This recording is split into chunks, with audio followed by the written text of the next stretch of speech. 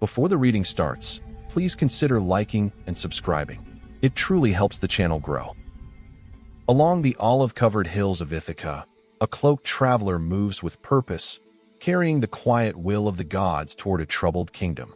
Inside the great hall, the empty throne of Odysseus keeps silent watch, its firelit shadows stretching across a land waiting for its king. High above the wine-dark sea, Telemachus searches the horizon, unaware that destiny has already begun to stir around him. For out beyond Ithaca's shores, clouds gather, swirling with the shape of a power older than men, a warning written across the sky itself. In the Megaron, the suitors feast and whisper, believing the throne unguarded, never seeing the goddess who stands beside the boy, guiding his first step toward courage. Before ships sail, before storms break, the legend begins here in Ithaca. This is the Odyssey, Part 1. Book 1. The Council of the Gods and Athena visits Telemachus. The gods in council, Minerva's visit to Ithaca. The challenge from Telemachus to the suitors. Tell me, O Muse, of that ingenious hero who traveled far and wide after he had sacked the famous town of Troy. Many cities did he visit, and many were the nations with whose manners and customs he was acquainted. Moreover, he suffered much by sea while trying to save his own life and bring his men safely home. But do what he might, he could not save his men, for they perished through their own sheer folly in eating the cattle of the sun god Hyperion. So the god prevented them from ever reaching home. Tell me, too, about all these things, O daughter of Jove, from whatsoever source you may know them. So now all who escaped death in battle or by shipwreck had got safely home except Ulysses, and he, though he was longing to return to his wife and country, was detained by the goddess Calypso, who had got him into a large cave and wanted to marry him. But as years went by, there came a time when the gods settled that he should go back to Ithaca. Even then, however, when he was among his own people, his troubles were not yet over. Nevertheless, all the gods had now begun to pity him except Neptune, who still persecuted him without ceasing and would not let him get home. Now Neptune had gone off to the Ethiopians, who are at the world's end, and lie in two halves, the one looking west and the other east. One, he had gone there to accept a hecatomb of sheep and oxen, and was enjoying himself at his festival. But the other gods met in the house of Olympian Jove, and the sire of gods and men spoke first. At that moment he was thinking of Aegisthus, who had been killed by Agamemnon's son Orestes. So he said to the other gods, See now, how men lay blame upon us gods for what is after all nothing but their own folly. Look at Aegisthus. He must needs make love to Agamemnon's wife unrighteously and then kill Agamemnon, though he knew it would be the death of him. For I sent Mercury to warn him not to do either of these things, inasmuch as Orestes would be sure to take his revenge when he grew up and wanted to return home. Mercury told him this in all good will, but he would not listen, and now he is paid for everything in full. Then Minerva said, Father, son of Saturn, king of kings, it served Aegisthus right, and so it would anyone else who does as he did. But Aegisthus is neither here nor there.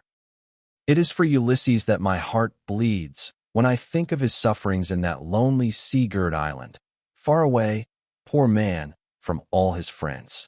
It is an island covered with forest, in the very middle of the sea, and a goddess lives there, daughter of the magician Atlas, who looks after the bottom of the ocean and carries the great columns that keep heaven and earth asunder.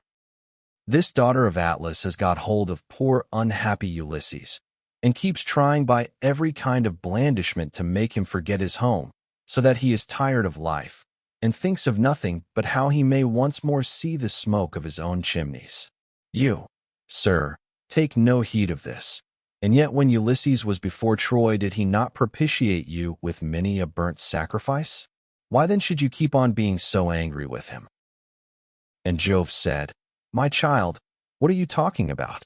How can I forget Ulysses, than whom there is no more capable man on earth, nor more liberal in his offerings to the immortal gods that live in heaven? Bear in mind, however, that Neptune is still furious with Ulysses for having blinded an eye of Polyphemus, king of the Cyclopes. Polyphemus is son to Neptune by the nymph Thoosa, daughter to the sea king Phorcys. Therefore, though he will not kill Ulysses outright, he torments him by preventing him from getting home. Still, let us lay our heads together and see how we can help him to return. Neptune will then be pacified, for if we are all of a mind, he can hardly stand out against us. And Minerva said, Father, son of Saturn, king of kings, if, then, the gods now mean that Ulysses should get home, we should first send Mercury to the Ogygian island to tell Calypso that we have made up our minds, and that he is to return. In the meantime, I will go to Ithaca to put heart into Ulysses' son Telemachus. I will embolden him to call the Achaeans in assembly and speak out to the suitors of his mother Penelope, who persist in eating up any number of his sheep and oxen. I will also conduct him to Sparta and to Perilous, to see if he can hear anything about the return of his dear father, for this will make people speak well of him. So saying, she bound on her glittering golden sandals, imperishable, with which she can fly like the wind over land or sea. She grasped the redoubtable bronze-shod spear, so stout and sturdy and strong, wherewith she quells the ranks of heroes who have displeased her, and down she darted from the topmost summits of Olympus, whereon forthwith she was in Ithaca, at the gateway of Ulysses' house, disguised as a visitor, Mentes, chief of the Taphians, and she held a bronze spear in her hand.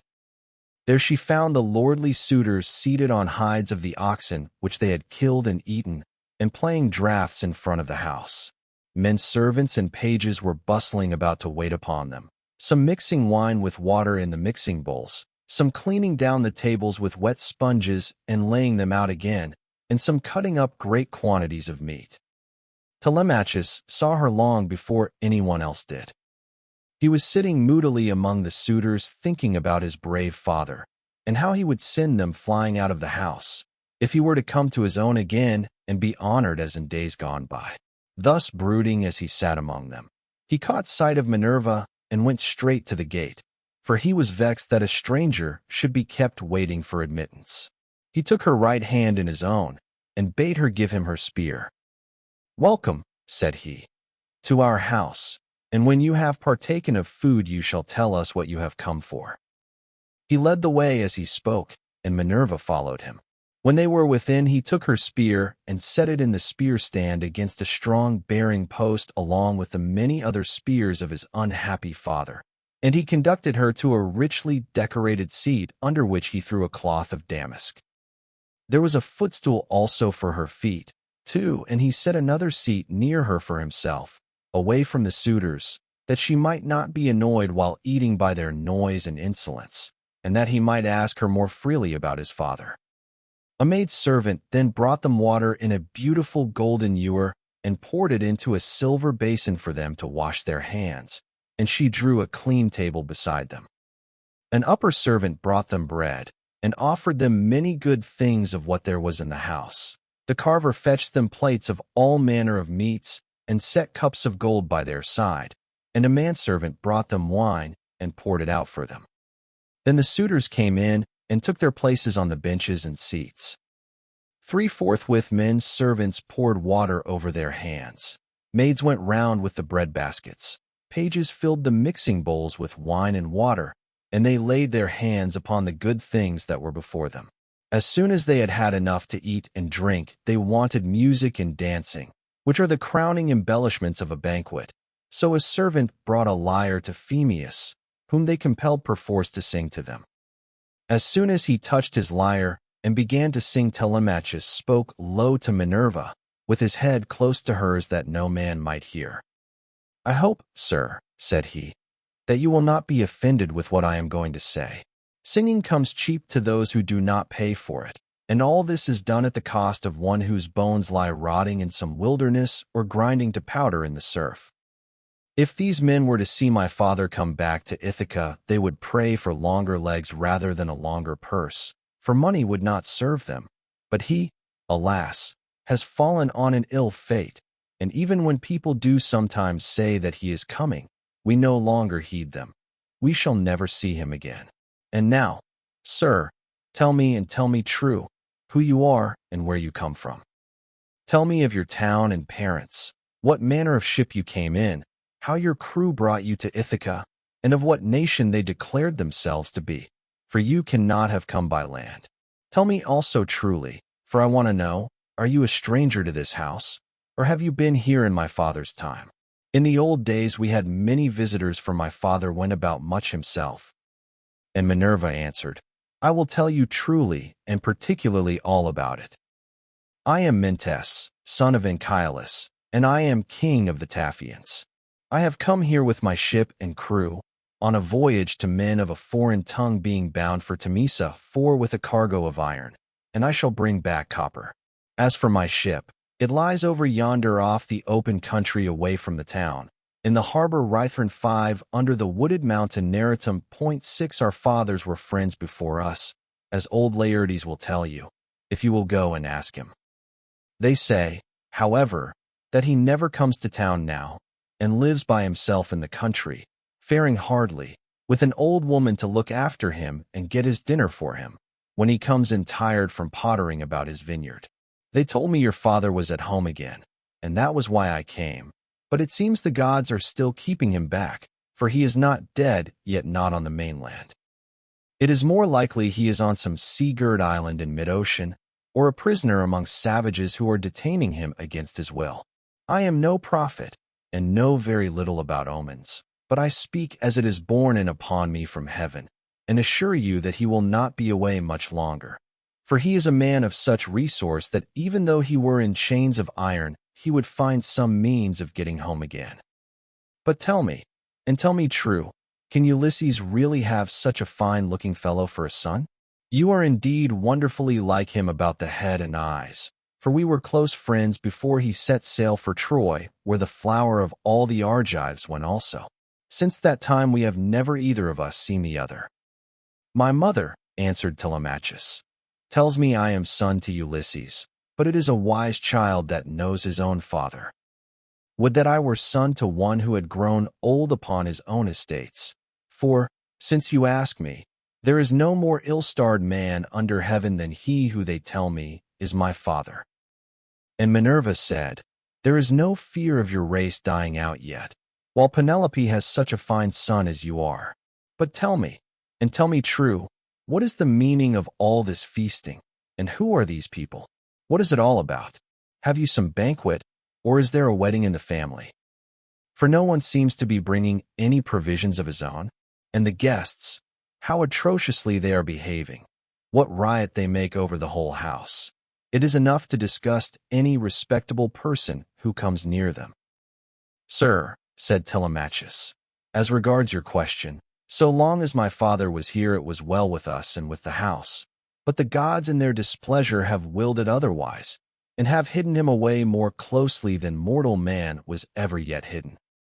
I could have borne it better even though he were dead, if he had fallen with his men before Troy, or had died with friends around him when the days of his fighting were done, for then the Achaeans would have built a mound over his ashes, and I should myself have been heir to his renown. But now the storm winds have spirited him away we know not whither.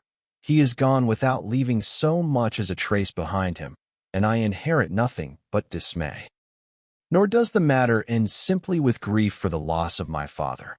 Heaven has laid sorrows upon me of yet another kind, for the chiefs from all our islands, Dulichium, Same, and the woodland island of Zacynthus, as also all the principal men of Ithaca itself, are eating up my house under the pretext of paying their court to my mother, who will neither point-blank say that she will not marry, 7, nor yet bring matters to an end. So they are making havoc of my estate, and before long will do so also with myself. Is that so? Exclaimed Minerva. Then you do indeed want Ulysses home again. Give him his helmet, shield, and a couple of lances, and if he is the man he was when I first knew him in our house, drinking and making merry, he would soon lay his hands about these rascally suitors, were he to stand once more upon his own threshold. He was then coming from Ephyra, where he had been to beg poison for his arrows from Elos, son of Murmerus.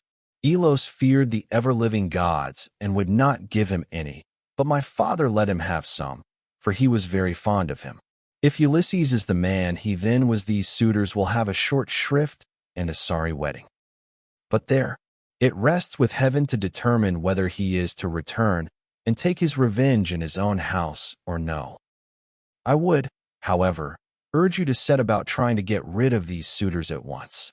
Take my advice. Call the Achaean heroes in assembly tomorrow morning. Lay your case before them, and call heaven to bear you witness. Bid the suitors take themselves off, each to his own place. And if your mother's mind is set on marrying again, let her go back to her father, who will find her a husband and provide her with all the marriage gifts that so dear a daughter may expect. As for yourself, let me prevail upon you to take the best ship you can get, with a crew of 20 men, and go in quest of your father who has so long been missing. Someone may tell you something, and people often hear things in this way, some heaven-sent message may direct you.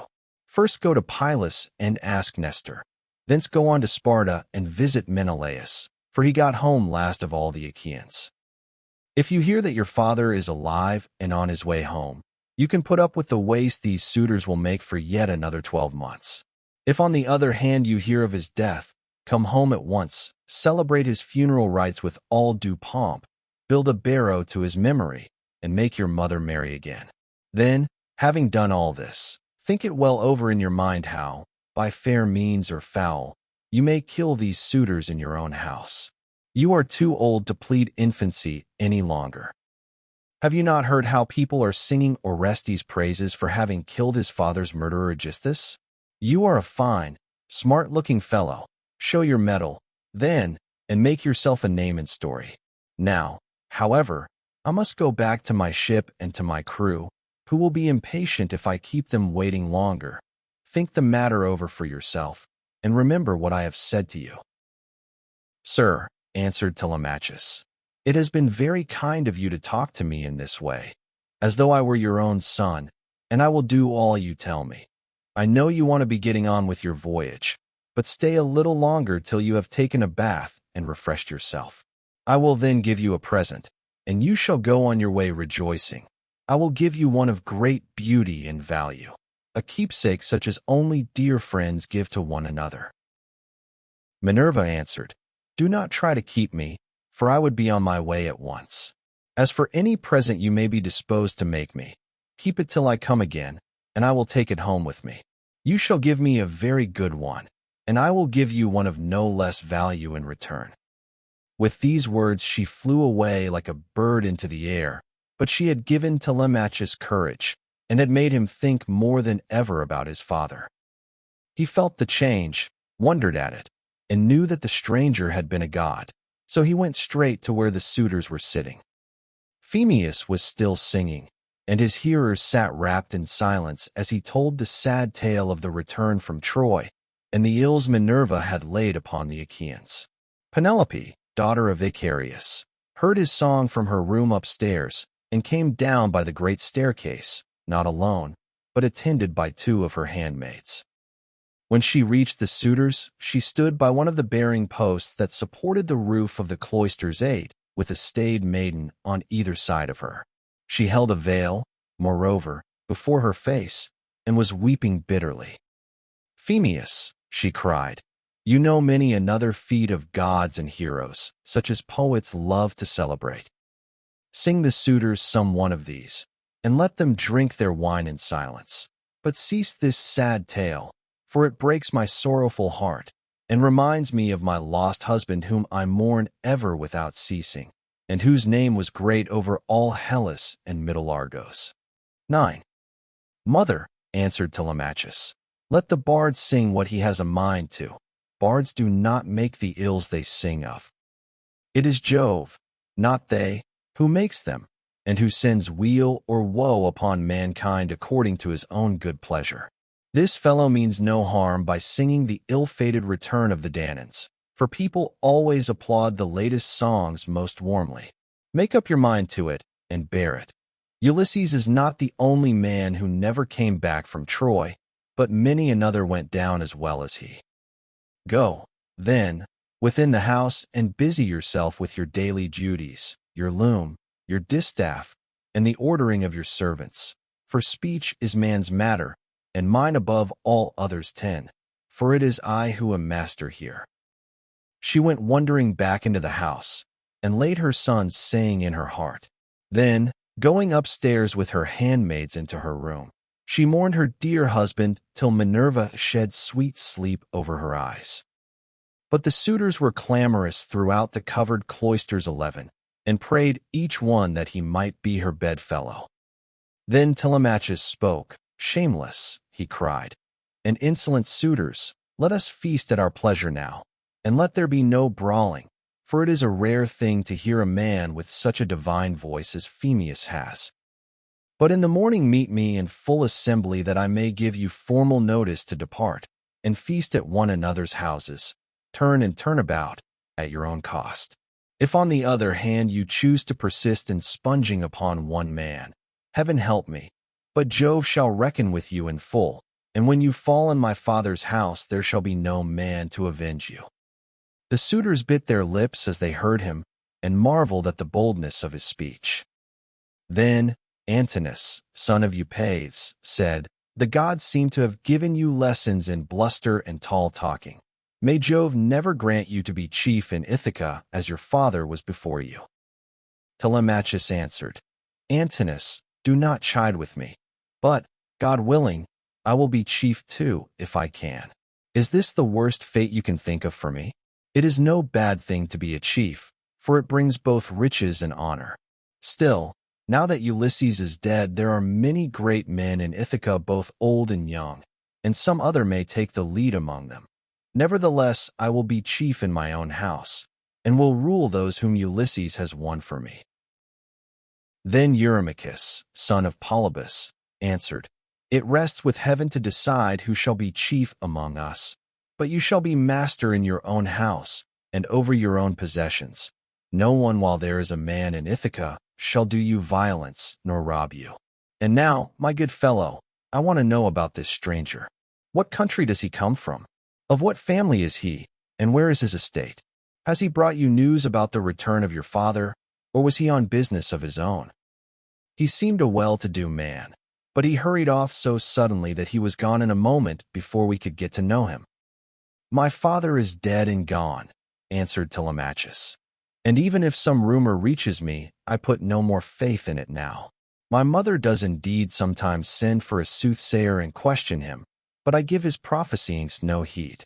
As for the stranger, he was Mentes, son of Anchialus, chief of the Taphians, an old friend of my father's." But in his heart he knew that it had been the goddess. The suitors then returned to their singing and dancing until the evening. But when night fell upon their pleasuring, they went home to bed, each in his own abode. 12 Telemachus's room was high up in a tower 13 that looked on to the outer court. Hither, then, he hied, brooding and full of thought. A good old woman, Euryclea, daughter of Ops, the son of Pisenor, went before him with a couple of blazing torches. Laertes had bought her with his own money when she was quite young. He gave the worth of 20 oxen for her, and shewed as much respect to her and his household as he did to his own wedded wife. But he did not take her to his bed, for he feared his wife's resentment. 14 She it was who now lighted Telemachus to his room, and she loved him better than any of the other women in the house did, for she had nursed him when he was a baby. He opened the door of his bedroom and sat down upon the bed. As he took off his shirt 15, he gave it to the good old woman, who folded it tidily up and hung it for him over a peg by his bedside, after which she went out, pulled the door to buy a silver catch, and drew the bolt home by means of the strap. 16 But Telemachus, as he lay covered with a woolen fleece, kept thinking all night through of his intended voyage and of the counsel that Minerva had given him. Book 2. Telemachus stands against the suitors. Assembly of the people of Ithaca. Speeches of Telemachus and of the suitors. Telemachus makes his preparations and starts for Perilous with Minerva disguised as mentor. Now when the child of morning, rosy-fingered dawn, appeared, Telemachus rose and dressed himself. He bound his sandals on to his comely feet, girded his sword about his shoulder, and left his room looking like an immortal god. He at once sent the criers round to call the people in assembly. So they called them, and the people gathered thereon. Then, when they were got together, he went to the place of assembly spear in hand, not alone, for his 2 hounds went with him. Minerva endowed him with a presence of such divine comeliness that all marveled at him as he went by. And when he took his place in his father's seat, even the oldest counselors made way for him. Egyptius, a man bent double with age and of infinite experience, was the first to speak. His son Anaphis had gone with Ulysses to Ilius, land of noble steeds, but the savage Cyclops had killed him when they were all shut up in the cave, and had cooked his last dinner for him. 17. He had 3 sons left, of whom 2 still worked on their father's land, while the third, Eurynomus, was one of the suitors. Nevertheless, their father could not get over the loss of Anaphis, and was still weeping for him when he began his speech. Men of Ithaca, he said, hear my words. From the day Ulysses left us, there has been no meeting of our counselors until now. Who then can it be, whether old or young, that finds it so necessary to convene us? Has he got wind of some host approaching, and does he wish to warn us? Or would he speak upon some other matter of public moment? I am sure he is an excellent person, and I hope Jove will grant him his heart's desire. Telemachus took this speech as of good omen and rose at once, for he was bursting with what he had to say. He stood in the middle of the assembly, and the good herald Pisenner brought him his staff. Then, turning to Egyptius, Sir, said he, it is I, as you will shortly learn, who have convened you, for it is I who am the most aggrieved. I have not got wind of any host approaching about which I would warn you, nor is there any matter of public moment on which I would speak. My grievance is purely personal, and turns on 2 great misfortunes which have fallen upon my house. The first of these is the loss of my excellent father, who was chief among all you here present, and was like a father to every one of you.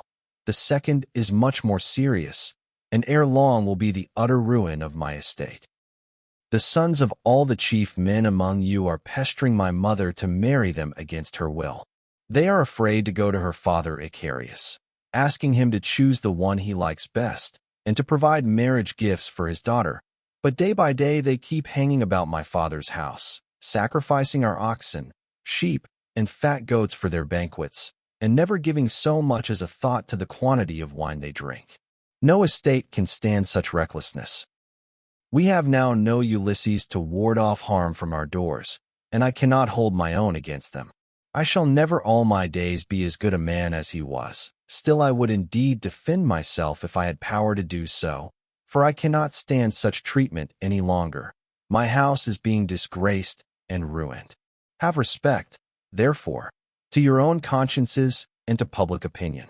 Fear, too, the wrath of heaven, lest the gods should be displeased and turn upon you. I pray you by Jove and Themis, who is the beginning and the end of counsels, do not hold back, my friends, and leave me single-handed. 18. Unless it be that my brave father Ulysses did some wrong to the Achaeans which you would now avenge on me, by aiding and abetting these suitors. Moreover, if I am to be eaten out of house and home at all, I had rather you did the eating yourselves, for I could then take action against you to some purpose, and serve you with notices from house to house till I got paid in full, whereas now I have no remedy. 19. With this Telemachus dashed his staff to the ground and burst into tears. Every one was very sorry for him, but they all sat still, and no one ventured to make him an angry answer, save only Antinous, who spoke thus. Telemachus, insolent braggart that you are, how dare you try to throw the blame upon us suitors? It is your mother's fault, not ours, for she is a very artful woman.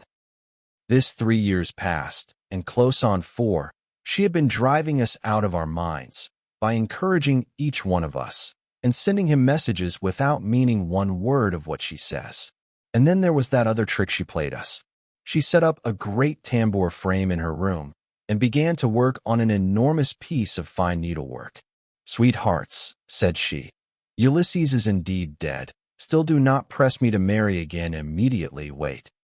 For I would not have skill in needlework perish unrecorded, till I have completed a pall for the hero Laertes, to be in readiness against the time when death shall take him. He is very rich, and the women of the place will talk if he is laid out without a pall. This was what she said, and we assented, whereon we could see her working on her great web all day long, but at night she would unpick the stitches again by torchlight. She fooled us in this way for 3 years, and we never found her out. But as time wore on, and she was now in her 4th year, one of her maids who knew what she was doing told us, and we caught her in the act of undoing her work, so she had to finish it whether she would or no. The suitors, therefore, make you this answer, that both you and the Achaeans may understand. Send your mother away, and bid her marry the man of her own and of her father's choice. For I do not know what will happen if she goes on plaguing us much longer with the airs she gives herself on the score of the accomplishments Minerva has taught her, and because she is so clever. We never yet heard of such a woman. We know all about Tyro, Alcmena, Mycene, and the famous women of old, but they were nothing to your mother, any one of them. It was not fair of her to treat us in that way, and as long as she continues in the mind with which heaven has now endowed her, so long shall we go on eating up your estate, and I do not see why she should change, for she gets all the honor and glory, and it is you who pay for it, not she. Understand, then, that we will not go back to our lands, neither here nor elsewhere, till she has made her choice and married some one or other of us. Telemachus answered, Antinous, how can I drive the mother who bore me from my father's house? My father is abroad, and we do not know whether he is alive or dead. It will be hard on me if I have to pay Icarius the large sum which I must give him if I insist on sending his daughter back to him. Not only will he deal rigorously with me, but heaven will also punish me, for my mother when she leaves the house will call on the Erinyes to avenge her. Besides, it would not be a creditable thing to do, and I will have nothing to say to it. If you choose to take offense at this, leave the house and feast elsewhere at one another's houses at your own cost, turn and turn about. If, on the other hand, you elect to persist in sponging upon one man, heaven help me, but Jove shall reckon with you in full, and when you fall in my father's house there shall be no man to avenge you. As he spoke, Jove sent 2 eagles from the top of the mountain, and they flew on and on with the wind, sailing side by side in their own lordly flight. When they were right over the middle of the assembly, they wheeled and circled about, beating the air with their wings and glaring death into the eyes of them that were below. Then, fighting fiercely and tearing at one another, they flew off towards the right over the town. The people wondered as they saw them, and asked each other what all this might be, whereon Halitherses, who was the best prophet and reader of omens among them, spoke to them plainly and in all honesty, saying, Hear me, men of Ithaca, and I speak more particularly to the suitors, for I see mischief brewing for them. Ulysses is not going to be away much longer. Indeed, he is close at hand to deal out death and destruction, not on them alone, but on many another of us who live in Ithaca. Let us then be wise in time, and put a stop to this wickedness before he comes. Let the suitors do so of their own accord. It will be better for them. For I am not prophesying without due knowledge. Everything has happened to Ulysses as I foretold when the Argives set out for Troy, and he with them. I said that after going through much hardship and losing all his men, he should come home again in the 20th year, and that no one would know him. And now all this is coming true. Eurymachus, son of Polybus, then said, Go home, old man, and prophesy to your own children, or it may be worse for them. I can read these omens myself much better than you can. Birds are always flying about in the sunshine somewhere or other, but they seldom mean anything. Ulysses has died in a far country, and it is a pity you are not dead along with him. Instead of prating here about omens and adding fuel to the anger of Telemachus, which is fierce enough as it is, I suppose you think he will give you something for your family, but I tell you, and it shall surely be, when an old man like you, who should know better, talks a young one over till he becomes troublesome. In the first place, his young friend will only fare so much the worse. He will take nothing by it, for the suitors will prevent this. And in the next, we will lay a heavier fine, sir, upon yourself than you will at all like paying, for it will bear hardly upon you. As for Telemachus, I warn him in the presence of you all to send his mother back to her father, who will find her a husband and provide her with all the marriage gifts so dear a daughter may expect. Till then we shall go on harassing him with our suit. For we fear no man, and care neither for him, with all his fine speeches, nor for any fortune-telling of yours. You may preach as much as you please, but we shall only hate you the more.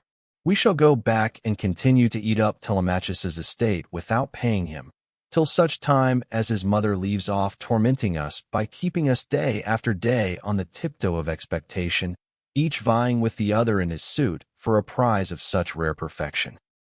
Besides, we cannot go after the other women whom we should marry in due course, but for the way in which she treats us. Then Telemachus said, Eurymachus, and you other suitors, I shall say no more, and entreat you no further, for the gods and the people of Ithaca now know my story. Give me, then, a ship and a crew of 20 men to take me hither and thither, and I will go to Sparta and to Perilous in quest of my father, who has so long been missing. Someone may tell me something, or, and people often hear things in this way, some heaven-sent message may direct me. If I can hear of him as alive and on his way home, I will put up with the waste you suitors will make for yet another 12 months. If on the other hand I hear of his death, I will return at once, celebrate his funeral rites with all due pomp, build a barrow to his memory, and make my mother marry again. With these words he sat down, and Mentor 20, who had been a friend of Ulysses, and had been left in charge of everything with full authority over the servants, rose to speak. He, then, plainly and in all honesty addressed them thus. Hear me, men of Ithaca, I hope that you may never have a kind and well-disposed ruler any more, nor one who will govern you equitably. I hope that all your chiefs henceforward may be cruel and unjust, for there is not one of you but has forgotten Ulysses, who ruled you as though he were your father. I am not half so angry with the suitors, for if they choose to do violence in the naughtiness of their hearts, and wager their heads that Ulysses will not return, they can take the high hand and eat up his estate. But as for you others, I am shocked at the way in which you all sit still without even trying to stop such scandalous goings-on, which you could do if you chose, for you are many, and they are few. Leocritus, son of Evenor, answered him, saying, Mentor, what folly is all this, that you should set the people to stay us? It is a hard thing for one man to fight with many about his victuals. Even though Ulysses himself were to set upon us while we are feasting in his house, and do his best to oust us, his wife, who wants him back so very badly, would have small cause for rejoicing, and his blood would be upon his own head if he fought against such great odds. There is no sense in what you have been saying.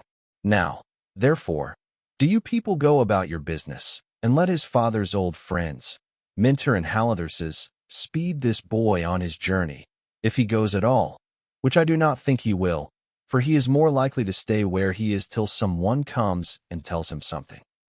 On this, he broke up the assembly, and every man went back to his own abode, while the suitors returned to the house of Ulysses. Break time equals 0. 25s /. Then Telemachus went all alone by the seaside, washed his hands in the gray waves, and prayed to Minerva. Hear me, he cried, you god who visited me yesterday, and bade me sail the seas in search of my father who has so long been missing. I would obey you, but the Achaeans, and more particularly the wicked suitors, are hindering me that I cannot do so. As he thus prayed, Minerva came close up to him in the likeness and with the voice of Mentor. Telemachus, said she, if you are made of the same stuff as your father, you will be neither fool nor coward henceforward, for Ulysses never broke his word nor left his work half done. If, then, you take after him, your voyage will not be fruitless, But unless you have the blood of Ulysses and of Penelope in your veins, I see no likelihood of your succeeding. Sons are seldom as good men as their fathers. They are generally worse, not better. Still, as you are not going to be either fool or coward henceforward, and are not entirely without some share of your father's wise discernment, I look with hope upon your undertaking. But mind you never make common cause with any of those foolish suitors, for they have neither sense nor virtue, and give no thought to death and to the doom that will shortly fall on one and all of them, so that they shall perish on the same day. As for your voyage, it shall not be long delayed. Your father was such an old friend of mine that I will find you a ship, and will come with you myself. Now, however, return home, and go about among the suitors. Begin getting provisions ready for your voyage. See everything well stowed, the wine in jars, and the barley meal, which is the staff of life, in leathern bags, while I go round the town and beat up volunteers at once. There are many ships in Ithaca, both old and new. I will run my eye over them for you, and will choose the best. We will get her ready, and will put out to sea without delay. Thus spoke Minerva, daughter of Jove, and Telemachus lost no time in doing as the goddess told him. He went moodily home, and found the suitors flaying goats and singeing pigs in the outer court. Antinous came up to him at once and laughed as he took his hand in his own, saying, Telemachus, my fine fire-eater, bear no more ill blood neither in word nor deed, but eat and drink with us as you used to do. The Achaeans will find you in everything, a ship and a picked crew to boot, so that you can set sail for Perilous at once and get news of your noble father. Antinous, answered Telemachus, I cannot eat in peace, nor take pleasure of any kind with such men as you are. Was it not enough that you should waste so much good property of mine while I was yet a boy? Now that I am older and know more about it, I am also stronger, and whether here among this people, or by going to Perilous, I will do you all the harm I can. I shall go, and my going will not be in vain, though, thanks to you suitors, I have neither ship nor crew of my own, and must be passenger, not captain. As he spoke, he snatched his hand from that of Antinous. Meanwhile, the others went on getting dinner ready about the buildings, 21 jeering at him tauntingly as they did so. Telemachus, said one youngster, means to be the death of us. I suppose he thinks he can bring friends to help him from Perilous, or again from Sparta, where he seems bent on going. Or will he go to Ephyra as well, for poison to put in our wine and kill us? Another said, perhaps if Telemachus goes on board ship, he will be like his father and perish far from his friends. In this case, we should have plenty to do, for we could then divide up his property amongst us. As for the house, we can let his mother and the man who marries her have that. This was how they talked. But Telemachus went down into the lofty and spacious storeroom, where his father's treasure of gold and bronze lay heaped up upon the floor, and where the linen and spare clothes were kept in open chests.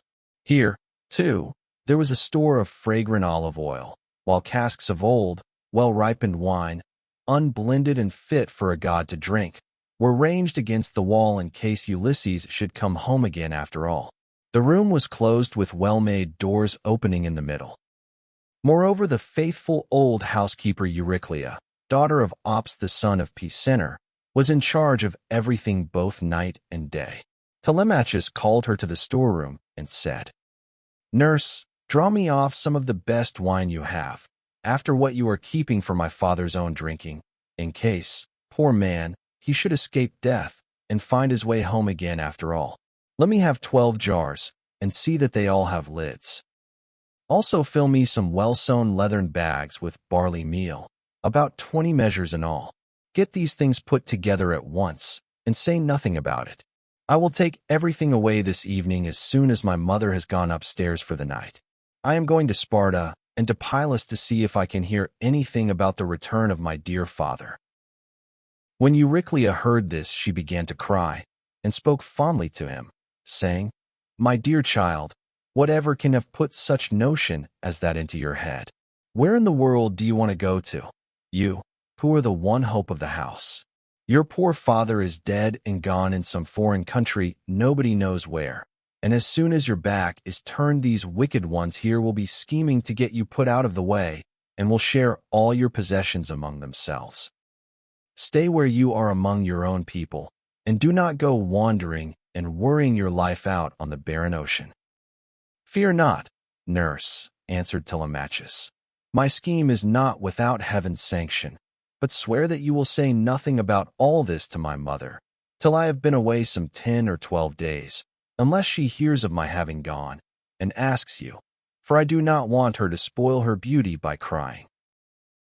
The old woman swore most solemnly that she would not, and when she had completed her oath, she began drawing off the wine into jars, and getting the barley meal into the bags, while Telemachus went back to the suitors. Then Minerva bethought her of another matter. She took his shape, and went round the town to each one of the crew, telling them to meet at the ship by sundown. She went also to Nomon son of Phronius, and asked him to let her have a ship, which he was very ready to do. When the sun had set and darkness was over all the land, she got the ship into the water, put all the tackle on board her that ships generally carry, and stationed her at the end of the harbor. Presently the crew came up, and the goddess spoke encouragingly to each of them. Furthermore, she went to the house of Ulysses, and threw the suitors into a deep slumber. She caused their drink to fuddle them, and made them drop their cups from their hands, so that instead of sitting over their wine, they went back into the town to sleep, with their eyes heavy and full of drowsiness.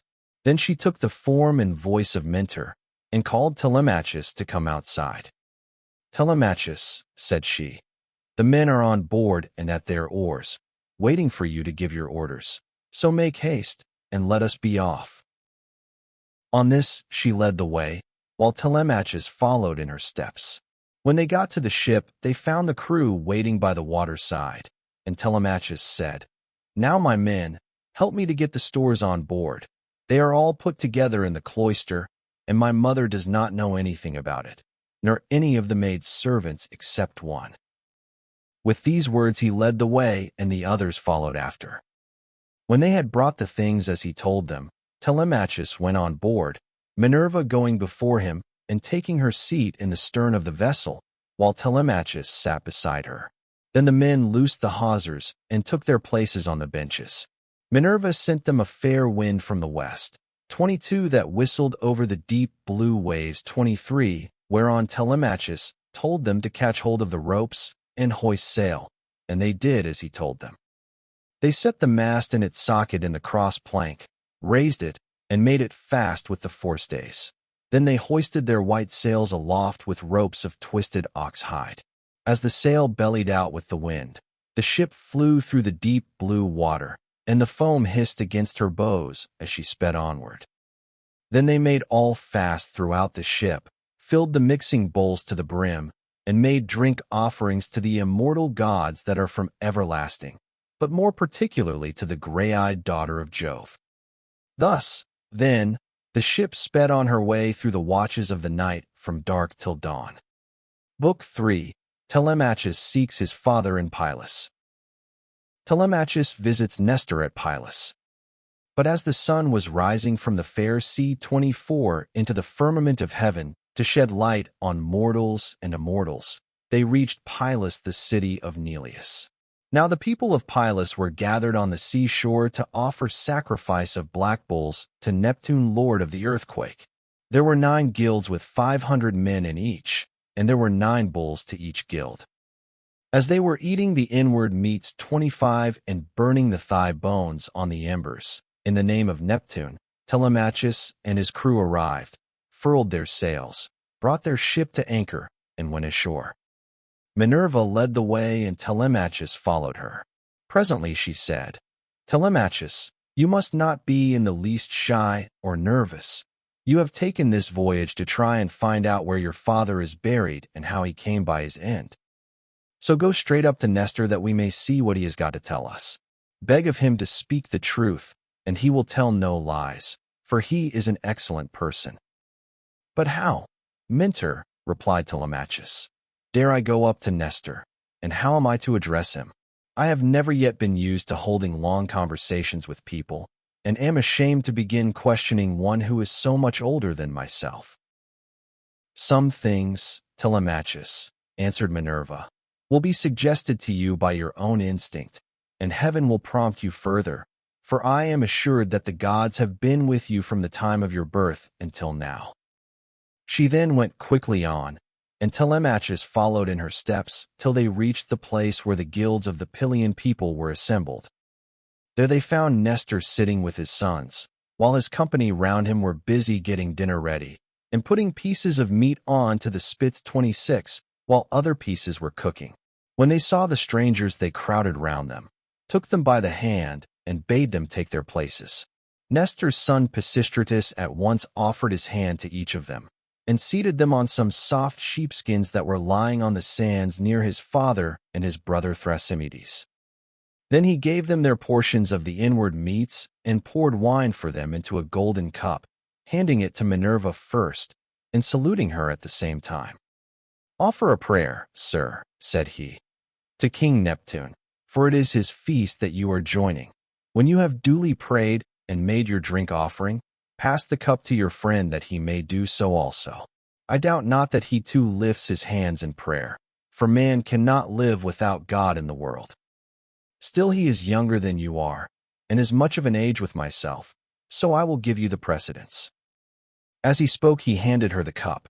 Minerva thought it very right and proper of him to have given it to herself first. 27. She accordingly began praying heartily to Neptune. "O thou," she cried, "that encirclest the earth, vouchsafe to grant the prayers of thy servants that call upon thee. More especially we pray thee send down thy grace on Nestor and on his sons. Thereafter also make the rest of the Pylian people some handsome return for the goodly hecatomb they are offering you.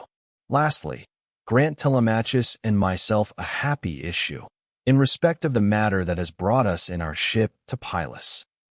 When she had thus made an end of praying, she handed the cup to Telemachus, and he prayed likewise. By and by, when the outer meats were roasted and had been taken off the spits, the carvers gave every man his portion, and they all made an excellent dinner. As soon as they had had enough to eat and drink, Nestor, knight of Gerene, began to speak. "Now," said he, "that our guests have done their dinner, it will be best to ask them who they are. Who, then, sir strangers, are you, and from what port have you sailed? Are you traders? Or do you sail the seas as rovers with your hand against every man, and every man's hand against you?"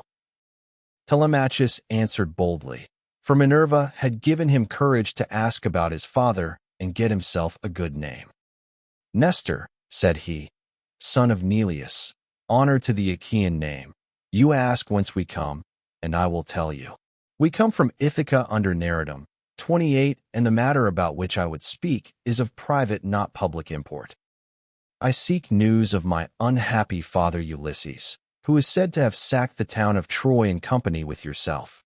We know what fate befell each one of the other heroes who fought at Troy, but as regards Ulysses, heaven has hidden from us the knowledge even that he is dead at all, for no one can certify us in what place he perished, nor say whether he fell in battle on the mainland, or was lost at sea amid the waves of Amphitrite. Therefore I am suppliant at your knees, if haply you may be pleased to tell me of his melancholy end, whether you saw it with your own eyes, or heard it from some other traveler, for he was a man born to trouble. Do not soften things out of any pity for me, but tell me in all plainness exactly what you saw. If my brave father Ulysses ever did you loyal service, either by word or deed, when you Achaeans were harassed among the Trojans, bear it in mind now as in my favor, and tell me truly all." "My friend," answered Nestor, "you recall a time of much sorrow to my mind, for the brave Achaeans suffered much both at sea, while privateering under Achilles, and when fighting before the great city of King Priam. Our best men, all of them, fell there: Ajax, Achilles, Patroclus, peer of gods in council, and my own dear son Antilochus, a man singularly fleet of foot and in fight valiant. But we suffered much more than this. What mortal tongue indeed could tell the whole story? Though you were to stay here and question me for 5 years, or even 6, I could not tell you all that the Achaeans suffered, and you would turn homeward weary of my tale before it ended. 9 long years did we try every kind of stratagem, but the hand of heaven was against us. During all this time there was no one who could compare with your father in subtlety. If indeed you are his son, I can hardly believe my eyes. And you talk just like him too. No one would say that people of such different ages could speak so much alike. He and I never had any kind of difference from first to last, neither in camp nor council, but in singleness of heart and purpose we advised the Argives how all might be ordered for the best. When, however, we had sacked the city of Priam, and were setting sail in our ships as heaven had dispersed us, then Jove saw fit to vex the Argives on their homeward voyage. For they had not all been either wise or understanding, and hence many came to a bad end through the displeasure of Jove's daughter Minerva, who brought about a quarrel between the 2 sons of Atreus. The sons of Atreus called a meeting which was not as it should be, for it was sunset, and the Achaeans were heavy with wine. When they explained why they had called the people together, it seemed that Menelaus was for sailing homeward at once, and this displeased Agamemnon, who thought that we should wait till we had offered hecatombs to appease the anger of Minerva.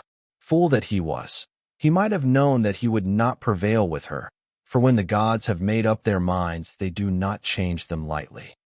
So the 2 stood bandying hard words, whereon the Achaeans sprang to their feet with a cry that rent the air, and were of 2 minds as to what they should do. That night we rested and nursed our anger, for Jove was hatching mischief against us. But in the morning some of us drew our ships into the water and put our goods with our women on board, while the rest, about half in number, stayed behind with Agamemnon. We, the other half, embarked and sailed. And the ships went well, for heaven had smoothed the sea. When we reached Tenedos, we offered sacrifices to the gods, for we were longing to get home. Cruel Jove, however, did not yet mean that we should do so, and raised a second quarrel, in the course of which some among us turned their ships back again, and sailed away under Ulysses to make their peace with Agamemnon.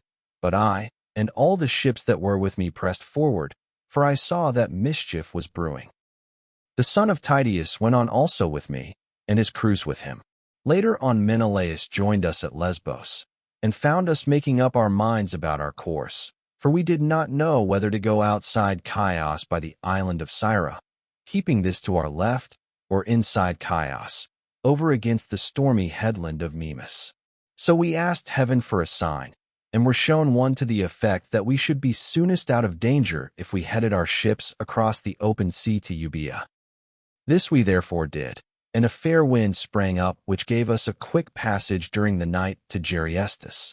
29, where we offered many sacrifices to Neptune for having helped us so far on our way.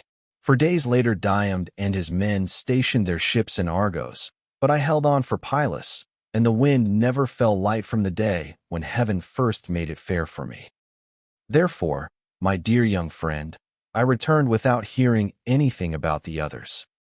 I know neither who got home safely nor who were lost, but, as in duty bound, I will give you without reserve the reports that have reached me since I have been here in my own house.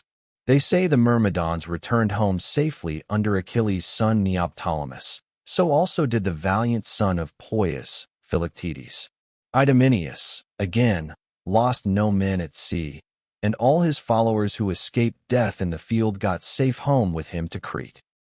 No matter how far out of the world you live, you will have heard of Agamemnon and the bad end he came to at the hands of Aegisthus, and a fearful reckoning did Aegisthus presently pay. See what a good thing it is for a man to leave a son behind him to do as Orestes did, who killed false Aegisthus, the murderer of his noble father. You too, then, for you are a tall, smart-looking fellow. Show your mettle, and make yourself a name in story. Nestor, son of Neleus, answered Telemachus. Honor to the Achaean name. The Achaeans applaud Orestes, and his name will live through all time, for he has avenged his father nobly. Would that heaven might grant me to do like vengeance on the insolence of the wicked suitors, who are ill-treating me and plotting my ruin. But the gods have no such happiness in store for me and for my father, so we must bear it as best we may." "My friend," said Nestor, "now that you remind me, I remember to have heard that your mother has many suitors who are ill-disposed towards you and are making havoc of your estate. Do you submit to this tamely, or are public feeling and the voice of heaven against you? Who knows but what Ulysses may come back after all, and pay these scoundrels in full, either single-handed or with a force of Achaeans behind him? If Minerva were to take as great a liking to you as she did to Ulysses when we were fighting before Troy, for I never yet saw the gods so openly fond of anyone as Minerva then was of your father, if she would take as good care of you as she did of him, these wooers would soon some of them forget their wooing." Telemachus answered, "I can expect nothing of the kind. It would be far too much to hope for. I dare not let myself think of it, even though the gods themselves will that no such good fortune could befall me." On this Minerva said, "Telemachus, what are you talking about? Heaven has a long arm if it is minded to save a man. And if it were me, I should not care how much I suffered before getting home, provided I could be safe when I was once there. I would rather this than get home quickly and then be killed in my own house as Agamemnon was by the treachery of Aegisthus and his wife. Still, death is certain, and when a man's hour is come, not even the gods can save him, no matter how fond they are of him." "Mentor," answered Telemachus, "do not let us talk about it any more. There is no chance of my father's ever coming back. The gods have long since counseled his destruction. There is something else, however, about which I should like to ask Nestor, for he knows much more than anyone else does. They say he has reigned for 3 generations, so that it is like talking to an immortal. Tell me, therefore, Nestor, and tell me true, how did Agamemnon come to die in that way? What was Menelaus doing? And how came false Aegisthus to kill so far better a man than himself? Was Menelaus away from Achaean Argos, voyaging elsewhither among mankind, that Aegisthus took heart and killed Agamemnon?" "I will tell you truly," answered Nestor, "and indeed you have yourself divined how it all happened. If Menelaus, when he got back from Troy, had found Aegisthus still alive in his house, there would have been no barrow heaped up for him, not even when he was dead, but he would have been thrown outside the city to dogs and vultures, and not a woman would have mourned him, for he had done a deed of great wickedness. But we were over there, fighting hard at Troy, and Aegisthus, who was taking his ease quietly in the heart of Argos, cajoled Agamemnon's wife Clytemnestra with incessant flattery. At first she would have nothing to do with his wicked scheme, for she was of a good natural disposition. 30 moreover there was a bard with her, to whom Agamemnon had given strict orders on setting out for Troy, that he was to keep guard over his wife. But when heaven had counseled her destruction, Aegisthus carried this bard off to a desert island and left him there for crows and seagulls to batten upon. After which she went willingly enough to the house of Aegisthus. Then he offered many burnt sacrifices to the gods, and decorated many temples with tapestries and gilding, for he had succeeded far beyond his expectations. Meanwhile Menelaus and I were on our way home from Troy, on good terms with one another. When we got to Sunium, which is the point of Athens, Apollo with his painless shafts killed Phrontis the steersman of Menelaus' ship, and never man knew better how to handle a vessel in rough weather. So that he died then and there with the helm in his hand, and Menelaus, though very anxious to press forward, had to wait in order to bury his comrade and give him his due funeral rites. Presently, when he too could put to sea again, and had sailed on as far as the Malian heads, Jove counseled evil against him and made it blow hard till the waves ran mountains high. Here he divided his fleet, and took the one half towards Crete, where the Sidonians dwell round about the waters of the river Iardanus.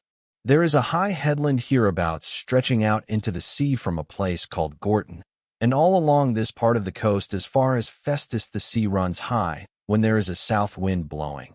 But after Festus the coast is more protected, for a small headland can make a great shelter. Here this part of the fleet was driven on to the rocks and wrecked. but the crews just managed to save themselves.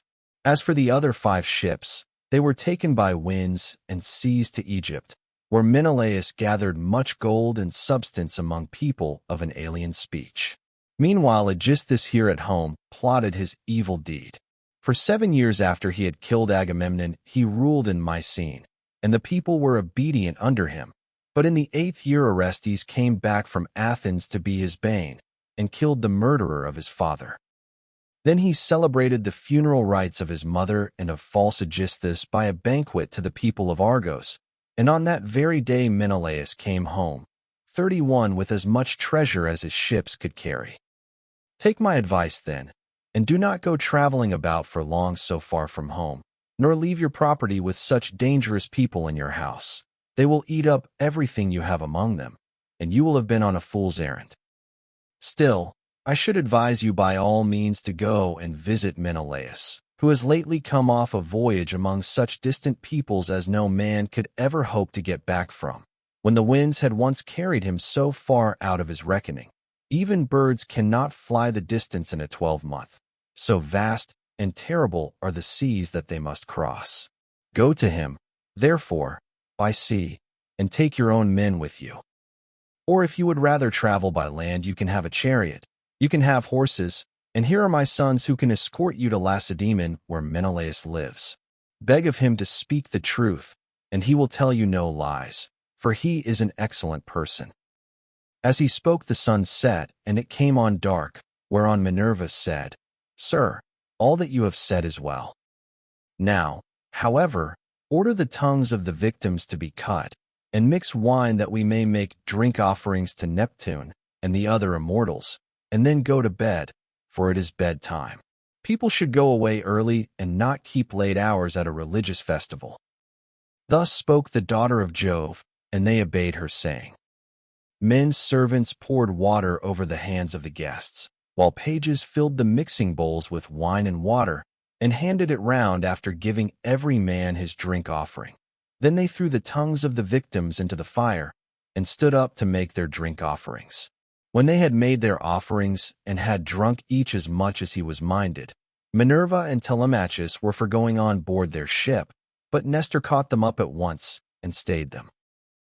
Heaven and the immortal gods, he exclaimed, forbid that you should leave my house to go on board of a ship.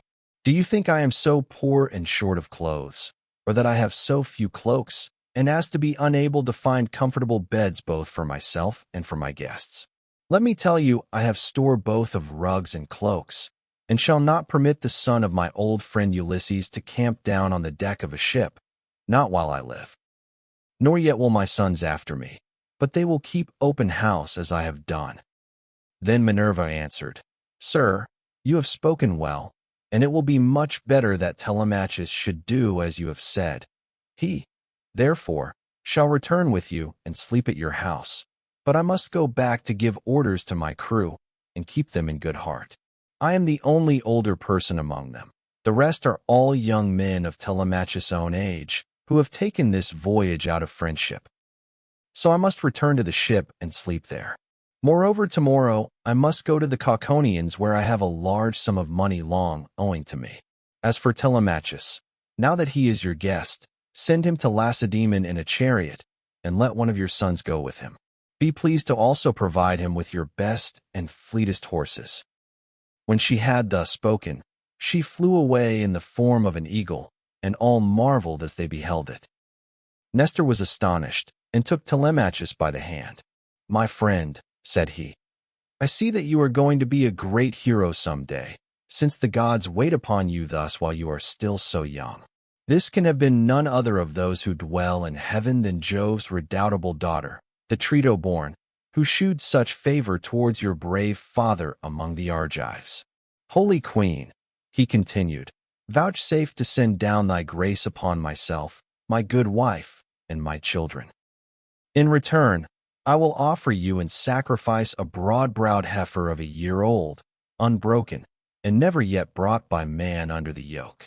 I will gild her horns, and will offer her up to you in sacrifice. Thus did he pray, and Minerva heard his prayer. He then led the way to his own house, followed by his sons and sons-in-law. When they had got there and had taken their places on the benches and seats, he mixed them a bowl of sweet wine that was 11 years old when the housekeeper took the lid off the jar that held it. As he mixed the wine, he prayed much and made drink offerings to Minerva, daughter of aegis-bearing Jove.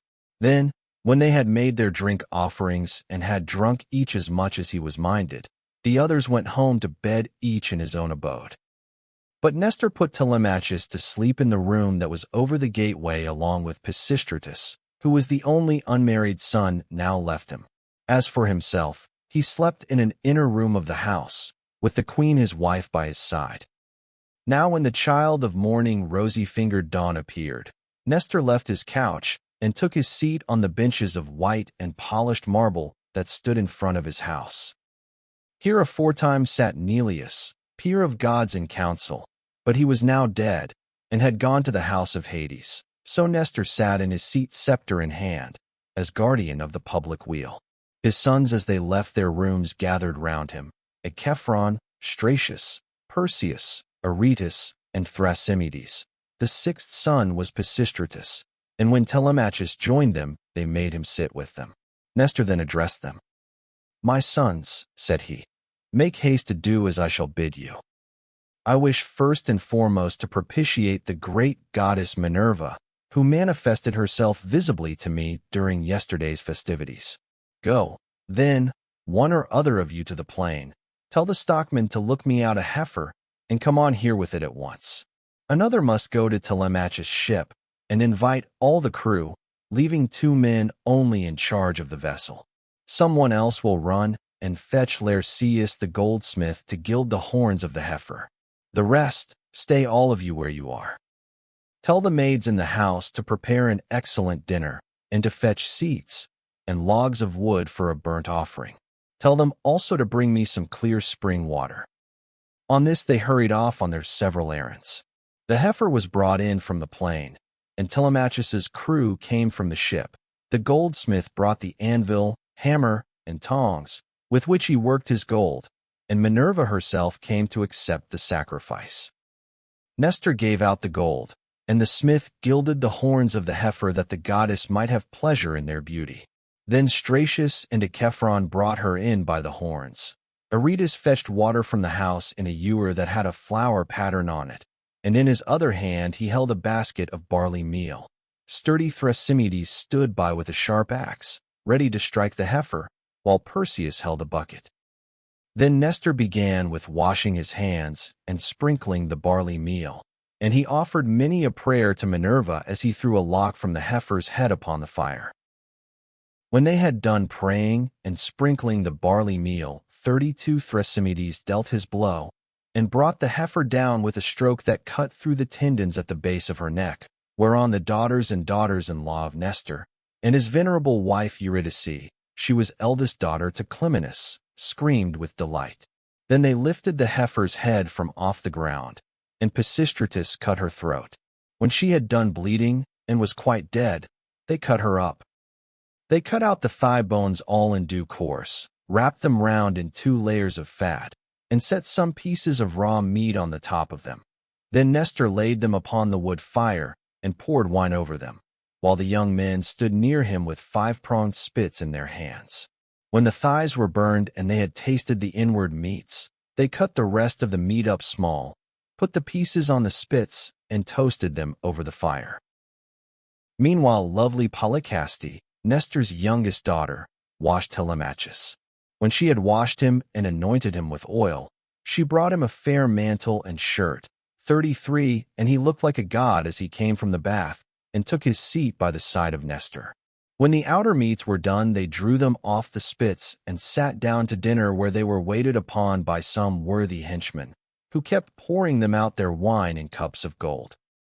As soon as they had had enough to eat and drink, Nestor said, "Sons, put Telemachus's horses to the chariot that he may start at once." Thus did he speak, and they did even as he had said, and yoked the fleet horses to the chariot. The housekeeper packed them up a provision of bread, wine, and sweetmeats fit for the sons of princes. Then Telemachus got into the chariot, while Pisistratus gathered up the reins and took his seat beside him. He lashed the horses on, and they flew forward nothing loath into the open country, leaving the high citadel of Perilous behind them. All that day did they travel, swaying the yoke upon their necks till the sun went down and darkness was over all the land. Then they reached Phery where Diocles lived, who was son to Ortilochus and grandson to Alpheus. Here they passed the night, and Diocles entertained them hospitably. When the child of morning, rosy-fingered dawn, appeared, they again yoked their horses and drove out through the gateway under the echoing gatehouse. 34 Pisistratus lashed the horses on, and they flew forward nothing loath. Presently they came to the corn lands of the open country, and in the course of time completed their journey, so well did their steeds take them. 35. Now when the sun had set and darkness was over the land. Book 4, The Spartan Revelations about Odysseus. The visit to King Menelaus, who tells his story. Meanwhile the suitors in Ithaca plot against Telemachus. They reached the low-lying city of Lacedaemon, where they drove straight to the abode of Menelaus 36, and found him in his own house, feasting with his many clansmen in honor of the wedding of his son, and also of his daughter, whom he was marrying to the son of that valiant warrior Achilles. He had given his consent and promised her to him while he was still at Troy, and now the gods were bringing the marriage about. So he was sending her with chariots and horses to the city of the Myrmidons, over whom Achilles' son was reigning. For his only son he had found a bride from Sparta, 37, the daughter of Elector. This son, Megapenthes, was born to him of a bondwoman, for heaven vouchsafed Helen no more children after she had borne Hermione, who was fair as golden Venus herself. So the neighbors and kinsmen of Menelaus were feasting and making merry in his house. There was a bard also to sing to them and play his lyre, while 2 tumblers went about performing in the midst of them when the man struck up with his tune. 38. Telemachus and the son of Nestor stayed their horses at the gate, whereon Eteoneus' servant to Menelaus came out, and as soon as he saw them ran hurrying back into the house to tell his master. He went close up to him and said, "Menelaus, there are some strangers come here, 2 men, who look like sons of Jove. What are we to do? Shall we take their horses out, or tell them to find friends elsewhere as they best can?" Menelaus was very angry and said, "Eteoneus, son of Boethus, you never used to be a fool, but now you talk like a simpleton. Take their horses out, of course, and show the strangers in that they may have supper. You and I have stayed often enough at other people's houses before we got back here, where heaven grant that we may rest in peace henceforward." So Eteoneus bustled back and bade the other servants come with him. They took their sweating steeds from under the yoke, made them fast to the mangers, and gave them a feed of oats and barley mixed. Then they leaned the chariot against the end wall of the courtyard and led the way into the house. Telemachus and Pisistratus were astonished when they saw it, for its splendor was as that of the sun and moon. Then, when they had admired everything to their heart's content, they went into the bathroom and washed themselves. When the servants had washed them and anointed them with oil, they brought them woolen cloaks and shirts, and the 2 took their seats by the side of Menelaus. A maidservant brought them water in a beautiful golden ewer, and poured it into a silver basin for them to wash their hands, and she drew a clean table beside them. An upper servant brought them bread, and offered them many good things of what there was in the house, while the carver fetched them plates of all manner of meats, and set cups of gold by their side. Menelaus then greeted them, saying, "Fall to, and welcome. When you have done supper I shall ask who you are, for the lineage of such men as you cannot have been lost. You must be descended from a line of scepter-bearing kings, for poor people do not have such sons as you are." On this he handed them 39 apiece of fat roast loin, which had been set near him as being a prime part, and they laid their hands on the good things that were before them. As soon as they had had enough to eat and drink, Telemachus said to the son of Nestor, with his head so close that no one might hear, "Look, Pisistratus, man after my own heart, see the gleam of bronze and gold, of amber, 40 ivory, and silver. Everything is so splendid that it is like seeing the palace of Olympian Jove. I am lost in admiration." Menelaus overheard him and said, "No one, my sons, can hold his own with Jove, for his house and everything about him is immortal. But among mortal men, well, there may be another who has as much wealth as I have, or there may not. But at all events I have traveled much and have undergone much hardship, for it was nearly 8 years before I could get home with my fleet. I went to Cyprus, Phoenicia, and the Egyptians. I went also to the Ethiopians, the Sidonians, and the Erembians, and to Libya, where the lambs have horns as soon as they are born, and the sheep lamb down 3 times a year. Every one in that country, whether master or man, has plenty of cheese, meat, and good milk, for the ewes yield all the year round. But while I was traveling and getting great riches among these people, my brother was secretly and shockingly murdered through the perfidy of his wicked wife, so that I have no pleasure in being lord of all this wealth. Whoever your parents may be, they must have told you about all this, and of my heavy loss in the ruined 41 of a stately mansion fully and magnificently furnished. Would that I had only a third of what I now have, so that I had stayed at home, and all those were living who perished on the plain of Troy, far from Argos. I often grieve, as I sit here in my house, for one and all of them. At times I cry aloud for sorrow, but presently I leave off again, for crying is cold comfort, and one soon tires of it. Yet grieve for these as I may, I do so for one man more than for them all. I cannot even think of him without loathing both food and sleep, so miserable does he make me. For no one of all the Achaeans worked so hard or risked so much as he did. He took nothing by it, and has left a legacy of sorrow to myself, for he has been gone a long time, and we know not whether he is alive or dead. His old father, his long-suffering wife Penelope, and his son Telemachus, whom he left behind him an infant in arms, are plunged in grief on his account." Thus spoke Menelaus, and the heart of Telemachus yearned as he bethought him of his father. Tears fell from his eyes as he heard him thus mentioned, so that he held his cloak before his face with both hands. When Menelaus saw this, he doubted whether to let him choose his own time for speaking, or to ask him at once and find what it was all about. While he was thus in 2 minds, Helen came down from her high vaulted and perfumed room, looking as lovely as Diana herself. Adraste brought her a seat, Alcippe a soft woolen rug, while Philo fetched her the silver workbox which Alcandra, wife of Polybus, had given her. Polybus lived in Egyptian Thebes, which is the richest city in the whole world. He gave Menelaus 2 baths, both of pure silver, 2 tripods, and 10 talents of gold.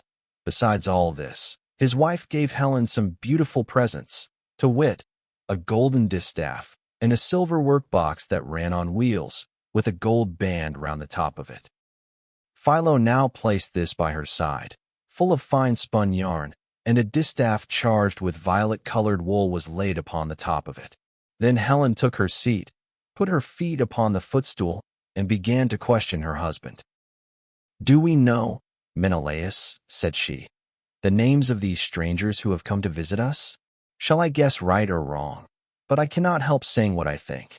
Never yet have I seen either man or woman so like somebody else. Indeed, when I look at him, I hardly know what to think, as this young man is like Telemachus, whom Ulysses left as a baby behind him, when you Achaeans went to Troy with battle in your hearts, on account of my most shameless self. Break time equals 0. 25s, /. My dear wife, replied Menelaus, I see the likeness just as you do.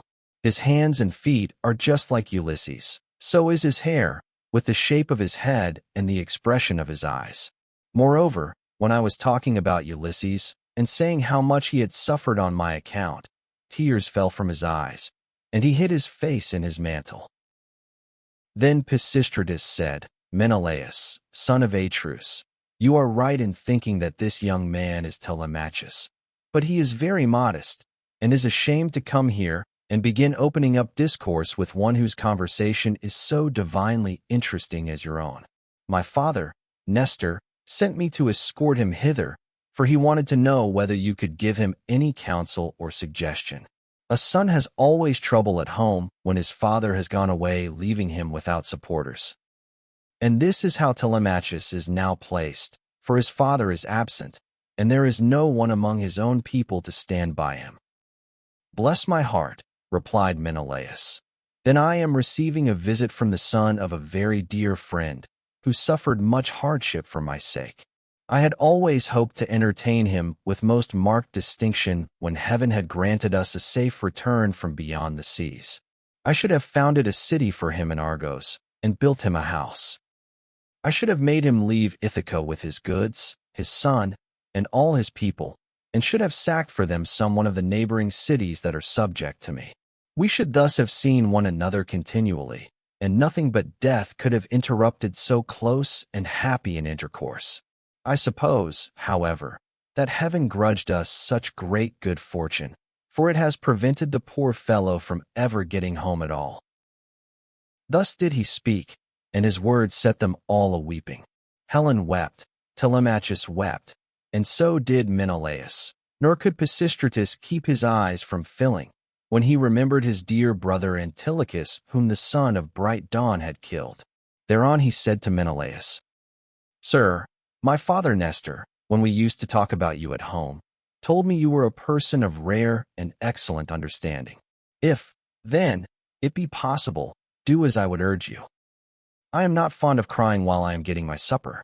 Morning will come in due course, and in the forenoon I care not how much I cry for those that are dead and gone. This is all we can do for the poor things. We can only shave our heads for them and wring the tears from our cheeks. I had a brother who died at Troy. He was by no means the worst man there. You are sure to have known him. His name was Antilochus.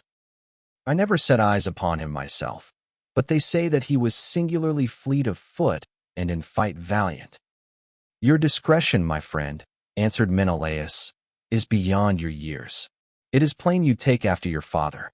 One can soon see when a man is son to one whom heaven has blessed both as regards wife and offspring. And it has blessed Nestor from first to last all his days, giving him a green old age in his own house, with sons about him who are both well disposed and valiant. We will put an end therefore to all this weeping, and attend to our supper again. Let water be poured over our hands. Telemachus and I can talk with one another fully in the morning. On this Asphalion, one of the servants poured water over their hands, and they laid their hands on the good things that were before them. Then Jove's daughter Helen bethought her of another matter. She drugged the wine with an herb that banishes all care, sorrow, and ill humor. Whoever drinks wine thus drugged cannot shed a single tear all the rest of the day, not even though his father and mother both of them drop down dead, or he sees a brother or a son hewn in pieces before his very eyes. This drug, of such sovereign power and virtue, had been given to Helen by Penelope, wife of Thon, a woman of Egypt, where there grow all sorts of herbs, some good to put into the mixing bowl and others poisonous. Moreover, every one in the whole country is a skilled physician, for they are of the race of Paeon. When Helen had put this drug in the bowl, and had told the servants to serve the wine round, she said, Menelaus, son of Atreus, and you my good friends, sons of honorable men, which is as Jove wills, for he is the giver both of good and evil, and can do what he chooses. Feast here as you will, and listen while I tell you a tale in season. I cannot indeed name every single one of the exploits of Ulysses, but I can say what he did when he was before Troy, and you Achaeans were in all sorts of difficulties. He covered himself with wounds and bruises, dressed himself all in rags, and entered the enemy's city looking like a menial or a beggar, and quite different from what he did when he was among his own people. In this disguise he entered the city of Troy, and no one said anything to him. I alone recognized him and began to question him, but he was too cunning for me. When, however, I had washed and anointed him and had given him clothes, And after I had sworn a solemn oath not to betray him to the Trojans till he had got safely back to his own camp and to the ships, he told me all that the Achaeans meant to do. He killed many Trojans and got much information before he reached the Argive camp, for all which things the Trojan women made lamentation. But for my own part one was glad, for my heart was beginning to yearn after my home, and I was unhappy about the wrong that Venus had done me in taking me over there, away from my country, my girl, and my lawful wedded husband, who is indeed by no means deficient either in person or understanding. Then Menelaus said, "All that you have been saying, my dear wife, is true. I have traveled much, and have had much to do with heroes, but I have never seen such another man as Ulysses. What endurance, too, and what courage he displayed within the wooden horse, wherein all the bravest of the Argives were lying in wait to bring death and destruction upon the Trojans. 43 At that moment you came up to us. Some god who wished well to the Trojans must have set you on to it, and you had Deiphobus with you. 3 times did you go all round our hiding place and pat it. You called our chiefs each by his own name, and mimicked all our wives, Diomed, Ulysses, and I from our seats inside heard what a noise you made. Diomed and I could not make up our minds whether to spring out then and there, or to answer you from inside. But Ulysses held us all in check, so we sat quite still, all except Anticlus, who was beginning to answer you, when Ulysses clapped his 2 brawny hands over his mouth and kept them there. It was this that saved us all, for he muzzled Anticlus till Minerva took you away again." "How sad," exclaimed Telemachus, "that all this was of no avail to save him, nor yet his own iron courage.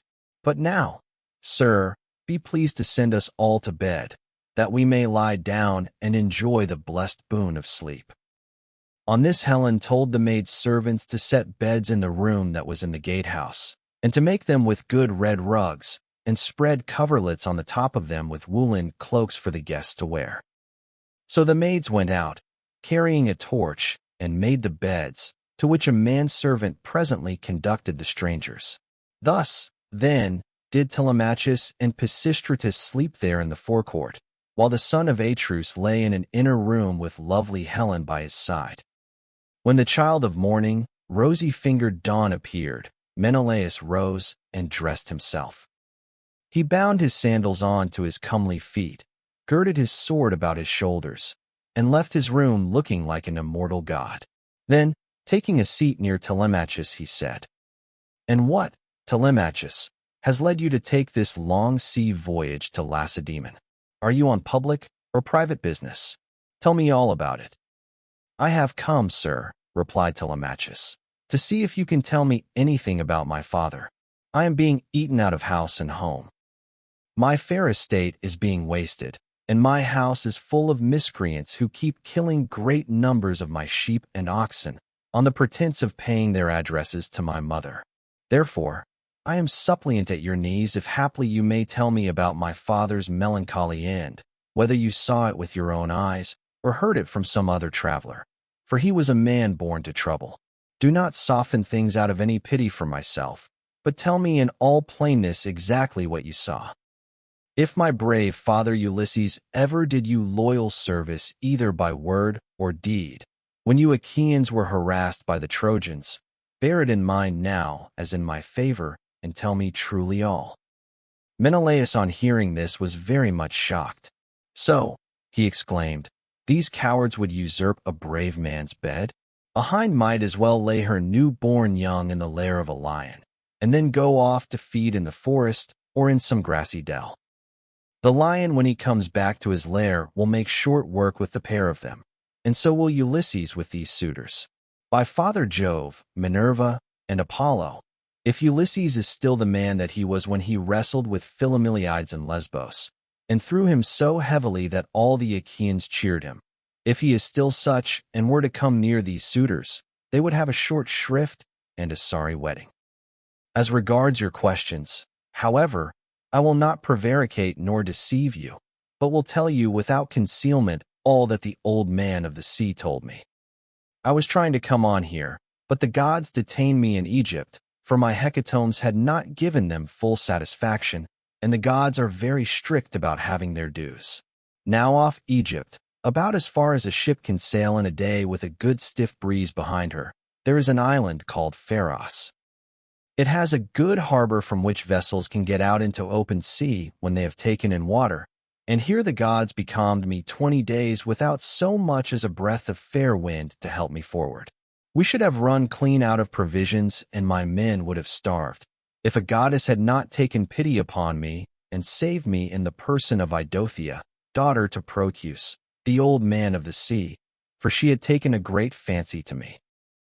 She came to me one day when I was by myself, as I often was, for the men used to go with their barbed hooks all over the island in the hope of catching a fish or two to save them from the pangs of hunger.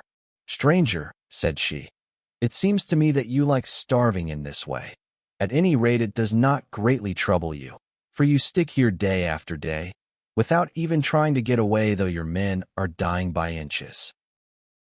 "Let me tell you," said I, "whichever of the goddesses you may happen to be, that I am not staying here of my own accord, but must have offended the gods that live in heaven.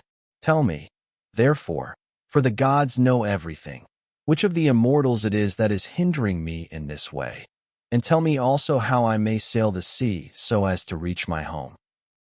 "Stranger," replied she, "I will make it all quite clear to you.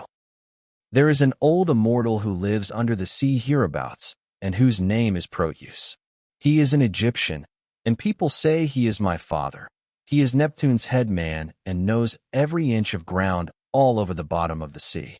If you can snare him and hold him tight, he will tell you about your voyage, what courses you are to take, and how you are to sail the sea so as to reach your home.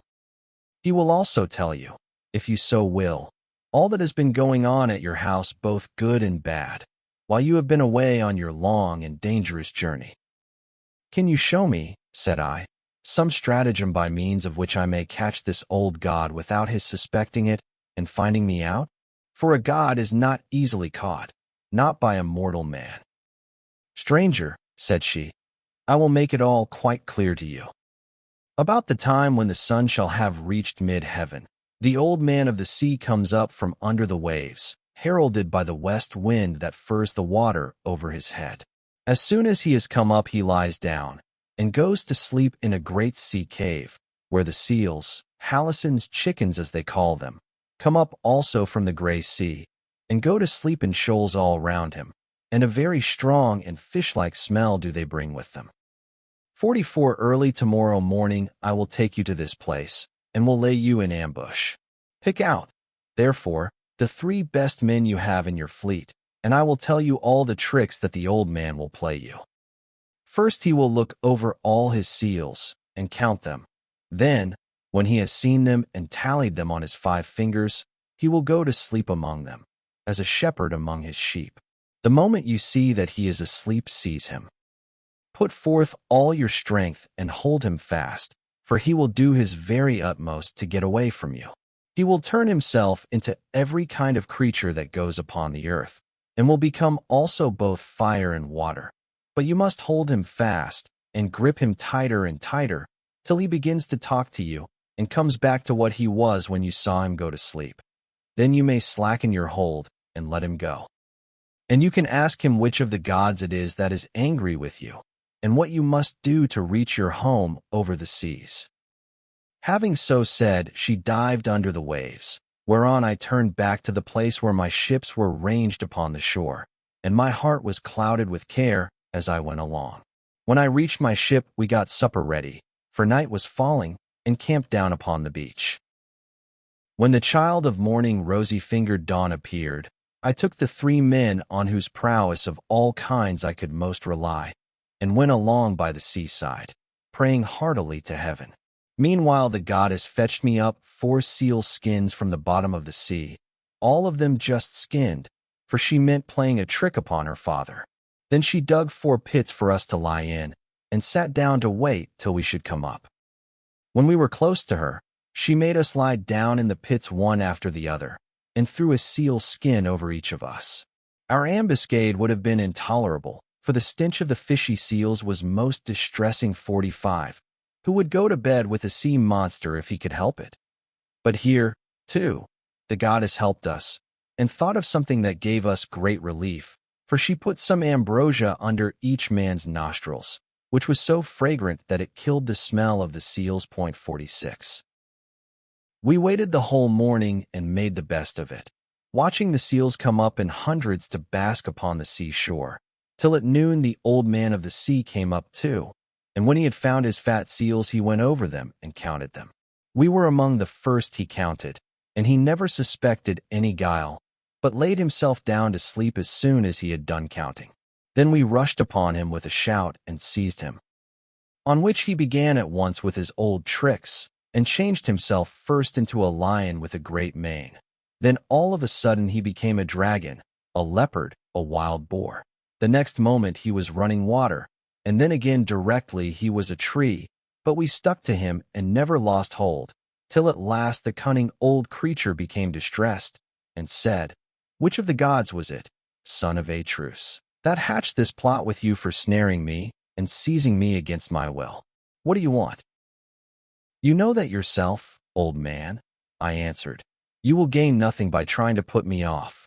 It is because I have been kept so long in this island, and see no sign of my being able to get away. I am losing all heart. Tell me, then, for you gods know everything, which of the immortals it is that is hindering me, and tell me also how I may sail the sea so as to reach my home." "Then," he said, "if you would finish your voyage and get home quickly, you must offer sacrifices to Jove and to the rest of the gods before embarking. For it is decreed that you shall not get back to your friends and to your own house, till you have returned to the heaven-fed stream of Egypt and offered holy hecatombs to the immortal gods that reign in heaven. When you have done this, they will let you finish your voyage." I was broken-hearted when I heard that I must go back all that long and terrible voyage to Egypt. 47. "Nevertheless," I answered, "I will do all, old man, that you have laid upon me. But now tell me, and tell me true, whether all the Achaeans whom Nestor and I left behind us when we set sail from Troy have got home safely, or whether any one of them came to a bad end either on board his own ship or among his friends when the days of his fighting were done." "Son of Atreus," he answered, "why ask me? You had better not know what I can tell you, for your eyes will surely fill when you have heard my story. Many of those about whom you ask are dead and gone, but many still remain, and only 2 of the chief men among the Achaeans perished during their return home.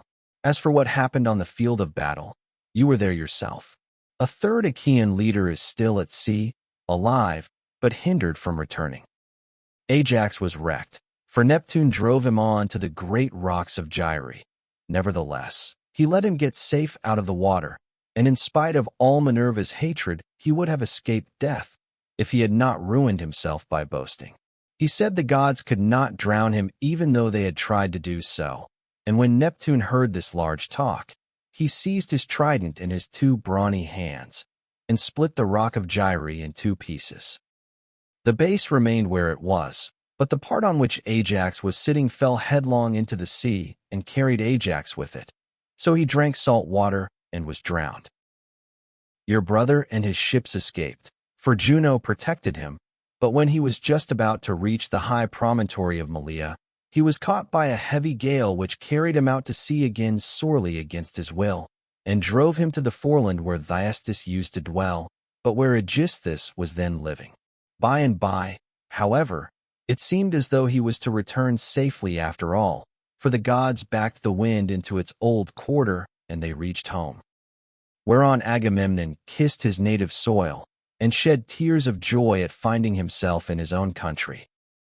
Now there was a watchman whom Aegisthus kept always on the watch, and to whom he had promised 2 talents of gold.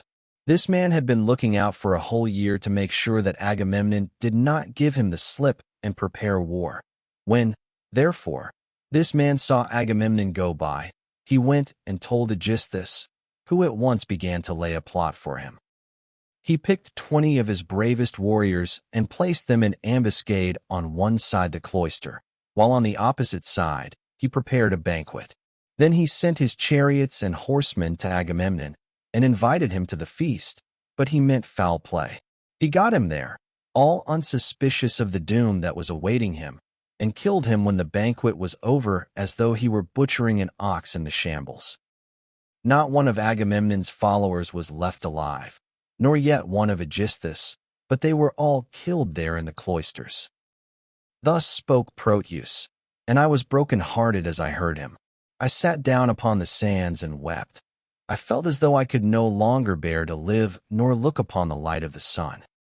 Presently, when I had had my fill of weeping and writhing upon the ground, the old man of the sea said, "Son of Atreus, do not waste any more time in crying so bitterly. It can do no manner of good. Find your way home as fast as ever you can, for Aegisthus may be still alive, and even though Orestes has been beforehand with you in killing him, you may yet come in for his funeral." On this I took comfort in spite of all my sorrow, and said, "I know, then, about these two. Tell me, therefore, about the third man of whom you spoke. Is he still alive, but at sea, and unable to get home? Or is he dead? Tell me, no matter how much it may grieve me." "The third man," he answered, "is Ulysses, who dwells in Ithaca. I can see him in an island sorrowing bitterly in the house of the nymph Calypso, who is keeping him prisoner, and he cannot reach his home, for he has no ships nor sailors to take him over the sea. As for your own end, Menelaus, you shall not die in Argos, but the gods will take you to the Elysian plain, which is at the ends of the world. There fair-haired Rhadamanthus reigns, and men lead an easier life than anywhere else in the world, for in Elysium there falls not rain, nor hail, nor snow, but Oceanus breathes ever with a west wind that sings softly from the sea, and gives fresh life to all men. This will happen to you because you have married Helen, and are Jove's son-in-law." As he spoke, he dived under the waves, whereon I turned back to the ships with my companions, and my heart was clouded with care as I went along. When we reached the ships, we got supper ready, for night was falling, and camped down upon the beach. When the child of morning, rosy-fingered dawn appeared, we drew our ships into the water, and put our masts and sails within them. Then we went on board ourselves, took our seats on the benches, and smote the gray sea with our oars. I again stationed my ships in the heaven-fed stream of Egypt, and offered hecatombs that were full and sufficient. When I had thus appeased heaven's anger, I raised a barrow to the memory of Agamemnon that his name might live forever, after which I had a quick passage home, for the gods sent me a fair wind. And now for yourself, stay here some 10 or 12 days longer, and I will then speed you on your way. I will make you a noble present of a chariot and 3 horses. I will also give you a beautiful chalice that so long as you live you may think of me, whenever you make a drink offering to the immortal gods." "Son of Atreus," replied Telemachus, "do not press me to stay longer. I should be contented to remain with you for another 12 months. I find your conversation so delightful that I should never once wish myself at home with my parents. But my crew whom I have left at Perilous are already impatient, and you are detaining me from them. As for any present you may be disposed to make me, I had rather that it should be a piece of plate. I will take no horses back with me to Ithaca, but will leave them to adorn your own stables, for you have much flat ground in your kingdom where lotus thrives, as also meadowsweet and wheat and barley, and oats with their white and spreading ears. Whereas in Ithaca we have neither open fields nor racecourses, and the country is more fit for goats than horses, and I like it the better for that. 48 None of our islands have much level ground, suitable for horses, and Ithaca least of all." Menelaus smiled, and took Telemachus's hand within his own.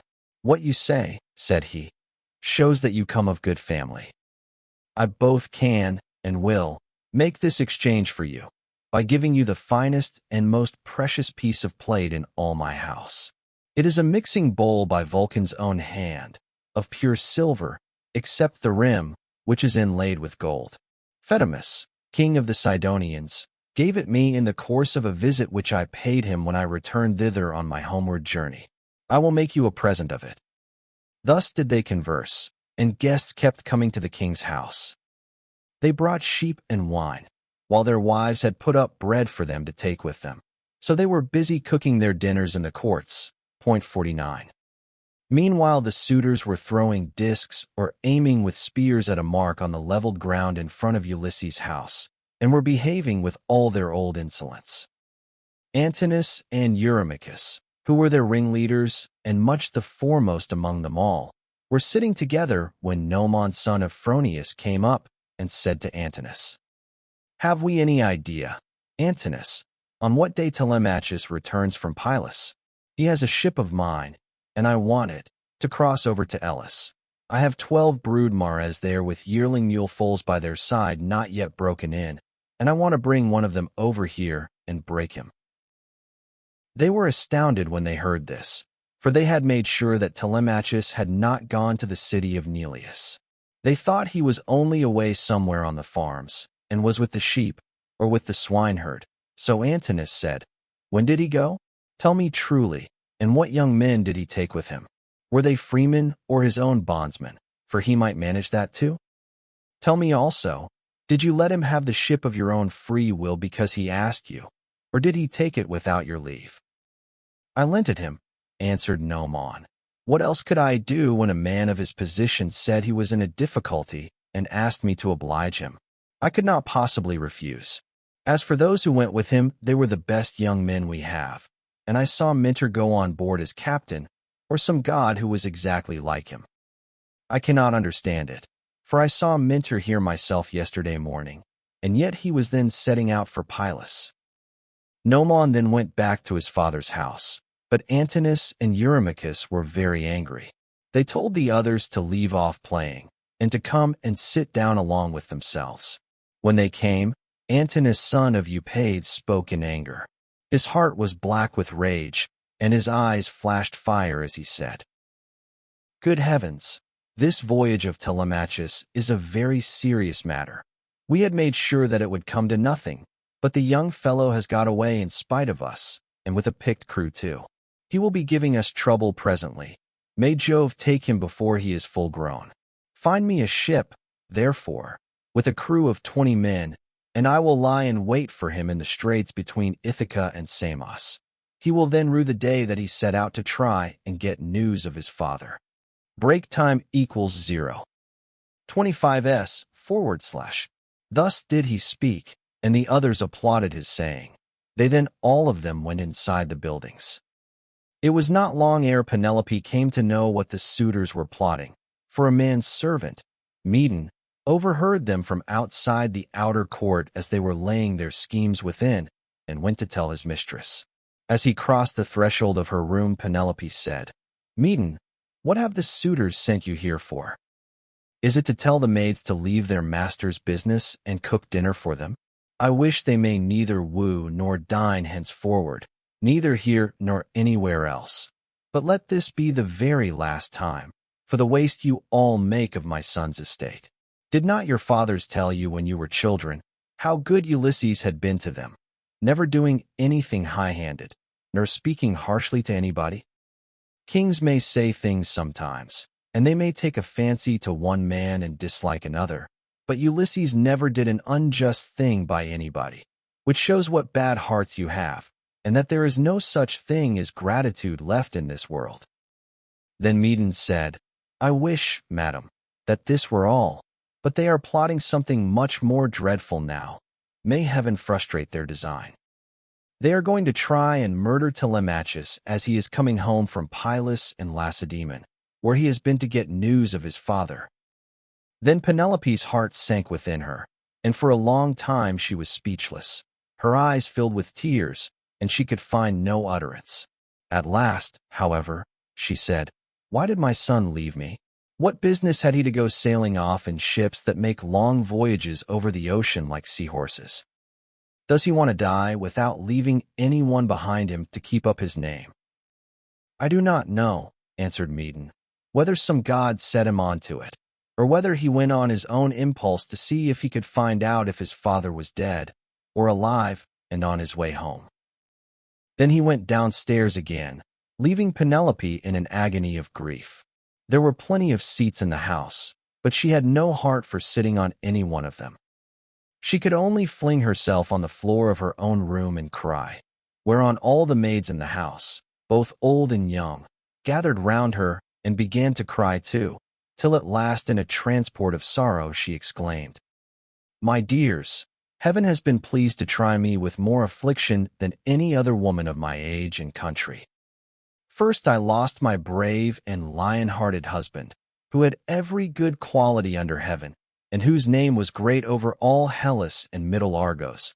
And now my darling son is at the mercy of the winds and waves, without my having heard one word about his leaving home. You hussies, there was not one of you would so much as think of giving me a call out of my bed, though you all of you very well knew when he was starting. If I had known he meant taking this voyage, he would have had to give it up, no matter how much he was bent upon it, or leave me a corpse behind him, one or other. Now, however, go some of you and call old Dolius, who was given me by my father on my marriage, and who is my gardener. Bid him go at once and tell everything to Laertes, who may be able to hit on some plan for enlisting public sympathy on our side, as against those who are trying to exterminate his own race and that of Ulysses." Then the dear old nurse Eurycleia said, "You may kill me, madam, or let me live on in your house, whichever you please, but I will tell you the real truth. I knew all about it, and gave him everything he wanted in the way of bread and wine. But he made me take my solemn oath that I would not tell you anything for some 10 or 12 days, unless you asked or happened to hear of his having gone, for he did not want you to spoil your beauty by crying. And now, madam, wash your face, change your dress, and go upstairs with your maids to offer prayers to Minerva, daughter of aegis-bearing Jove, for she can save him even though he be in the jaws of death. Do not trouble Laertes. He has trouble enough already. Besides, I cannot think that the gods hate the race of the son of Arcesius so much, but there will be a son left to come up after him, and inherit both the house and the fair fields that lie far all round it." With these words she made her mistress leave off crying, and dried the tears from her eyes. Penelope washed her face, changed her dress, and went upstairs with her maids. She then put some bruised barley into a basket and began praying to Minerva. "Hear me," she cried, "daughter of aegis-bearing Jove, unweariable. If ever Ulysses while he was here burned you fat thigh bones of sheep or heifer, bear it in mind now as in my favor, and save my darling son from the villainy of the suitors." She cried aloud as she spoke, and the goddess heard her prayer. Meanwhile the suitors were clamorous throughout the covered cloister, and one of them said, "The queen is preparing for her marriage with one or other of us. Little does she dream that her son has now been doomed to die." This was what they said, but they did not know what was going to happen. Then Antinous said, "Comrades, let there be no loud talking, lest some of it get carried inside. Let us be up and do that in silence, about which we are all of a mind." He then chose 20 men, and they went down to their ship and to the seaside. They drew the vessel into the water and got her mast and sails inside her. They bound the oars to the thole pins with twisted thongs of leather, all in due course, and spread the white sails aloft, while their fine servants brought them their armor. Then they made the ship fast a little way out, came on shore again, got their suppers, and waited till night should fall. But Penelope lay in her own room upstairs, unable to eat or drink, and wondering whether her brave son would escape, or be overpowered by the wicked suitors. Like a lioness caught in the toils with huntsmen hemming her in on every side, she thought and thought till she sank into a slumber, and lay on her bed bereft of thought and motion. Then Minerva bethought her of another matter, and made a vision in the likeness of Penelope's sister Iphthyme, daughter of Icarius, who had married Eumelus and lived in Phery. She told the vision to go to the house of Ulysses, and to make Penelope leave off crying. So it came into her room by the hole through which the thong went for pulling the door to, and hovered over her head, saying, "You are asleep, Penelope. The gods who live at ease will not suffer you to weep and be so sad. Your son has done them no wrong, so he will yet come back to you." Penelope, who was sleeping sweetly at the gates of dreamland, answered, "Sister, why have you come here? You do not come very often, but I suppose that is because you live such a long way off. Am I, then, to leave off crying and refrain from all the sad thoughts that torture me? I, who have lost my brave and lion-hearted husband, who had every good quality under heaven, and whose name was great over all Hellas and Middle Argos. And now my darling son has gone off on board of a ship, a foolish fellow who has never been used to roughing it, nor to going about among gatherings of men. I am even more anxious about him than about my husband. I am all in a tremble when I think of him, lest something should happen to him, either from the people among whom he has gone, or by sea, for he has many enemies who are plotting against him, and are bent on killing him before he can return home." Then the vision said, "Take heart, and be not so much dismayed. There is one gone with him whom many a man would be glad enough to have stand by his side, I mean Minerva. It is she who has compassion upon you, and who has sent me to bear you this message." "Then," said Penelope, "if you are a god or have been sent here by divine commission, tell me also about that other unhappy one. Is he still alive, or is he already dead and in the house of Hades?" And the vision said, "I shall not tell you for certain whether he is alive or dead, and there is no use in idle conversation." Then it vanished through the thong-hole of the door and was dissipated into thin air. But Penelope rose from her sleep refreshed and comforted, so vivid had been her dream. Meantime the suitors went on board and sailed their ways over the sea, intent on murdering Telemachus. Now there is a rocky islet called Asterius, of no great size, in mid-channel between Ithaca and Samos, and there is a harbor on either side of it where a ship can lie. Here then the Achaeans placed themselves in ambush. Book 5. Calypso, Ulysses reaches Scyria on a raft. And now, as dawn rose from her couch beside Tithonus, harbinger of light alike to mortals and immortals, the gods met in council, and with them, Jove the Lord of Thunder, who is their king. Thereon Minerva began to tell them of the many sufferings of Ulysses, for she pitted him away there in the house of the nymph Calypso. "Father Jove," said she, "and all you other gods that live in everlasting bliss, I hope there may never be such a thing as a kind and well-disposed ruler any more, nor one who will govern equitably. I hope they will be all henceforth cruel and unjust, for there is not one of his subjects but has forgotten Ulysses, who ruled them as though he were their father. There he is, lying in great pain in an island where dwells the nymph Calypso, who will not let him go. And he cannot get back to his own country, for he can find neither ships nor sailors to take him over the sea.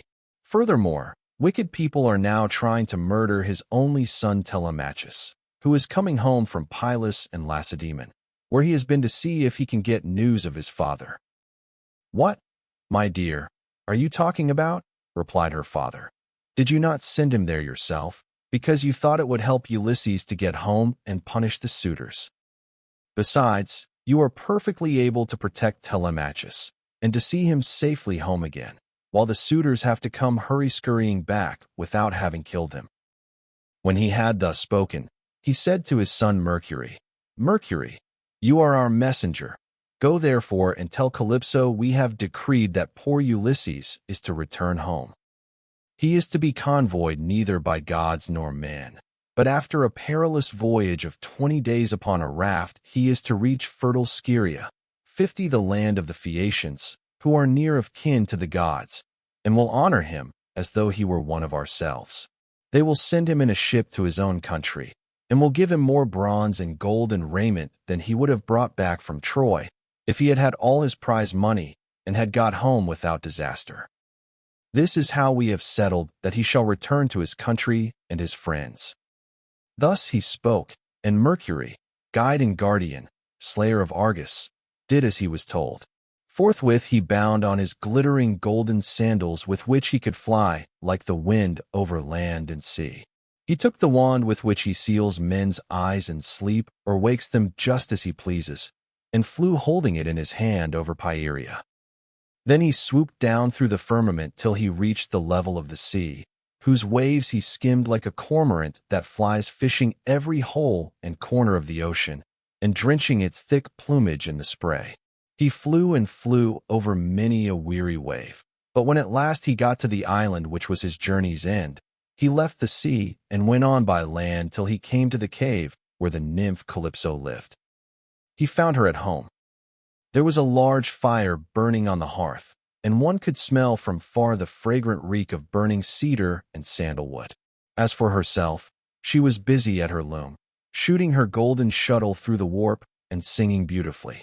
Round her cave there was a thick wood of alder, poplar, and sweet-smelling cypress trees, wherein all kinds of great birds had built their nests, owls, hawks, and chattering sea crows that occupy their business in the waters. A vine loaded with grapes was trained and grew luxuriantly about the mouth of the cave. There were also 4 running rills of water in channels cut pretty close together and turned hither and thither so as to irrigate the beds of violets and luscious herbage over which they flowed. 51 Even a god could not help being charmed with such a lovely spot. So Mercury stood still and looked at it, but when he had admired it sufficiently, he went inside the cave. Calypso knew him at once, for the gods all know each other, no matter how far they live from one another. But Ulysses was not within. He was on the seashore as usual, looking out upon the barren ocean with tears in his eyes, groaning and breaking his heart for sorrow. Calypso gave Mercury a seat and said, "Why have you come to see me, Mercury? Honored and ever welcome, for you do not visit me often. Say what you want. I will do it for you at once if I can, and if it can be done at all. But come inside, and let me set refreshment before you." As she spoke, she drew a table loaded with ambrosia beside him and mixed him some red nectar. So Mercury ate and drank till he had had enough, and then said, "We are speaking god and goddess to one another, and you ask me why I have come here, and I will tell you truly as you would have me do. Jove sent me. It was no doing of mine. Who could possibly want to come all this way over the sea where there are no cities full of people to offer me sacrifices or choice hecatombs? Nevertheless I had to come, for none of us other gods can cross Jove, nor transgress his orders. He says that you have here the most ill-starred of all those who fought 9 years before the city of King Priam, and sailed home in the 10th year after having sacked it. On their way home they sinned against Minerva, 52 who raised both wind and waves against them, so that all his brave companions perished, and he alone was carried hither by wind and tide. Jove says that you are to let this man go at once, for it is decreed that he shall not perish here, far from his own people, but shall return to his house and country and see his friends again." Calypso trembled with rage when she heard this. "You gods," she exclaimed, "ought to be ashamed of yourselves. You are always jealous and hate seeing a goddess take a fancy to a mortal man and live with him in open matrimony. So when rosy-fingered Dawn made love to Orion, you precious gods were all of you furious till Diana went and killed him in Ortygia. So again when Ceres fell in love with Iasion and yielded to him in a thrice-plowed fallow field, Jove came to hear of it before so very long and killed Iasion with his thunderbolts. And now you are angry with me too, because I have a man here. I found the poor creature sitting all alone astride of a keel, for Jove had struck his ship with lightning and sunk it in mid-ocean, so that all his crew were drowned, while he himself was driven by wind and waves on to my island. I got fond of him and cherished him, and had set my heart on making him immortal, so that he should never grow old all his days. Still I cannot cross Jove, nor bring his counsels to nothing. Therefore, if he insists upon it, let the man go beyond the seas again. But I cannot send him anywhere myself, for I have neither ships nor men who can take him. Nevertheless, I will readily give him such advice, in all good faith, as will be likely to bring him safely to his own country. Break time equals 0. 25s / then send him away, said Mercury, or Jove will be angry with you and punish you. On this, he took his leave, and Calypso went out to look for Ulysses, for she had heard Jove's message. She found him sitting upon the beach with his eyes ever filled with tears and dying of sheer homesickness, for he had got tired of Calypso, and though he was forced to sleep with her in the cave by night, it was she, not he, that would have it so. As for the daytime, he spent it on the rocks and on the sea shore, weeping, crying aloud for his despair, and always looking out upon the sea. Calypso then went close up to him, said, "My poor fellow, you shall not stay here grieving and fretting your life out any longer. I am going to send you away of my own free will. So go, cut some beams of wood, and make yourself a large raft with an upper deck that it may carry you safely over the sea. I will put bread, wine, and water on board to save you from starving. I will also give you clothes, and will send you a fair wind to take you home, if the gods in heaven so will it, for they know more about these things, and can settle them better than I can." Ulysses shuddered as he heard her. "Now, goddess," he answered, "there is something behind all this. You cannot be really meaning to help me home when you bid me do such a dreadful thing as put to sea on a raft. Not even a well-found ship with a fair wind could venture on such a distant voyage. Nothing that you can say or do shall make me go on board a raft unless you first solemnly swear that you mean me no mischief." Calypso smiled at this and caressed him with her hand. "You know a great deal," said she, "but you are quite wrong here. May heaven above and earth below be my witnesses, with the waters of the river Styx, and this is the most solemn oath which a blessed god can take, that I mean you no sort of harm, and am only advising you to do exactly what I should do myself in your place. I am dealing with you quite straightforwardly. My heart is not made of iron, and I am very sorry for you." When she had thus spoken, she led the way rapidly before him, and Ulysses followed in her steps. So the pair, goddess and man, went on and on till they came to Calypso's cave, where Ulysses took the seat that Mercury had just left.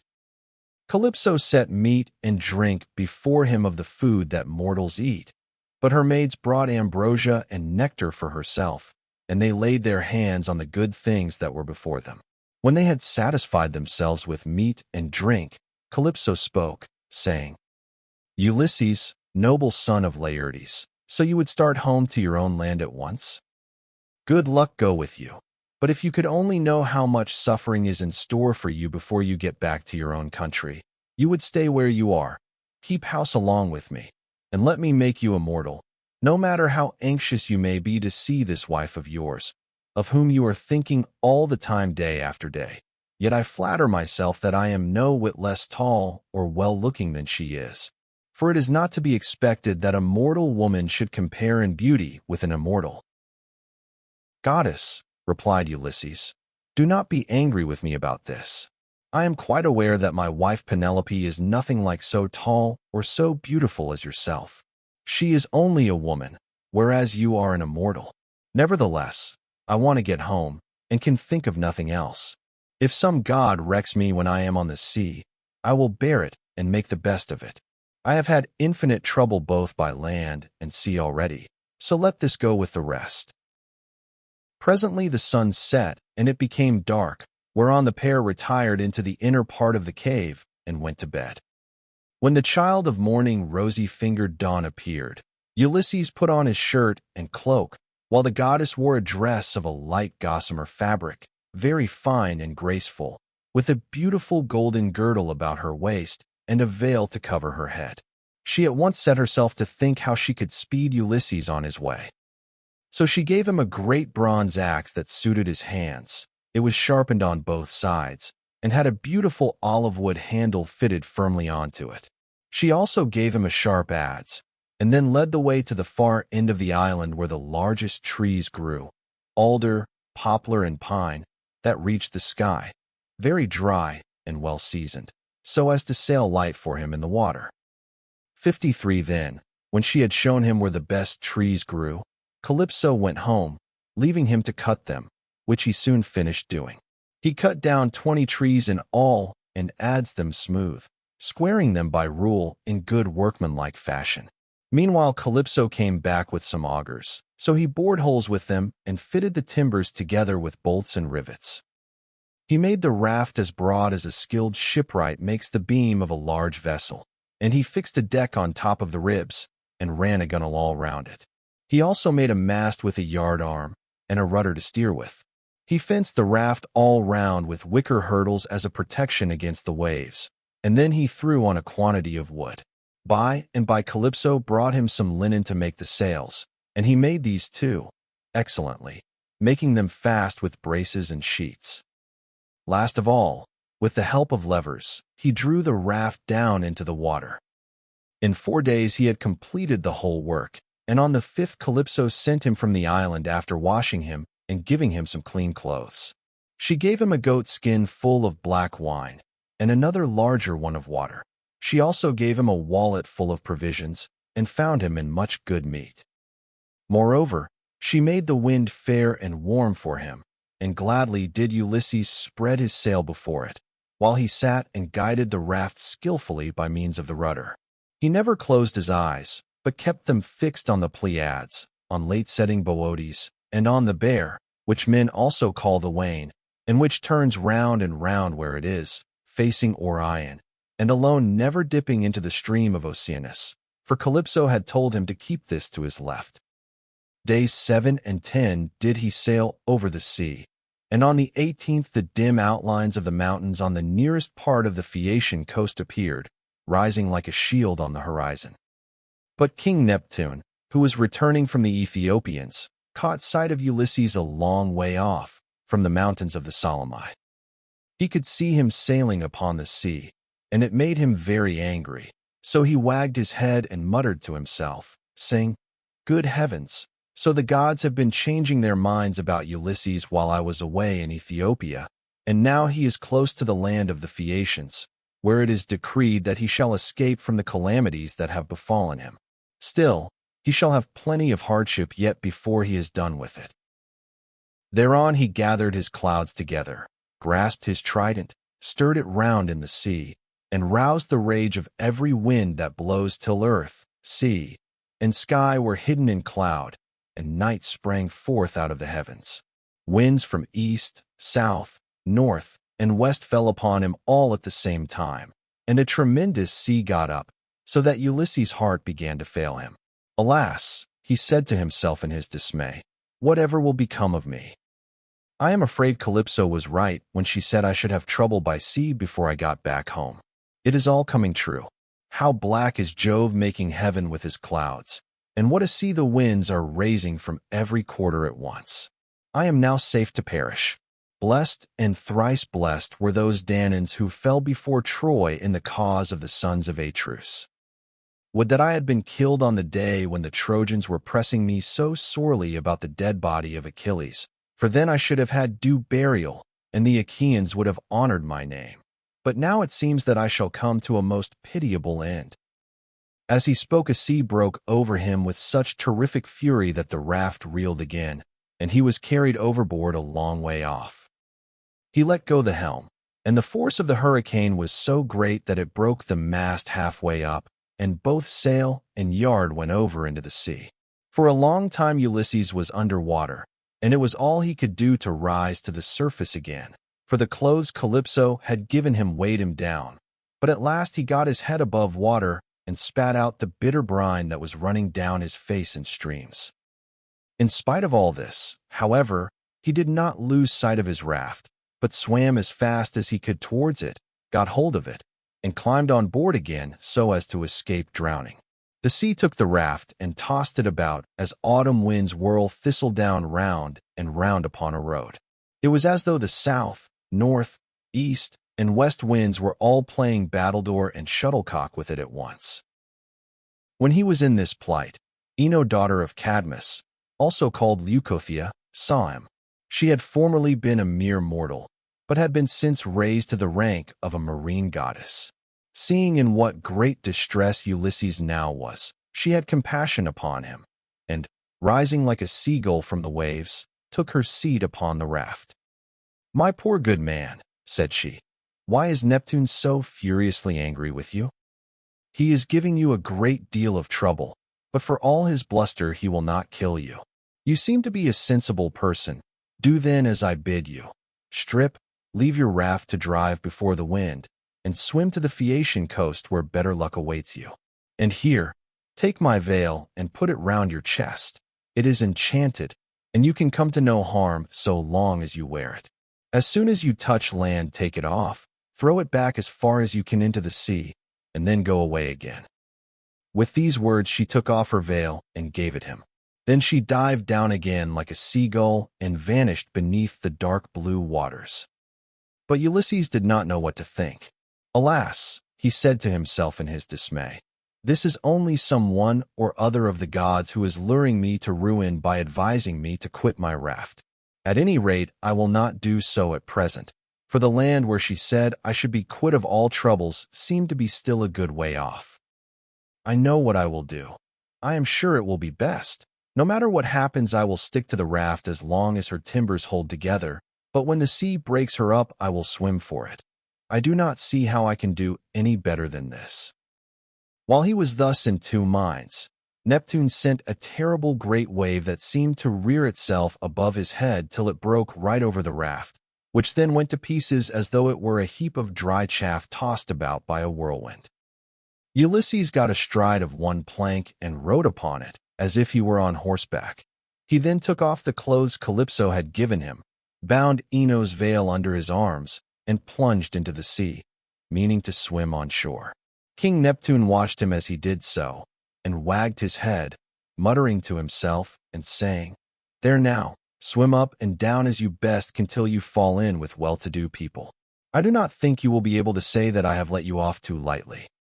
On this he lashed his horses and drove to Aegae where his palace is. But Minerva resolved to help Ulysses, so she bound the ways of all the winds except one, and made them lie quite still. But she roused a good stiff breeze from the north that should lay the waters till Ulysses reached the land of the Phaeacians where he would be safe.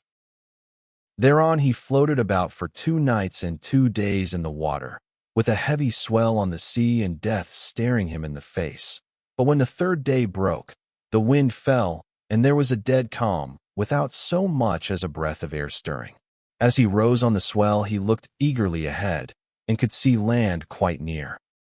Then, as children rejoice when their dear father begins to get better after having for a long time borne sore affliction sent him by some angry spirit, but the gods deliver him from evil, so was Ulysses thankful when he again saw land and trees, and swam on with all his strength that he might once more set foot upon dry ground. When, however, he got within earshot, he began to hear the surf thundering up against the rocks, for the swell still broke against them with a terrific roar. Everything was enveloped in spray. There were no harbors where a ship might ride, nor shelter of any kind, but only headlands, low-lying rocks, and mountain tops. Ulysses' heart now began to fail him, and he said despairingly to himself, "Alas, Jove has let me see land after swimming so far that I had given up all hope, but I can find no landing place, for the coast is rocky and surf-beaten, the rocks are smooth and rise sheer from the sea, with deep water close under them, so that I cannot climb out for want of foothold. I am afraid some great wave will lift me off my legs and dash me against the rocks as I leave the water, which would give me a sorry landing. If, on the other hand, I swim further in search of some shelving beach or harbor, a hurricane may carry me out to sea again sorely against my will, or heaven may send some great monster of the deep to attack me. For Amphitrite breeds many such, and I know that Neptune is very angry with me." While he was thus in two minds, a wave caught him and took him with such force against the rocks that he would have been smashed and torn to pieces if Minerva had not shown him what to do. He caught hold of the rock with both hands and clung to it, groaning with pain till the wave retired. So he was saved that time, but presently the wave came on again and carried him back with it far into the sea. Tearing his hands as the suckers of a polypus are torn when some one plucks it from its bed, and the stones come up along with it, even so did the rocks tear the skin from his strong hands, and then the wave drew him deep down under the water. Here poor Ulysses would have certainly perished even in spite of his own destiny, if Minerva had not helped him to keep his wits about him. He swam seaward again, beyond reach of the surf that was beating against the land. And at the same time, he kept looking towards the shore to see if he could find some haven, or a spit that should take the waves aslant. By and by, as he swam on, he came to the mouth of a river, and here he thought would be the best place, for there were no rocks, and it afforded shelter from the wind. He felt that there was a current, so he prayed inwardly and said, "Hear me, O king, whoever you may be, and save me from the anger of the sea god Neptune, for I approach you prayerfully. Anyone who has lost his way has at all times a claim even upon the gods. Wherefore in my distress I draw near to your stream, and cling to the knees of your riverhood. Have mercy upon me, O king, for I declare myself your suppliant." Then the god stayed his stream and stilled the waves, making all calm before him, and bringing him safely into the mouth of the river. Here at last Ulysses' knees and strong hands failed him, for the sea had completely broken him. His body was all swollen, and his mouth and nostrils ran down like a river with sea water, so that he could neither breathe nor speak, and lay swooning from sheer exhaustion. Presently, when he had got his breath and came to himself again, he took off the scarf that Ino had given him and threw it back into the salt 54 stream of the river, whereon Ino received it into her hands from the wave that bore it towards her. Then he left the river, laid himself down among the rushes, and kissed the bounteous earth. "Alas," he cried to himself in his dismay, "whatever will become of me, and how is it all to end? If I stay here upon the river bed through the long watches of the night, I am so exhausted that the bitter cold and damp may make an end of me, for towards sunrise there will be a keen wind blowing from off the river. If, on the other hand, I climb the hillside, find shelter in the woods, and sleep in some thicket, I may escape the cold and have a good night's rest, but some savage beast may take advantage of me and devour me." In the end he deemed it best to take to the woods, and he found one upon some high ground not far from the water. There he crept beneath 2 shoots of olive that grew from a single stalk, the one an ungrafted sucker, while the other had been grafted. No wind, however squally, could break through the cover they afforded, nor could the sun's rays pierce them, nor the rain get through them, so closely did they grow into one another. Ulysses crept under these, and began to make himself a bed to lie on, for there was a great litter of dead leaves lying about, enough to make a covering for 2 or 3 men even in hard winter weather. He was glad enough to see this, so he laid himself down and heaped the leaves all round him. Then, as one who lives alone in the country, far from any neighbor, hides a brand as fire seed in the ashes to save himself from having to get a light elsewhere, even so did Ulysses cover himself up with leaves, and Minerva shed a sweet sleep upon his eyes, closed his eyelids, and made him lose all memories of his sorrows. Book 5. The meeting between Nausicaa and Ulysses. So here Ulysses slept, overcome by sleep and toil, but Minerva went off to the country and city of the Phaeacians, a people who used to live in the fair town of Hypereia, near the lawless Cyclops. Now the Cyclopes were stronger than they and plundered them, so their king Nausithous moved them thence and settled them in Scyria, far from all other people. He surrounded the city with a wall, built houses and temples, and divided the lands among his people. But he was dead and gone to the house of Hades, and King Alcinous, whose counsels were inspired of heaven, was now reigning, to his house. Then did Minerva hie in furtherance of the return of Ulysses. She went straight to the beautifully decorated bedroom in which there slept a girl who was as lovely as a goddess, Nausicaa, daughter to King Alcinous. 2 maidservants were sleeping near her, both very pretty, one on either side of the doorway, which was closed with well-made folding doors. Minerva took the form of the famous sea captain Dymas' daughter, who was a bosom friend of Nausicaa and just her own age. Then, coming up to the girl's bedside like a breath of wind, she hovered over her head and said, "Nausicaa, what can your mother have been about, to have such a lazy daughter? Here are your clothes all lying in disorder, yet you are going to be married almost immediately, and should not only be well dressed yourself, but should find good clothes for those who attend you. This is the way to get yourself a good name, and to make your father and mother proud of you. Suppose, then, that we make tomorrow a washing day, and start at daybreak. I will come and help you, so that you may have everything ready as soon as possible, for all the best young men among your own people are courting you, and you are not going to remain a maid much longer. Ask your father, therefore, to have a wagon and mules ready for us at daybreak, to take the rugs, robes, and girdles, and you can ride, too, which will be much pleasanter for you than walking, for the washing cisterns are some way from the town." When she had said this, Minerva went away to Olympus, which they say is the everlasting home of the gods. Here no wind beats roughly, and neither rain nor snow can fall, but it abides in everlasting sunshine and in a great peacefulness of light, wherein the blessed gods are illumined for ever and ever. This was the place to which the goddess went when she had given instructions to the girl. By and by morning came and woke Nausicaa, who began wondering about her dream. She therefore went to the other end of the house to tell her father and mother all about it, and found them in their own room. Her mother was sitting by the fireside spinning her purple yarn with her maids around her, and she happened to catch her father just as he was going out to attend a meeting of the town council, which the Phaeacian aldermen had convened.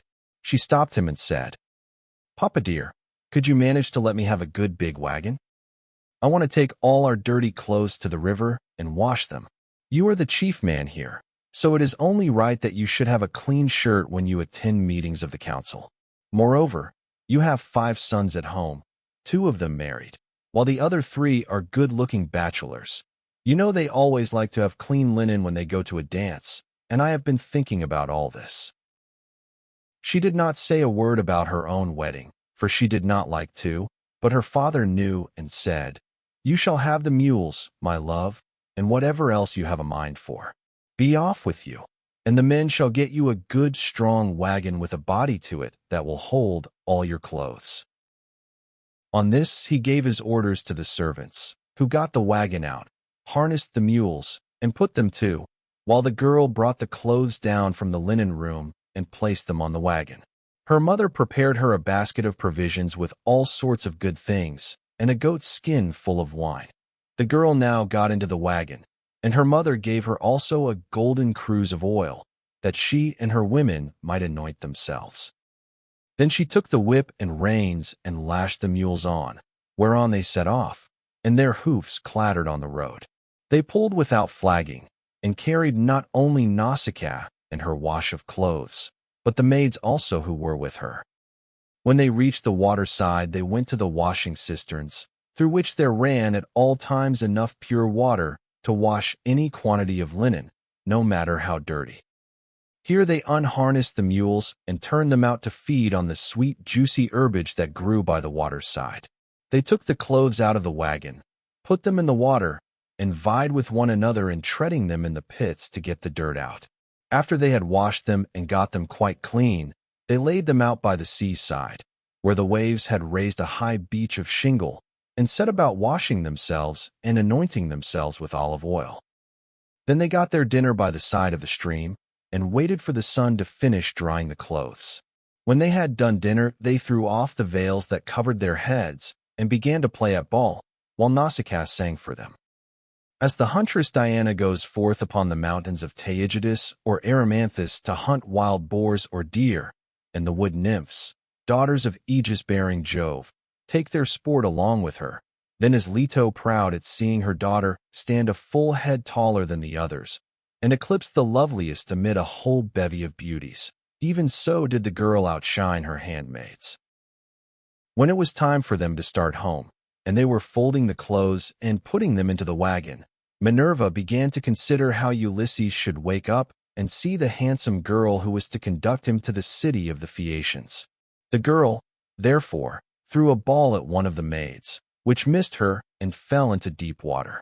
On this they all shouted, and the noise they made woke Ulysses, who sat up in his bed of leaves, and began to wonder what it might all be.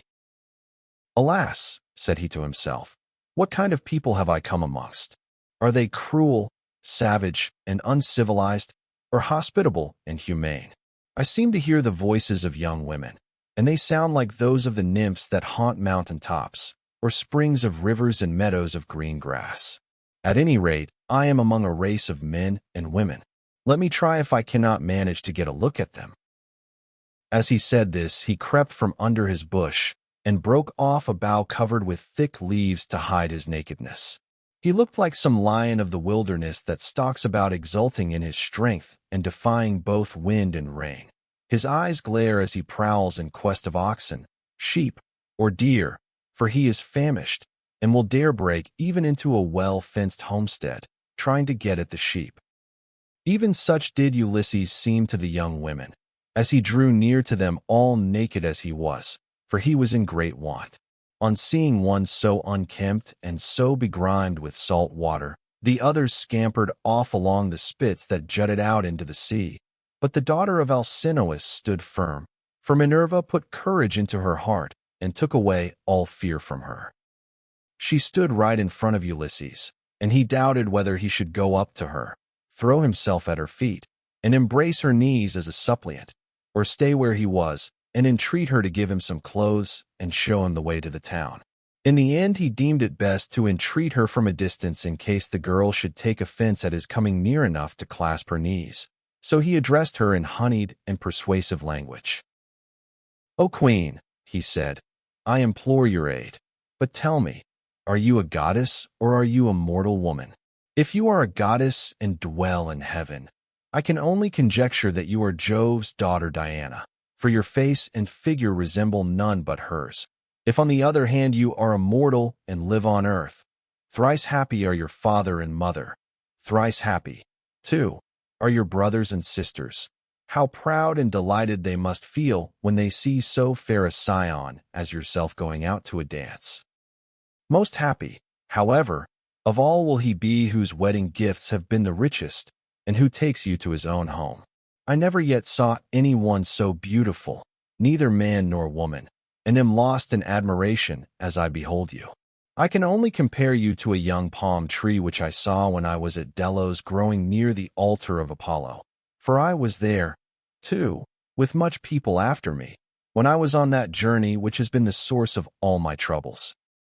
Never yet did such a young plant shoot out of the ground as that was, and I admired and wondered at it exactly as I now admire and wonder at yourself. I dare not clasp your knees, but I am in great distress. Yesterday made the 20th day that I had been tossing about upon the sea. The winds and waves have taken me all the way from the Ogygian island, 55, and now fate has flung me upon this coast that I may endure still further suffering. For I do not think that I have yet come to the end of it, but rather that heaven has still much evil in store for me. And now, O Queen, have pity upon me, for you are the first person I have met, and I know no one else in this country.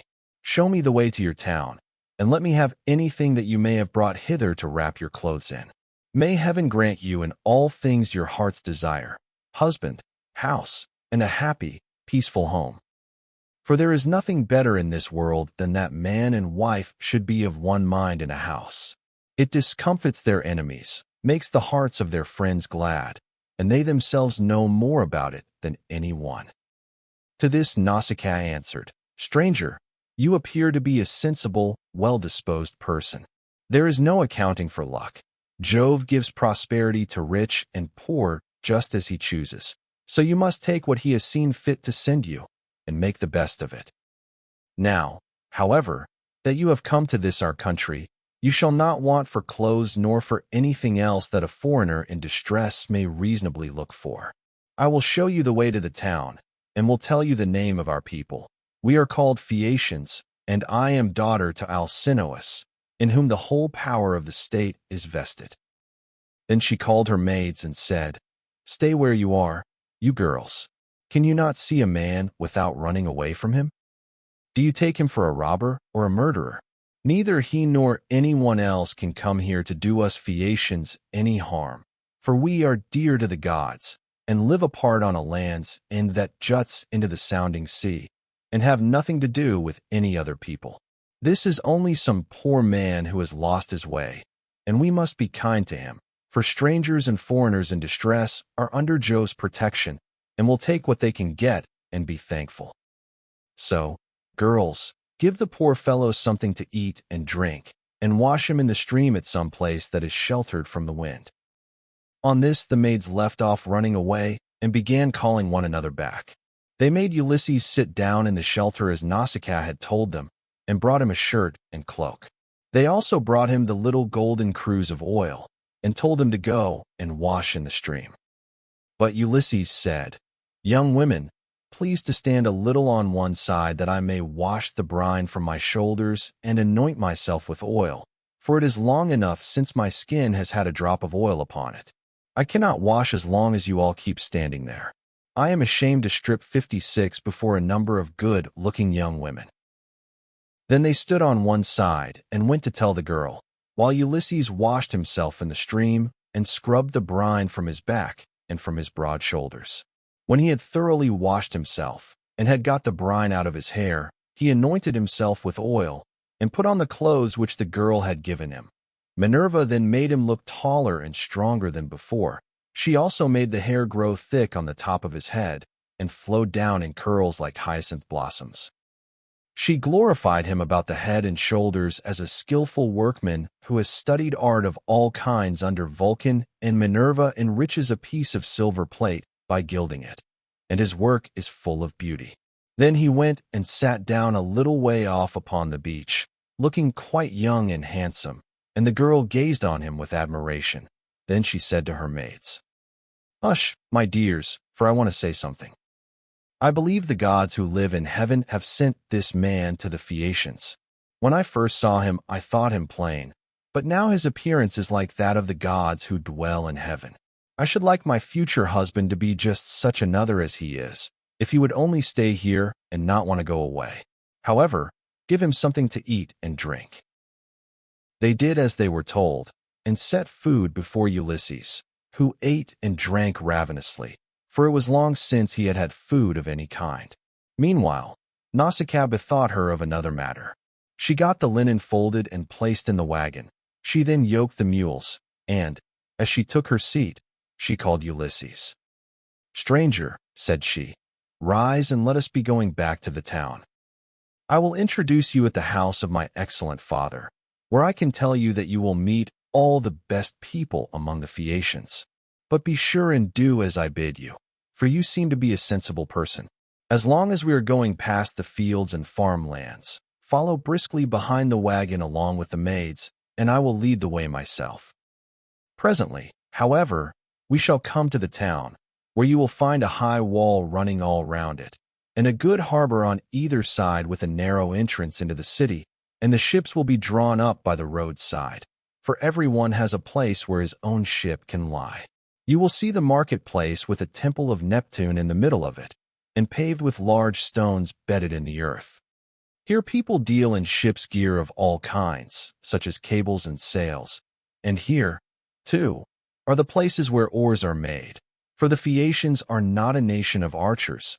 They know nothing about bows and arrows, but are a seafaring folk, and pride themselves on their masts, oars, and ships, with which they travel far over the sea. I am afraid of the gossip and scandal that may be set on foot against me later on. For the people here are very ill-natured, and some low fellow, if he met us, might say, 'Who is this fine-looking stranger that is going about with Nausicaa? Where did she find him? I suppose she is going to marry him. Perhaps he is a vagabond sailor whom she has taken from some foreign vessel, for we have no neighbors. Or some god has at last come down from heaven in answer to her prayers, and she is going to live with him all the rest of her life. It would be a good thing if she would take herself off and find a husband somewhere else, for she will not look at one of the many excellent young Phaeacians who are in love with her.' This is the kind of disparaging remark that would be made about me, and I could not complain, for I should myself be scandalized at seeing any other girl do the like, and go about with men in spite of everybody, while her father and mother were still alive, and without having been married in the face of all the world. If, therefore, you want my father to give you an escort and to help you home, do as I bid you. You will see a beautiful grove of poplars by the roadside dedicated to Minerva, It has a well in it, and a meadow all round it. Here my father has a field of rich garden ground, about as far from the town as a man's voice will carry. Sit down there, and wait for a while till the rest of us can get into the town and reach my father's house. Then, when you think we must have done this, come into the town and ask the way to the house of my father Alcinous. You will have no difficulty in finding it. Any child will point it out to you, for no one else in the whole town has anything like such a fine house as he has. When you have got past the gates and through the outer court, go right across the inner court till you come to my mother. You will find her sitting by the fire and spinning her purple wool by firelight. It is a fine sight to see her as she leans back against one of the bearing posts with her maids all ranged behind her. Close to her seat stands that of my father, on which he sits and topes like an immortal god. Never mind him, but go up to my mother, and lay your hands upon her knees if you would get home quickly. If you can gain her over, you may hope to see your own country again, no matter how distant it may be. So saying, she lashed the mules with her whip, and they left the river. The mules drew well, and their hoofs went up and down upon the road. She was careful not to go too fast for Ulysses and the maids who were following on foot along with the wagon, so she plied her whip with judgment. As the sun was going down, they came to the sacred grove of Minerva, and there Ulysses sat down and prayed to the mighty daughter of Jove. "Hear me," he cried, "daughter of aegis-bearing Jove, unweariable, hear me now, for you gave no heed to my prayers when Neptune was wrecking me. Now, therefore, have pity upon me and grant that I may find friends and be hospitably received by the Phaeacians." Thus did he pray, and Minerva heard his prayer, but she would not show herself to him openly, for she was afraid of her uncle Neptune, who was still furious in his endeavors to prevent Ulysses from getting home. Book 5. 2. Reception of Ulysses at the palace of King Alcinous. Thus, then, did Ulysses wait and pray, but the girl drove on to the town. When she reached her father's house, she drew up at the gateway, and her brothers, comely as the gods, gathered round her, took the mules out of the wagon, and carried the clothes into the house, while she went to her own room, where an old servant, Eurydice of Epira, lit the fire for her. This old woman had been brought by sea from Epira, and had been chosen as a prize for Alcinous because he was king over the Phaeacians, and the people obeyed him as though he were a god. 57 She had been nursed to Nausicaa, and had now lit the fire for her, and brought her supper for her into her own room. Presently Ulysses got up to go towards the town, and Minerva shed a thick mist all round him to hide him in case any of the proud Phaeacians who met him should be rude to him, or ask him who he was. Then, as he was just entering the town, she came towards him in the likeness of a little girl carrying a pitcher. She stood right in front of him, and Ulysses said, "My dear, will you be so kind as to show me the house of King Alcinous? I am an unfortunate foreigner in distress, and do not know one in your town and country." Then Minerva said, "Yes, father stranger, I will show you the house you want, for Alcinous lives quite close to my own father. I will go before you and show the way, but say not a word as you go, and do not look at any man, nor ask him questions, for the people here cannot abide strangers, and do not like men who come from some other place. They are a seafaring folk, and sail the seas by the grace of Neptune in ships that glide along like thought, or as a bird in the air." On this she led the way, and Ulysses followed in her steps. But not one of the Phaeacians could see him as he passed through the city in the midst of them, for the great goddess Minerva in her good will towards him had hidden him in a thick cloud of darkness.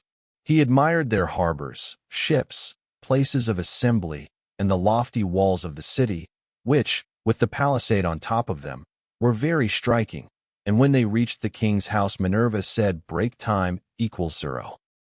25s/ This is the house, father stranger, which you would have me show you. You will find a number of great people sitting at table, but do not be afraid. Go straight in, for the bolder a man is the more likely he is to carry his point, even though he is a stranger. First find the queen. Her name is Arete. and she comes of the same family as her husband Alcinous. They both descend originally from Neptune, who was father to Nausithous by Peribia, a woman of great beauty. Peribia was the youngest daughter of Eurymedon, who at one time reigned over the giants, but he ruined his ill-fated people and lost his own life to boot. Neptune, however, lay with his daughter, and she had a son by him, the great Nausithous, who reigned over the Phaeacians. Nausithous had two sons, Rhexenor and Alcinous. 58 Apollo killed the first of them while he was still a bridegroom and without male issue. But he left a daughter Arete, whom Alcinous married, and honors as no other woman is honored of all those that keep house along with their husbands. Thus she both was, and still is, respected beyond measure by her children, by Alcinous himself, and by the whole people, who look upon her as a goddess, and greet her whenever she goes about the city, for she is a thoroughly good woman both in head and heart, and when any women are friends of hers, she will help their husbands also to settle their disputes.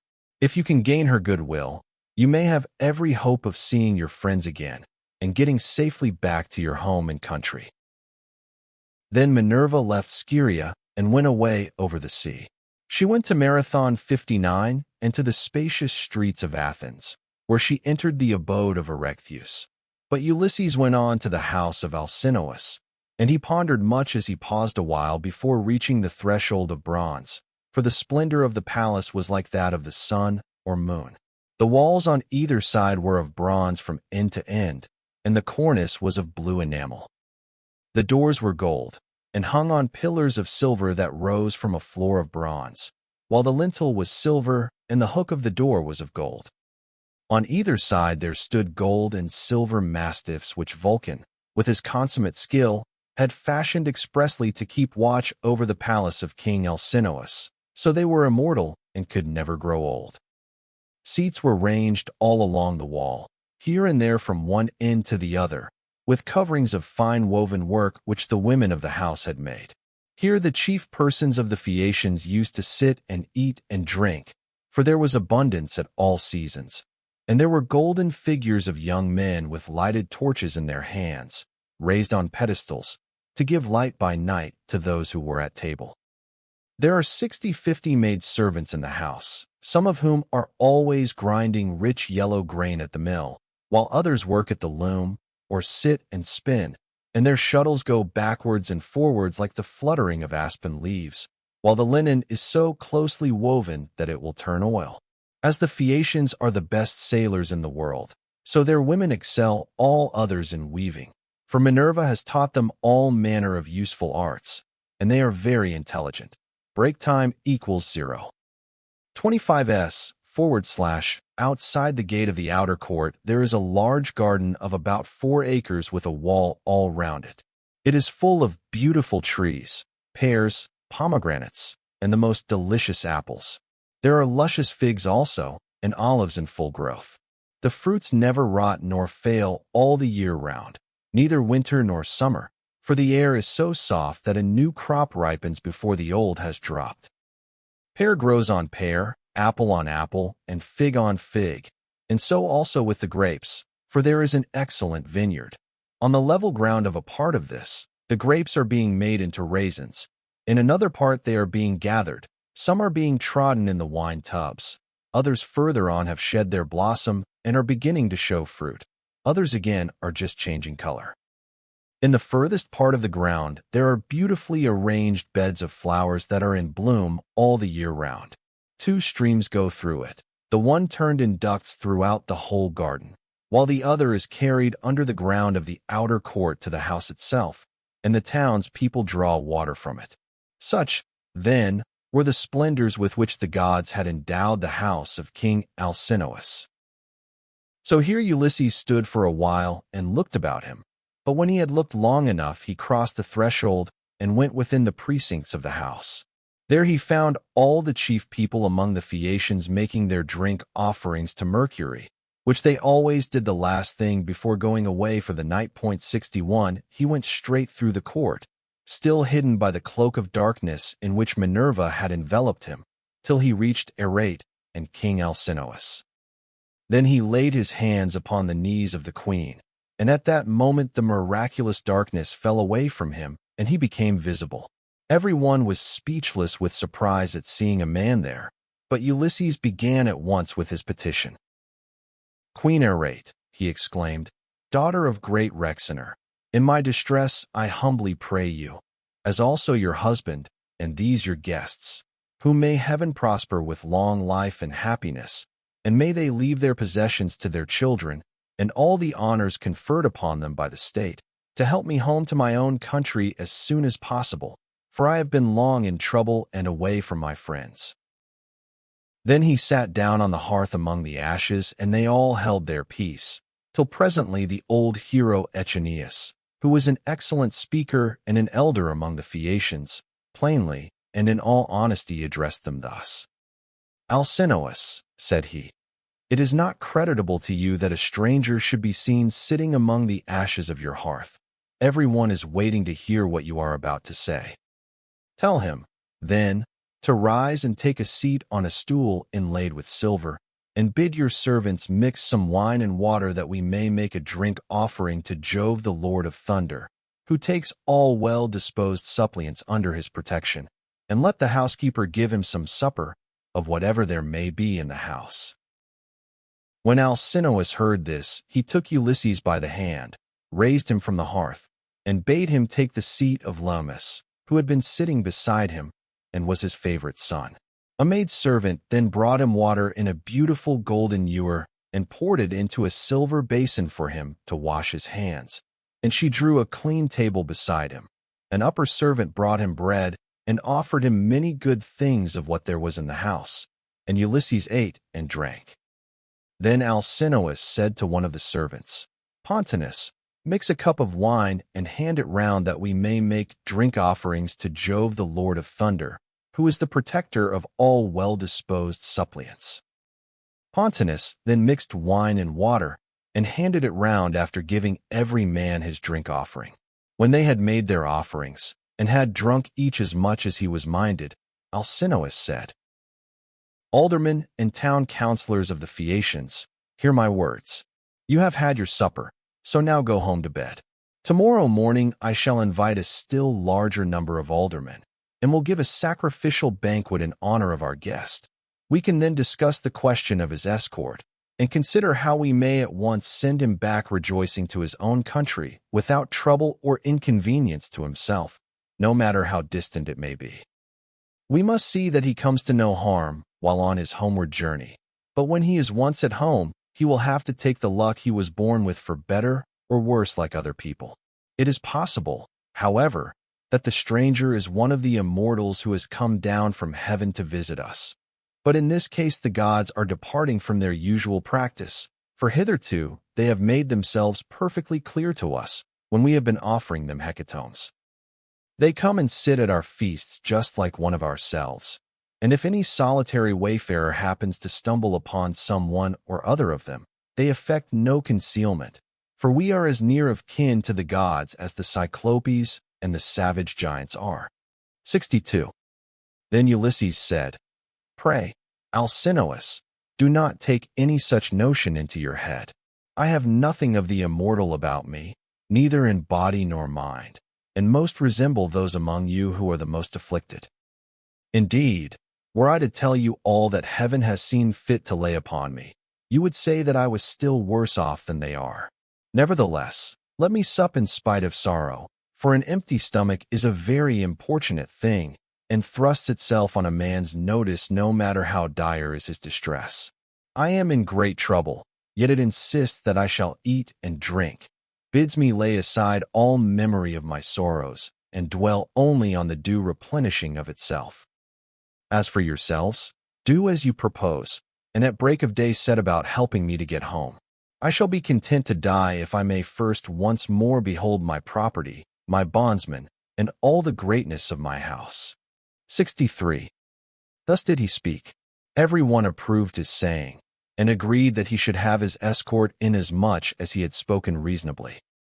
Then when they had made their drink offerings, and had drunk each as much as he was minded, they went home to bed, every man in his own abode, leaving Ulysses in the cloister with Arete and Alcinous while the servants were taking the things away after supper.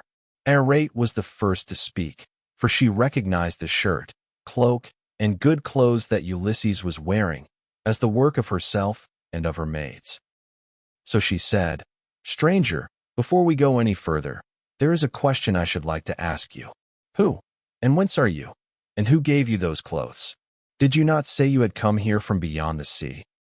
And Ulysses answered, "It would be a long story, madam, were I to relate in full the tale of my misfortunes, for the hand of heaven has been laid heavy upon me. But as regards your question, there is an island far away in the sea which is called the Ogygian. Here dwells the cunning and powerful goddess Calypso, daughter of Atlas. She lives by herself far from all neighbors human or divine. Fortune, however, brought me to her hearth all desolate and alone, for Jove struck my ship with his thunderbolts and broke it up in mid-ocean. My brave comrades were drowned every man of them, but I stuck to the keel and was carried hither and thither for the space of 9 days, till at last during the darkness of the 10th night the gods brought me to the Ogygian island where the great goddess Calypso lives. She took me in and treated me with the utmost kindness. Indeed, she wanted to make me immortal that I might never grow old, but she could not persuade me to let her do so. I stayed with Calypso 7 years straight on end, and watered the good clothes she gave me with my tears during the whole time. But at last when the 8th year came round, she bade me depart of her own free will, either because Jove had told her she must, or because she had changed her mind. She sent me from her island on a raft, which she provisioned with abundance of bread and wine. Moreover, she gave me good stout clothing, and sent me a wind that blew both warm and fair. Days 7 and 10 did I sail over the sea, and on the 18th I caught sight of the first outlines of the mountains upon your coast, and glad indeed was I to set eyes upon them. Nevertheless, there was still much trouble in store for me, for at this point Neptune would let me go no further, and raised a great storm against me. The sea was so terribly high that I could no longer keep to my raft, which went to pieces under the fury of the gale, and I had to swim for it, till wind and current brought me to your shores. There I tried to land, but could not, for it was a bad place and the waves dashed me against the rocks. So I again took to the sea and swam on till I came to a river that seemed the most likely landing place, for there were no rocks, and it was sheltered from the wind. Here, then, I got out of the water and gathered my senses together again. Night was coming on, so I left the river and went into a thicket, where I covered myself all over with leaves, and presently heaven sent me off into a very deep sleep. Sick and sorry as I was, I slept among the leaves all night, and through the next day till afternoon, when I awoke as the sun was westering, and saw your daughter's maid servants playing upon the beach, and your daughter among them looking like a goddess. I besought her aid, and she proved to be of an excellent disposition, much more so than could be expected from so young a person, for young people are apt to be thoughtless. She gave me plenty of bread and wine, and when she had me washed in the river, she also gave me the clothes in which you see me. Now, therefore, though it has pained me to do so, I have told you the whole truth." Then Alcinous said, "Stranger, it was very wrong of my daughter not to bring you on at once to my house along with the maids, seeing that she was the first person whose aid you asked." "Pray do not scold her," replied Ulysses. "She is not to blame. She did tell me to follow along with the maids, but I was ashamed and afraid, for I thought you might perhaps be displeased if you saw me. Every human being is sometimes a little suspicious and irritable." "Stranger," replied Alcinous, "I am not the kind of man to get angry about nothing. It is always better to be reasonable. But by Father Jove, Minerva, and Apollo, now that I see what kind of person you are, and how much you think as I do, I wish you would stay here, marry my daughter, and become my son-in-law. If you will stay, I will give you a house and an estate, but no one, heaven forbid, shall keep you here against your own wish, and that you may be sure of this, I will attend tomorrow to the matter of your escort. You can sleep 64 during the whole voyage if you like, and the men shall sail you over smooth waters either to your own home, or wherever you please, even though it be a long way further off than Euboea, which those of my people who saw it when they took yellow-haired Rhadamanthus to see Tityus the son of Gaia, tell me is the furthest of any place. And yet they did the whole voyage in a single day without distressing themselves, and came back again afterwards. You will thus see how much my ships excel all others, and what magnificent oarsmen my sailors are. Then was Ulysses glad and prayed aloud, saying, Father Jove, grant that Alcinous may do all as he has said, for so he will win an imperishable name among mankind, and at the same time I shall return to my country. Thus did they converse. Then Arete told her maids to set a bed in the room that was in the gatehouse, and make it with good red rugs, and to spread coverlets on the top of them with woolen cloaks for Ulysses to wear. The maids thereon went out with torches in their hands, and when they had made the bed they came up to Ulysses and said, Rise, Sir Stranger, and come with us, for your bed is ready. And glad indeed was he to go to his rest. So Ulysses slept in a bed placed in a room over the echoing gateway, but Alcinous lay in the inner part of the house, with the queen his wife by his side. Book 5. 3. Banquet in the house of Alcinous, the games. Now when the child of morning, rosy-fingered dawn, appeared, Alcinous and Ulysses both rose, and Alcinous led the way to the Phaeacian place of assembly, which was near the ships. When they got there they sat down side by side on a seat of polished stone, while Minerva took the form of one of Alcinous' servants, and went round the town in order to help Ulysses to get home. She went up to the citizens, man by man, and said, Aldermen and town councillors of the Phaeacians, come to the assembly all of you, and listen to the stranger who has just come off a long voyage to the house of King Alcinous. He looks like an immortal god. With these words she made them all want to come, and they flocked to the assembly till seats and standing room were alike crowded. Every one was struck with the appearance of Ulysses, for Minerva had beautified him about the head and shoulders, making him look taller and stouter than he really was, that he might impress the Phaeacians favorably as being a very remarkable man, and might come off well in the many trials of skill to which they would challenge him. Then, when they were got together, Alcinous spoke. Hear me, said he, aldermen and town councillors of the Phaeacians, that I may speak even as I am minded. This stranger, whoever he may be, has found his way to my house from somewhere or other, either east or west. He wants an escort and wishes to have the matter settled. Let us then get one ready for him, as we have done for others before him. Indeed, no one who ever yet came to my house has been able to complain of me for not speeding on his way soon enough. Let us draw a ship into the sea, one that has never yet made a voyage, and man her with 52 of our smartest young sailors.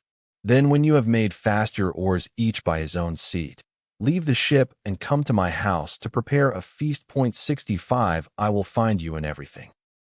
I am giving these instructions to the young men who will form the crew, for as regards you aldermen and town councillors, you will join me in entertaining our guest in the cloisters. I can take no excuses, and we will have Telemachus to sing to us, for there is no bard like him whatever he may choose to sing about. Alcinous then led the way, and the others followed after, while a servant went to fetch Telemachus. The 52 picked oarsmen went to the sea shore as they had been told, and when they got there they drew the ship into the water, got her mast and sails inside her, bound the oars to the thole-pins with twisted thongs of leather, all in due course, and spread the white sails aloft. They moored the vessel a little way out from land, and then came on shore and went to the house of King Alcinous. The outhouses, 66 yards, and all the precincts were filled with crowds of men in great multitudes, both old and young. And Alcinous killed them 12 sheep, 8 full-grown pigs, and 2 oxen. These they skinned and dressed so as to provide a magnificent banquet. A servant presently led in the famous bard Telemachus, whom the muse had dearly loved, but to whom she had given both good and evil, for though she had endowed him with a divine gift of song, She had robbed him of his eyesight. Pontonous set a seat for him among the guests, leaning it up against a bearing post. He hung the lyre for him on a peg over his head and showed him where he was to feel for it with his hands. He also set a fair table with a basket of victuals by his side, and a cup of wine from which he might drink whenever he was so disposed. The company then laid their hands upon the good things that were before them, but as soon as they had had enough to eat and drink, the muse inspired Telemachus to sing the feats of heroes, and more especially a matter that was then in the mouths of all men, to wit, the quarrel between Ulysses and Achilles, and the fierce words that they heaped on one another as they sat together at a banquet. But Agamemnon was glad when he heard his chieftains quarreling with one another, for Apollo had foretold him this at Pytho when he crossed the stone floor to consult the oracle. Here was the beginning of the evil that by the will of Jove fell both upon Danaans and Trojans. Thus sang the bard, but Ulysses drew his purple mantle over his head and covered his face, for he was ashamed to let the Phaeacians see that he was weeping. When the bard left off singing, he wiped the tears from his eyes, uncovered his face, and, taking his cup, made a drink offering to the gods. But when the Phaeacians pressed Telemachus to sing further, for they delighted in his lays, then Ulysses again drew his mantle over his head and wept bitterly. No one noticed his distress except Alcinous, who was sitting near him, and heard the heavy sighs that he was heaving. So he at once said, "Aldermen and town councillors of the Phaeacians, we have had enough now, both of the feast and of the minstrelsy that is its due accompaniment. Let us proceed therefore to the athletic sports, so that our guest on his return home may be able to tell his friends how much we surpass all other nations as boxers, wrestlers, jumpers, and runners." With these words he led the way, and the others followed after. A servant hung Telemachus' lyre on its peg for him, led him out of the cloister, and set him on the same way as that along which all the chief men of the Phaeacians were going to see the sports. A crowd of several thousands of people followed them, and there were many excellent competitors for all the prizes. Acronios, Ocyalus, Elatreus, Nautius, Primnius, Anchialus, Eretmius, Pontius, Prorius, Thuon, Anabicinius, and Amphialus son of Polinius son of Tecton. There was also Euryalus son of Nobilus, who was like Mars himself, and was the best-looking man among the Phaeacians except Lacedaemon. 3 sons of Alcinous, Laodamus, Helios, and Clytonius, competed also. The foot races came first. The course was set out for them from the starting post, and they raised a dust upon the plain as they all flew forward at the same moment. Clytonius came in first by a long way. He left everyone else behind him by the length of the furrow that a couple of mules can plow in a fallow field. 67. They then turned to the painful art of wrestling, and here Euryalus proved to be the best man. Amphialus excelled all the others in jumping, while at throwing the disc there was no one who could approach Elatreus. Alcinous's son Lamis was the best boxer, and he it was who presently said, when they had all been diverted with the games, "Let us ask the stranger whether he excels in any of these sports. He seems very powerfully built. His thighs, calves, hands, and neck are of prodigious strength, nor is he at all old. But he has suffered much lately, and there is nothing like the sea for making havoc with a man, no matter how strong he is." "You are quite right, Laodamus," replied Euryalus. "Go up to your guest and speak to him about it yourself." When Laodamus heard this, he made his way into the middle of the crowd and said to Ulysses, "I hope, sir, that you will enter yourself for some one or other of our competitions if you are skilled in any of them, and you must have gone in for many a one before now. There is nothing that does anyone so much credit all his life long as the showing himself a proper man with his hands and feet. Have a try therefore at something, and banish all sorrow from your mind. Your return home will not be long delayed, for the ship is already drawn into the water, and the crew is found." Ulysses answered, "Laodamus, why do you taunt me in this way? My mind is set rather on cares than contests. I have been through infinite trouble, and am come among you now as a suppliant. praying your king and people to further me on my return home." Then Euryalus reviled him outright and said, "I gather, then, that you are unskilled in any of the many sports that men generally delight in. I suppose you are one of those grasping traders that go about in ships as captains or merchants, and who think of nothing but of their outward freights and homeward cargoes. There does not seem to be much of the athlete about you." "For shame, sir," answered Ulysses fiercely. "You are an insolent fellow. So true is it that the gods do not grace all men alike in speech, person, and understanding. One man may be of weak presence, but heaven has adorned this with such a good conversation that he charms every one who sees him. His honeyed moderation carries his hearers with him, so that he is leader in all assemblies of his fellows, and wherever he goes he is looked up to. Another may be as handsome as a god, but his good looks are not crowned with discretion. This is your case. No god could make a finer-looking fellow than you are, but you are a fool. Your ill-judged remarks have made me exceedingly angry, and you are quite mistaken, for I excel in a great many athletic exercises.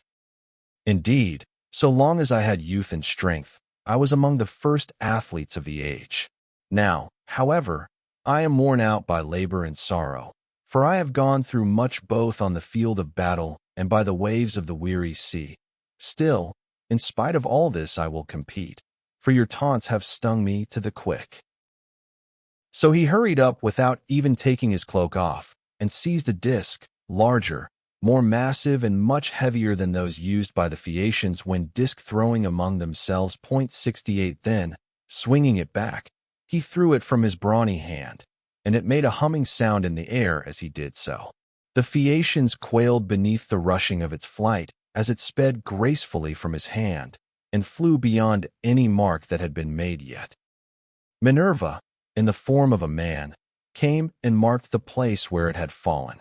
"A blind man, sir," said she, "could easily tell your mark by groping for it. It is so far ahead of any other. You may make your mind easy about this contest, for no Phaeacian can come near to such a throw as yours." Ulysses was glad when he found he had a friend among the lookers-on, so he began to speak more pleasantly. "Young men," said he, "come up to that throw if you can, and I will throw another disc as heavy or even heavier. If anyone wants to have a bout with me, let him come on, for I am exceedingly angry. I will box, wrestle, or run, I do not care what it is, with any man of you all except Lacedaemon, but not with him because I am his guest, and one cannot compete with one's own personal friend. At least I do not think it a prudent or a sensible thing for a guest to challenge his host's family at any game, especially when he is in a foreign country. He will cut the ground from under his own feet if he does, but I make no exception as regards anyone else, for I want to have the matter out and know which is the best man. I am a good hand at every kind of athletic sport known among mankind. I am an excellent archer.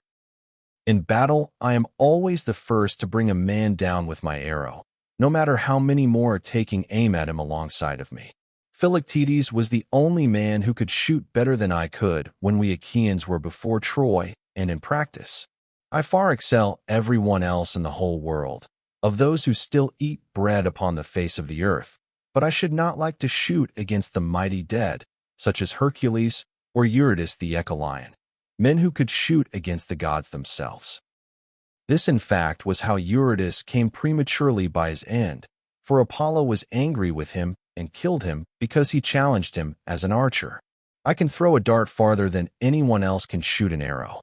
Running is the only point in respect of which I am afraid some of the Phaeacians might beat me, for I have been brought down very low at sea. My provisions ran short, and therefore I am still weak. They all held their peace except King Alcinous, who began, "Sir, we have had much pleasure in hearing all that you have told us, from which I understand that you are willing to show your prowess, as having been displeased with some insolent remarks that have been made to you by one of our athletes, and which could never have been uttered by anyone who knows how to talk with propriety. I hope you will apprehend my meaning, and will explain to any one of your chief men who may be dining with yourself and your family when you get home, that we have an hereditary aptitude for accomplishments of all kinds. We are not particularly remarkable for our boxing, nor yet as wrestlers, but we are singularly fleet of foot and are excellent sailors. We are extremely fond of good dinners, music, and dancing. We also like frequent changes of linen, warm baths, and good beds. So now, please, some of you who are the best dancers set about dancing, that our guest on his return home may be able to tell his friends how much we surpass all other nations as sailors, runners, dancers, and minstrels. Demodocus has left his lyre at my house, so run some one or other of you and fetch it for him." On this, a servant hurried off to bring the lyre from the king's house, and the 9 men who had been chosen as stewards stood forward. It was their business to manage everything connected with the sports, so they made the ground smooth and marked a wide space for the dancers. Presently the servant came back with Demodocus' lyre, and he took his place in the midst of them, whereon the best young dancers in the town began to foot and trip it so nimbly that Ulysses was delighted with the merry twinkling of their feet. Meanwhile the bard began to sing the loves of Mars and Venus, and how they first began their intrigue in the house of Vulcan. Mars made Venus many presents, and defiled King Vulcan's marriage bed, so the sun, who saw what they were about, told Vulcan. Vulcan was very angry when he heard such dreadful news, so he went to his smithy brooding mischief, got his great anvil into its place, and began to forge some chains which none could either unloose or break, so that they might stay there in that place. 69. When he had finished his snare, he went into his bedroom and festooned the bedposts all over with chains like cobwebs. He also let many hang down from the great beam of the ceiling. Not even a god could see them, so fine and subtle were they. As soon as he had spread the chains all over the bed, he made as though he were setting out for the fair state of Lemnos, which of all places in the world was the one he was most fond of.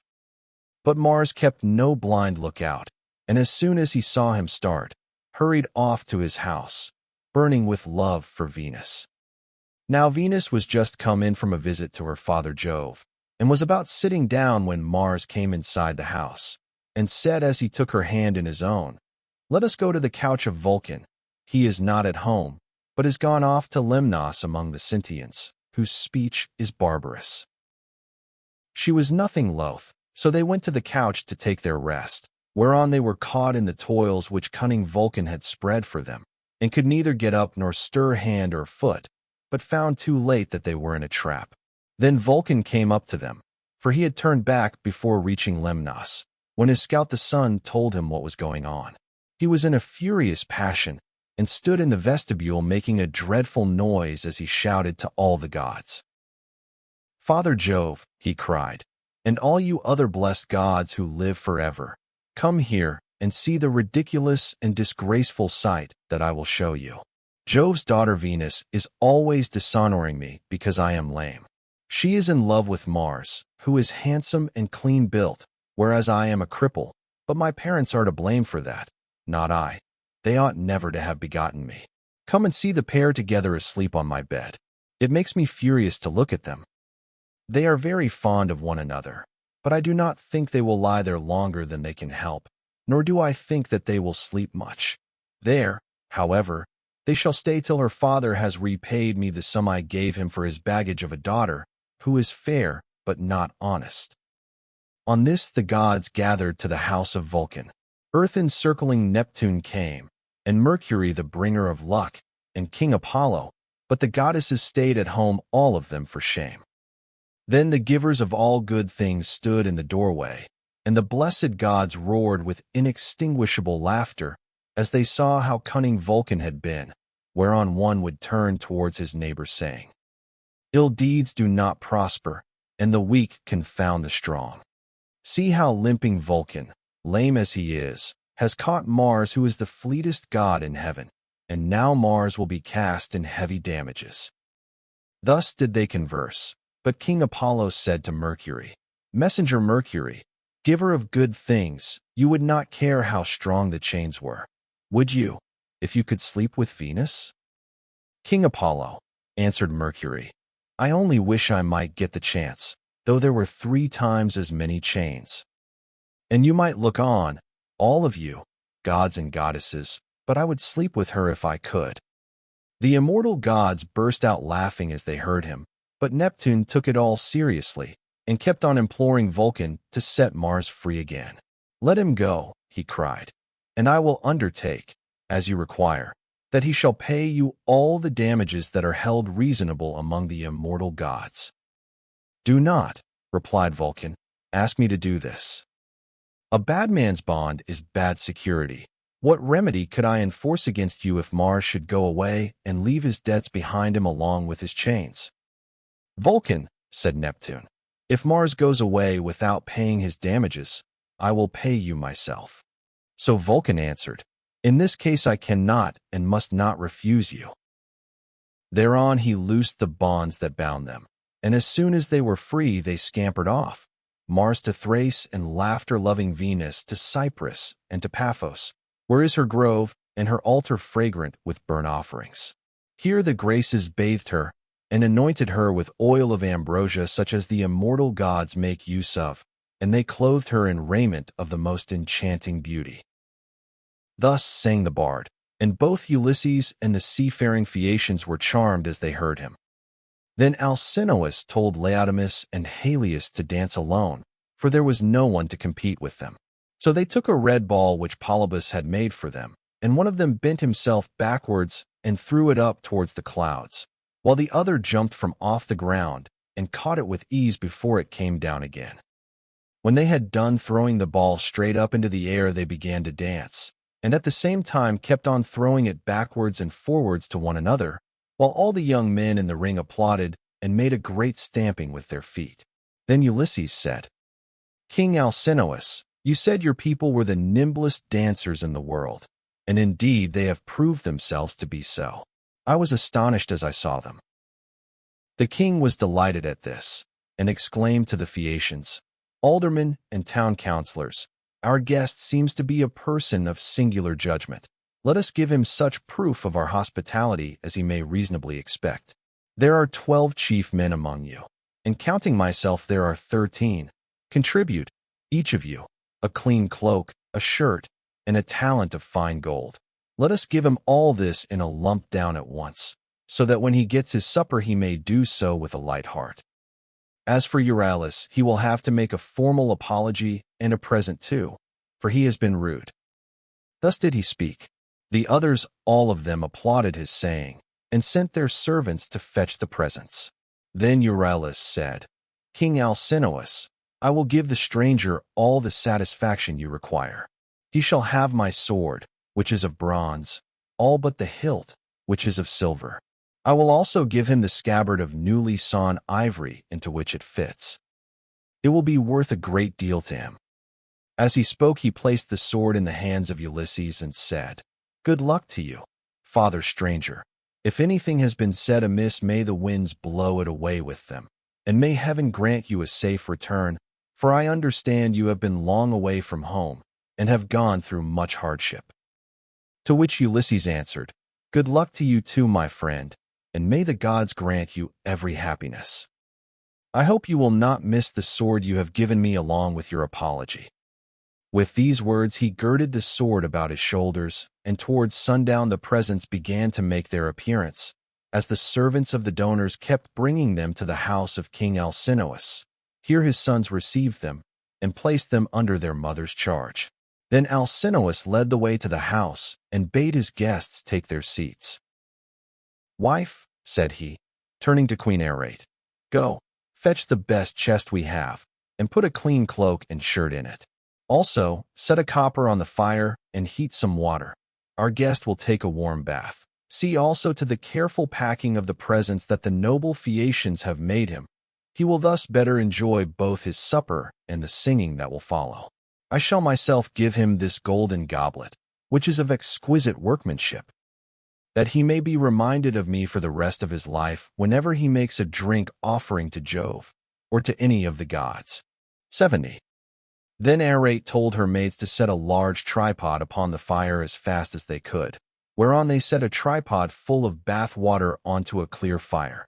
They threw on sticks to make it blaze, and the water became hot as the flame played about the belly of the tripod. 71 Meanwhile, Arete brought a magnificent chest from her own room, and inside it she packed all the beautiful presents of gold and raiment which the Phaeacians had brought. Lastly, she added a cloak and a good shirt from Alcinous, and said to Ulysses, "See to the lid yourself, and have the whole bound round at once, for fear anyone should rob you by the way when you are asleep in your ship." 72. When Ulysses heard this, he put the lid on the chest and made it fast with a bond that Circe had taught him.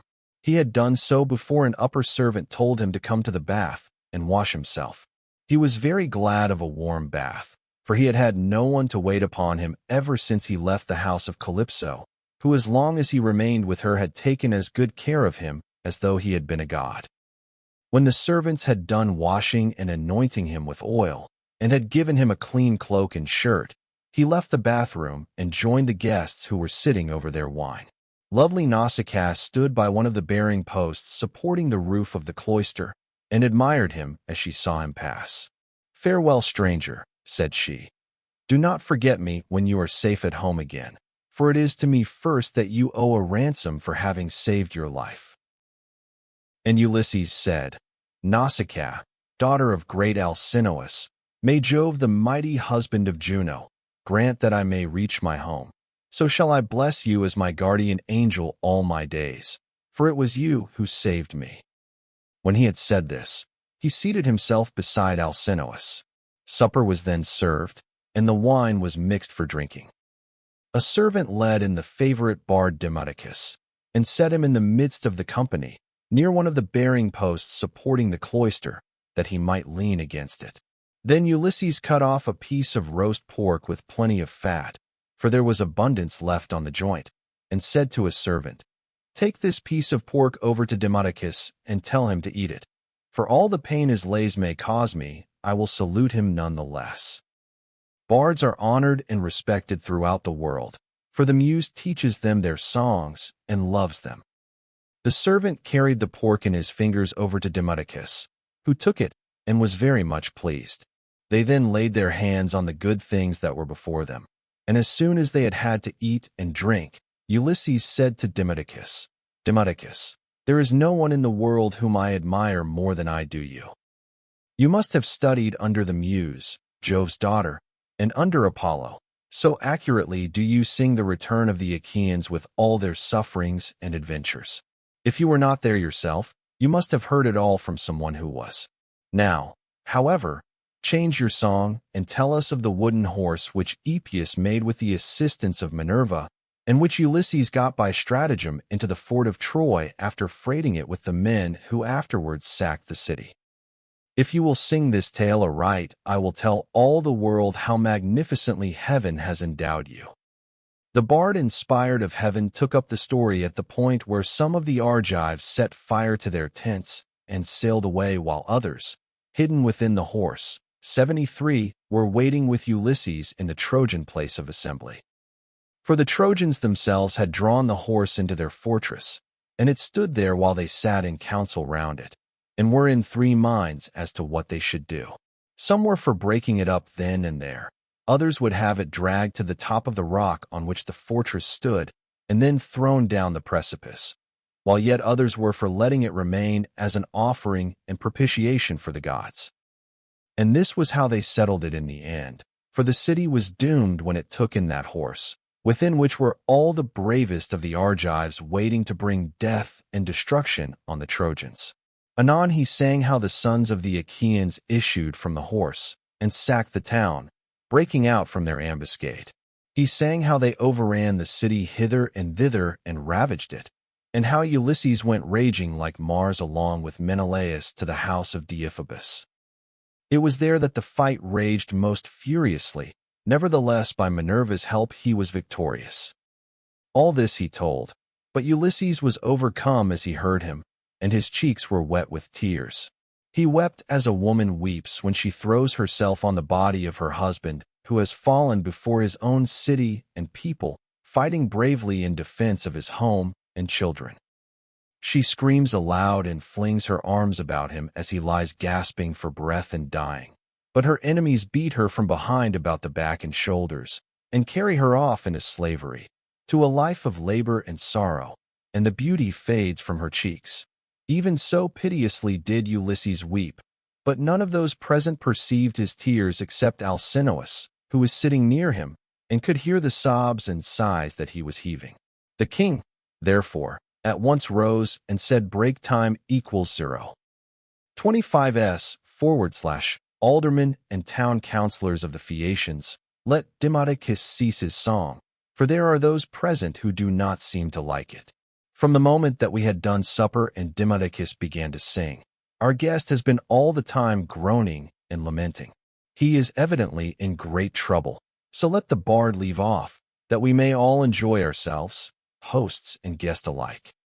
This will be much more as it should be, for all these festivities, with the escort and the presents that we are making with so much good, will are wholly in his honor, and anyone with even a moderate amount of right feeling knows that he ought to treat a guest and a suppliant as though he were his own brother.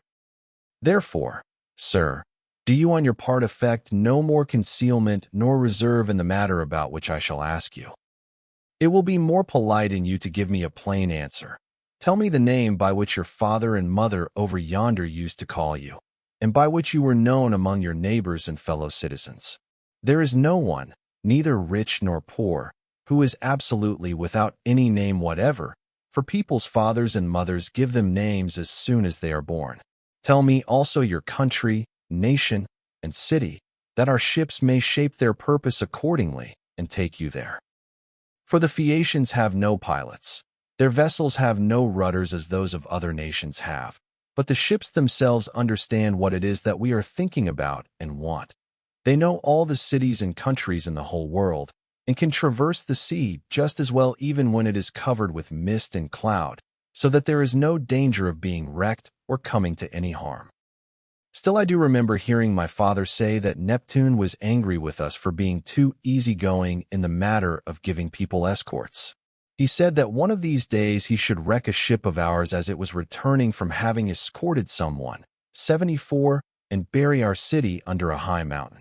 This is what my father used to say, but whether the god will carry out his threat or no is a matter which he will decide for himself. And now, tell me, and tell me true. Where have you been wandering, and in what countries have you traveled? Tell us of the peoples themselves, and of their cities, who were hostile, savage, and uncivilized, and who, on the other hand, hospitable and humane. Tell us also why you were made so unhappy on hearing about the return of the Argive Danans from Troy. The gods arranged all this, and sent them their misfortunes in order that future generations might have something to sing about. Did you lose some brave kinsman of your wife's when you were before Troy? A son-in-law or father-in-law, which are the nearest relations a man has outside his own flesh and blood? Or was it some brave and kindly-natured comrade? For a good friend is as dear to a man as his own brother. Book 9. Ulysses declares himself and begins his story, the Cicons, Lotophagi, and Cyclopes. And Ulysses answered, King Alcinous, it is a good thing to hear a bard with such a divine voice as this man has. There is nothing better or more delightful than when a whole people make merry together, with the guests sitting orderly to listen, while the table is loaded with bread and meats, and the cupbearer draws wine and fills his cup for every man. This is indeed as fair a sight as a man can see. Now, however, since you are inclined to ask the story of my sorrows, and rekindle my own sad memories in respect of them, I do not know how to begin, nor yet how to continue and conclude my tale, for the hand of heaven has been laid heavily upon me. Firstly, then, I will tell you my name that you too may know it, and one day, if I outlive this time of sorrow, may become my guest though I live so far away from all of you. I am Ulysses, son of Laertes, renowned among mankind for all manner of subtlety, so that my fame ascends to heaven. I live in Ithaca, where there is a high mountain called Nereidum, covered with forests, and not far from it there is a group of islands very near to one another, Dulichium, Same, and the wooded island of Zacynthus. It lies squat on the horizon, all highest up in the sea towards the sunset, while the others lie away from it towards dawn. 75 It is a rugged island, but it breeds brave men, and my eyes know none that they better love to look upon. The goddess Calypso kept me with her in her cave, and wanted me to marry her, as did also the cunning Aeon goddess Circe. But they could neither of them persuade me, for there is nothing dearer to a man than his own country and his parents, and however splendid a home he may have in a foreign country, if it be far from father or mother, he does not care about it. Now, however, I will tell you of the many hazardous adventures which by Jove's will I met with on my return from Troy. When I had set sail thence, the wind took me first to Ismarus, which is the city of the Cicons. There I sacked the town and put the people to the sword. We took their wives and also much booty, which we divided equitably amongst us, so that none might have reason to complain. I then said that we had better make off at once, but my men very foolishly would not obey me. So they stayed there drinking much wine and killing great numbers of sheep and oxen on the seashore.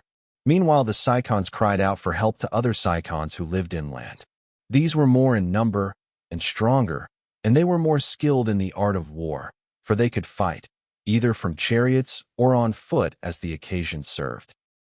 In the morning, therefore, they came as thick as leaves in bloom in summer, and the hand of heaven was against us, so that we were hard pressed. They set the battle in array near the ships, and the hosts aimed their bronze-shod spears at one another. 76 So long as the day waxed, and it was still morning, we held our own against them, though they were more in number than we. But as the sun went down, towards the time when men loosed their oxen, the Cicons got the better of us, and we lost 6 men from every ship we had, so we got away with those that were left. Thence we sailed onward with sorrow in our hearts, but glad to have escaped death, though we had lost our comrades. Nor did we leave till we had thrice invoked each one of the poor fellows who had perished by the hands of the Cicons. Then Jove raised the north wind against us till it blew a hurricane, so that land and sky were hidden in thick clouds, and night sprang forth out of the heavens. We let the ships run before the gale, but the force of the wind tore our sails to tatters, so we took them down for fear of shipwreck, and rowed our hardest towards the land. There we lay 2 days and 2 nights, suffering much alike from toil and distress of mind. But on the morning of the 3rd day we again raised our masts, set sail, and took our places, letting the wind and steersmen direct our ship.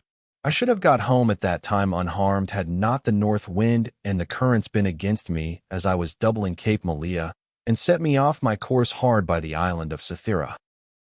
I was driven thence by foul winds for a space of 9 days upon the sea. But on the 10th day we reached the land of the lotus eaters, who live on a food that comes from a kind of flower. Here we landed to take in fresh water, and our crews got their midday meal on the shore near the ships. When they had eaten and drunk, I sent 2 of my company to see what manner of men the people of the place might be, and they had a 3rd man under them. They started at once, and went about among the lotus eaters, who did them no hurt, but gave them to eat of the lotus, which was so delicious that those who ate of it left off caring about home, and did not even want to go back and say what had happened to them, but were for staying and munching lotus 77 with the lotus eaters without thinking further of their return. Nevertheless, though they wept bitterly, I forced them back to the ships and made them fast under the benches. Then I told the rest to go on board at once, lest any of them should taste of the lotus and leave off wanting to get home. So they took their places and smote the gray sea with their oars. We sailed hence, always in much distress, till we came to the land of the lawless and inhuman Cyclopes. Now the Cyclopes neither plant nor plow, but trust in providence, and live on such wheat, barley, and grapes as grow wild without any kind of tillage, and their wild grapes yield them wine as the sun and the rain may grow them. They have no laws nor assemblies of the people, but live in caves on the tops of high mountains. Each is lord and master in his family, and they take no account of their neighbors. Now off their harbor there lies a wooded and fertile island not quite close to the land of the Cyclopes, but still not far. It is overrun with wild goats, that breed there in great numbers and are never disturbed by foot of man. For sportsmen, who as a rule will suffer so much hardship in forest or among mountain precipices, do not go there, nor yet again is it ever plowed or fed down, but it lies a wilderness untilled and unsown from year to year, and has no living thing upon it, but only goats. For the Cyclopes have no ships, nor yet shipwrights who could make ships for them. They cannot therefore go from city to city, or sail over the sea to one another's country as people who have ships can do. If they had had these, they would have colonized the island. 78 for it is a very good one, and would yield everything in due season. There are meadows that in some places come right down to the sea shore, well watered and full of luscious grass. Grapes would do there excellently. There is level land for plowing, and it would always yield heavily at harvest time, for the soil is deep. There is a good harbor where no cables are wanted, nor yet anchors, nor need a ship be moored, but all one has to do is to beach one's vessel and stay there till the wind becomes fair for putting out to sea again. At the head of the harbor there is a spring of clear water coming out of a cave, and there are poplars growing all round it. Here we entered, but so dark was the night that some god must have brought us in, for there was nothing whatever to be seen. A thick mist hung all round our ships. 79 The moon was hidden behind a mass of clouds, so that no one could have seen the island if he had looked for it, nor were there any breakers to tell us we were close inshore before we found ourselves upon the land itself. When, however, we had beached the ships, we took down the sails, went ashore, and camped upon the beach till daybreak. When the child of morning, rosy-fingered dawn appeared, we admired the island and wandered all over it, while the nymphs Jove's daughters roused the wild goats that we might get some meat for our dinner. On this we fetched our spears and bows and arrows from the ships, and dividing ourselves into 3 bands began to shoot the goats. Heaven sent us excellent sport. I had 12 ships with me, and each ship got 9 goats, while my own ship had 10. Thus through the livelong day to the going down of the sun we ate and drank our fill, and we had plenty of wine left, for each one of us had taken many jars full when we sacked the city of the Cicons, and this had not yet run out. While we were feasting, we kept turning our eyes towards the land of the Cyclopes, which was hard by, and saw the smoke of their stubble fires.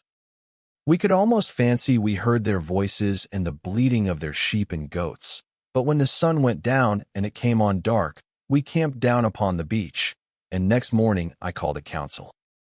"Stay here, my brave fellows," said I, "all the rest of you, while I go with my ship and exploit these people myself. I want to see if they are uncivilized savages or a hospitable and humane race." I went on board, bidding my men to do so also, and loosed the hawsers. So they took their places and smote the gray sea with their oars.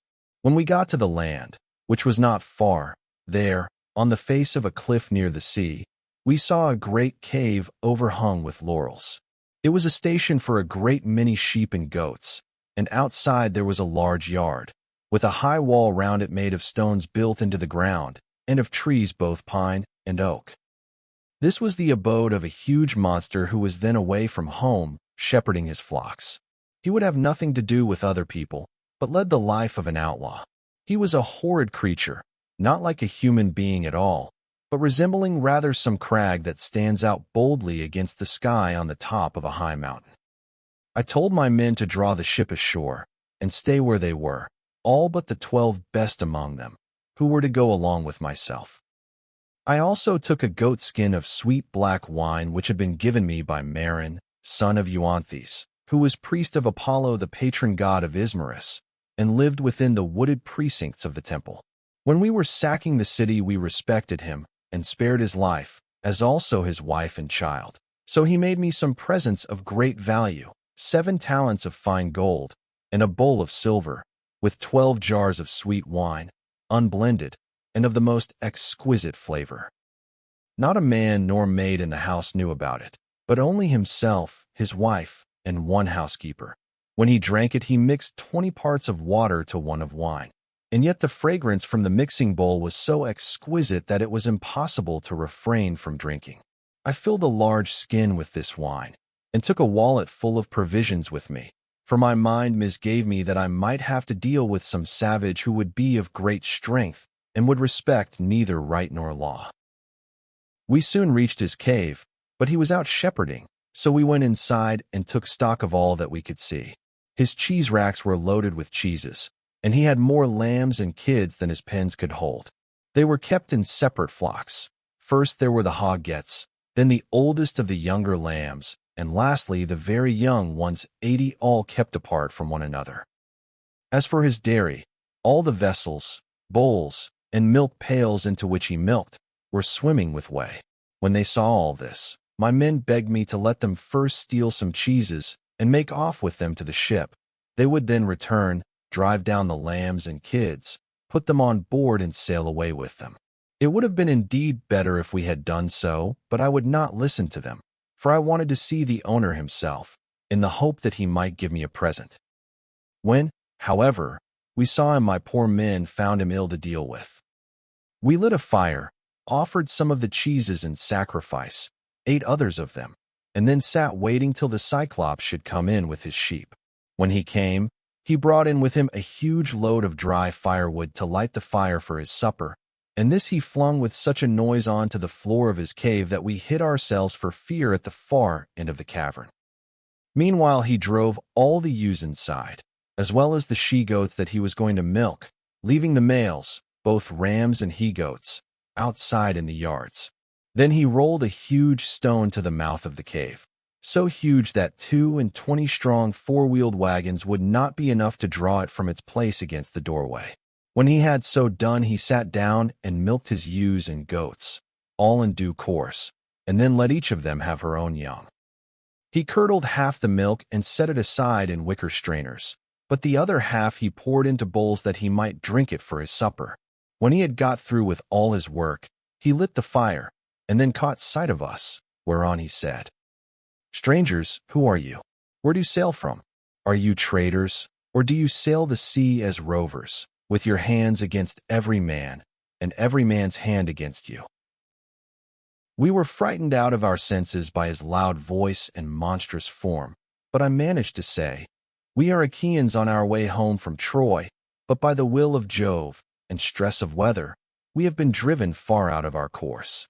We are the people of Agamemnon, son of Atreus, who has won infinite renown throughout the whole world, by sacking so great a city and killing so many people. We therefore humbly pray you to show us some hospitality, and otherwise make us such presents as visitors may reasonably expect. May your excellency fear the wrath of heaven, for we are your suppliants, and Jove takes all respectable travelers under his protection, for he is the avenger of all suppliants and foreigners in distress." To this he gave me but a pitiless answer. "Stranger," said he, "you are a fool, or else you know nothing of this country. Talk to me, indeed, about fearing the gods or shunning their anger. We Cyclopes do not care about Jove or any of your blessed gods, for we are ever so much stronger than they. I shall not spare either yourself or your companions out of any regard for Jove, unless I am in the humor for doing so. And now tell me where you made your ship fast when you came on shore. Was it round the point, or is she lying straight off the land?" He said this to draw me out, but I was too cunning to be caught in that way, so I answered with a lie. "Neptune," said I, "sent my ship onto the rocks at the far end of your country, and wrecked it. We were driven on to them from the open sea, but I and those who are with me escaped the jaws of death." The cruel wretch vouchsafed me not one word of answer, but with a sudden clutch he gripped up 2 of my men at once and dashed them down upon the ground as though they had been puppies. Their brains were shed upon the ground, and the earth was wet with their blood. Then he tore them limb from limb and supped upon them. He gobbled them up like a lion in the wilderness, flesh, bones, marrow, and entrails, without leaving anything uneaten. As for us, we wept and lifted up our hands to heaven on seeing such a horrid sight, for we did not know what else to do. But when the Cyclops had filled his huge paunch, and had washed down his meal of human flesh with a drink of neat milk, he stretched himself full length upon the ground among his sheep, and went to sleep. I was at first inclined to seize my sword, draw it, and drive it into his vitals, but I reflected that if I did, we should all certainly be lost, for we should never be able to shift the stone which the monster had put in front of the door. So we stayed sobbing and sighing where we were till morning came. When the child of morning, rosy-fingered dawn, appeared, he again lit his fire, milked his goats and ewes, all quite rightly, and then let each have her own young one. As soon as he had got through with all his work, he clutched up 2 more of my men, and began eating them for his morning's meal. Presently, with the utmost ease, he rolled the stone away from the door and drove out his sheep, but he at once put it back again, as easily as though he were merely clapping the lid on to a quiver full of arrows. As soon as he had done so, he shouted, and cried shoo, shoo, after his sheep to drive them on to the mountain. So I was left to scheme some way of taking my revenge and covering myself with glory. In the end, I deemed it would be the best plan to do as follows. The Cyclops had a great club which was lying near one of the sheep pens. It was of green olive wood, and he had cut it intending to use it for a staff as soon as it should be dry. It was so huge that we could only compare it to the mast of a 20-oared merchant vessel of large burden, and able to venture out into open sea. I went up to this club and cut off about 6 feet of it. I then gave this piece to the men and told them to fine it evenly off at one end, which they proceeded to do, and lastly, I brought it to a point myself, charring the end in the fire to make it harder. When I had done this, I hid it under dung, which was lying about all over the cave, and told the men to cast lots which of them should venture along with myself to lift it and bore it into the monster's eye while he was asleep. The lot fell upon the very 4 whom I should have chosen, and I myself made 5. In the evening the wretch came back from shepherding, and drove his flocks into the cave, this time driving them all inside, and not leaving any in the yards. I suppose some fancy must have taken him, or a god must have prompted him to do so. As soon as he had put the stone back to its place against the door, he sat down, milked his ewes and his goats all quite rightly, and then let each have her own young one. When he had got through with all this work, he gripped up 2 more of my men, and made his supper off them. So I went up to him with an ivy-wood bowl of black wine in my hands. "Look here, Cyclops," said I, "you have been eating a great deal of man's flesh, so take this and drink some wine, that you may see what kind of liquor we had on board my ship. I was bringing it to you as a drink offering, in the hope that you would take compassion upon me and further me on my way home, whereas all you do is to go on ramping and raving most intolerably. You ought to be ashamed of yourself. How can you expect people to come see you any more if you treat them in this way?" He then took the cup and drank. He was so delighted with the taste of the wine that he begged me for another bowl full. "Be so kind," he said, "as to give me some more, and tell me your name at once. I want to make you a present that you will be glad to have. We have wine even in this country, for our soil grows grapes and the sun ripens them. But this drinks like nectar and ambrosia all in one." I then gave him some more. 3 times did I fill the bowl for him, and 3 times did he drain it without thought or heed. Then, when I saw that the wine had got into his head, I said to him as plausibly as I could, "Cyclops, you ask my name, and I will tell it you. Give me, therefore, the present you promised me. My name is Nomen. This is what my father and mother and my friends have always called me." But the cruel wretch said, "Then I will eat all Nomen's comrades before Nomen himself, and will keep Nomen for the last. This is the present that I will make him." As he spoke, he reeled, and fell sprawling face upwards on the ground. His great neck hung heavily backwards, and a deep sleep took hold upon him.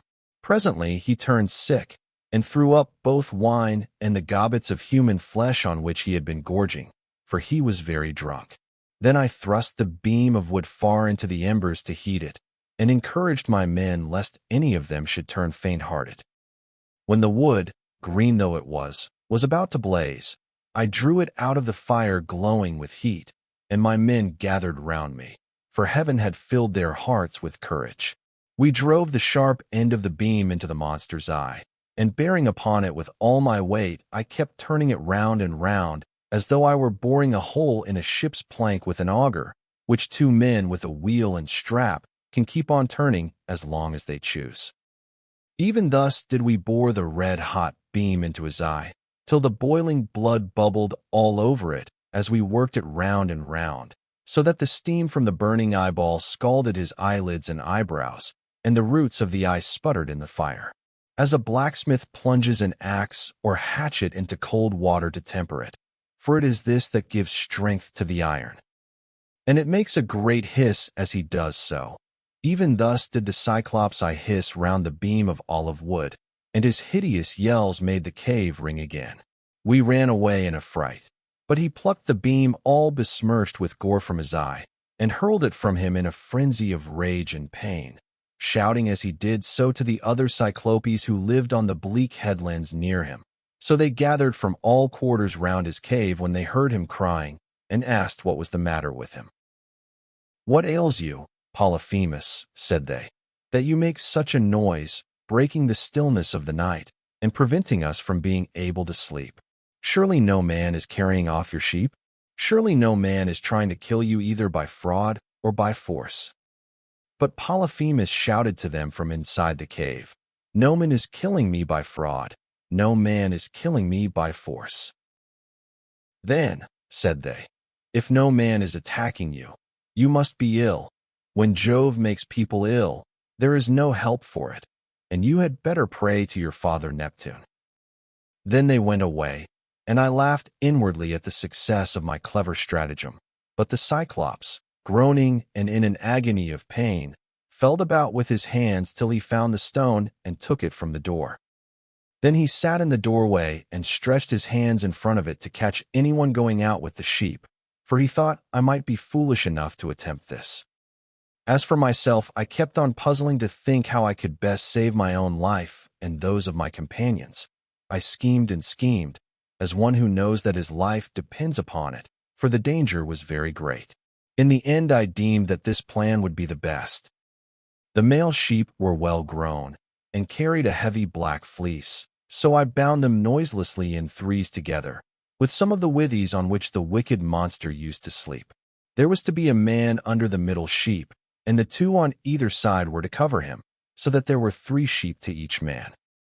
As for myself, there was a ram finer than any of the others, so I caught hold of him by the back, ensconced myself in the thick wool under his belly, and hung on patiently to his fleece, face upwards, keeping a firm hold on it all the time. Thus, then, did we wait in great fear of mind till morning came.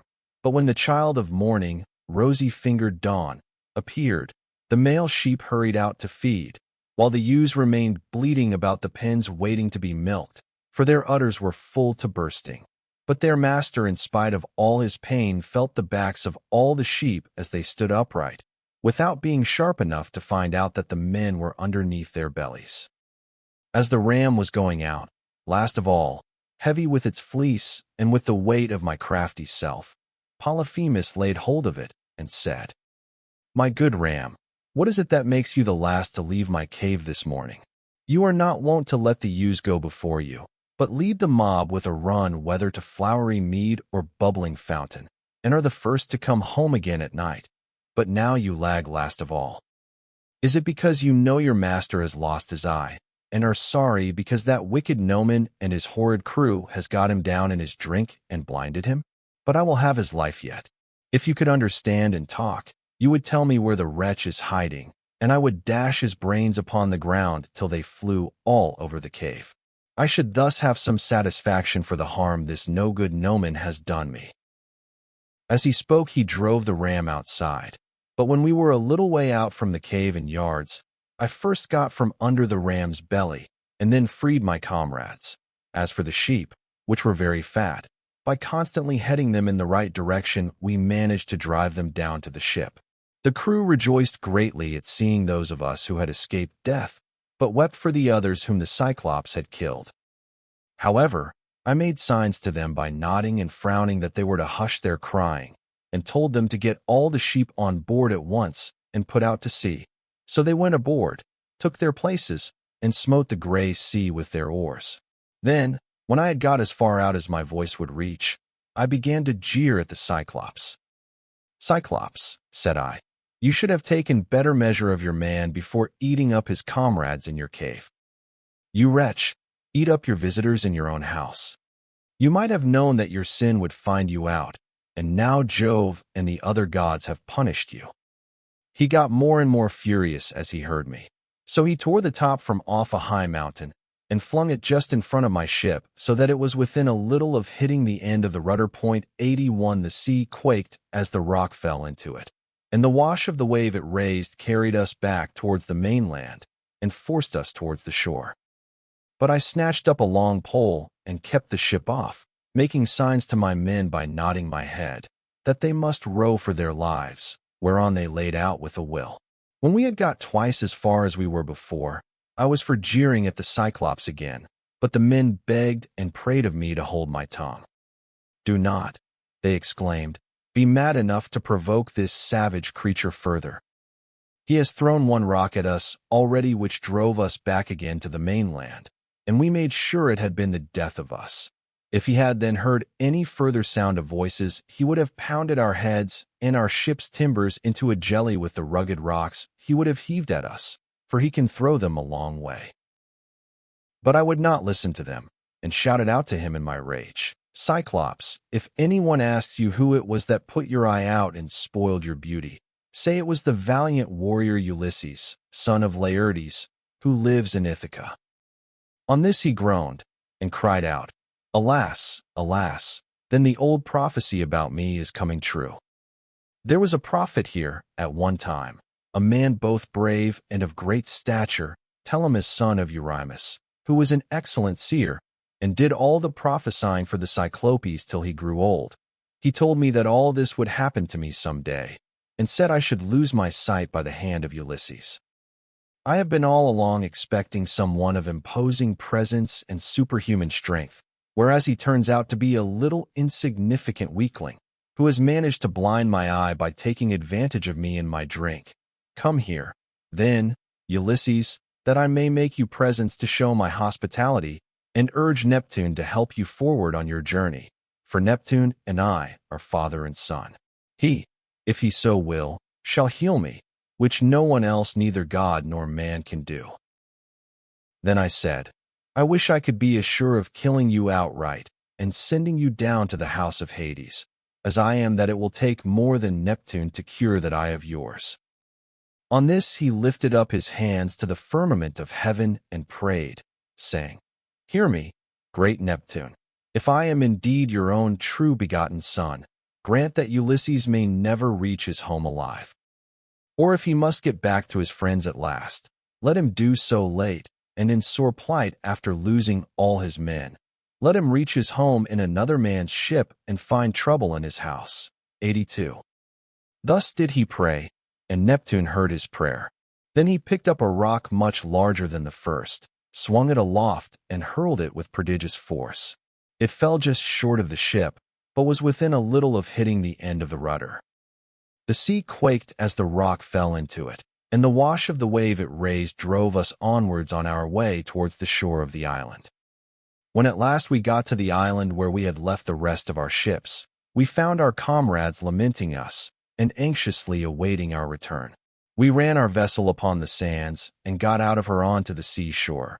We also landed the Cyclops' sheep and divided them equitably amongst us so that none might have reason to complain. As for the ram, my companions agreed that I should have it as an extra share, so I sacrificed it on the seashore and burned its thigh bones to Jove, who is the Lord of all. But he heeded not my sacrifice, and only thought how he might destroy both my ships and my comrades. Thus through the livelong day to the going down of the sun we feasted our fill on meat and drink, but when the sun went down and it came on dark, we camped upon the beach. When the child of morning rosy-fingered dawn appeared, I bade my men on board and loosed the hawsers. Then they took their places and smote the gray sea with their oars, so we sailed on with sorrow in our hearts, but glad to have escaped death though we had lost our comrades. Book 10. Aeolus, the Lacedaemons, Circe. Thence we went on to the Aeolian island where lives Aeolus son of Hippotas, dear to the immortal gods. It is an island that floats, as it were, upon the sea, 83 iron-bound with a wall that girds it. Now, Aeolus has 6 daughters and 6 lusty sons, so he made the sons marry the daughters, and they all live with their dear father and mother, feasting and enjoying every conceivable kind of luxury. All day long the atmosphere of the house is loaded with the savor of roasting meats till it groans again, yard and all, but by night they sleep on their well-made bedsteads, each with his own wife between the blankets. These were the people among whom we had now come. Aeolus entertained me for a whole month, asking me questions all the time about Troy, the Argive fleet, and the return of the Achaeans. I told him exactly how everything had happened, and when I said I must go, and asked him to further me on my way, he made no sort of difficulty, but set about doing so at once.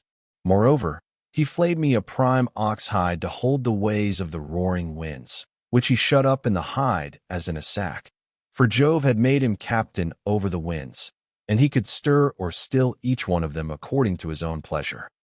He put the sack in the ship and bound the mouth so tightly with a silver thread that not even a breath of a side wind could blow from any quarter.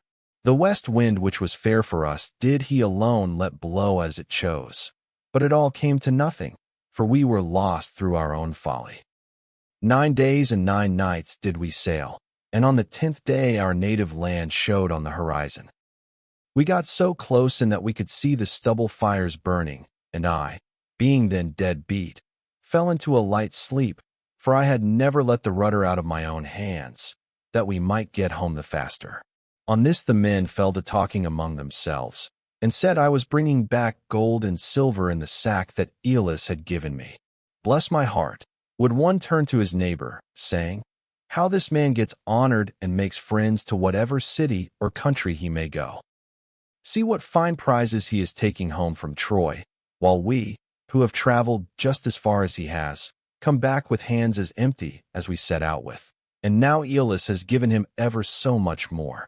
Quick, let us see what it all is, and how much gold and silver there is in the sack he gave him. Thus they talked, and evil counsels prevailed. They loosed the sack, whereupon the wind flew howling forth and raised a storm that carried us weeping out to sea and away from our own country. Then I awoke, and knew not whether to throw myself into the sea or to live on and make the best of it. But I bore it, covered myself up, and laid down in the ship, while the men lamented bitterly as the fierce winds bore our fleet back to the Aeolian island. When we reached it, we went ashore to take in water, and dined hard by the ships. Immediately after dinner I took a herald and one of my men and went straight to the house of Aeolus, where I found him feasting with his wife and family.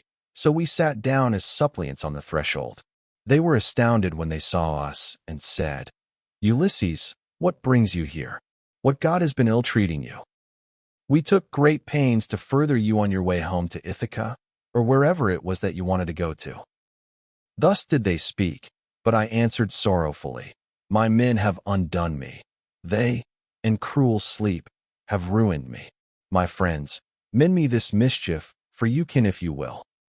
I spoke as movingly as I could, but they said nothing, till their father answered, vilest of mankind, get you gone at once out of the island. Him whom heaven hates will I in no wise help. Be off, for you come here as one abhorred of heaven. And with these words he sent me sorrowing from his door. Thence we sailed sadly on till the men were worn out with long and fruitless rowing, for there was no longer any wind to help them. 6 days, night and day did we toil, and on the 7th day we reached the rocky stronghold of Lamus. Telepolis, the city of the Lacedaemonians, where the shepherd who is driving in his sheep and goats to be milked salutes him who is driving out his flock to feed, and this last answers the salute. In that country a man who could do without sleep might earn double wages, one as a herdsman of cattle and another as a shepherd, for they work much the same by night as they do by day. 84. When we reached the harbor, we found it landlocked under steep cliffs, with a narrow entrance between 2 headlands. My captains took all their ships inside, and made them fast close to one another, for there was never so much as a breath of wind inside, but it was always dead calm. I kept my own ship outside and moored it to a rock at the very end of the point. Then I climbed a high rock to reconnoiter, but could see no sign neither of man nor cattle, only some smoke rising from the ground. So I sent 2 of my company with an attendant to find out what sort of people the inhabitants were.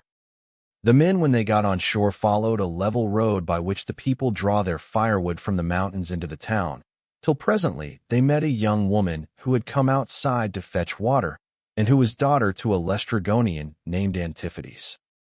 She was going to the fountain Artacia from which the people bring in their water, and when my men had come close up to her, they asked her who the king of that country might be, and over what kind of people he ruled. So she directed them to her father's house. But when they got there, they found his wife to be a giantess as huge as a mountain, and they were horrified at the sight of her. She at once called her husband Antiphates from the place of assembly, and forthwith he set about killing my men. He snatched up one of them, and began to make his dinner off him then and there, whereon the other 2 ran back to the ships as fast as ever they could. But Antiphates raised a hue and cry after them, and thousands of sturdy Lacedaemonians sprang up from every quarter, ogres, not men. They threw vast rocks at us from the cliffs as though they had been mere stones, and I heard the horrid sound of the ships crunching up against one another, and the death cries of my men, as the Lacedaemonians speared them like fishes and took them home to eat them. While they were thus killing my men within the harbor, I drew my sword, cut the cable of my own ship, and told my men to row with all their might if they too would not fare like the rest. So they laid out for their lives, and we were thankful enough when we got into open water out of reach of the rocks they hurled at us. As for the others, there was not one of them left. Thence we sailed sadly on, glad to have escaped death, though we had lost our comrades, and came to the Aeaean island, where Circe lives, a great and cunning goddess who is own sister to the magician Eats, for they are both children of the sun by Perse, who is daughter to Oceanus. We brought our ship into a safe harbor without a word, for some god guided us thither, and having landed we lay there for 2 days and 2 nights, worn out in body and mind. When the morning of the 3rd day came, I took my spear and my sword, and went away from the ship to reconnoiter, and see if I could discover signs of human handiwork, or hear the sound of voices. Climbing to the top of a high lookout, I espied the smoke of Circe's house rising upwards amid a dense forest of trees, and when I saw this I doubted whether, having seen the smoke, I would not go on at once and find out more, but in the end I deemed it best to go back to the ship, give the men their dinners, and send some of them instead of going myself. When I had nearly got back to the ship, some god took pity upon my solitude, and sent a fine antlered stag right into the middle of my path. He was coming down his pasture in the forest to drink of the river, for the heat of the sun drove him, and as he passed I struck him in the middle of the back. The bronze point of the spear went clean through him, and he lay groaning in the dust until the life went out of him. Then I set my foot upon him, drew my spear from the wound, and laid it down. I also gathered rough grass and rushes and twisted them into a fathom or so of good stout rope, with which I bound the 4 feet of the noble creature together. Having so done, I hung him round my neck and walked back to the ship leaning upon my spear, for the stag was much too big for me to be able to carry him on my shoulder, steadying him with one hand. As I threw him down in front of the ship, I called the men and spoke cheeringly man by man to each of them. "Look here, my friends," said I, "we are not going to die so much before our time after all, and at any rate we will not starve so long as we have got something to eat and drink on board."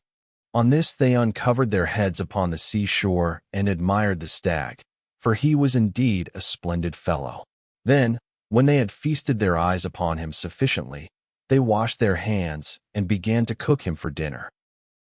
Thus through the livelong day to the going down of the sun we stayed there eating and drinking our fill, but when the sun went down and it came on dark, we camped upon the seashore. When the child of morning, rosy-fingered dawn, appeared, I called a council and said, "My friends, we are in very great difficulties. Listen therefore to me. We have no idea where the sun either sets or rises. 85. so that we do not even know east from west. I see no way out of it. Nevertheless, we must try and find one.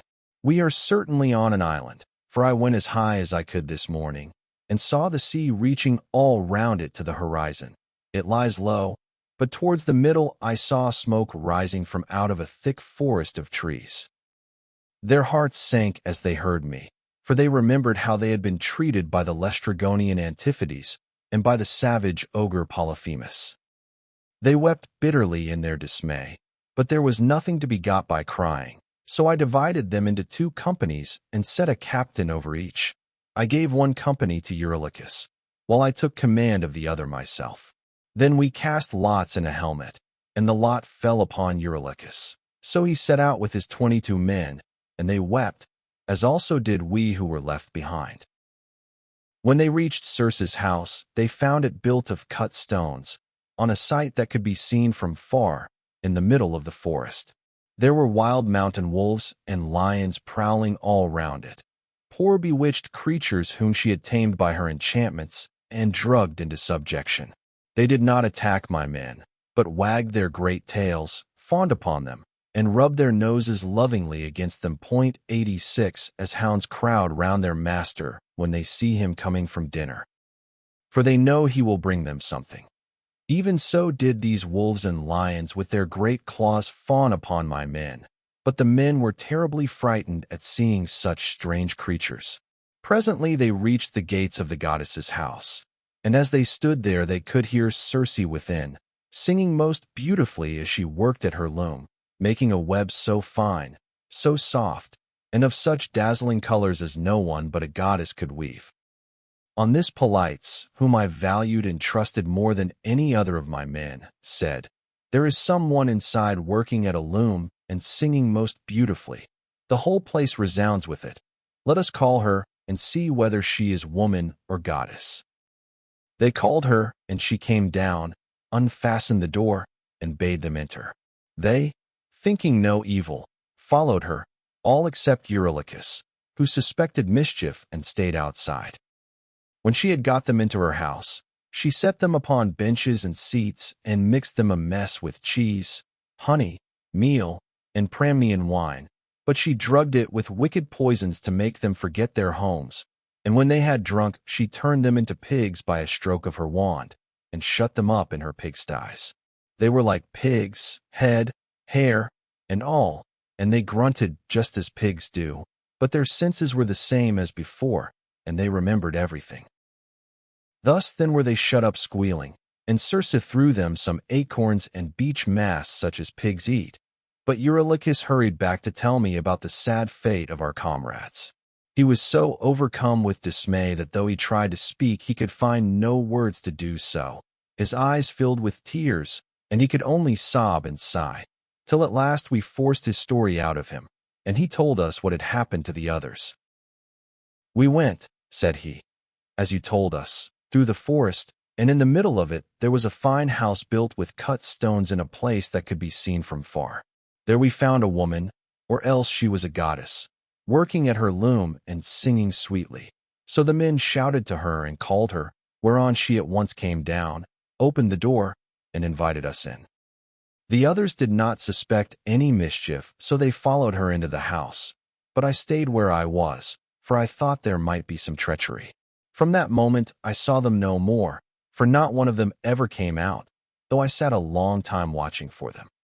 Then I took my sword of bronze and slung it over my shoulders. I also took my bow and told Eurylochus to come back with me and shew me the way. But he laid hold of me with both his hands and spoke piteously, saying, "Sir, do not force me to go with you, but let me stay here, for I know you will not bring one of them back with you, nor even return alive yourself. Let us rather see if we cannot escape at any rate with the few that are left us, for we may still save our lives." "Stay where you are, then," answered I, "eating and drinking at the ship, but I must go, for I am most urgently bound to do so." With this I left the ship and went up inland.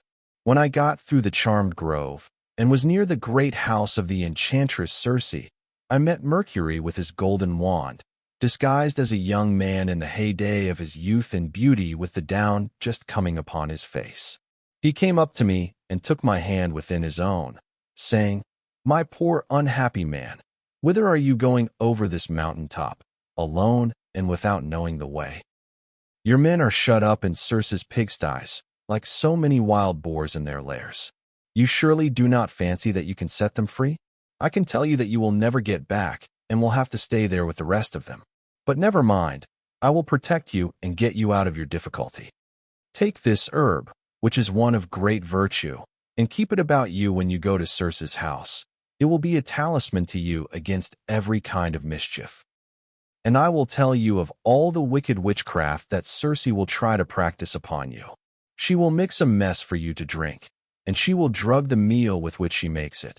But she will not be able to charm you, for the virtue of the herb that I shall give you will prevent her spells from working.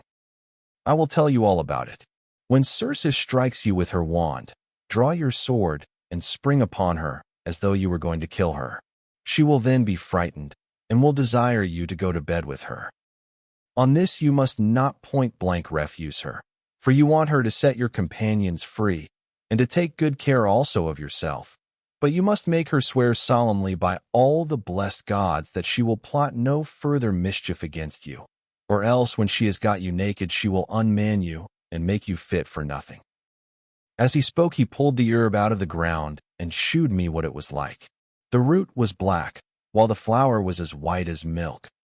The gods call it moly, and mortal men cannot uproot it, but the gods can do whatever they like. Then Mercury went back to high Olympus, passing over the wooded island. But I fared onward to the house of Circe, and my heart was clouded with care as I walked along. When I got to the gates, I stood there and called the goddess. And as soon as she heard me, she came down, opened the door, and asked me to come in. So I followed her, much troubled in my mind. She set me on a richly decorated seat inlaid with silver. There was a footstool also under my feet, and she mixed a mess in a golden goblet for me to drink. But she drugged it, for she meant me mischief. When she had given it me, and I had drunk it without its charming me, she struck me with her wand. "There now," she cried, "be off to the pigsty, and make your lair with the rest of them."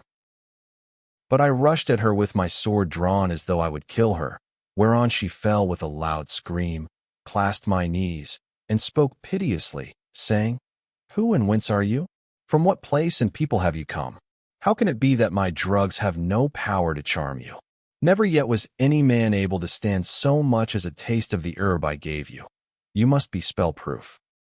Surely you can be none other than the bold hero Ulysses, who Mercury always said would come here some day with his ship while on his way home from Troy. So be it then. Sheathe your sword and let us go to bed, that we may make friends and learn to trust each other." And I answered, "Circe, how can you expect me to be friendly with you when you have just been turning all my men into pigs? And now that you have got me here myself, you mean me mischief when you ask me to go to bed with you, and will unman me and make me fit for nothing. I shall certainly not consent to go to bed with you unless you will first take your solemn oath to plot no further harm against me." So she swore at once as I had told her, and when she had completed her oath, then I went to bed with her. Meanwhile, her 4 servants, who are her housemaids, set about their work. They are the children of the groves and fountains, and of the holy waters that run down into the sea. One of them spread a fair purple cloth over a seat, and laid a carpet underneath it. Another brought tables of silver up to the seats, and set them with baskets of gold. A third mixed some sweet wine with water in a silver bowl, and put golden cups upon the tables, while the fourth brought in water, and set it to boil in a large cauldron over a good fire which she had lighted. When the water in the cauldron was boiling, 87 she poured cold into it till it was just as I liked it, and then she set me in a bath, and began washing me from the cauldron about the head and shoulders, to take the tire and stiffness out of my limbs. As soon as she had done washing me and anointing me with oil, she arrayed me in a good cloak and shirt, and led me to a richly decorated seat inlaid with silver. There was a footstool also under my feet. A maid servant then brought me water in a beautiful golden ewer, and poured it into a silver basin for me to wash my hands, and she drew a clean table beside me. An upper servant brought me bread and offered me many things of what there was in the house, and then Circe bade me eat, but I would not, and sat without heeding what was before me, still moody and suspicious. When Circe saw me sitting there without eating, and in great grief, she came to me and said, "Ulysses, why do you sit like that as though you were dumb, gnawing at your own heart, and refusing both meat and drink? Is it that you are still suspicious? You ought not to be, for I have already sworn solemnly that I will not hurt you." And I said, "Circe, no man with any sense of what is right can think of either eating or drinking in your house until you have set his friends free and let him see them. If you want me to eat and drink, you must free my men and bring them to me that I may see them with my own eyes." When I had said this, she went straight through the court with her wand in her hand and opened the pigsty doors. My men came out like so many prime hogs and stood looking at her. But she went about among them and anointed each with a second drug, whereon the bristles that the bad drug had given them fell off, and they became men again, younger than they were before, and much taller and better looking. They knew me at once, seized me each of them by the hand, and wept for joy till the whole house was filled with the sound of their hullabalooing. And Circe herself was so sorry for them that she came up to me and said, "Ulysses, noble son of Laertes, go back at once to the sea where you have left your ship, and first draw it on to the land. Then hide all your ship's gear and property in some cave, and come back here with your men." I agreed to this, so I went back to the seashore, and found the men at the ship weeping and wailing most piteously. When they saw me, the silly blubbering fellows began frisking round me, as calves break out and gambol round their mothers, when they see them coming home to be milked after they have been feeding all day, and the homestead resounds with their lowing. They seemed as glad to see me as though they had got back to their own rugged Ithaca, where they had been born and bred. "Sir," said the affectionate creatures, "we are as glad to see you back as though we had got safe home to Ithaca. But tell us all about the fate of our comrades." I spoke comfortingly to them and said, "We must draw our ship onto the land, and hide the ship's gear with all our property in some cave. Then come with me all of you as fast as you can to Circe's house, where you will find your comrades eating and drinking in the midst of great abundance." On this the men would have come with me at once, but Eurylochus tried to hold them back and said, "Alas, poor wretches that we are, what will become of us? Rush not on your ruin by going to the house of Circe, who will turn us all into pigs or wolves or lions, and we shall have to keep guard over her house. Remember how the Cyclops treated us when our comrades went inside his cave, and Ulysses with them. It was all through his sheer folly that those men lost their lives." When I heard him, I was in two minds whether or no to draw the keen blade that hung by my sturdy thigh and cut his head off in spite of his being a near relation of my own. But the men interceded for him and said, "Sir, if it may so be, let this fellow stay here and mind the ship, but take the rest of us with you to Circe's house." On this we all went inland, and Eurylochus was not left behind after all, but came on too, for he was frightened by the severe reprimand that I had given him. Meanwhile, Circe had been seeing that the men who had been left behind were washed and anointed with olive oil. She had also given them woolen cloaks and shirts, and when we came we found them all comfortably at dinner in her house. As soon as the men saw each other face to face and knew one another, they wept for joy and cried aloud till the whole palace rang again. Thereon Circe came up to me and said, "Ulysses, noble son of Laertes, tell your men to leave off crying. I know how much you have all of you suffered at sea, and how ill you have fared among cruel savages on the mainland. But that is over now, so stay here, and eat and drink till you are once more as strong and hardy as you were when you left Ithaca. For at present you are weakened both in body and mind. You keep all the time thinking of the hardships you have suffered during your travels, so that you have no more cheerfulness left in you." Thus did she speak, and we assented. We stayed with Circe for a whole 12-month, feasting upon an untold quantity both of meat and wine. But when the year had passed and the waning of moons and the long days had come round, my men called me apart and said, "Sir, it is time you began to think about going home. If so be you are to be spared to see your house and native country at all." Thus did they speak, and I assented. Thereon through the livelong day to the going down of the sun, we feasted our fill on meat and wine. But when the sun went down, and it came on dark, the men laid themselves down to sleep in the covered cloisters. I, however, after I had got into bed with Circe, besought her by her knees, and the goddess listened to what I had got to say. "Circe," said I, "please to keep the promise you made me about furthering me on my homeward voyage. I want to get back, and so do my men. They are always pestering me with their complaints as soon as ever your back is turned." And the goddess answered, "Ulysses, noble son of Laertes, you shall none of you stay here any longer if you do not want to. But there is another journey which you have got to take before you can sail homewards. You must go to the house of Hades and of dread Proserpine to consult the ghost of the blind Theban prophet Tiresias, whose reason is still unshaken. To him alone has Proserpine left his understanding even in death, but the other ghosts flit about aimlessly." I was dismayed when I heard this. I sat up in bed and wept, and would gladly have lived no longer to see the light of the sun. But presently, when I was tired of weeping and tossing myself about, I said, "And who shall guide me upon this voyage? For the house of Hades is a port that no ship can reach." "You will want no guide," she answered. "Raise your mast, set your white sails, sit quite still, and the north wind will blow you there of itself. When your ship has traversed the waters of Oceanus, you will reach the fertile shore of Proserpine's country with its groves of tall poplars and willows that shed their fruit untimely. Here beach your ship upon the shore of Oceanus, and go straight on to the dark abode of Hades.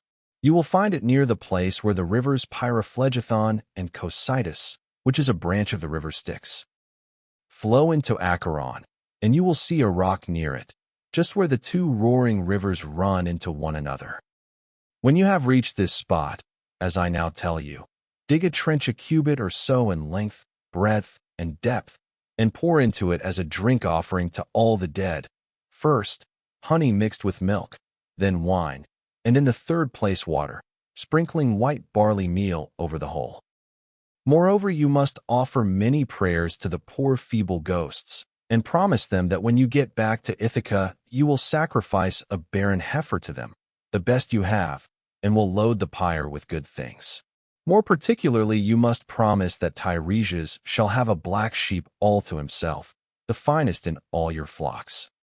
When you shall have thus besought the ghosts with your prayers, offer them a ram and a black ewe, bending their heads towards Erebus. But yourself turn away from them, as though you would make towards the river. On this, many dead men's ghosts will come to you, and you must tell your men to skin the 2 sheep that you have just killed, and offer them as a burnt sacrifice with prayers to Hades and to Proserpine. Then draw your sword and sit there, so as to prevent any other poor ghost from coming near the spilt blood before Tiresias shall have answered your questions. The seer will presently come to you, and will tell you about your voyage, what stages you are to make, and how you are to sail the sea so as to reach your home." It was daybreak by the time she had done speaking, so she dressed me in my shirt and cloak. As for herself, she threw a beautiful light gossamer fabric over her shoulders, fastening it with a golden girdle round her waist, and she covered her head with a mantle.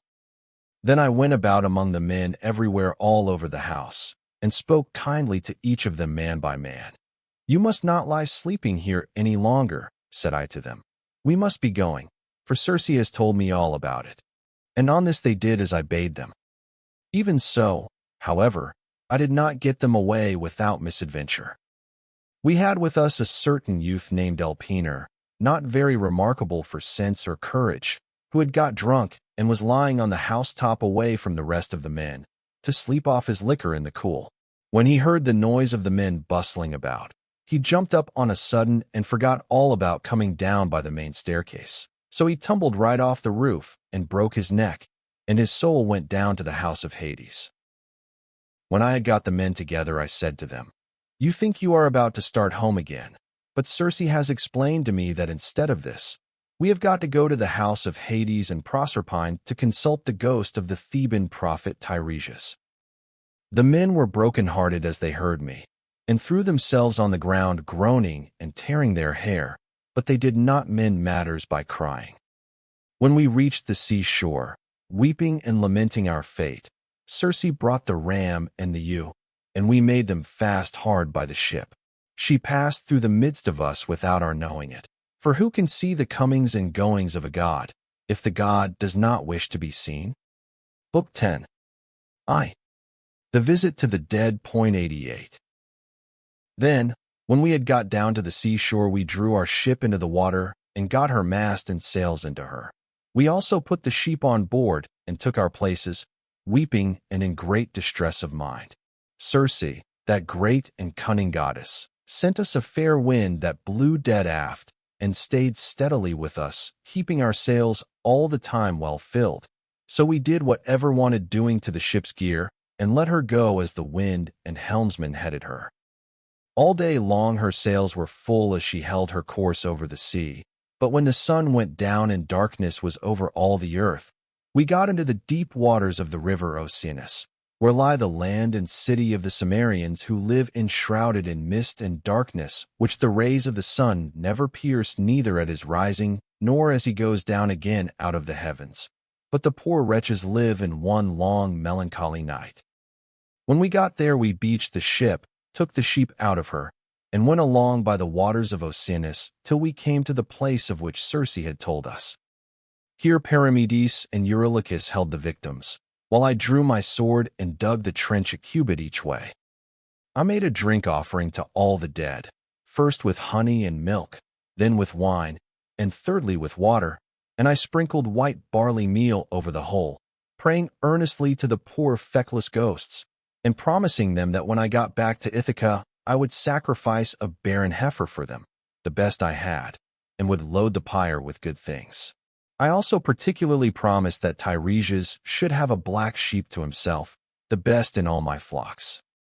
When I had prayed sufficiently to the dead, I cut the throats of the 2 sheep and let the blood run into the trench, whereon the ghosts came trooping up from Erebus, brides, 89 young bachelors, old men worn out with toil, maids who had been crossed in love, and brave men who had been killed in battle, with their armor still smirched with blood. They came from every quarter and flitted round the trench with a strange kind of screaming sound that made me turn pale with fear. When I saw them coming, I told the men to be quick and flay the carcasses of the 2 dead sheep and make burnt offerings of them, and at the same time to repeat prayers to Hades and to Proserpine. But I sat where I was with my sword drawn, and would not let the poor feckless ghosts come near the blood till Tiresias should have answered my questions. The first ghost that came was that of my comrade Elpenor, for he had not yet been laid beneath the earth. We had left his body unwaked and unburied in Circe's house, for we had had too much else to do. I was very sorry for him, and cried when I saw him. "Elpenor," said I, "how did you come down here into this gloom and darkness? You have got here on foot quicker than I have with my ship." "Sir," he answered with a groan, "it was all bad luck, and my own unspeakable drunkenness. I was lying asleep on the top of Circe's house, and never thought of coming down again by the great staircase, but fell right off the roof and broke my neck. So my soul came down to the house of Hades. And now I beseech you by all those whom you have left behind you, though they are not here, by your wife, by the father who brought you up when you were a child, and by Telemachus, who is the one hope of your house, do what I shall now ask you. I know that when you leave this limbo, you will again hold your ship for the Aeaean island. Do not go thence leaving me unwaked and unburied behind you, or I may bring heaven's anger upon you. But burn me with whatever armor I have. Build a barrow for me on the seashore, that may tell people in days to come what a poor unlucky fellow I was, and plant over my grave the oar I used to row with when I was yet alive and with my messmates." And I said, "My poor fellow, I will do all that you have asked of me." Thus, then, did we sit and hold sad talk with one another, I on the one side of the trench with my sword held over the blood, and the ghost of my comrade saying all this to me from the other side. Then came the ghost of my dead mother Anticlea, daughter to Autolycus. I had left her alive when I set out for Troy and was moved to tears when I saw her. But even so, for all my sorrow, I would not let her come near the blood till I had asked my questions of Tiresias. Then came also the ghost of Theban Tiresias, with his golden scepter in his hand. He knew me and said, Ulysses, noble son of Laertes, why, poor man, have you left the light of day and come down to visit the dead in this sad place? Stand back from the trench and withdraw your sword that I may drink of the blood and answer your questions truly. So I drew back and sheathed my sword, whereon when he had drank of the blood, he began with his prophecy. You want to know, said he, about your return home, but heaven will make this hard for you. I do not think that you will escape the eye of Neptune, who still nurses his bitter grudge against you for having blinded his son. Still, after much suffering you may get home if you can restrain yourself and your companions when your ship reaches the Thrinacian island, where you will find the sheep and cattle belonging to the sun, who sees and gives ear to everything. If you leave these flocks unharmed and think of nothing but of getting home, you may yet after much hardship reach Ithaca. But if you harm them, then I forewarn you of the destruction both of your ship and of your men. Even though you may yourself escape, you will return in bad plight after losing all your men, in another man's ship, and you will find trouble in your house, which will be overrun by high-handed people who are devouring your substance under the pretext of paying court and making presents to your wife. When you get home, you will take your revenge on these suitors.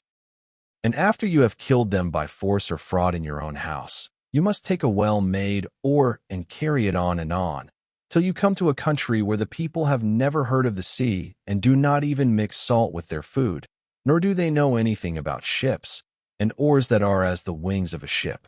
I will give you this certain token which cannot escape your notice. A wayfarer will meet you, and will say it must be a winnowing shovel that you have got upon your shoulder. On this you must fix the oar in the ground and sacrifice a ram, a bull, and a boar to Neptune. 90, then go home and offer hecatombs to all the gods in heaven one after the other. As for yourself, death shall come to you from the sea, and your life shall ebb away very gently when you are full of years and peace of mind, and your people shall bless you. All that I have said will come true. 91. This, I answered, must be as it may please heaven, but tell me and tell me and tell me true. I see my poor mother's ghost close by us. She is sitting by the blood without saying a word, and though I am her own son, she does not remember me and speak to me. Tell me, sir, how I can make her know me. That, said he, I can soon do. Any ghost that you let taste of the blood will talk with you like a reasonable being, but if you do not let them have any blood, they will go away again. On this the ghost of Tiresias went back to the house of Hades, for his prophesyings had now been spoken, but I sat still where I was until my mother came up and tasted the blood. Then she knew me at once and spoke fondly to me, saying, My son, how did you come down to this abode of darkness while you are still alive? It is a hard thing for the living to see these places, for between us and them there are great and terrible waters, and there is Oceanus, which no man can cross on foot, but he must have a good ship to take him. Are you all this time trying to find your way home from Troy, and have you never yet got back to Ithaca, nor seen your wife in your own house? Mother, said I was forced to come here to consult the ghost of the Theban prophet Tiresias.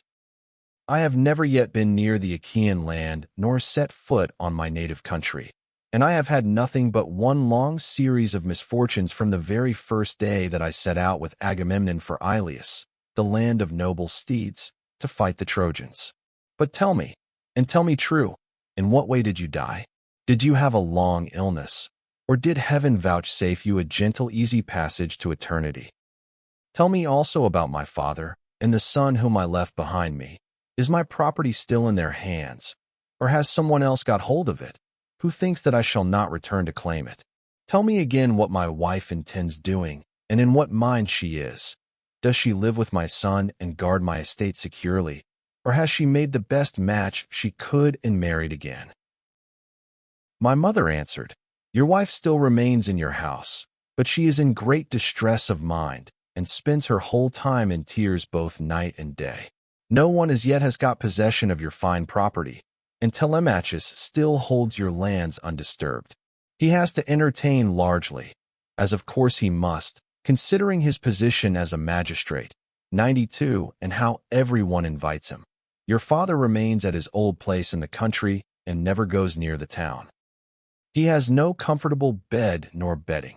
In the winter he sleeps on the floor in front of the fire with the men and goes about all in rags. But in summer, when the warm weather comes on again, he lies out in the vineyard on a bed of vine leaves thrown anyhow upon the ground. He grieves continually about your never having come home, and suffers more and more as he grows older. As for my own, and it was in this wise. Heaven did not take me swiftly and painlessly in my own house, nor was I attacked by any illness such as those that generally wear people out and kill them, but my longing to know what you were doing and the force of my affection for you. This it was that was the death of me. 93. Then I tried to find some way of embracing my poor mother's ghost. Thrice I sprang towards her and tried to clasp her in my arms, but each time she flitted from my embrace as it were a dream or phantom, and being touched to the quick, I said to her, "Mother, why do you not stay still when I would embrace you? If we could throw our arms around one another, we might find sad comfort in the sharing of our sorrows, even in the house of Hades. Does Proserpine want to lay a still further load of grief upon me by mocking me with a phantom only?" "My son," she answered, "most ill-fated of all mankind, it is not Proserpine that is beguiling you, but all people are like this when they are dead. The sinews no longer hold the flesh and bones together. These perish in the fierceness of consuming fire as soon as life has left the body, and the soul flits away as though it were a dream. Now, however, go back to the light of day as soon as you can, and note all these things that you may tell them to your wife hereafter." Thus did we converse, and anon Proserpine sent up the ghosts of the wives and daughters of all the most famous men. They gathered in crowds about the blood, and I considered how I might question them severally. In the end I deemed that it would be best to draw the keen blade that hung by my sturdy thigh, and keep them from all drinking the blood at once. So they came up one after the other, and each one as I questioned her told me her race and lineage. The first I saw was Tyro. She was daughter of Salmoneus and wife of Cretheus the son of Aeolus. 94 She fell in love with the river Enopeus, who is much the most beautiful river in the whole world. Once when she was taking a walk by his side as usual, Neptune, disguised as her lover, lay with her at the mouth of the river, and a huge blue wave arched itself like a mountain over them to hide both woman and god, whereon he loosed her virgin girdle and laid her in a deep slumber. When the god had accomplished the deed of love, he took her hand in his own and said, "Tyro, rejoice in all good will. The embraces of the gods are not fruitless, and you will have fine twins about this time 12 months. Take great care of them. I am Neptune, so now go home, but hold your tongue and do not tell anyone." Then he dived under the sea, and she in due course bore Peleus and Neleus, who both of them served Jove with all their might. Peleus was a great breeder of sheep and lived in Iolcus, but the other lived in Perilous. The rest of her children were by Cretheus, namely, Ezon, Pheres, and Amathaon, who was a mighty warrior and charioteer. Next to her I saw Antiope, daughter to Asopus, who could boast of having slept in the arms of even Jove himself, and who bore him 2 sons, Amphion and Zethus. These founded Thebes with its 7 gates, and built a wall all round it. For strong though they were, they could not hold Thebes till they had walled it. Then I saw Alcmena, the wife of Amphitryon, who also bore to Jove indomitable Hercules, and Megara, who was daughter to great King Creon, and married the redoubtable son of Amphitryon. I also saw fair Epicaste, mother of King Oedipodes, whose awful lot it was to marry her own son without suspecting it. He married her after having killed his father, but the gods proclaimed the whole story to the world, whereon he remained king of Thebes, in great grief for the spite the gods had borne him. But Epicaste went to the house of the mighty jailer Hades, having hanged herself for grief, and the avenging spirits haunted him as for an outraged mother, to his ruing bitterly thereafter. Then I saw Chloris, whom Neleus married for her beauty, having given priceless presents for her. She was youngest daughter to Amphion son of Isis and king of Minion Orchomenus, and was queen in Perilous. She bore Nestor, Chromius, and Periclymenus, and she also bore that marvelously lovely woman Pero, who was wooed by all the country round. But Neleus would only give her to him who should raid the cattle of Iphicles from the grazing grounds of Phylace, and this was a hard task. The only man who would undertake to raid them was a certain excellent seer, 95, but the will of heaven was against him, for the rangers of the cattle caught him and put him in prison. Nevertheless, when a full year had passed, and the same season came round again, Iphicles set him at liberty, after he had expounded all the oracles of heaven. Thus, then, was the will of Jove accomplished. And I saw Leda the wife of Tyndarus, who bore him 2 famous sons, Castor breaker of horses, and Pollux the mighty boxer. Both these heroes are lying under the earth, though they are still alive, for by a special dispensation of Jove, they die and come to life again, each one of them every other day throughout all time, and they have the rank of gods. After her, I saw Iphimedia, wife of Ulysses, who boasted the embrace of Neptune. She bore 2 sons, Odysseus and Ephialtes, but both were short-lived. They were the finest children that were ever born in this world, and the best-looking, Orion only excepted, for at 9 years old they were 9 fathoms high, and measured 9 cubits round the chest. They threatened to make war with the gods in Olympus, and tried to set Mount Ossa on the top of Mount Olympus, and Mount Pelion on the top of Ossa, that they might scale heaven itself, and they would have done it too if they had been grown up, but Apollo, son of Leto, killed both of them, before they had got so much as a sign of hair upon their cheeks or chin. Then I saw Phaedra, and Procris, and fair Ariadne, daughter of the magician Minos, whom Theseus was carrying off from Crete to Athens, but he did not enjoy her, for before he could do so Diana killed her in the island of Gia on account of what Bacchus had said against her. I also saw Mera and Clymene and hateful Eriphyle, who sold her own husband for gold. But it would take me all night if I were to name every single one of the wives and daughters of heroes whom I saw, and it is time for me to go to bed, either on board ship with my crew, or here. As for my escort, heaven and yourselves will see to it." Here he ended, and the guests sat all of them enthralled and speechless throughout the covered cloister. Then Arates said to them, "What do you think of this man, O Phaeacians? Is he not tall and good-looking, and is he not clever? True, he is my own guest, but all of you share in the distinction. Do not be in a hurry to send him away, nor niggardly in the presents you make to one who is in such great need, for heaven has blessed all of you with great abundance." Then spoke the aged hero Echeneus, who was one of the oldest men among them. "My friends," said he, "what our august queen has just said to us is both reasonable and to the purpose, therefore be persuaded by it. But the decision whether in word or deed rests ultimately with King Alcinous." "The thing shall be done," exclaimed Alcinous, "as surely as I still live and reign over the Phaeacians. Our guest is indeed very anxious to get home.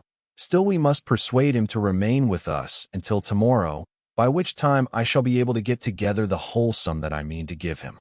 As regards his escort, it will be a matter for you all, and mine above all others as the chief person among you."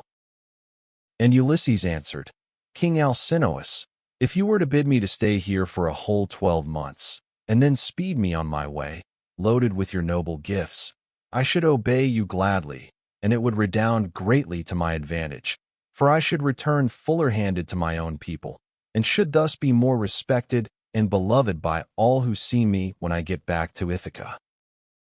"Ulysses," replied Alcinous, Not one of us who sees you as any idea that you are a charlatan or a swindler. I know there are many people going about who tell such plausible stories that it is very hard to see through them. But there is a style about your language which assures me of your good disposition. Moreover, you have told the story of your own misfortunes and those of the Argives, as though you were a practiced bard. But tell me, and tell me true, whether you saw any of the mighty heroes who went to Troy at the same time with yourself, and perished there. The evenings are still at their longest, and it is not yet bedtime.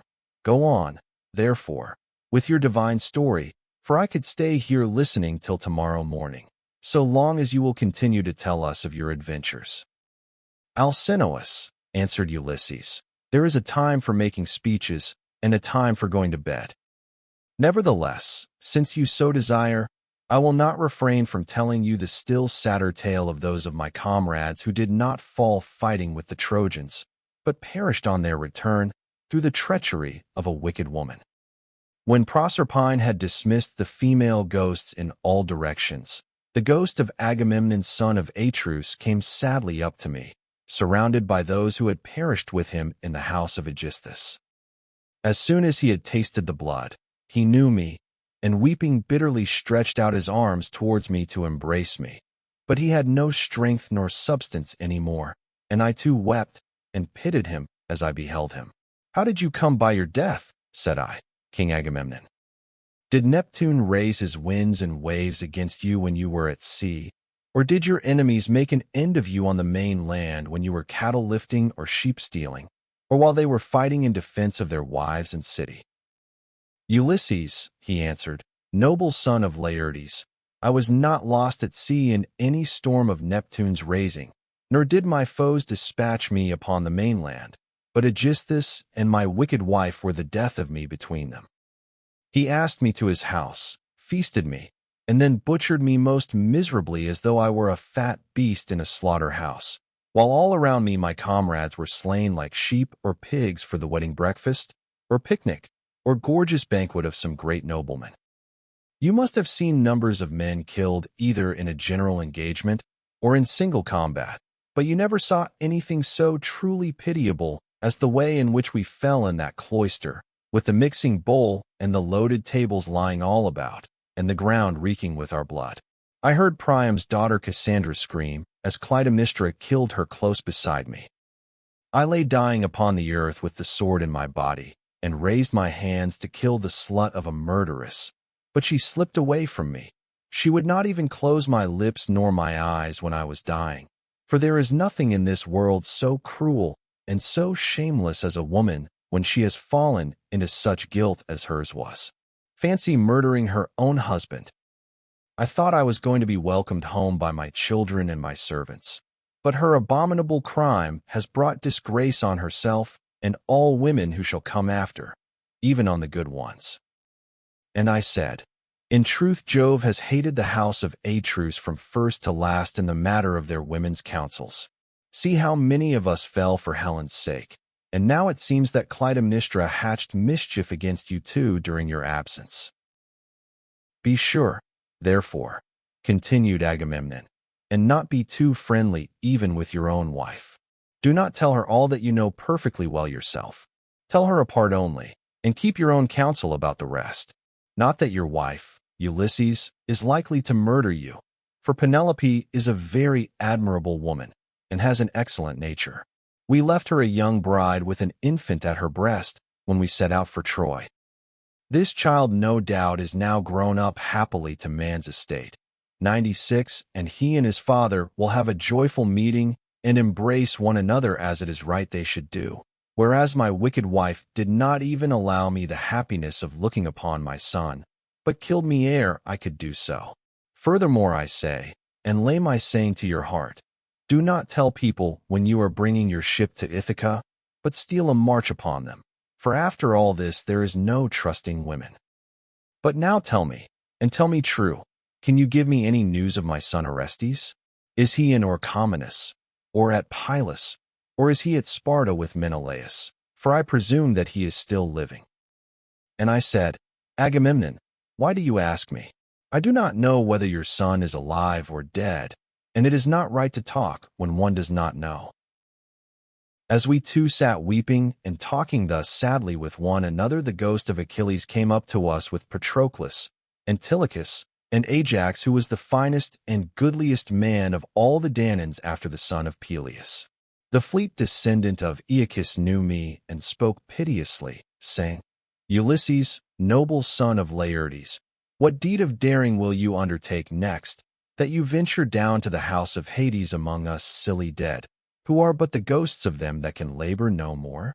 And I said, Achilles, son of Peleus, foremost champion of the Achaeans, I came to consult Tiresias, and see if he could advise me about my return home to Ithaca, for I have never yet been able to get near the Achaean land, nor to set foot in my own country, but have been in trouble all the time.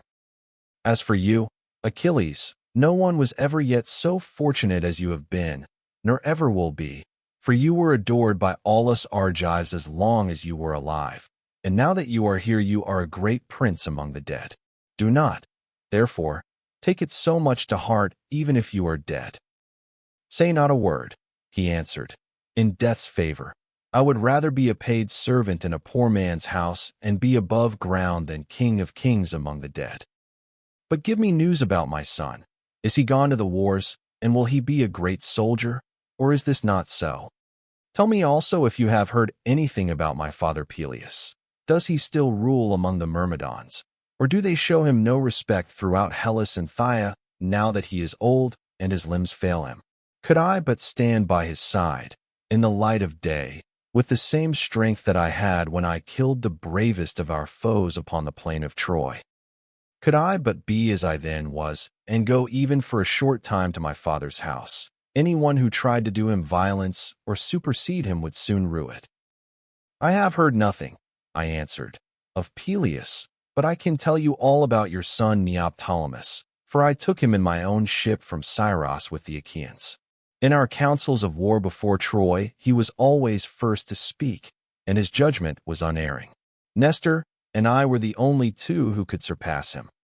And when it came to fighting on the plain of Troy, he would never remain with the body of his men, but would dash on far in front, foremost of them all in valor. Many a man did he kill in battle. I cannot name every single one of those whom he slew while fighting on the side of the Argives, but will only say how he killed that valiant hero Eurypylus son of Telephus, who was the handsomest man I ever saw except Memnon. Many others also of the Cedians fell around him by reason of a woman's bribes. Moreover, when all the bravest of the Argives went inside the horse that Epeus had made, and it was left to me to settle when we should either open the door of our ambuscade or close it, though all the other leaders and chief men among the Danaans were drying their eyes and quaking in every limb, I never once saw him turn pale nor wipe a tear from his cheek. He was all the time urging me to break out from the horse, grasping the handle of his sword and his bronze-shod spear, and breathing fury against the foe. Yet when we had sacked the city of Priam, he got his handsome share of the prize money and went on board, such is the fortune of war, without a wound upon him, neither from a thrown spear nor in close combat, for the rage of Mars is a matter of great chance. When I had told him this, the ghost of Achilles strode off across a meadow full of asphodel, exulting over what I had said concerning the prowess of his son. The ghosts of other dead men stood near me and told me each his own melancholy tale, but that of Ajax son of Telamon alone held aloof, still angry with me for having won the cause in our dispute about the armor of Achilles. Thetis had offered it as a prize, but the Trojan prisoners and Minerva were the judges. Would that I had never gained the day in such a contest, for it cost the life of Ajax, who was foremost of all the Danaans after the son of Peleus, alike in stature and prowess. When I saw him, I tried to pacify him and said, Ajax, will you not forget and forgive even in death, but must the judgment about that hateful armor still rankle with you? It cost us Argives dear enough to lose such a tower of strength as you were to us. We mourned you as much as we mourned Achilles son of Peleus himself, nor can the blame be laid on anything but on the spite which Jove bore against the Danaans. for it was this that made him counsel your destruction. Come hither, therefore, bring your proud spirit into subjection, and hear what I can tell you." He would not answer, but turned away to Erebus and to the other ghosts. Nevertheless, I should have made him talk to me in spite of his being so angry, or I should have gone on talking to him. 97 Only that there were still others among the dead whom I desired to see. Then I saw Minos, son of Jove, with his golden scepter in his hand, sitting in judgment on the dead, and the ghosts were gathered sitting and standing round him in the spacious house of Hades, to learn his sentences upon them. After him I saw huge Orion in a meadow full of asphodel, driving the ghosts of the wild beasts that he had killed upon the mountains, and he had a great bronze club in his hand, unbreakable for ever and ever. And I saw Tityus, son of Gaius, stretched upon the plain and covering some 9 acres of ground. 2 vultures on either side of him were digging their beaks into his liver, and he kept on trying to beat them off with his hands, but could not. For he had violated Jove's mistress Leto, as she was going through Panopeus on her way to Pytho. I saw also the dreadful fate of Tantalus, who stood in a lake that reached his chin. He was dying to quench his thirst, but could never reach the water, for whenever the poor creature stooped to drink, it dried up and vanished, so that there was nothing but dry ground, parched by the spite of heaven. There were tall trees, moreover, that shed their fruit over his head. Pears, pomegranates, apples, sweet figs, and juicy olives. But whenever the poor creature stretched out his hand to take some, the wind tossed the branches back again to the clouds. And I saw Sisyphus at his endless task, raising his prodigious stone with both his hands. With hands and feet he tried to roll it up to the top of the hill, but always, just before he could roll it over on to the other side, its weight would be too much for him, and the pitiless stone 98 would come thundering down again onto the plain. Then he would begin trying to push it uphill again, and the sweat ran off him and the steam rose after him. After him I saw mighty Hercules, but it was his phantom only, for he is feasting ever with the immortal gods, and has lovely Hebe to wife, who is daughter of Jove and Juno. The ghosts were screaming round him like scared birds flying all whithers. He looked black as night with his bare bow in his hands and his arrow on the string, glaring around as though ever on the point of taking aim. About his breast there was a wondrous golden belt adorned in the most marvelous fashion with bears, wild boars, and lions with gleaming eyes. There was also war, battle, and death. The man who made that belt, do what he might, would never be able to make another like it. Hercules knew me at once when he saw me, and spoke piteously, saying, "My poor Ulysses, noble son of Laertes, are you too leading the same sorry kind of life that I did when I was above ground? I was son of Jove, but I went through an infinity of suffering, for I became bondsman to one who was far beneath me, a low fellow who set me all manner of labors. He once sent me here to fetch the hellhound, for he did not think he could find anything harder for me than this. But I got the hound out of Hades and brought him to him, for Mercury and Minerva helped me." On this Hercules went down again into the house of Hades, but I stayed where I was in case some other of the mighty dead should come to me. And I should have seen still other of them that are gone before, whom I would fain have seen, Theseus and Pirithous, glorious children of the gods. But so many thousands of ghosts came round me and uttered such appalling cries, that I was panic-stricken lest Proserpine should send up from the house of Hades the head of that awful monster Gorgon. On this I hastened back to my ship and ordered my men to go on board at once and loose the hawsers. So they embarked and took their places, whereon the ship went down the stream of the river Oceanus. We had to row at first, but presently a fair wind sprang up. Book 10. 2. The Sirens, Scylla and Charybdis, the cattle of the sun. After we were clear of the river Oceanus, and had got out into the open sea, we went on till we reached the Aeaean island, where there is dawn and sunrise, as in other places. We then drew our ship onto the sands, and got out of her onto the shore, where we went to sleep and waited till day should break. Then, when the child of morning, rosy-fingered dawn, appeared, I sent some men to Circe's house to fetch the body of Elpenor. We cut firewood from a wood where the headland jutted out into the sea, and after we had wept over him and lamented him, we performed his funeral rites. When his body and armor had been burned to ashes, we raised a cairn, set a stone over it, and at the top of the cairn we fixed the oar that he had been used to row with. While we were doing all this, Circe, who knew that we had got back from the house of Hades, dressed herself and came to us as fast as she could. And her maid servants came with her bringing us bread, meat, and wine. Then she stood in the midst of us and said, "You have done a bold thing in going down alive to the house of Hades, and you will have died twice, to other peoples once. Now, then, stay here for the rest of the day, feast your fill, and go on with your voyage at daybreak tomorrow morning. In the meantime, I will tell Ulysses about your course, and will explain everything to him, so as to prevent your suffering from misadventure either by land or sea." We agreed to do as she had said, and feasted through the livelong day to the going down of the sun. But when the sun had set and it came on dark, the men laid themselves down to sleep by the stern cables of the ship. Then Circe took me by the hand and bade me be seated away from the others, while she reclined by my side and asked me all about our adventures. "So far so good," said she, when I had ended my story, "and now pay attention to what I am about to tell you. Heaven itself, indeed, will recall it to your recollection. First you will come to the Sirens who enchant all who come near them.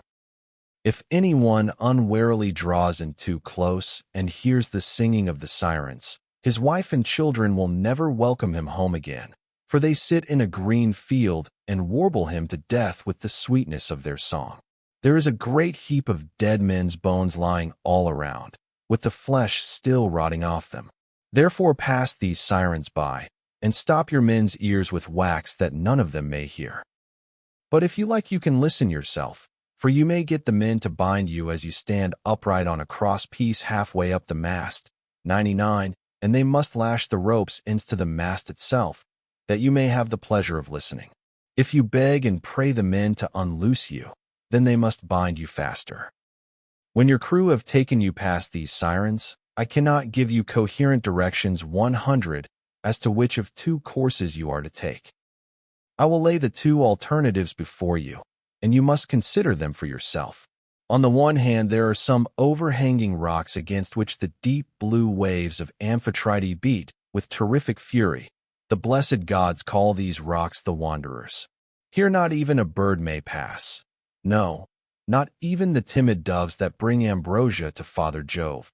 But the sheer rock always carries off one of them, and Father Jove has to send another to make up their number. No ship that ever yet came to these rocks has got away again, but the waves and whirlwinds of fire are freighted with wreckage and with the bodies of dead men. The only vessel that ever sailed and got through was the famous Argo on her way from the house of Eats, and she too would have gone against these great rocks, only that Juno piloted her past them for the love she bore to Jason. Of these two rocks the one reaches heaven, and its peak is lost in a dark cloud. This never leaves it, so that the top is never clear not even in summer and early autumn. No man, though he had 20 hands and 20 feet, could get a foothold on it and climb it, for it runs sheer up, as smooth as though it had been polished. In the middle of it there is a large cavern, looking west and turned towards Erebus. You must take your ship this way, but the cave is so high up that not even the stoutest archer could send an arrow into it. Inside it Scylla sits and yelps with a voice that you might take to be that of a young hound, but in truth she is a dreadful monster, and no one, not even a god, could face her without being terror-struck. She has 12 misshapen feet, and 6 necks of the most prodigious length. And at the end of each neck she has a frightful head with 3 rows of teeth in each, all set very close together, so that they would crunch anyone to death in a moment. And she sits deep within her shady cell, thrusting out her heads and peering all round the rock, fishing for dolphins or dogfish or any larger monster that she can catch, of the thousands with which Amphitrite teems. No ship ever yet got past her without losing some men, for she shoots out all her heads at once, and carries off a man in each mouth. You will find the other rock lie lower, but they are so close together that there is not more than a bowshot between them. A large fig tree in full leaf 101 grows upon it, and under it lies the sucking whirlpool of Charybdis. 3 times in the day does she vomit forth her waters, and 3 times she sucks them down again. See that you be not there when she is sucking, for if you are, Neptune himself could not save you. You must hug the Scylla side and drive ship by as fast as you can, for you had better lose 6 men than your whole crew. Is there no way, said I, of escaping Charybdis, and at the same time keeping Scylla off when she is trying to harm my men? You daredevil, replied the goddess. You are always wanting to fight somebody or something. You will not let yourself be beaten even by the immortals. For Scylla is not mortal. Moreover, she is savage, extreme, rude, cruel, and invincible. There is no help for it. Your best chance will be to get by her as fast as ever you can. For if you dawdle about her rock while you are putting on your armor, she may catch you with a second cast of her 6 heads and snap up another half-dozen of your men. So drive your ship past her at full speed and roar out lustily to Crates, who is Scylla's dam. Bad luck to her. She will then stop her from making a second raid upon you. You will now come to the Thrinacian island, and here you will see many herds of cattle and flocks of sheep belonging to the sun god. 7 herds of cattle and 7 flocks of sheep, with 50 head in each flock. They do not breed, nor do they become fewer in number, and they are tended by the goddesses Phaethusa and Lampede, who are children of the sun god Hyperion by Neaera.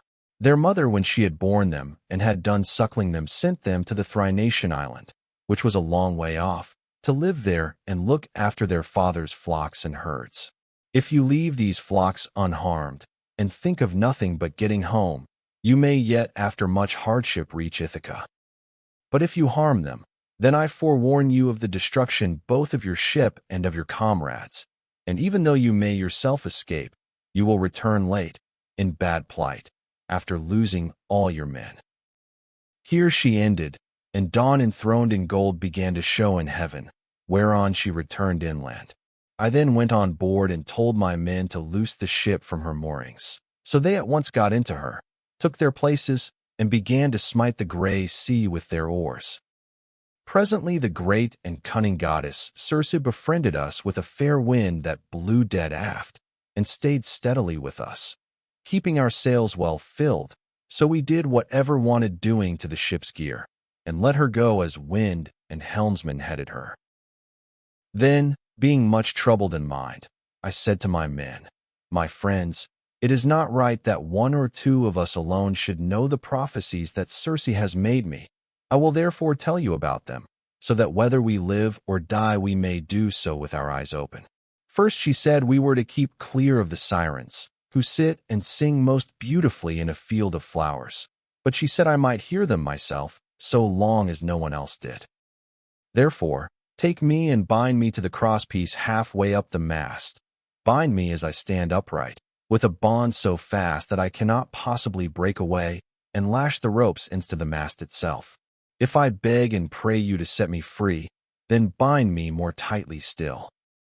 I had hardly finished telling everything to the men before we reached the island of the 2 Sirens. 102 for the wind had been very favorable. Then all of a sudden it fell dead calm. There was not a breath of wind nor a ripple upon the water, so the men furled the sails and stowed them. Then taking to their oars they whitened the water with the foam they raised in rowing. Meanwhile I took a large wheel of wax, and cut it up small with my sword. Then I kneaded the wax in my strong hands till it became soft, which it soon did between the kneading and the rays of the sun god's son of Hyperion. Then I stopped the ears of all my men, and they bound me hands and feet to the mast as I stood upright on the cross-piece, but they went on rowing themselves.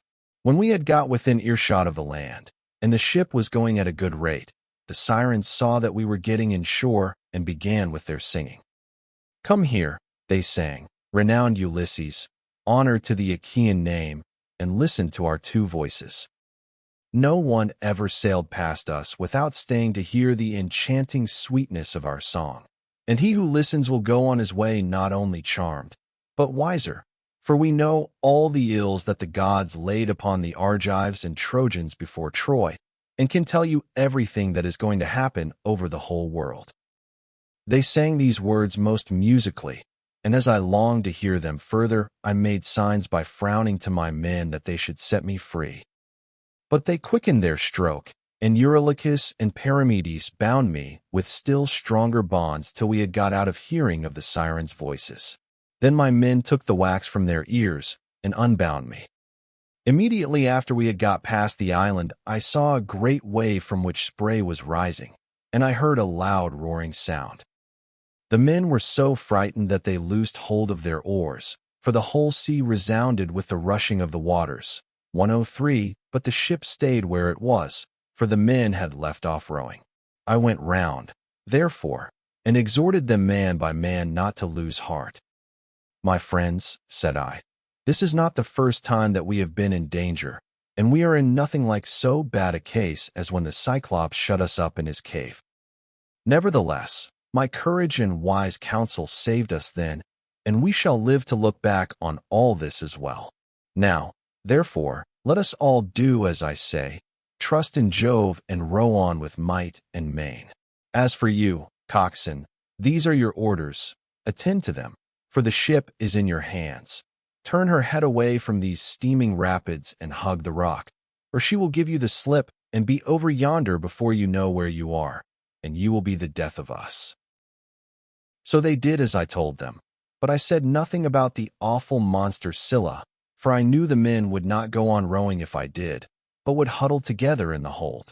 In one thing only did I disobey Circe's strict instructions. I put on my armor. Then seizing 2 strong spears, I took my stand on the ship's bows, for it was there that I expected first to see the monster of the rock, who was to do my men so much harm. But I could not make her out anywhere, though I strained my eyes with looking the gloomy rock all over and over. Then we entered the straits in great fear of mind, for on the one hand was Scylla, and on the other dread Charybdis kept sucking up the salt water. As she vomited it up, it was like the water in a cauldron when it is boiling over upon a great fire, and the spray reached the top of the rocks on either side. When she began to suck again, we could see the water all inside whirling round and round, and it made a deafening sound as it broke against the rocks. We could see the bottom of the whirlpool all black with sand and mud, and the men were at their wits' ends for fear. While we were taken up with this, and were expecting each moment to be our last, Scylla pounced down suddenly upon us, and snatched up my 6 best men. I was looking at once after both ship and men, and in a moment I saw their hands and feet ever so high above me, struggling in the air as Scylla was carrying them off, and I heard them call out my name in one last despairing cry. As a fisherman, seated, spear in hand, upon some jutting rock 104 throws bait into the water to deceive the poor little fishes, and spears them with the ox's horn with which his spear is shod, throwing them gasping onto the land as he catches them one by one. Even so did Scylla land these panting creatures on her rock, and munch them up at the mouth of her den, while they screamed and stretched out their hands to me in their mortal agony. This was the most sickening sight that I saw throughout all my voyages. When we had passed the wandering rocks, with Scylla and terrible Charybdis, we reached the noble island of the sun god, where were the goodly cattle and sheep belonging to the sun Hyperion. While still at sea in my ship, I could bear the cattle lowing as they came home to the yards, and the sheep bleating. Then I remembered what the blind Theban prophet Tiresias had told me, and how carefully Circe had warned me to shun the island of the blessed sun god. So being much troubled, I said to the men, "My men, I know you are hard-pressed, but listen while I tell you the prophecy that Tiresias made me, and how carefully Circe warned me to shun the island of the blessed sun god, for it was here, she said, that our worst danger would lie. Head the ship, therefore, away from the island." The men were in despair at this, and Eurylochus at once gave me an insolent answer. "Ulysses," said he, "you are cruel. You are very strong yourself and never get worn out. You seem to be made of iron, and now, Though your men are exhausted with toil and want of sleep, you will not let them land and cook themselves a good supper upon this island, but bid them put out to sea and go faring fruitlessly on through the watches of the flying night. It is by night that the winds blow hardest and do so much damage. How can we escape should one of those sudden squalls spring up from southwest or west, which so often wreck a vessel when our lords the gods are unpropitious? Now, therefore, let us obey the behests of night and prepare our supper here hard by the ship. Tomorrow morning we will go on board again and put out to sea." Thus spoke Eurylochus, and the men approved his words. I saw that heaven meant us a mischief, and said, "You force me to yield, for you are many against one. But at any rate each one of you must take his solemn oath that if he meet with a herd of cattle or a large flock of sheep, he will not be so mad as to kill a single head of either, but will be satisfied with the food that Circe has given us." They all swore as I bade them, and when they had completed their oath we made the ship fast in a harbor that was near a stream of fresh water, and the men went ashore and cooked their suppers. As soon as they had had enough to eat and drink, they began talking about their poor comrades whom Scylla had snatched up and eaten. This set them weeping, and they went on crying till they fell off into a sound sleep. In the third watch of the night, when the stars had shifted their places, Jove raised a great gale of wind that flew a hurricane, so that land and sea were covered with thick clouds, and night sprang forth out of the heavens. When the child of morning, rosy-fingered dawn, appeared, we brought the ship to land and drew her into a cave wherein the sea nymphs hold their courts and dances, and I called the men together in council.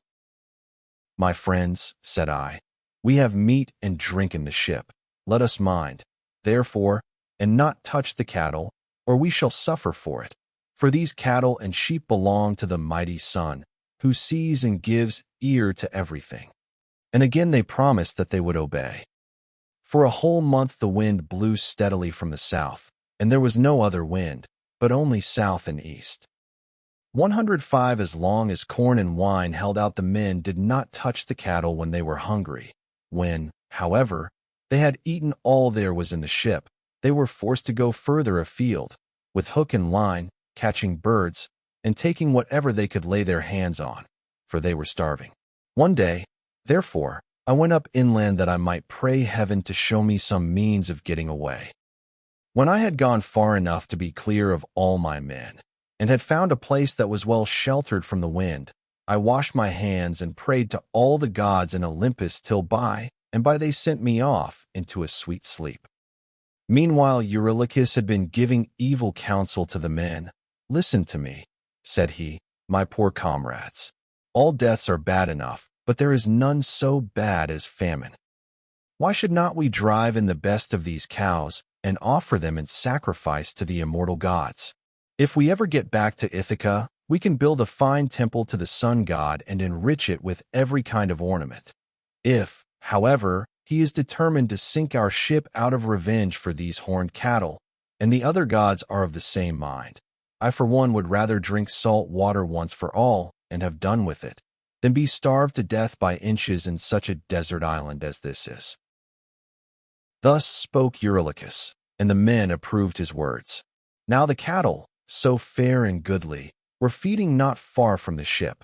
The men, therefore, drove in the best of them, and they all stood round them saying their prayers, and using young oak shoots instead of barley meal, for there was no barley left.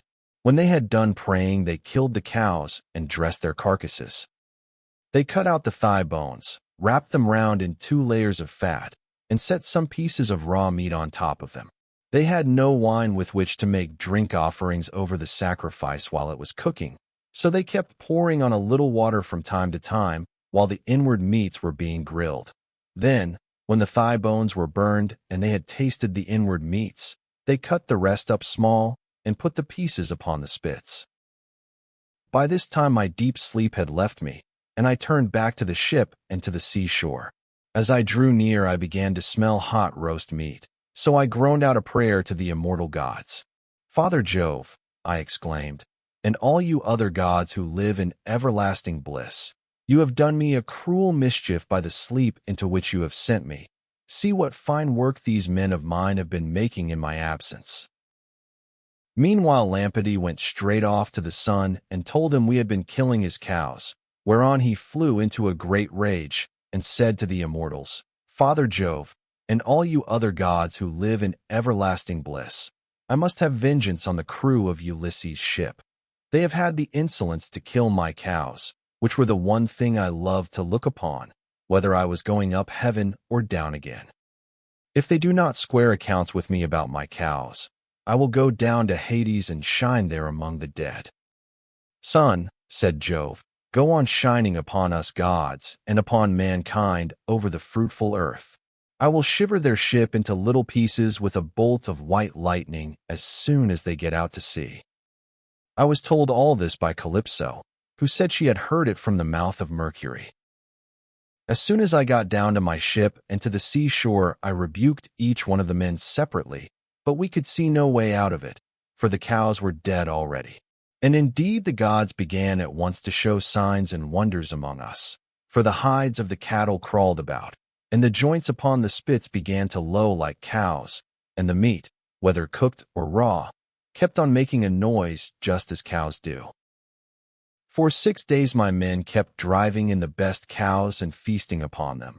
But when Jove the son of Saturn had added a 7th day, the fury of the gale abated.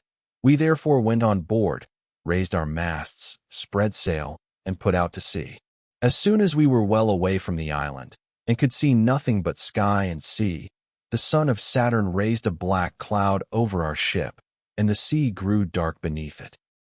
We did not get on much further, for in another moment we were caught by a terrific squall from the west that snapped the forestays of the mast so that it fell aft, while all the ship's gear tumbled about at the bottom of the vessel. The mast fell upon the head of the helmsman in the ship's stern, so that the bones of his head were crushed to pieces, and he fell overboard as though he were diving, with no more life left in him. Then Jove let fly with his thunderbolts, and the ship went round and round, and was filled with fire and brimstone as the lightning struck it. The men all fell into the sea. They were carried about in the water round the ship, looking like so many seagulls, but the god presently deprived them of all chance of getting home again.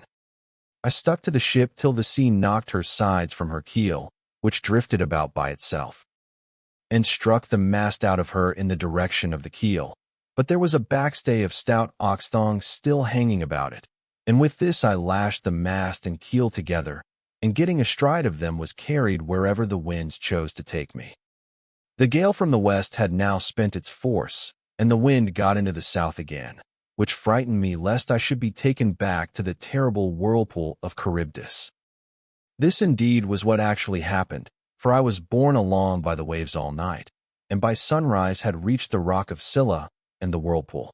She was then sucking down the salt sea water, 106, but I was carried aloft toward the fig tree, which I caught hold of and clung on to like a bat. I could not plant my feet anywhere so as to stand securely, for the roots were a long way off, and the boughs that overshadowed the whole pool were too high, too vast, and too far apart for me to reach them. So I hung patiently on, waiting till the pool should discharge my mast and raft again, and a very long while it seemed. A juryman is not more glad to get home to supper, after having been long detained in court by troublesome cases, than I was to see my raft beginning to work its way out of the whirlpool again. At last I let go with my hands and feet, and fell heavily into the sea, hard by my raft on to which I then got, and began to row with my hands. As for Scylla, the father of gods and men would not let her get further sight of me, otherwise I should have certainly been lost. 107. Hence I was carried along for 9 days, till on the 10th night the gods stranded me on the Ogygian island, where dwells the great and powerful goddess Calypso. She took me in and was kind to me, but I need say no more about this, for I told you and your noble wife all about it yesterday, and I hate saying the same thing over and over again. Book 13. Ulysses leaves Scyria and returns to Ithaca. Thus did he speak, and they all held their peace throughout the covered cloister, enthralled by the charm of his story, till presently Alcinous began to speak. "Ulysses," said he, Now that you have reached my house, I doubt not you will get home without further misadventure, no matter how much you have suffered in the past. To you others, however, who come here night after night to drink my choicest wine and listen to my bard, I would insist as follows. Our guest has already packed up the clothes, wrought gold, 108, and other valuables which you have brought for his acceptance. Let us now, therefore, present him further, each one of us, with a large tripod and a cauldron. We will recoup ourselves by the levy of a general rate, for private individuals cannot be expected to bear the burden of such a handsome present. Every one approved of this, and then they went home to bed, each in his own abode. When the child of morning, rosy-fingered dawn, appeared, they hurried down to the ship and brought their cauldrons with them. Alcinous went on board and saw everything so securely stowed under the ship's benches that nothing could break adrift and injure the rowers. Then they went to the house of Alcinous to get dinner, and he sacrificed a bull for them in honor of Jove, who is the Lord of all. They set the steaks to grill and made an excellent dinner, after which the inspired bard, Telemachus, who was a favorite with every one, sang to them. But Ulysses kept on turning his eyes towards the sun, as though to hasten his setting, for he was longing to be on his way. As one who has been all day plowing a fallow field with a couple of oxen keeps thinking about his supper, and is glad when night comes that he may go and get it, for it is all his legs can do to carry him. Even so did Ulysses rejoice when the sun went down, and he at once said to the Phaeacians, addressing himself more particularly to King Alcinous, Sir, and all of you farewell. Make your drink offerings and send me on my way rejoicing, for you have fulfilled my heart's desire by giving me an escort and making me presents, which heaven grant that I may turn to good account. May I find my admirable wife living in peace among friends. 109, and may you whom I leave behind me give satisfaction to your wives and children. 110, may heaven vouchsafe you every good grace, and may no evil thing come among your people. Thus did he speak. His hearers, all of them, approved his saying and agreed that he should have his escort inasmuch as he had spoken reasonably. Alcinous therefore said to his servant, Pontonous, mix some wine and hand it round to everybody, that we may offer a prayer to Father Jove and speed our guest upon his way. Pontonous mixed the wine and handed it to every one in turn. The others, each from his own seat, made a drink offering to the blessed gods that live in heaven. But Ulysses rose and placed the double cup in the hands of Queen Arete. Farewell, Queen, said he. Henceforward and forever, till age and death, the common lot of mankind, lay their hands upon you. I now take my leave. Be happy in this house with your children, your people, and with King Alcinous. As he spoke, he crossed the threshold, and Alcinous sent a man to conduct him to his ship and to the seashore. Arete also sent some maidservants with him, one with a clean shirt and cloak, another to carry his strong box, and a third with corn and wine. When they got to the water side, the crew took these things and put them on board, with all the meat and drink. But for Ulysses they spread a rug and a linen sheet on deck that he might sleep soundly in the stern of the ship. Then he too went on board and lay down without a word. But the crew took every man his place and loosed the hawser from the pierced stone to which it had been bound. Thereon, when they began rowing out to sea, Ulysses fell into a deep, sweet, and almost death-like slumber. 111. The ship bounded forward on her way as a four-in-hand chariot flies over the course when the horses feel the whip. Her prow curveted as it were the neck of a stallion, and a great wave of dark blue water seethed in her wake. She held steadily on her course, and even a falcon, swiftest of all birds, could not have kept pace with her.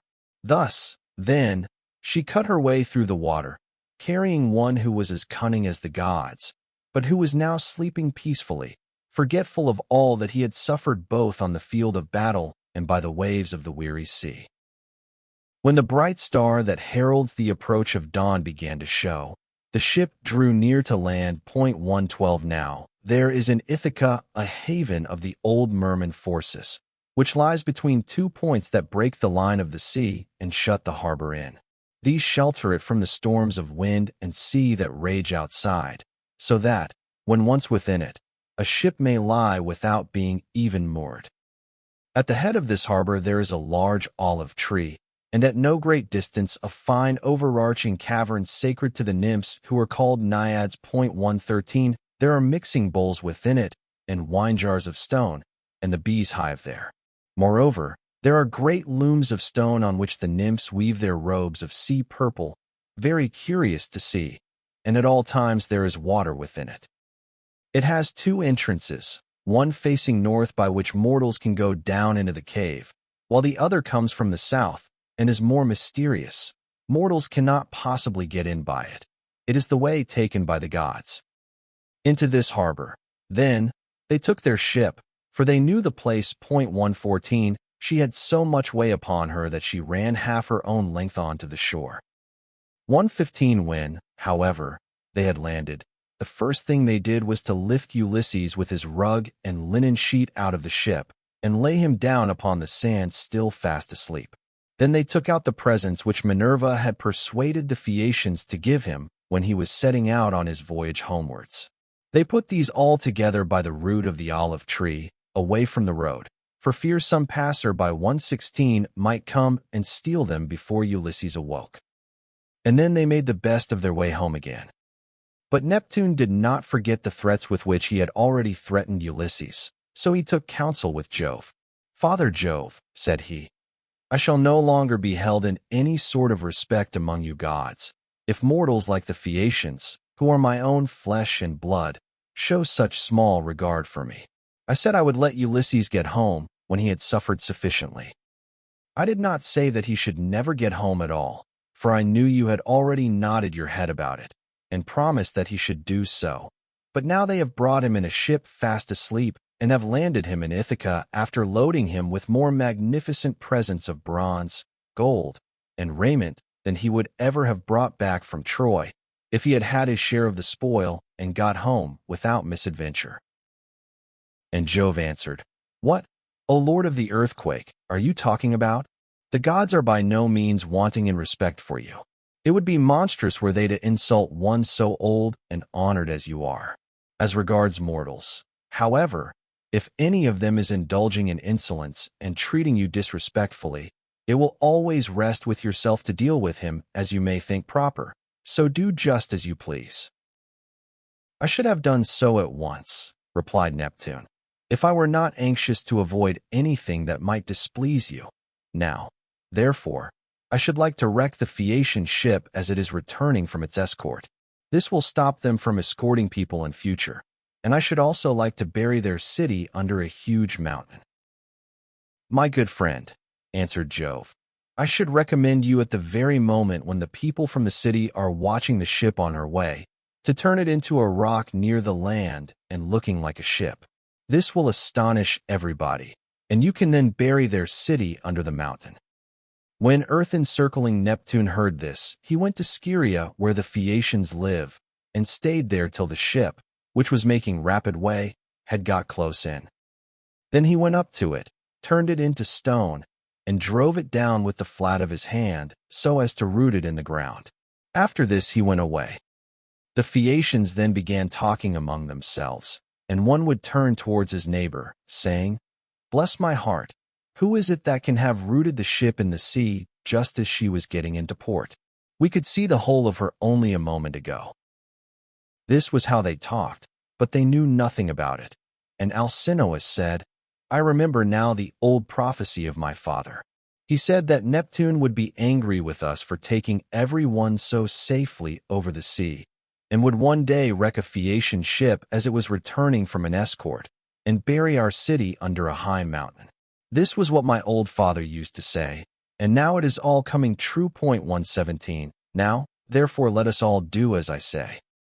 In the first place we must leave off giving people escorts when they come here, and in the next let us sacrifice 12 picked bulls to Neptune that he may have mercy upon us, and not bury our city under the high mountain." When the people heard this they were afraid, and got ready the bulls. Thus did the chiefs and rulers of the Phaeacians pray to King Neptune, standing round his altar, and at the same time 118 Ulysses woke up once more upon his own soil. He had been so long away that he did not know it again. Moreover, Jove's daughter Minerva had made it a foggy day, so that people might not know of his having come, and that she might tell him everything without either his wife or his fellow citizens and friends recognizing him 119 until he had taken his revenge upon the wicked suitors. Everything, therefore, seemed quite different to him.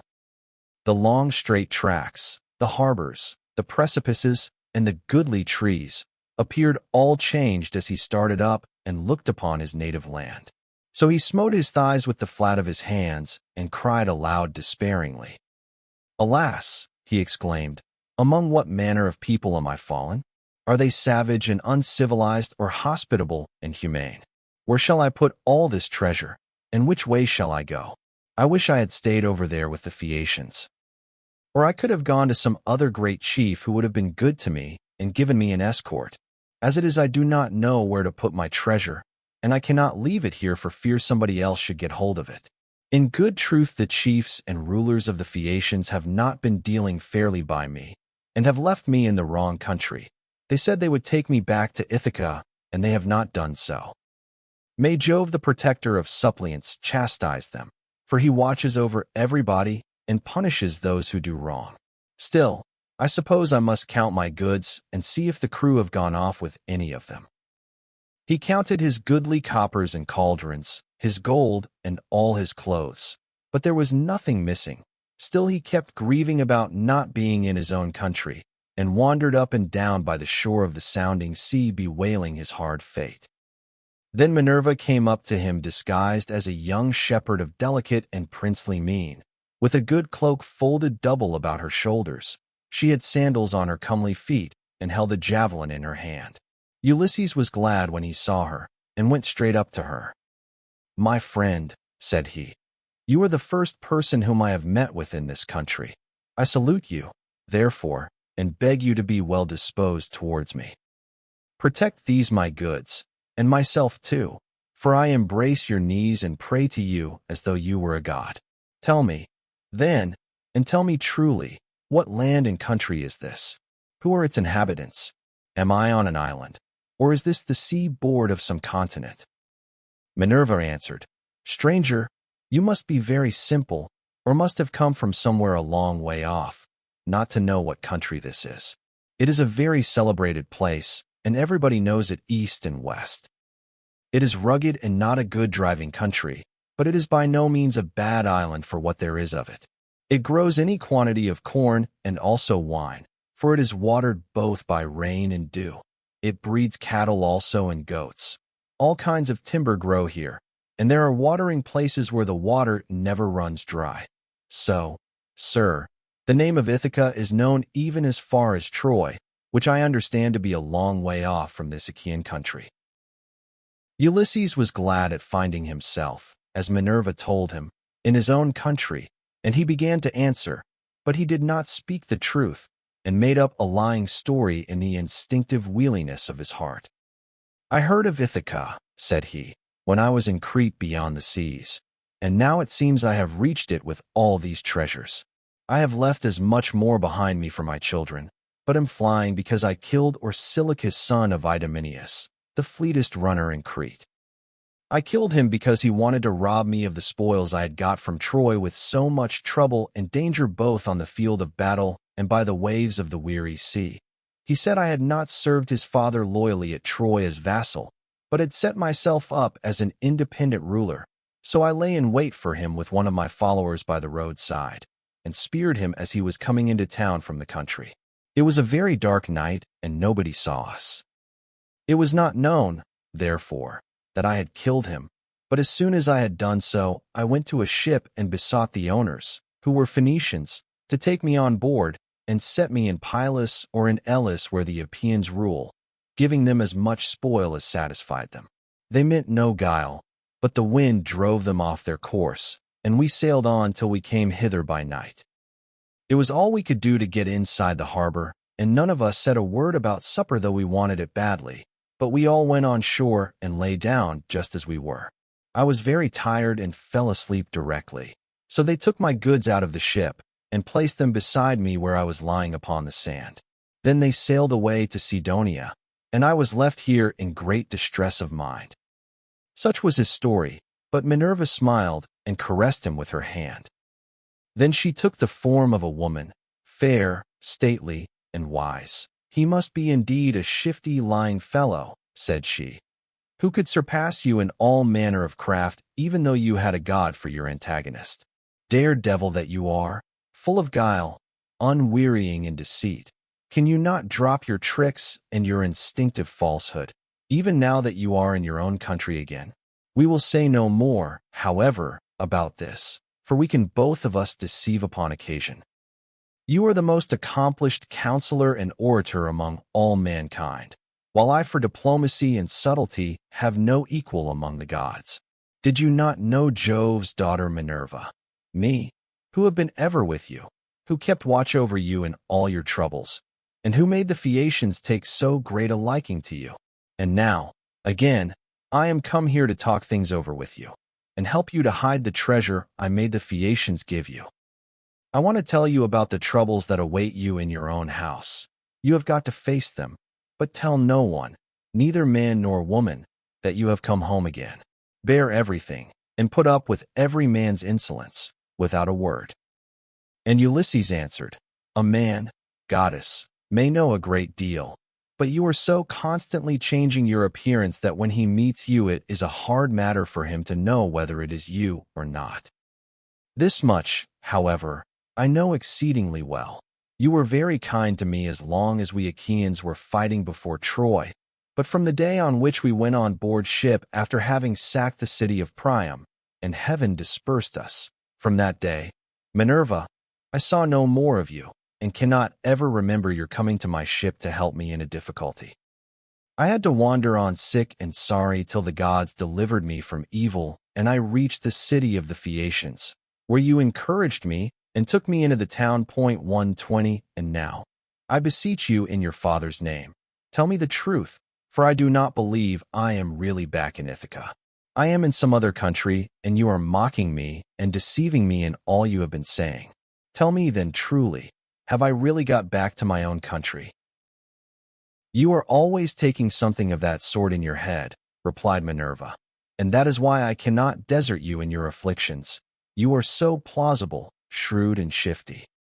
Anyone but yourself on returning from so long a voyage would at once have gone home to see his wife and children, but you do not seem to care about asking after them or hearing any news about them till you have exploited your wife, who remains at home vainly grieving for you, and having no peace night or day for the tears she sheds on your behalf.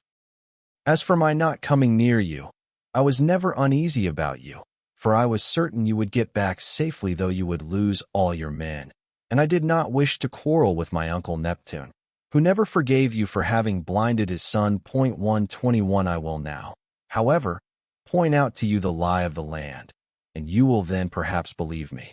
This is the haven of the old merman Phorcys, and here is the olive tree that grows at the head of it. Near it is the cave sacred to the Naiads.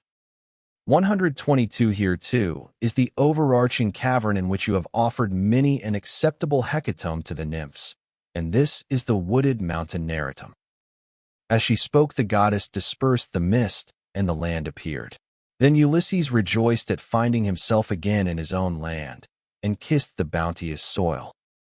He lifted up his hands and prayed to the nymphs, saying, "Naiad nymphs, daughters of Jove, I made sure that I was never again to see you. Now therefore I greet you with all loving salutations, and I will bring you offerings as in the old days, if Jove's redoubtable daughter will grant me life, and bring my son to manhood." "Take heart, and do not trouble yourself about that," rejoined Minerva. "Let us rather set about stowing your things at once in the cave, where they will be quite safe. Let us see how we can best manage it all." Therewith she went down into the cave to look for the safest hiding places, while Ulysses brought up all the treasure of gold, bronze, and good clothing which the Phaeacians had given him. They stowed everything carefully away, and Minerva set a stone against the door of the cave. Then the two sat down by the root of the great olive, and consulted how to compass the destruction of the wicked suitors.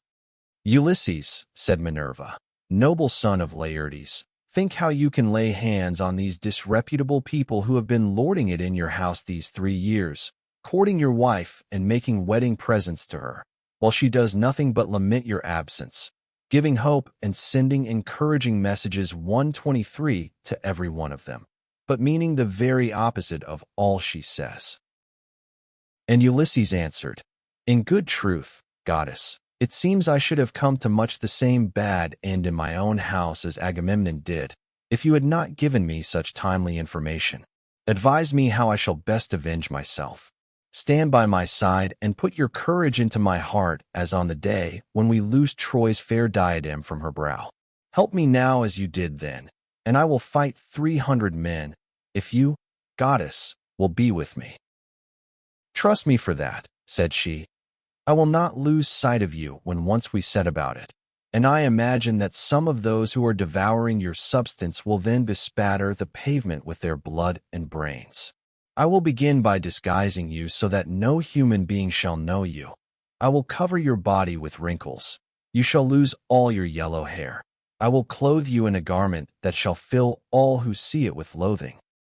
I will blear your fine eyes for you, and make you an unseemly object in the sight of the suitors, of your wife, and of the son whom you left behind you. Then go at once to the swineherd who is in charge of your pigs. He has been always well affected towards you, and is devoted to Penelope and your son. You will find him feeding his pigs near the rock that is called Raven 124 by the fountain Arethusa, where they are fattening on beech mast and spring water after their manner. Stay with him and find out how things are going, while I proceed to Sparta and see your son, who is with Menelaus at Lacedaemon, where he has gone to try and find out whether you are still alive." 125. "But why," said Ulysses, "did you not tell him, for you knew all about it? Did you want him too to go sailing about amid all kinds of hardship, while others are eating up his estate?" Minerva answered, "Never mind about him. I sent him that he might be well spoken of for having gone. He is in no sort of difficulty, but is staying quite comfortably with Menelaus, and is surrounded with abundance of every kind. The suitors have put out to sea and are lying in wait for him, for they mean to kill him before he can get home. I do not much think they will succeed, but rather that some of those who are now eating up your estate will first find a grave themselves. Break time equals 0. 25s / As she spoke, Minerva touched him with her wand and covered him with wrinkles, took away all his yellow hair, and withered the flesh over his whole body. She bleared his eyes, which were naturally very fine ones. She changed his clothes and threw an old rag of a wrap about him, and a tunic, tattered, filthy, and begrimed with smoke. She also gave him an undressed deer skin as an outer garment, and furnished him with a staff and a wallet all in holes, with a twisted thong for him to sling it over his shoulder. When the pair had thus laid their plans, they parted, and the goddess went straight to Lacedaemon to fetch Telemachus. Book 14. Ulysses in the hut with Eumaeus. Ulysses now left the haven, and took the rough track up through the wooded country and over the crest of the mountain till he reached the place where Minerva had said that he would find the swineherd, who was the most thrifty servant he had. He found him sitting in front of his hut, which was by the yards that he had built on a site which could be seen from far. He had made them spacious 126 and fair to see, with a free run for the pigs all round them. He had built them during his master's absence, of stones which he had gathered out of the ground, without saying anything to Penelope or Laertes, and he had fenced them on top with thorn bushes. Outside the yard he had run a strong fence of oaken posts, split, and set pretty close together, while inside he had built 12 sties near one another for the sows to lie in. There were 50 pigs wallowing in each sty, all of them breeding sows. But the boars slept outside and were much fewer in number, for the suitors kept on eating them, and the swineherd had to send them the best he had continually. There were 360 boar pigs, and the herdsman's 4 hounds, which were as fierce as wolves, slept always with them. The swineherd was at that moment cutting out a pair of sandals 127 from a good stout ox hide.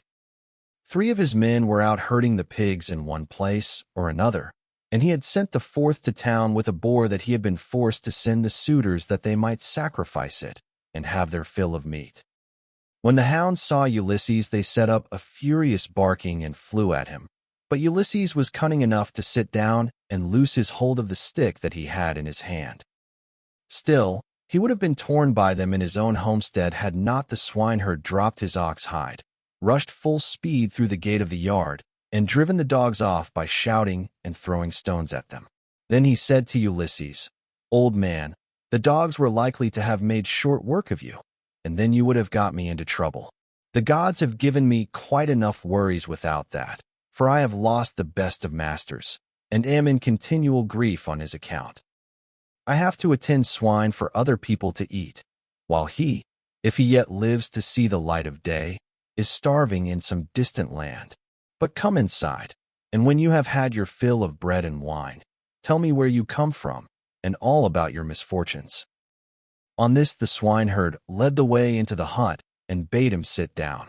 He strewed a good thick bed of rushes upon the floor, and on the top of this he threw the shaggy chamois skin, a great thick one, on which he used to sleep by night. Ulysses was pleased at being made thus welcome, and said, "May Jove, sir, and the rest of the gods grant you your heart's desire in return for the kind way in which you have received me." To this you answered, "O swineherd Eumaeus, stranger, though a still poorer man should come here, it would not be right for me to insult him, for all strangers and beggars are from Jove. You must take what you can get and be thankful, for servants live in fear when they have young lords for their masters. And this is my misfortune now, for heaven has hindered the return of him who would have been always good to me and given me something of my own, a house, a piece of land, a good-looking wife, and all else that a liberal master allows a servant who has worked hard for him, and whose labor the gods have prospered as they have mine in the situation which I hold.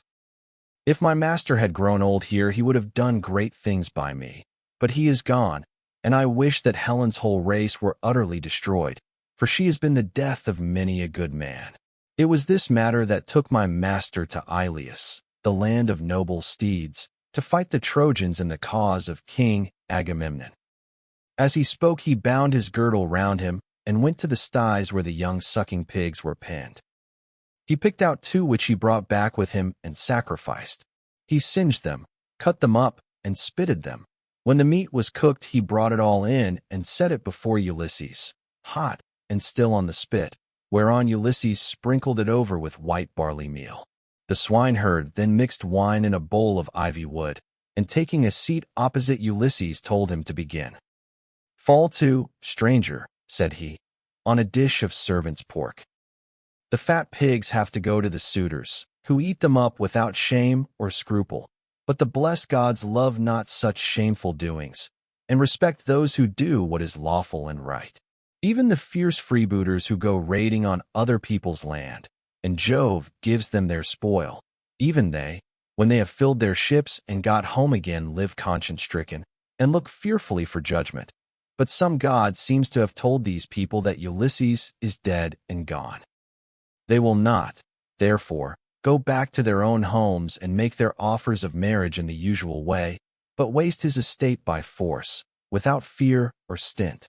Not a day or night comes out of heaven, but they sacrifice not 1 victim nor 2 only, and they take the run of his wine, for he was exceedingly rich. No other great man, either in Ithaca or on the mainland, is as rich as he was. He had as much as 20 men put together. I will tell you what he had. There are 12 herds of cattle upon the mainland, and as many flocks of sheep. There are also 12 droves of pigs, while his own men and hired strangers feed him 12 widely spreading herds of goats. Here in Ithaca he runs even large flocks of goats on the far end of the island, and they are in the charge of excellent goat herds. Each one of these sends the suitors the best goat in the flock every day. As for myself, I am in charge of the pigs that you see here, and I have to keep picking out the best I have and sending it to them." This was his story, But Ulysses went on eating and drinking ravenously without a word, brooding his revenge. When he had eaten enough and was satisfied, the swineherd took the bowl from which he usually drank, filled it with wine, and gave it to Ulysses, who was pleased, and said as he took it in his hands, "My friend, who was this master of yours that bought you and paid for you, so rich and so powerful as you tell me? You say he perished in the cause of King Agamemnon. Tell me who he was, in case I may have met with such a person." "Jove and the other gods know, but I may be able to give you news of him, for I have traveled much." Eumaeus answered, "Old man, no traveler who comes here with news will get Ulysses' wife and son to believe his story. Nevertheless, tramps in want of a lodging keep coming with their mouths full of lies and not a word of truth. Every one who finds his way to Ithaca goes to my mistress and tells her falsehoods, whereon she takes them in, makes much of them, and asks them all manner of questions, crying all the time as women will when they have lost their husbands. And you too, old man, for a shirt and a cloak would doubtless make up a very pretty story. But the wolves and birds of prey have long since torn Ulysses to pieces, or the fishes of the sea have eaten him, and his bones are lying buried deep in sand upon some foreign shore. He is dead and gone, and a bad business it is for all his friends, for me especially. Go where I may, I shall never find so good a master, not even if I were to go home to my mother and father where I was bred and born. I do not so much care, however, about my parents now, though I should dearly like to see them again in my own country. It is the loss of Ulysses that grieves me most.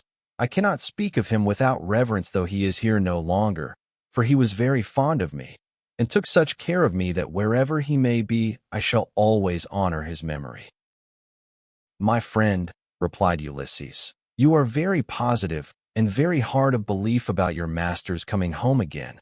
Nevertheless, I will not merely say, but will swear, that he is coming. Do not give me anything for my news till he has actually come. You may then give me a shirt and cloak of good wear if you will. I am in great want, but I will not take anything at all till then, for I hate a man, even as I hate hell fire, who lets his poverty tempt him into lying. I swear by King Jove, by the rites of hospitality, and by that hearth of Ulysses to which I have now come, that all will surely happen as I have said it will. Ulysses will return in this self-same year.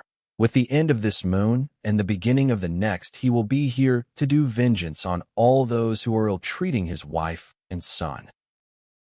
To this you answered, "O swineherd Eumaeus, old man, you will neither get paid for bringing good news, nor will Ulysses ever come home. Drink your wine in peace, and let us talk about something else. Do not keep on reminding me of all this. It always pains me when anyone speaks about my honored master. As for your oath, we will let it alone, but I only wish he may come, as do Penelope, his old father Laertes, and his son Telemachus. I am terribly unhappy too about this same boy of his. He was running up fast into manhood, and bade fair to be no worse man, face and figure, than his father, but someone, either god or man, has been unsettling his mind, so he has gone off to Perilous to try and get news of his father, and the suitors are lying in wait for him as he is coming home, in the hope of leaving the house of Arcesius without a name in Ithaca. But let us say no more about him, and leave him to be taken, or else to escape if the son of Saturn holds his hand over him to protect him.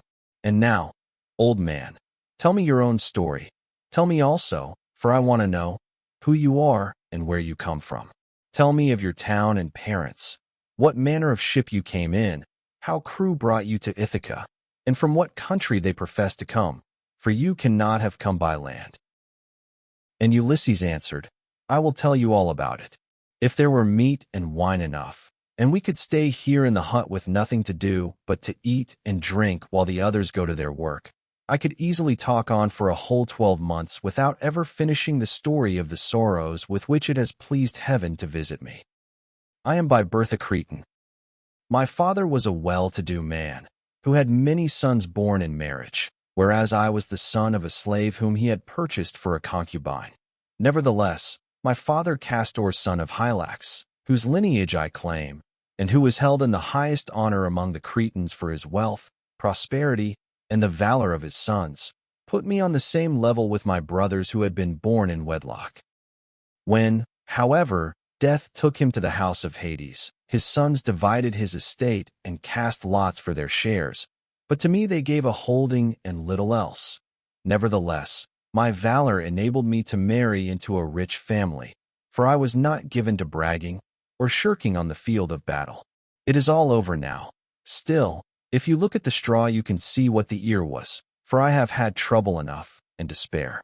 Mars and Minerva made me doughty in war. When I had picked my men to surprise the enemy with an ambuscade, I never gave death so much as a thought, but was the first to leap forward and spear all whom I could overtake. Such was I in battle, but I did not care about farm work, nor the frugal home life of those who would bring up children. My delight was in ships, fighting, javelins, and arrows, things that most men shudder to think of, but one man likes one thing and another, and this was what I was most naturally inclined to.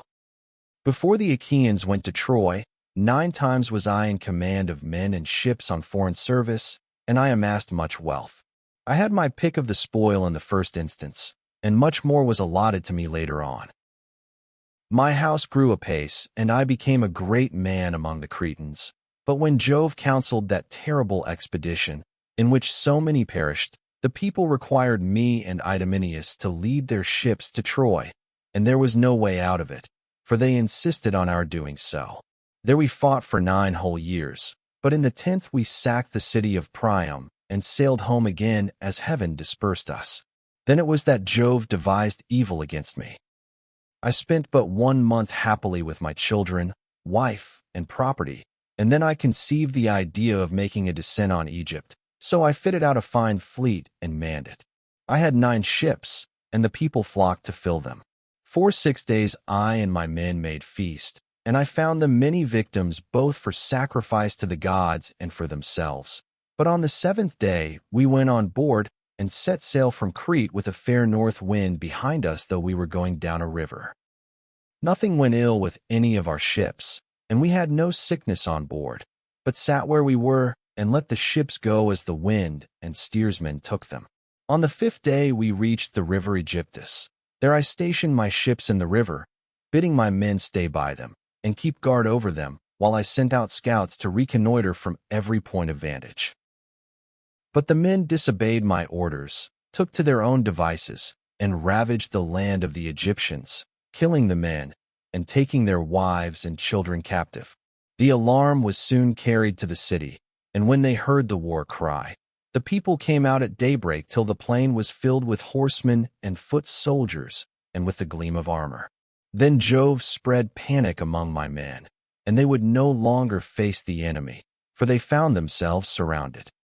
The Egyptians killed many of us and took the rest alive to do forced labor for them. Jove, however, put it in my mind to do thus, and I wish I had died then and there in Egypt instead, for there was much sorrow in store for me. I took off my helmet and shield and dropped my spear from my hand. Then I went straight up to the king's chariot, clasped his knees and kissed them, whereon he spared my life, bade me get into his chariot, and took me weeping to his own home. Many made at me with their ashen spears and tried to kill me in their fury, but the king protected me, for he feared the wrath of Jove, the protector of strangers, who punishes those who do evil. I stayed there for 7 years and got together much money among the Egyptians, for they all gave me something. But when it was now going on for 8 years, there came a certain Phoenician, a cunning rascal, who had already committed all sorts of villainy, and this man talked me over into going with him to Phoenicia, where his house and his possessions lay. I stayed there for a whole 12 months, but at the end of that time, when months and days had gone by till the same season had come round again, he set me on board a ship bound for Libya, on a pretense that I was to take a cargo along with him to that place, but really that he might sell me as a slave and take the money I fetched. I suspected his intention, but went on board with him, for I could not help it. The ship ran before a fresh north wind till we had reached the sea that lies between Crete and Libya. There, however, Jove counseled their destruction, For as soon as we were well out from Crete and could see nothing but sea and sky, he raised a black cloud over our ship, and the sea grew dark beneath it. Then Jove let fly with his thunderbolts, and the ship went round and round, and was filled with fire and brimstone as the lightning struck it. The men fell all into the sea. They were carried about in the water round the ship, looking like so many seagulls, but the god presently deprived them of all chance of getting home again. I was all dismayed. Jove, however, sent the ship's mast within my reach, which saved my life, for I clung to it, and drifted before the fury of the gale. 9 days did I drift, but in the darkness of the 10th night a great wave bore me on to the Thesprotian coast. Their fighting king of the Thesprotians entertained me hospitably, without charging me anything at all, for his son found me when I was nearly dead with cold and fatigue, whereon he raised me by the hand, took me to his father's house, and gave me clothes to wear. There it was that I heard news of Ulysses, for the king told me he had entertained him and shown him much hospitality while he was on his homeward journey. He showed me also the treasure of gold and wrought iron that Ulysses had got together. There was enough to keep his family for 10 generations. So much had he left in the house of King Phaeton. But the king said Ulysses had gone to Dodona that he might learn Jove's mind from the god's high oak tree, and know whether after so long an absence he should return to Ithaca openly, or in secret. Moreover, the king swore in my presence, making drink offerings in his own house as he did so, that the ship was by the water's side, and the crew found that should take him to his own country. He sent me off, however, before Ulysses returned, for there happened to be a Thesprotian ship sailing for the wheat-growing island of Dulichium, and he told those in charge of her to be sure and take me safely to King Acastus. These men hatched a plot against me that would have reduced me to the very extreme of misery, for when the ship had got some way out from land they resolved on selling me as a slave. They stripped me of the shirt and cloak that I was wearing, and gave me instead the tattered old clouts in which you now see me. Then, towards nightfall, they reached the tilled lands of Ithaca, and there they bound me with a strong rope fast in the ship, while they went on shore to get supper by the seaside. But the gods soon undid my bonds for me, and having drawn my rags over my head I slid down the rudder into the sea, where I struck out and swam till I was well clear of them, and came ashore near a thick wood in which I lay concealed. They were very angry at my having escaped, and went searching about for me, till at last they thought it was no further use, and went back to their ship. The gods, having hidden me thus easily, then took me to a good man's door. For it seems that I am not to die yet awhile. To this you answered, O swineherd Eumaeus, poor unhappy stranger, I have found the story of your misfortunes extremely interesting, but that part about Ulysses is not right, and you will never get me to believe it. Why should a man like you go about telling lies in this way? I know all about the return of my master. The gods, one and all of them, detest him, or they would have taken him before Troy, or let him die with friends around him when the days of his fighting were done. For then the Achaeans would have built a mound over his ashes, and his son would have been heir to his renown. But now the storm winds have spirited him away we know not whither. As for me, I live out of the way here with the pigs, and never go to the town unless when Penelope sends for me on the arrival of some news about Ulysses. Then they all sit round and ask questions, both those who grieve over the king's absence, and those who rejoice at it, because they can eat up his property without paying for it. For my own part, one have never cared about asking anyone else since the time when I was taken in by an Aetolian, who had killed a man and come a long way till at last he reached my station, and I was very kind to him. He said he had seen Ulysses with Idomeneus among the Cretans, refitting his ships which had been damaged in a gale. He said Ulysses would return in the following summer or autumn with his men, and that he would bring back much wealth. And now you unfortunate old man, since fate has brought you to my door, do not try to flatter me in this way with vain hopes. It is not for any such reason that I shall treat you kindly, but only out of respect for Jove the god of hospitality, as fearing him and pitying you. Ulysses answered, I see that you are of an unbelieving mind. I have given you my oath, and yet you will not credit me. Let us then make a bargain. and call all the gods in heaven to witness it. If your master comes home, give me a cloak and shirt of good wear, and send me to Dulichium where I want to go. But if he does not come as I say he will, set your men on to me, and tell them to throw me from yonder precipice, as a warning to tramps not to go about the country telling lies." "And a pretty figure I should cut then," replied Eumaeus, "both now and hereafter, if I were to kill you after receiving you into my hut and showing you hospitality. I should have to say my prayers in good earnest if I did. But it is just supper time, and I hope my men will come in directly, that we may cook something savory for supper."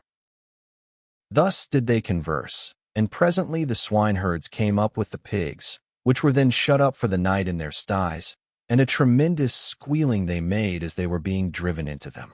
But Eumaeus called to his men and said, "Bring in the best pig you have, that I may sacrifice him for this stranger, and we will take toll of him ourselves.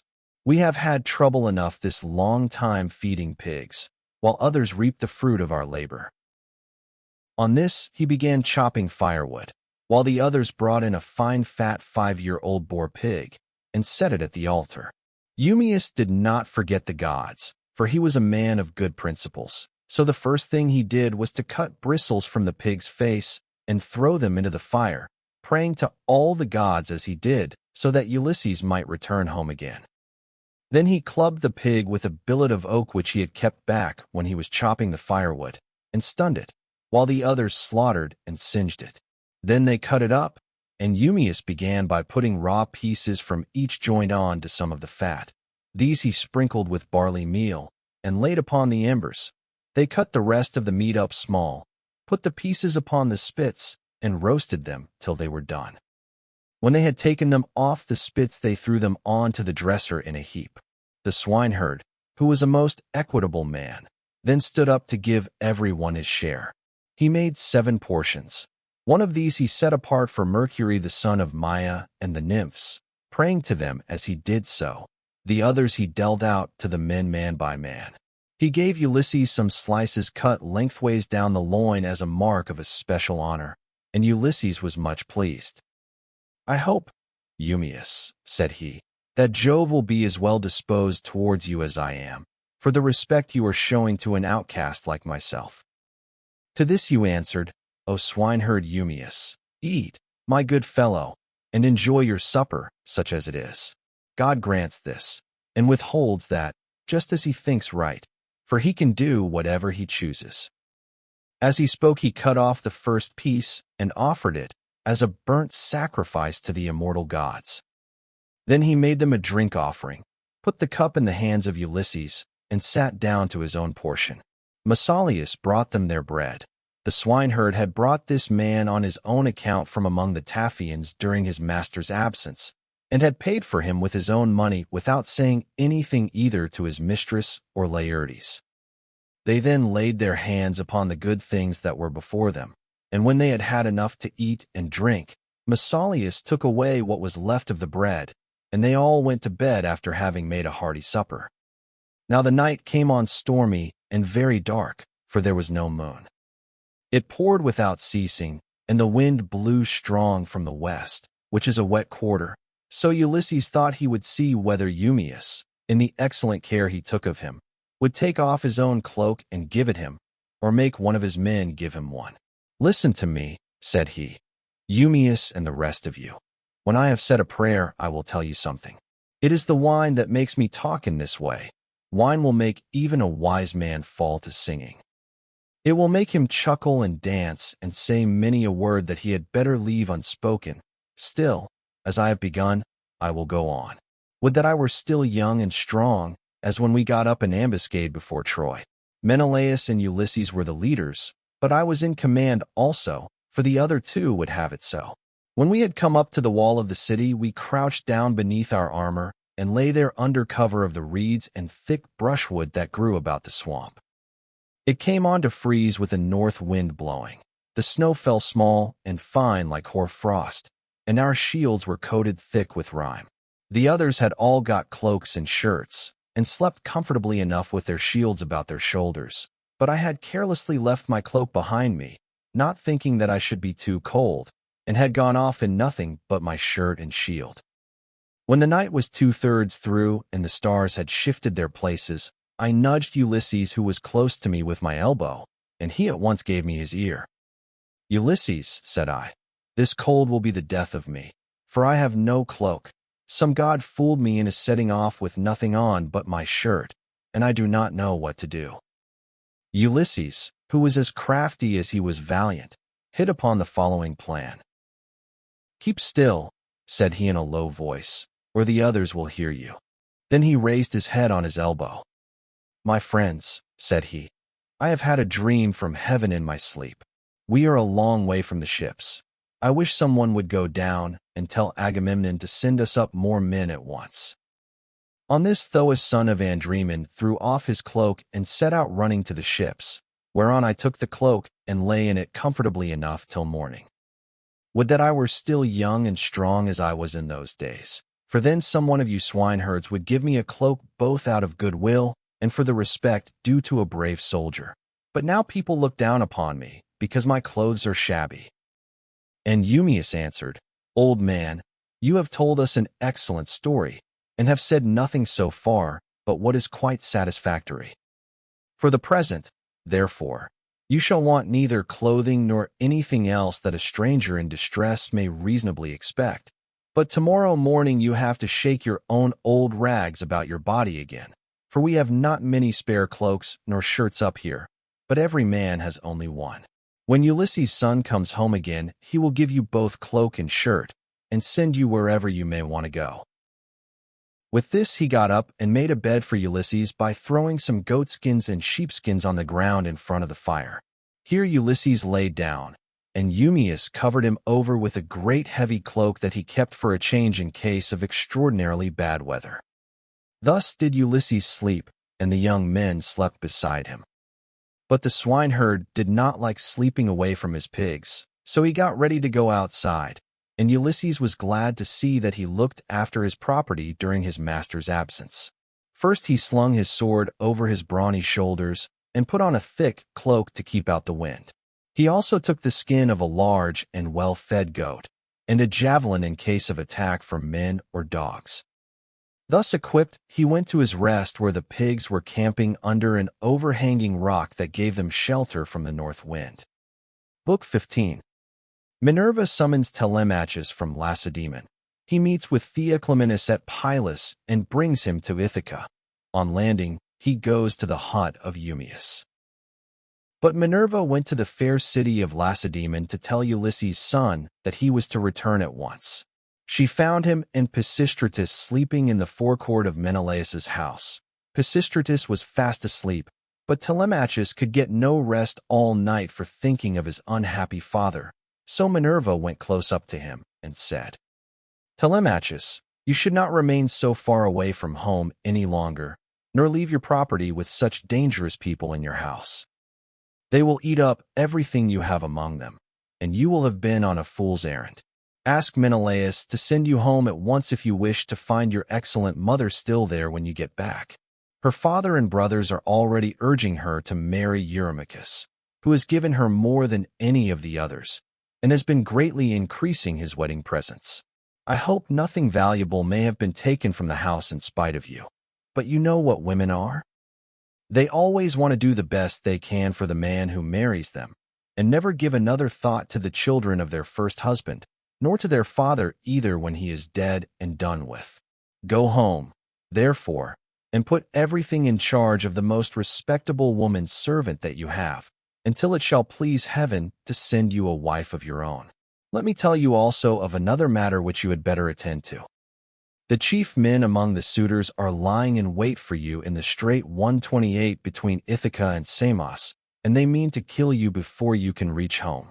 I do not much think they will succeed. It is more likely that some of those who are now eating up your property will find a grave themselves. Sail night and day, and keep your ship well away from the islands. The god who watches over you and protects you will send you a fair wind. As soon as you get to Ithaca, send your ship and men on to the town, but yourself go straight to the swineherd who has charge of your pigs. He is well disposed towards you. Stay with him, therefore, for the night, and then send him to Penelope to tell her that you have got back safe from perilous." Then she went back to Olympus.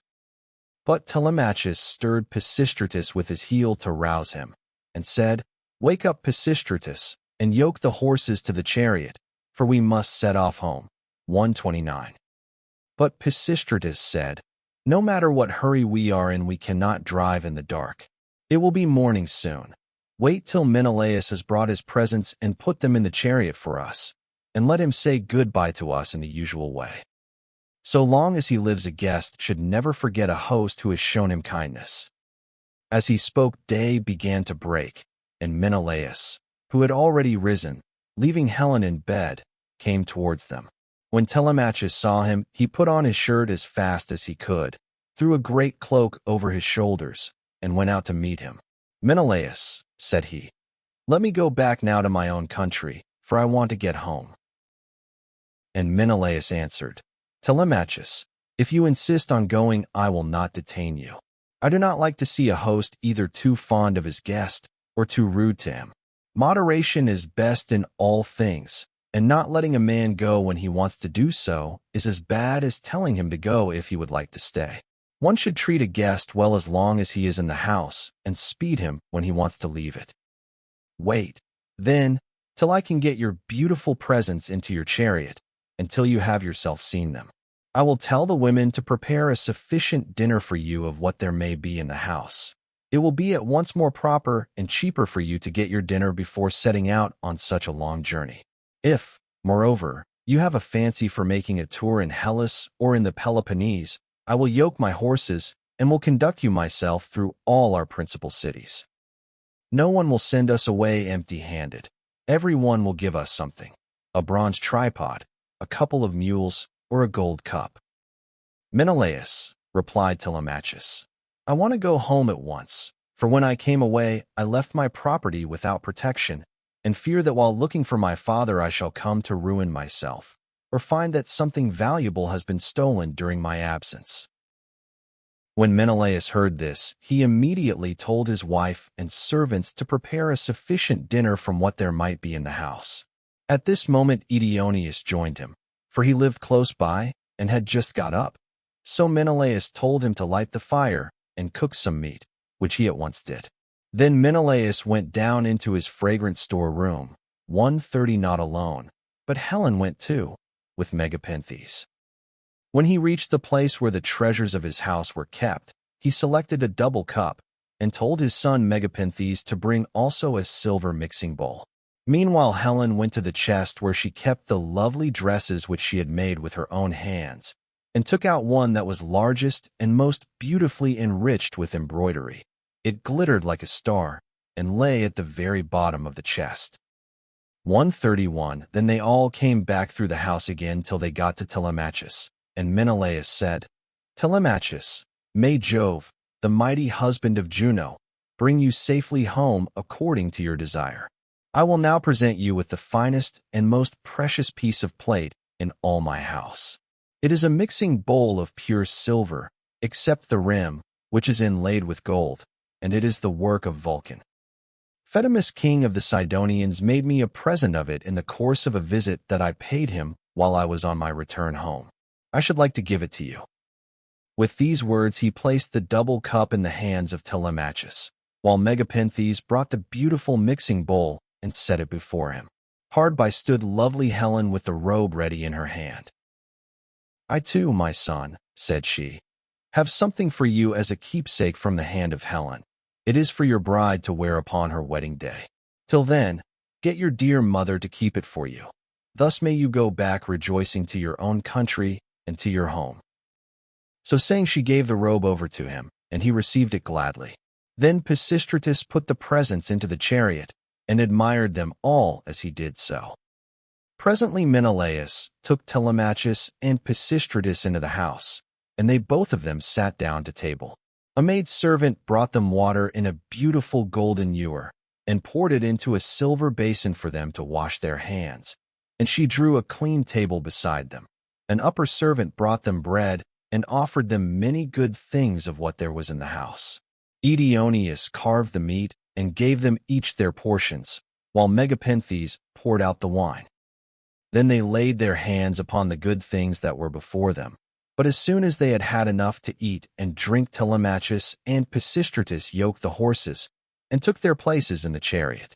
They drove out through the inner gateway and under the echoing gatehouse of the outer court, and Menelaus came after them with a golden goblet of wine in his right hand that they might make a drink offering before they set out. He stood in front of the horses and pledged them, saying, "Farewell to both of you. See that you tell Nestor how I have treated you, for he was as kind to me as any father could be while we Achaeans were fighting before Troy." "We will be sure, sir," answered Telemachus, "to tell him everything as soon as we see him. I wish I were as certain of finding Ulysses returned when I get back to Ithaca, that I might tell him of the very great kindness you have shown me and of the many beautiful presents I am taking with me." As he was thus speaking, a bird flew on his right hand, an eagle with a great white goose in its talons which it had carried off from the farmyard. And all the men and women were running after it and shouting. It came quite close up to them and flew away on their right hands in front of the horses. When they saw it, they were glad, and their hearts took comfort within them, whereon Pisistratus said, "Tell me, Menelaus, has heaven sent this omen for us or for you?" Menelaus was thinking what would be the most proper answer for him to make, but Helen was too quick for him and said, "I will read this matter as heaven has put it in my heart, and as I doubt not that it will come to pass. The eagle came from the mountain where it was bred and has its nest, and in like manner Ulysses, after having traveled far and suffered much, will return to take his revenge, if indeed he is not back already and hatching mischief for the suitors." "May Jove so grant it," replied Telemachus. "If it should prove to be so, I will make vows to you as though you were a god, even when I am at home." As he spoke, he lashed his horses, and they started off at full speed through the town towards the open country. They swayed the yoke upon their necks and traveled the whole day long till the sun set and darkness was over all the land. Then they reached Pheræ, where Diocles lived, who was son of Ortilochus, the son of Alpheus. There they passed the night and were treated hospitably. When the child of morning, rosy-fingered Dawn, appeared, they again yoked their horses and their places in the chariot. They drove out through the inner gateway and under the echoing gatehouse of the outer court. Then Pisistratus lashed his horses on, and they flew forward nothing loath. Ere long they came to Perilous, and then Telemachus said, "Pisistratus, I hope you will promise to do what I am going to ask you. You know our fathers were old friends before us. Moreover, we are both of an age, and this journey has brought us together still more closely. Do not, therefore, take me past my ship, but leave me there, for if I go to your father's house, he will try to keep me in the warmth of his goodwill towards me, and I must go home at once." Pisistratus thought how he should do as he was asked, and in the end he deemed it best to turn his horses towards the ship and put Menelaus's beautiful presents of gold and raiment in the stern of the vessel. Then he said, "Go on board at once and tell your men to do so also before I can reach home to tell my father. I know how obstinate he is, and am sure he will not let you go. He will come down here to fetch you, and he will not go back without you, but he will be very angry." With this, he drove his goodly steeds back to the city of the Pylians and soon reached his home. But Telemachus called the men together and gave his orders. "Now, my men," said he, "get everything in order on board the ship, and let us set out home." Thus did he speak, and they went on board even as he had said. But as Telemachus was thus busied, praying also and sacrificing to Minerva in the ship's stern, there came to him a man from a distant country, a seer, who was flying from Argos because he had killed a man. He was descended from Melampus, who used to live in Perilous, the land of sheep. He was rich and owned a great house, but he was driven into exile by the great and powerful King Neleus. Neleus seized his goods and held them for a whole year, during which he was a close prisoner in the house of King Phylacus, and in much distress of mind, both on account of the daughter of Neleus, and because he was haunted by a great sorrow that dread Erinis had laid upon him. In the end, however, he escaped with his life, drove the cattle from Phylace to Perilous, avenged the wrong that had been done him, and gave the daughter of Neleus to his brother. Then he left the country and went to Argos, where it was ordained that he should reign over much people. There he married, established himself, and had two famous sons, Antiphates and Mantius. Antiphates became father of Oicleus, and Oicleus of Amphiorus, who was dearly loved both by Jove and by Apollo, but he did not live to old age, for he was killed in Thebes by reason of a woman's gifts. His sons were Alcmaeon and Amphilochus. Mantius, the other son of Melampus, was father to Polyphides and Clitus. Aurora, throned in gold, carried off Clitus for his beauty's sake, that he might dwell among the immortals. But Apollo made Polyphides the greatest seer in the whole world now that Amphiorus was dead. He quarreled with his father and went to live in Hyperesia, where he remained and prophesied for all men. His son, Theoclymenus, it was who now came up to Telemachus as he was making drink offerings and praying in his ship. "Friend," said he, "now that I find you sacrificing in this place, I beseech you by your sacrifices themselves, and by the God to whom you make them, I pray you also by your own head, and by those of your followers, tell me the truth, and nothing but the truth. Who and whence are you? Tell me also of your town and parents." Telemachus said, "I will answer you quite truly. I am from Ithaca, and my father is Ulysses, as surely as that he ever lived. But he has come to some miserable end. Therefore I have taken this ship and got my crew together to see if I can hear any news of him, for he has been away a long time." "I too," answered Theoclymenus, "am in exile, for I have killed a man of my own race. He has many brothers and kinsmen in Argos, and they have great power among the Argives. I am flying to escape death at their hands, and am thus doomed to be a wanderer on the face of the earth. I am your suppliant. Take me, therefore, on board your ship that they may not kill me, for I know they are in pursuit." "I will not refuse you," replied Telemachus, "if you wish to join us. Come, therefore, and in Ithaca we will treat you hospitably according to what we have." On this he received Theoclymenus' spear and laid it down on the deck of the ship. He went on board and sat in the stern, bidding Theoclymenus sit beside him. Then the men let go the hawsers. Telemachus told them to catch hold of the ropes, and they made all haste to do so.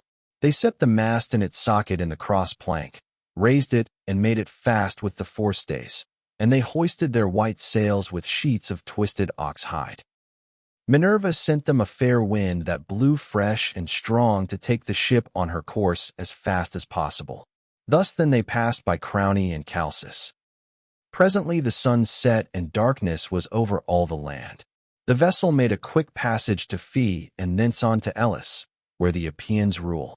Telemachus then headed her for the flying islands, 132 wondering within himself whether he should escape death or should be taken prisoner.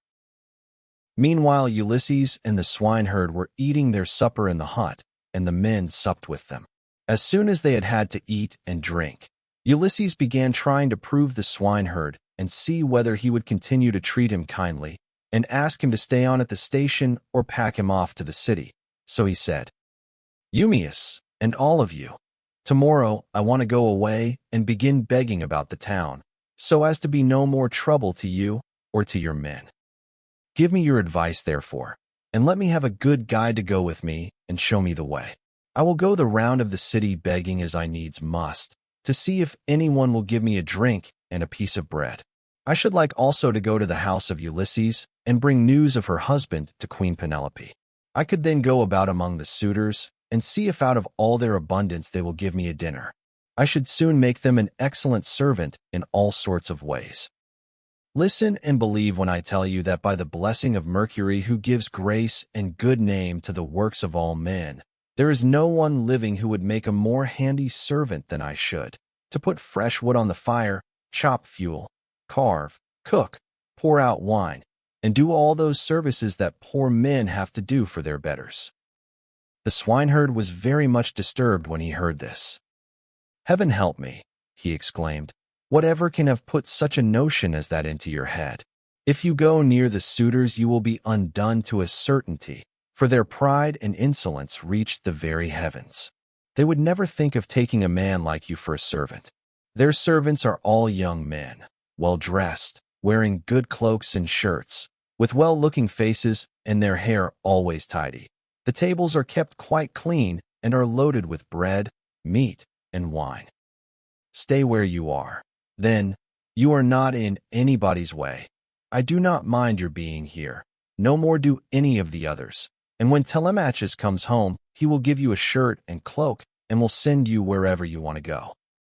Ulysses answered, I hope you may be as dear to the gods as you are to me. For having saved me from going about and getting into trouble, there is nothing worse than being always on the tramp. Still, when men have once got low down in the world, they will go through a great deal on behalf of their miserable bellies.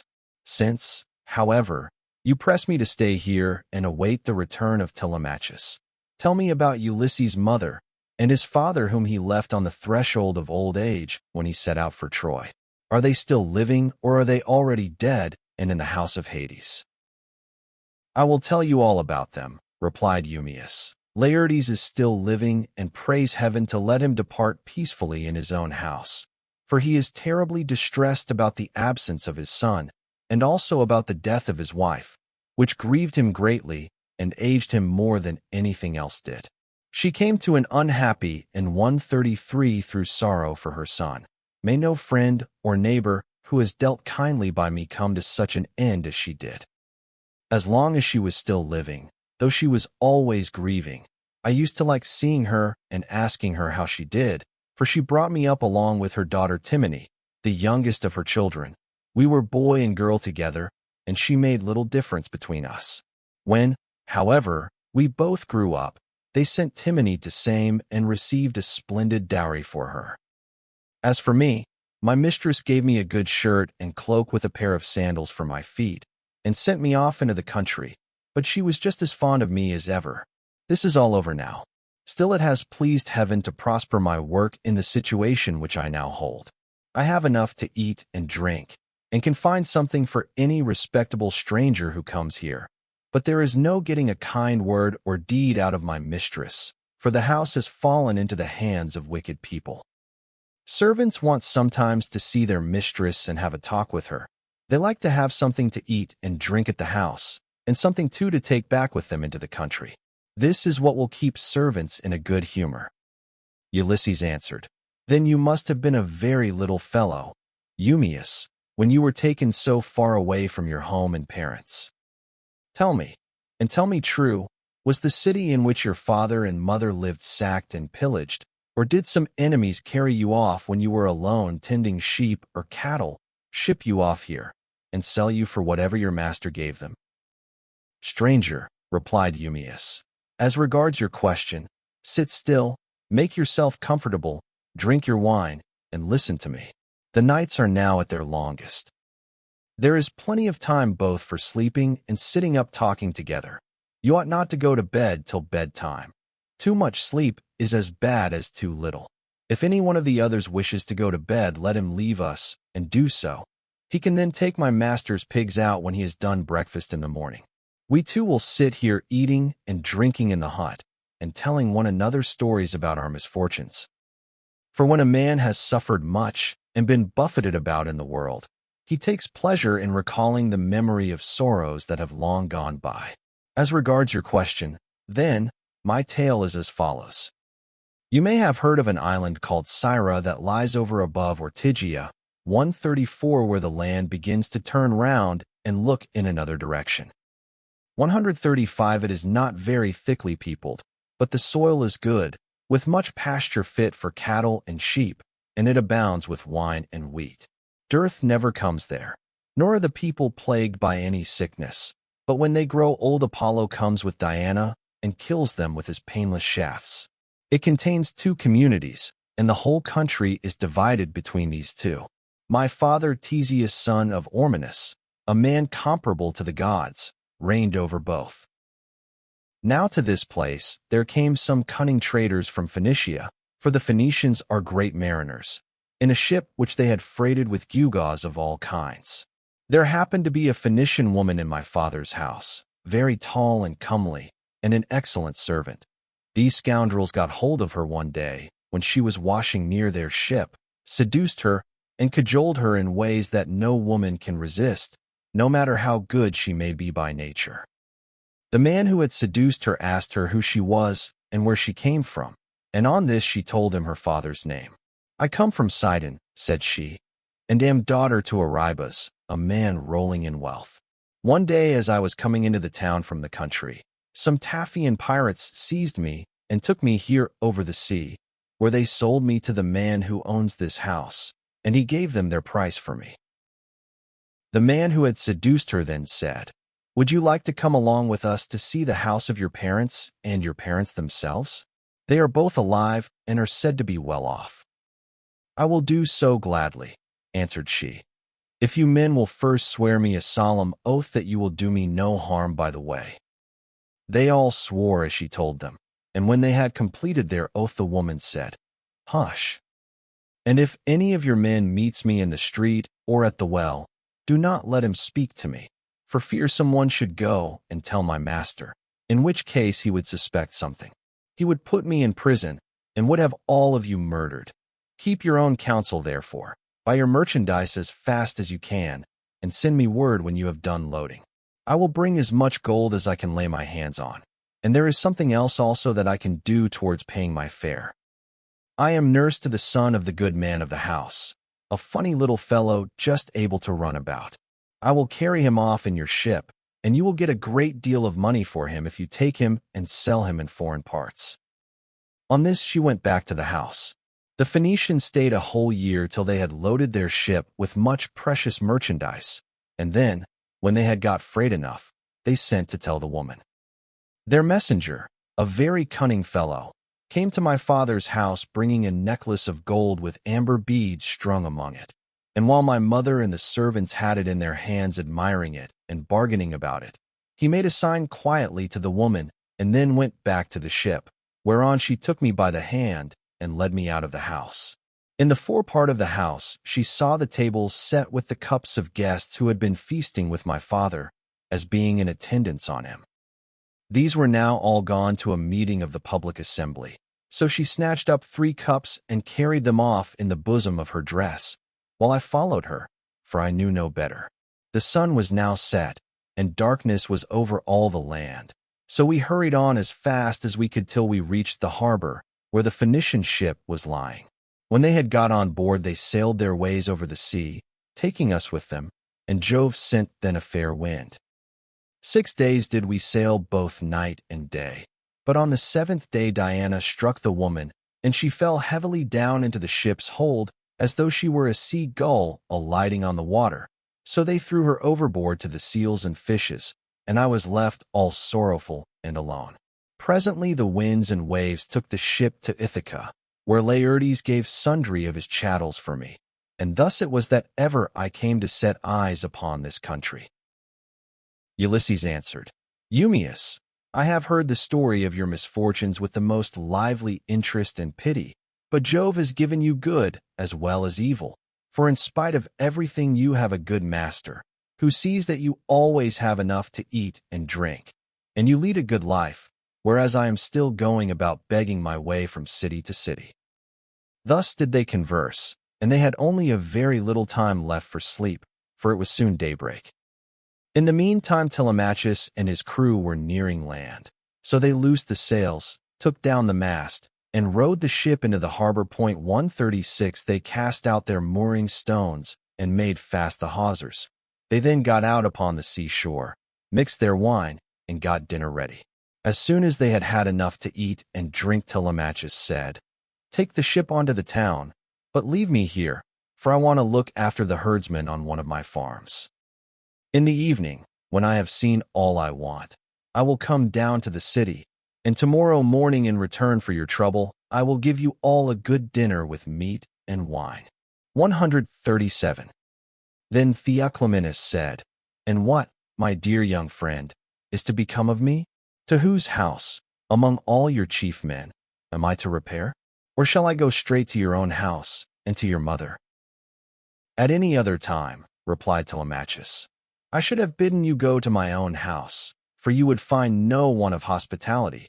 At the present moment, however, you would not be comfortable there, for I shall be away, and my mother will not see you.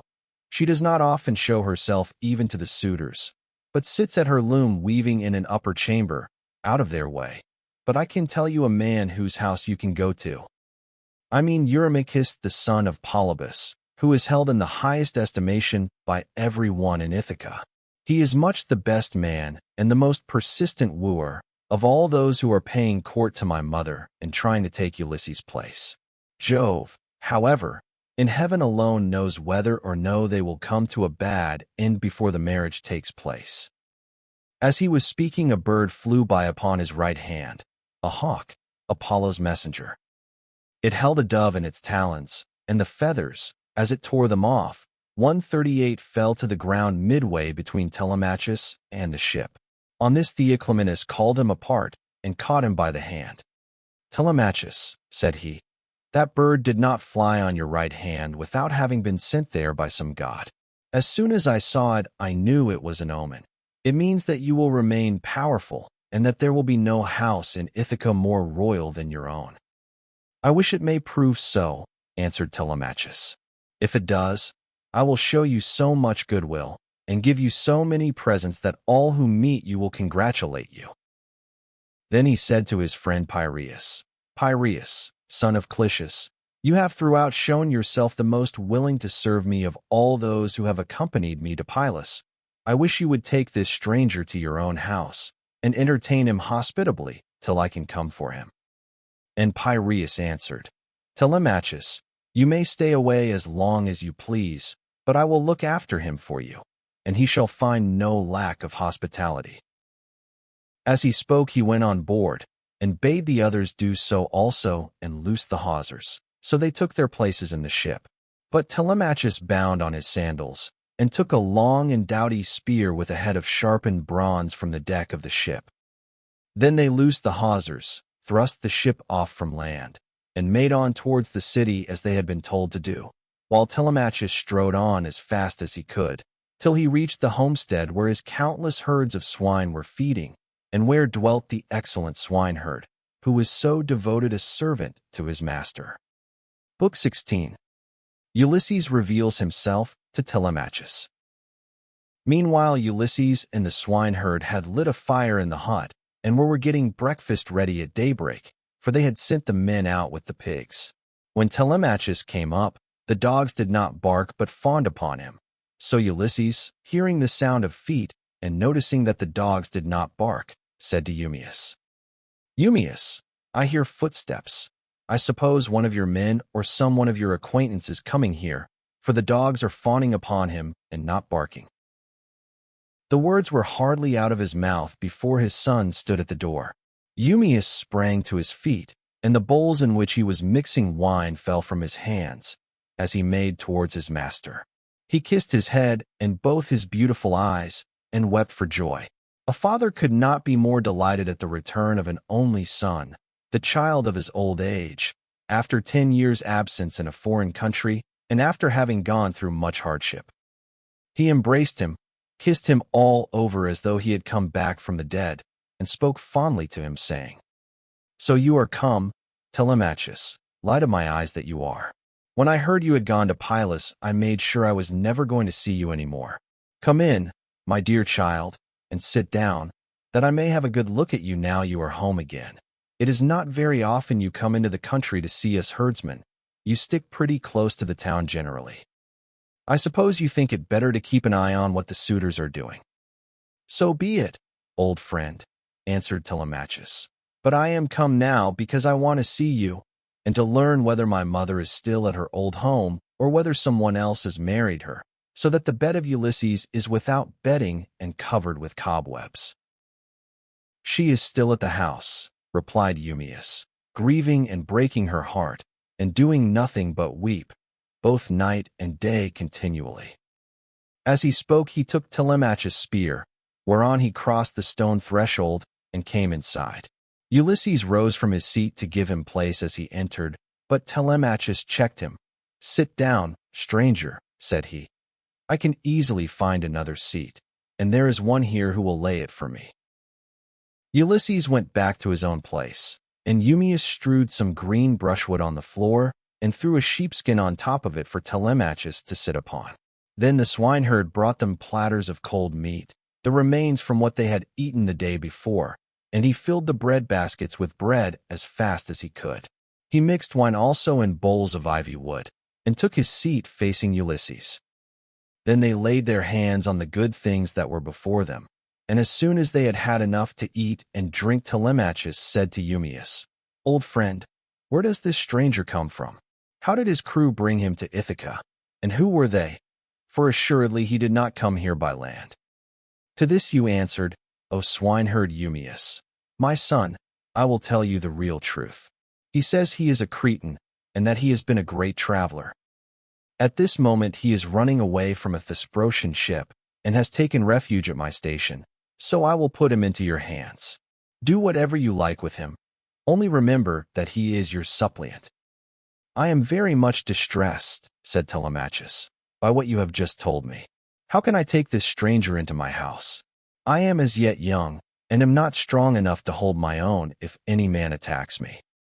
My mother cannot make up her mind whether to stay where she is and look after the house out of respect for public opinion and the memory of her husband, or whether the time is now come for her to take the best man of those who are wooing her, and the one who will make her the most advantageous offer.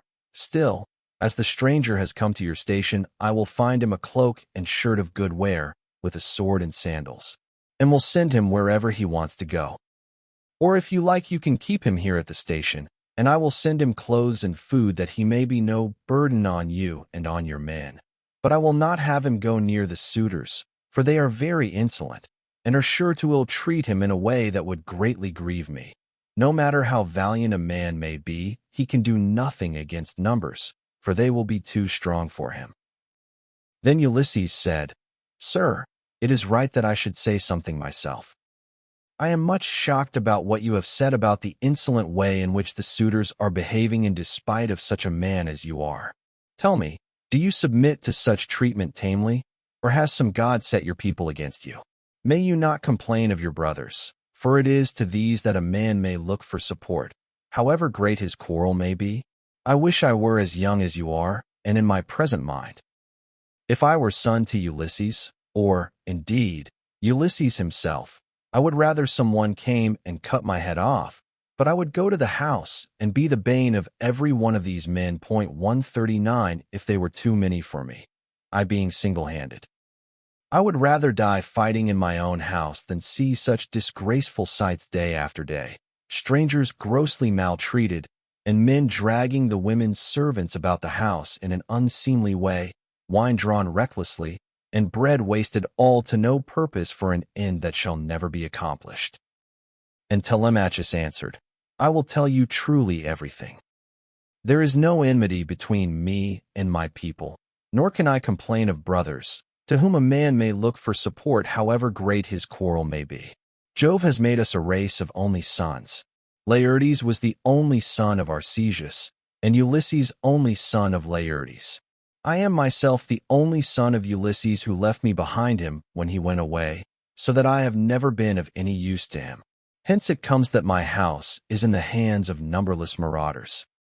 For the chiefs from all the neighboring islands, Dulichium, Same, Zacynthus, as also all the principal men of Ithaca itself, are eating up my house under the pretext of paying court to my mother, who will neither say point blank that she will not marry, nor yet bring matters to an end.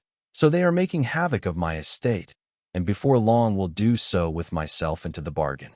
The issue, however, rests with heaven. But do you, old friend Eumaeus, go at once and tell Penelope that I am safe and have returned from Perilous. Tell it to herself alone, and then come back here without letting anyone else know, for there are many who are plotting mischief against me." "I understand and heed you," replied Eumaeus. "You need instruct me no further. Only as I am going that way, say whether I had not better let poor Laertes know that you are returned. He used to superintend the work on his farm in spite of his bitter sorrow about Ulysses, and he would eat and drink at will along with his servants. But they tell me that from the day on which you set out for Perilous, he has neither eaten nor drunk as he ought to do, nor does he look after his farm, but sits weeping and wasting the flesh from off his bones. More's the pity, answered Telemachus. I am sorry for him, but we must leave him to himself just now. If people could have everything their own way, the first thing I should choose would be the return of my father. But go, and give your message. Then make haste back again, and do not turn out of your way to tell Laertes. Tell my mother to send one of her women secretly with the news at once, and let him hear it from her. Thus did he urge the swineherd. Eumaeus, therefore, took his sandals, bound them to his feet, and started for the town. Minerva watched him well off the station, and then came up to it in the form of a woman, fair, stately, and wise. She stood against the side of the entry, and revealed herself to Ulysses. But Telemachus could not see her, and knew not that she was there, for the gods do not let themselves be seen by everybody. Ulysses saw her, and so did the dogs, for they did not bark, but went scared and whining off to the other side of the yards. She nodded her head and motioned to Ulysses with her eyebrows. Whereon he left the hut, and stood before her outside the main wall of the yards. Then she said to him, Ulysses, noble son of Laertes, it is now time for you to tell your son. Do not keep him in the dark any longer, but lay your plans for the destruction of the suitors, and then make for the town. I will not be long in joining you, for I too am eager for the fray. As she spoke, she touched him with her golden wand. First she threw a fair clean shirt and cloak about his shoulders. Then she made him younger and of more imposing presence. She gave him back his color, filled out his cheeks, and let his beard become dark again. Then she went away, and Ulysses came back inside the hut. His son was astounded when he saw him, and turned his eyes away for fear he might be looking upon a god. Stranger, said he, how suddenly you have changed from what you were a moment or two ago. You are dressed differently, and your color is not the same. Are you some one or other of the gods that live in heaven? If so, be propitious to me till I can make you do sacrifice and offerings of wrought gold. Have mercy upon me. And Ulysses said, I am no god. Why should you take me for one? I am your father, on whose account you grieve and suffer so much at the hands of lawless men. As he spoke, he kissed his son, and a tear fell from his cheek onto the ground, for he had restrained all tears till now. But Telemachus could not yet believe that it was his father, and said, You are not my father, but some god is flattering me with vain hopes that I may grieve the more hereafter. No mortal man could of himself contrive to do as you have been doing, and make yourself old and young at a moment's notice, unless a god were with him. A second ago you were old and all in rags, and now you are like some god come down from heaven. Ulysses answered, Telemachus, you ought not to be so immeasurably astonished at my being really here. There is no other Ulysses who will come hereafter. Such as I am, it is I, who after long wandering and much hardship have got home in the 20th year to my own country. What you wonder at is the work of the redoubtable goddess Minerva, who does with me whatever she will, for she can do what she pleases. At one moment she makes me like a beggar, and the next I am a young man with good clothes on my back. It is an easy matter for the gods who live in heaven to make any man look either rich or poor. As he spoke he sat down, and Telemachus threw his arms about his father and wept. They were both so much moved that they cried aloud like eagles or vultures with crooked talons that have been robbed of their half-fledged young by peasants. Thus piteously did they weep, and the sun would have gone down upon their mourning if Telemachus had not suddenly said, In what ship, my dear father, did your crew bring you to Ithaca? Of what nation did they declare themselves to be? For you cannot have come by land. I will tell you the truth, my son, replied Ulysses. It was the Phaeacians who brought me here. They are great sailors, and are in the habit of giving escorts to anyone who reaches their coasts. They took me over the sea while I was fast asleep, and landed me in Ithaca, after giving me many presents in bronze, gold, and raiment. These things by heaven's mercy are lying concealed in a cave, and I am now come here on the suggestion of Minerva that we may consult about killing our enemies. First, therefore, give me a list of the suitors, with their number, that I may learn who, and how many, they are. I can then turn the matter over in my mind, and see whether we too can fight the whole body of them ourselves, or whether we must find others to help us.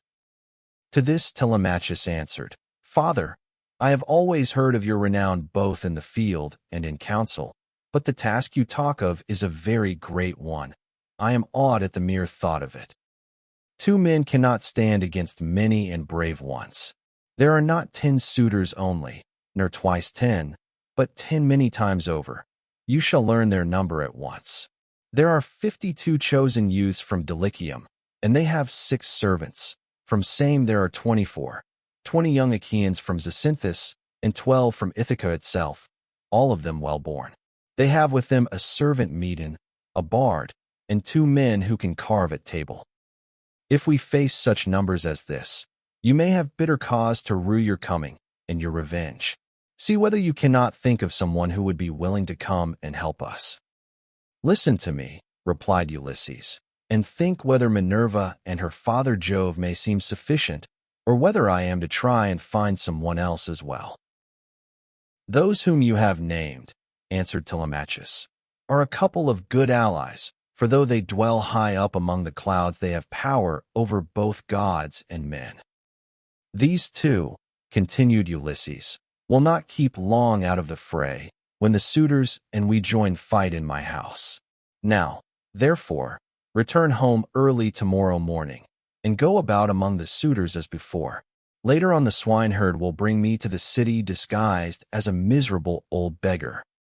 If you see them ill-treating me, steel your heart against my sufferings, even though they drag me feet foremost out of the house, or throw things at me. Look on and do nothing beyond gently trying to make them behave more reasonably. But they will not listen to you, for the day of their reckoning is at hand. Furthermore, I say, and lay my saying to your heart, when Minerva shall put it in my mind, I will nod my head to you, and on seeing me do this you must collect all the armor that is in the house and hide it in the strong storeroom. Make some excuse when the suitors ask you why you are removing it. Say that you have taken it to be out of the way of the smoke, inasmuch as it is no longer what it was when Ulysses went away, but has become soiled and begrimed with soot. Add to this more particularly that you are afraid Jove may set them on to quarrel over their wine, and that they may do each other some harm, which may disgrace both banquet and wooing, for the sight of arms sometimes tempts people to use them. But leave a sword and a spear apiece for yourself and me, and a couple of oxhide shields, so that we can snatch them up at any moment. Jove and Minerva will then soon quiet these people. There is also another matter. If you are indeed my son and my blood runs in your veins, let no one know that Ulysses is within the house, neither Laertes, nor yet the swineherd, nor any of the servants, nor even Penelope herself. Let you and me exploit the women alone, and let us also make trial of some other of the men's servants, to see who is on our side and whose hand is against us. Father, replied Telemachus, you will come to know me by and by, and when you do you will find that I can keep your counsel. I do not think, however, the plan you propose will turn out well for either of us. Think it over. It will take us a long time to go the round of the farms and exploit the men, and all the time the suitors will be wasting your estate with impunity and without compunction. Prove the women by all means, to see who are disloyal and who guiltless, but I am not in favor of going round and trying the men. We can attend to that later on, if you really have some sign from Jove that he will support you. Thus did they converse, and meanwhile the ship which had brought Telemachus and his crew from Perilous had reached the town of Ithaca. When they had come inside the harbor, they drew the ship onto the land. Their servants came and took their armor from them, and they left all the presents at the house of Clitius. Then they sent a servant to tell Penelope that Telemachus had gone into the country, but had sent the ship to the town to prevent her from being alarmed and made unhappy. This servant and Eumaeus happened to meet when they were both on the same errand of going to tell Penelope. When they reached the house, the servant stood up and said to the queen in the presence of the waiting women, "Your son, madam, is now returned from Perilous." But Eumaeus went close up to Penelope and said privately all that her son had bidden him tell her. When he had given his message, he left the house with its outbuildings and went back to his pigs again. The suitors were surprised and angry at what had happened, so they went outside the great wall that ran round the outer court and held a council near the main entrance. Eurymachus, son of Polybus, was the first to speak. "My friends," said he, "this voyage of Telemachus's is a very serious matter. We had made sure that it would come to nothing. Now, however, let us draw a ship into the water and get a crew together to send after the others and tell them to come back as fast as they can." He had hardly done speaking when Amphinomus turned in his place and saw the ship inside the harbor, with the crew lowering her sails and putting by their oars. So he laughed and said to the others, "We need not send them any message, for they are here." Some god must have told them, or else they saw the ship go by and could not overtake her. On this they rose and went to the waterside. The crew then drew the ship on shore. Their servants took their armor from them, and they went up in a body to the place of assembly, but they would not let anyone old or young sit along with them. And Antinous, son of Eupeithes, spoke first. "Good heavens," said he, "see how the gods have saved this man from destruction. We kept a succession of scouts upon the headlands all day long, and when the sun was down we never went on shore to sleep, but waited in the ship all night till morning in the hope of capturing and killing him. But some god has conveyed him home in spite of us. Let us consider how we can make an end of him. He must not escape us. Our affair is never likely to come off while he is alive, for he is very shrewd, and public feeling is by no means all on our side. We must make haste before he can call the Achaeans in assembly. He will lose no time in doing so, for he will be furious with us, and will tell all the world how we plotted to kill him, but failed to take him. The people will not like this when they come to know of it. We must see that they do us no hurt, nor drive us from our own country into exile. Let us try and lay hold of him either on his farm away from the town, or on the road hither. Then we can divide up his property amongst us, and let his mother and the man who marries her have the house. If this does not please you, and you wish Telemachus to live on and hold his father's property, then we must not gather here and eat up his goods in this way, but must make our offers to Penelope each from his own house, and she can marry the man who will give the most for her, and whose lot it is to win her." They all held their peace until Amphinomus rose to speak. He was the son of Nisus, who was son to King Irus, and he was foremost among all the suitors from the wheat-growing and well-grassed island of Dulichium. His conversation, moreover, was more agreeable to Penelope than that of any of the other suitors, for he was a man of good natural disposition. "My friends," said he, speaking to them plainly and in all honesty, "I am not in favor of killing Telemachus. It is a heinous thing to kill one who is of noble blood. Let us first take counsel of the gods, and if the oracles of Jove advise it, I will both help to kill him myself, and will urge everyone else to do so. But if they dissuade us, I would have you hold your hands." Thus did he speak, and his words pleased them well. So they rose forthwith and went to the house of Ulysses, where they took their accustomed seats. Then Penelope resolved that she would show herself to the suitors. She knew of the plot against Telemachus, for the servant Medon had overheard their counsels and had told her. She went down therefore to the court attended by her maidens, and when she reached the suitors, she stood by one of the bearing posts supporting the roof of the cloister, holding a veil before her face, and rebuked Antinous, saying, "Antinous, insolent and wicked schemer, they say you are the best speaker and counselor of any man your own age in Ithaca, but you are nothing of the kind. Madman, why should you try to compass the death of Telemachus, and take no heed of suppliants, whose witness is Jove himself? It is not right for you to plot thus against one another. Do you not remember how your father fled to this house in fear of the people, who were enraged against him for having gone with some Taphian pirates and plundered the Thesprotians who were at peace with us. They wanted to tear him in pieces and eat up everything he had. But Ulysses stayed their hands, although they were infuriated. And now you devour his property without paying for it, and break my heart by wooing his wife and trying to kill his son. Leave off doing so, and stop the others also." To this Eurymachus son of Polybus answered, "Take heart, Queen Penelope, daughter of Icarius, and do not trouble yourself about these matters. The man is not yet born, nor never will be, who shall lay hands upon your son Telemachus, while I yet live to look upon the face of the earth. I say, and it shall surely be, that my spear shall be reddened with his blood. For many a time has Ulysses taken me on his knees, held wine up to my lips to drink, and put pieces of meat into my hands. Therefore Telemachus is much the dearest friend I have, and has nothing to fear from the hands of us suitors. Of course, if death comes to him from the gods, he cannot escape it." He said this to quiet her, but in reality he was plotting against Telemachus. Then Penelope went upstairs again, and mourned her husband till Minerva shed sleep over her eyes. In the evening Eumaeus got back to Ulysses and his son, who had just sacrificed a young pig of a year old, and were helping one another to get supper ready. Minerva therefore came up to Ulysses, turned him into an old man with a stroke of her wand, and clad him in his old clothes again, for fear that the swineherd might recognize him and not keep the secret, but go and tell Penelope. Break time equals 0. 25s / Telemachus was the first to speak.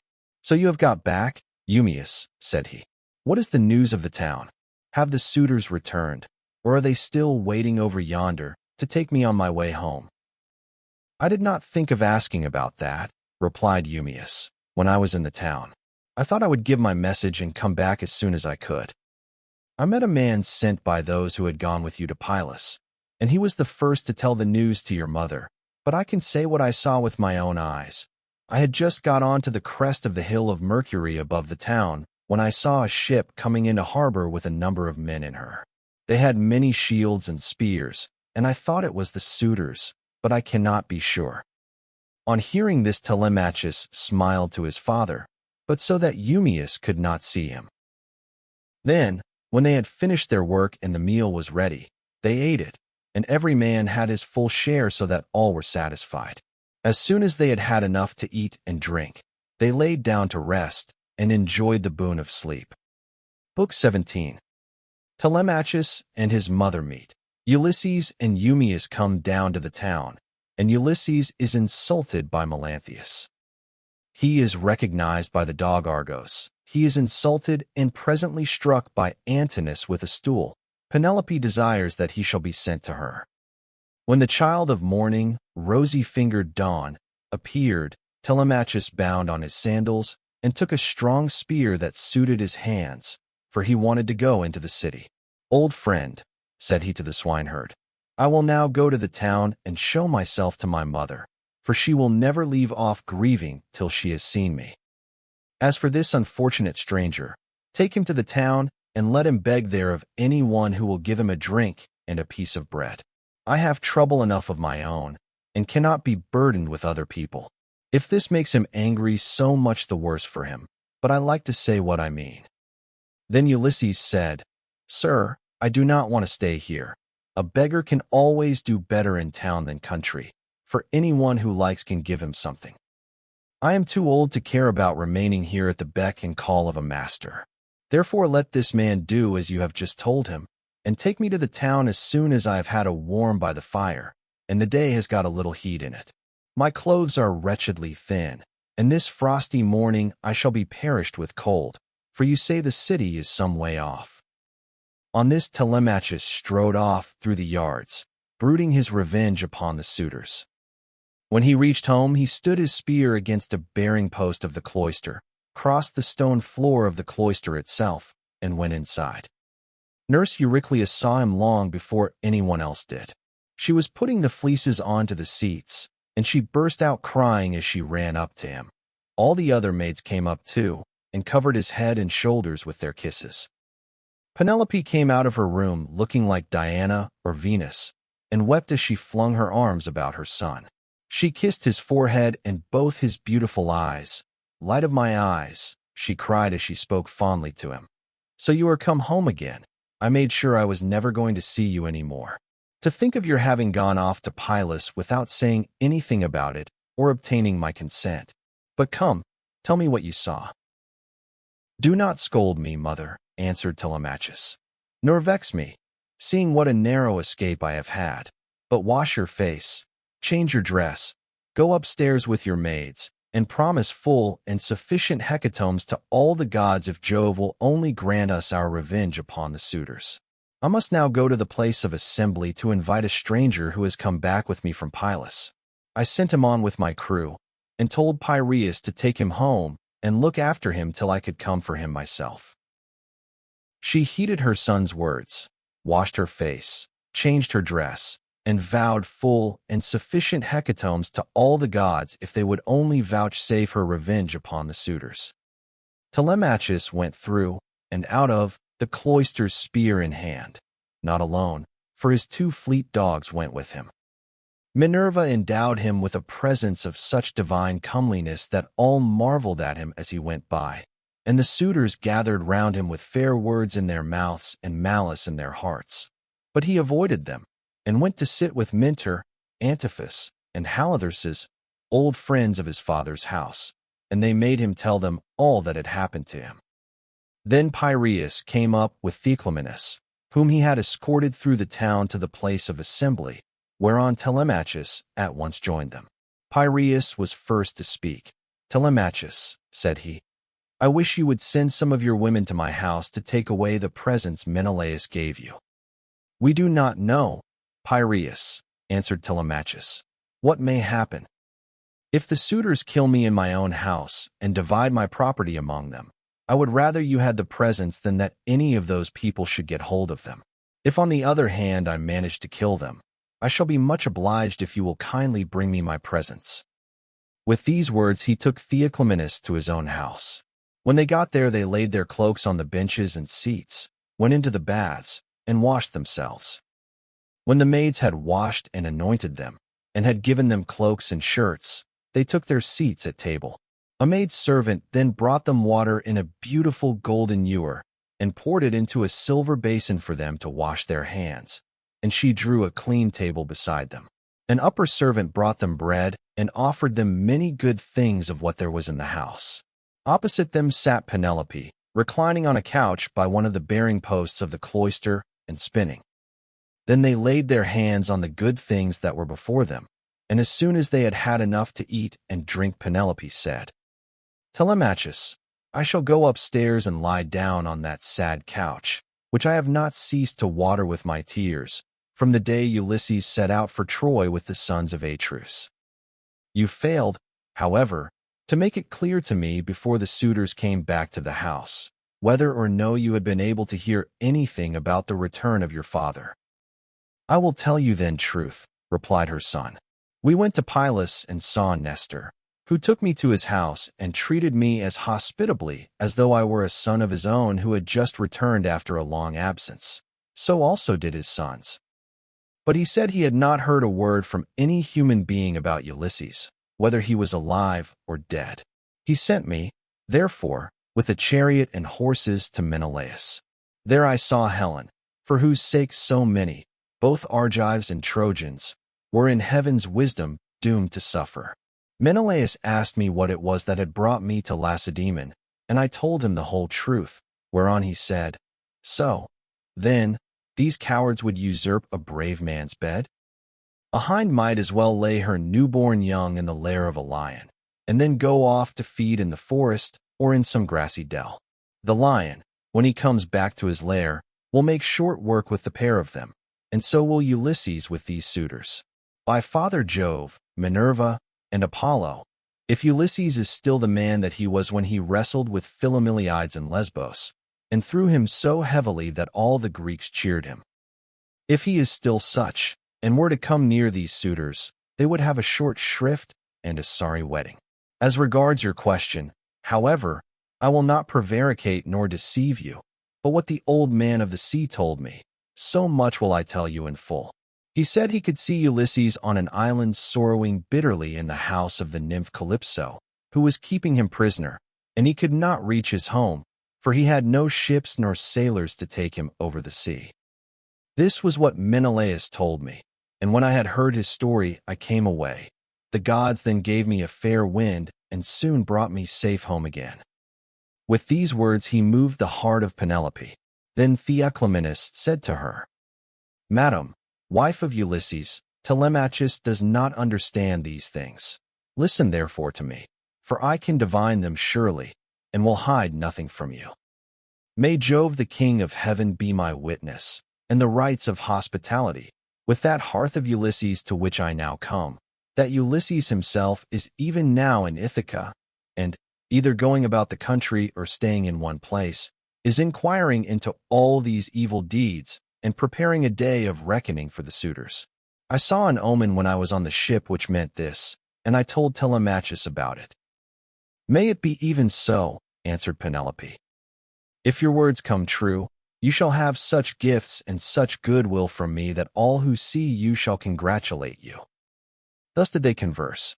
Meanwhile the suitors were throwing discs, or aiming with spears at a mark on the leveled ground in front of the house, and behaving with all their old insolence. But when it was now time for dinner, and the flock of sheep and goats had come into the town from all the country round, 140 with their shepherds as usual, then Medon, who was their favorite servant, and who waited upon them at table, said, Now then, my young masters, you have had enough sport, so come inside that we may get dinner ready. Dinner is not a bad thing, at dinner time. They left their sports as he told them, and when they were within the house, they laid their cloaks on the benches and seats inside, and then sacrificed some sheep, goats, pigs, and a heifer, all of them fat, and well-grown. 141, thus they made ready for their meal. In the meantime Ulysses and the swineherd were about starting for the town, and the swineherd said, Stranger, I suppose you still want to go to town today, as my master said you were to do. For my own part, one should have liked you to stay here as a station hand, but I must do as my master tells me, or he will scold me later on, and a scolding from one's master is a very serious thing. Let us then be off, for it is now broad day. It will be night again directly, and then you will find it colder. 142. I know, and understand you, replied Ulysses. You need say no more. Let us be going, but if you have a stick ready cut, let me have it to walk with, for you say the road is a very rough one. As he spoke, he threw his shabby, old, tattered wallet over his shoulders, by the cord from which it hung, and Eumaeus gave him a stick to his liking. The two then started, leaving the station in charge of the dogs and herdsmen who remained behind. The swineherd led the way, and his master followed after, looking like some broken-down old tramp as he leaned upon his staff, and his clothes were all in rags. When they had got over the rough, steep ground and were nearing the city, they reached the fountain from which the citizens drew their water. This had been made by Ithacus, Nereidus, and Polyctor. There was a grove of water-loving poplars planted in a circle all round it, and the clear cold water came down to it from a rock high up. 143, while above the fountain there was an altar to the nymphs, at which all wayfarers used to sacrifice. Here Melanthius son of Dolius overtook them as he was driving down some goats, the best in his flock, for the suitors' dinner, and there were 2 shepherds with him. When he saw Eumaeus and Ulysses, he reviled them with outrageous and unseemly language, which made Ulysses very angry. There you go, cried he, and a precious pair you are. See how heaven brings birds of the same feather to one another. Where, pray, master swineherd, are you taking this poor, miserable object? It would make anyone sick to see such a creature at table. A fellow like this never won a prize for anything in his life, but will go about rubbing his shoulders against every man's door-post, and begging, not for swords and cauldrons. 144 like a man, but only for a few scraps not worth begging for. If you would give him to me for a hand on my station, he might do to clean out the folds, or bring a bit of sweet feed to the kids, and he could fatten his thighs as much as he pleased on way. But he has taken to bad ways, and will not go about any kind of work. He will do nothing but beg victuals all the town over, to feed his insatiable belly. I say, therefore, and it shall surely be. If he goes near Ulysses' house, he will get his head broken by the stools they will fling at him, till they turn him out." On this, as he passed, he gave Ulysses a kick on the hip out of pure wantonness, but Ulysses stood firm and did not budge from the path. For a moment he doubted whether or no to fly at Melanthius and kill him with his staff, or fling him to the ground and beat his brains out. He resolved, however, to endure it and keep himself in check. But the swineherd looked straight at Melanthius and rebuked him, lifting up his hands and praying to heaven as he did so. "Fountain nymphs," he cried, "children of Jove, if ever Ulysses burned you thigh bones covered with fat, whether of lambs or kids, grant my prayer that heaven may send him home. He would soon put an end to the swaggering threats with which such men as you go about insulting people, gaddying all over the town while your flocks are going to ruin through bad shepherding."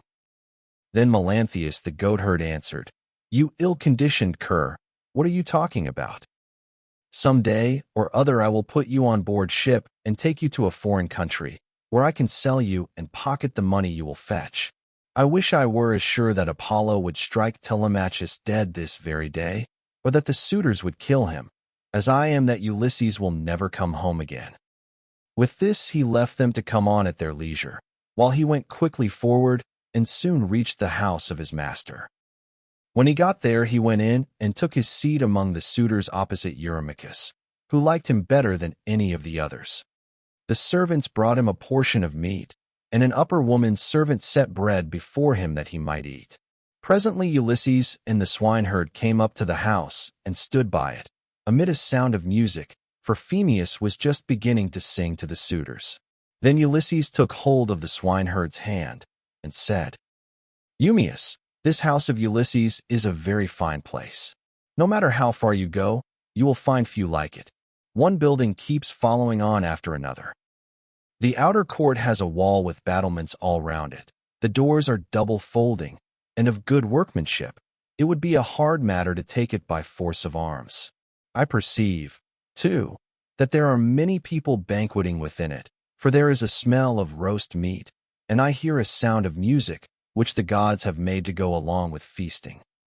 Then Eumaeus said, "You have perceived aright, as indeed you generally do, but let us think what will be our best course.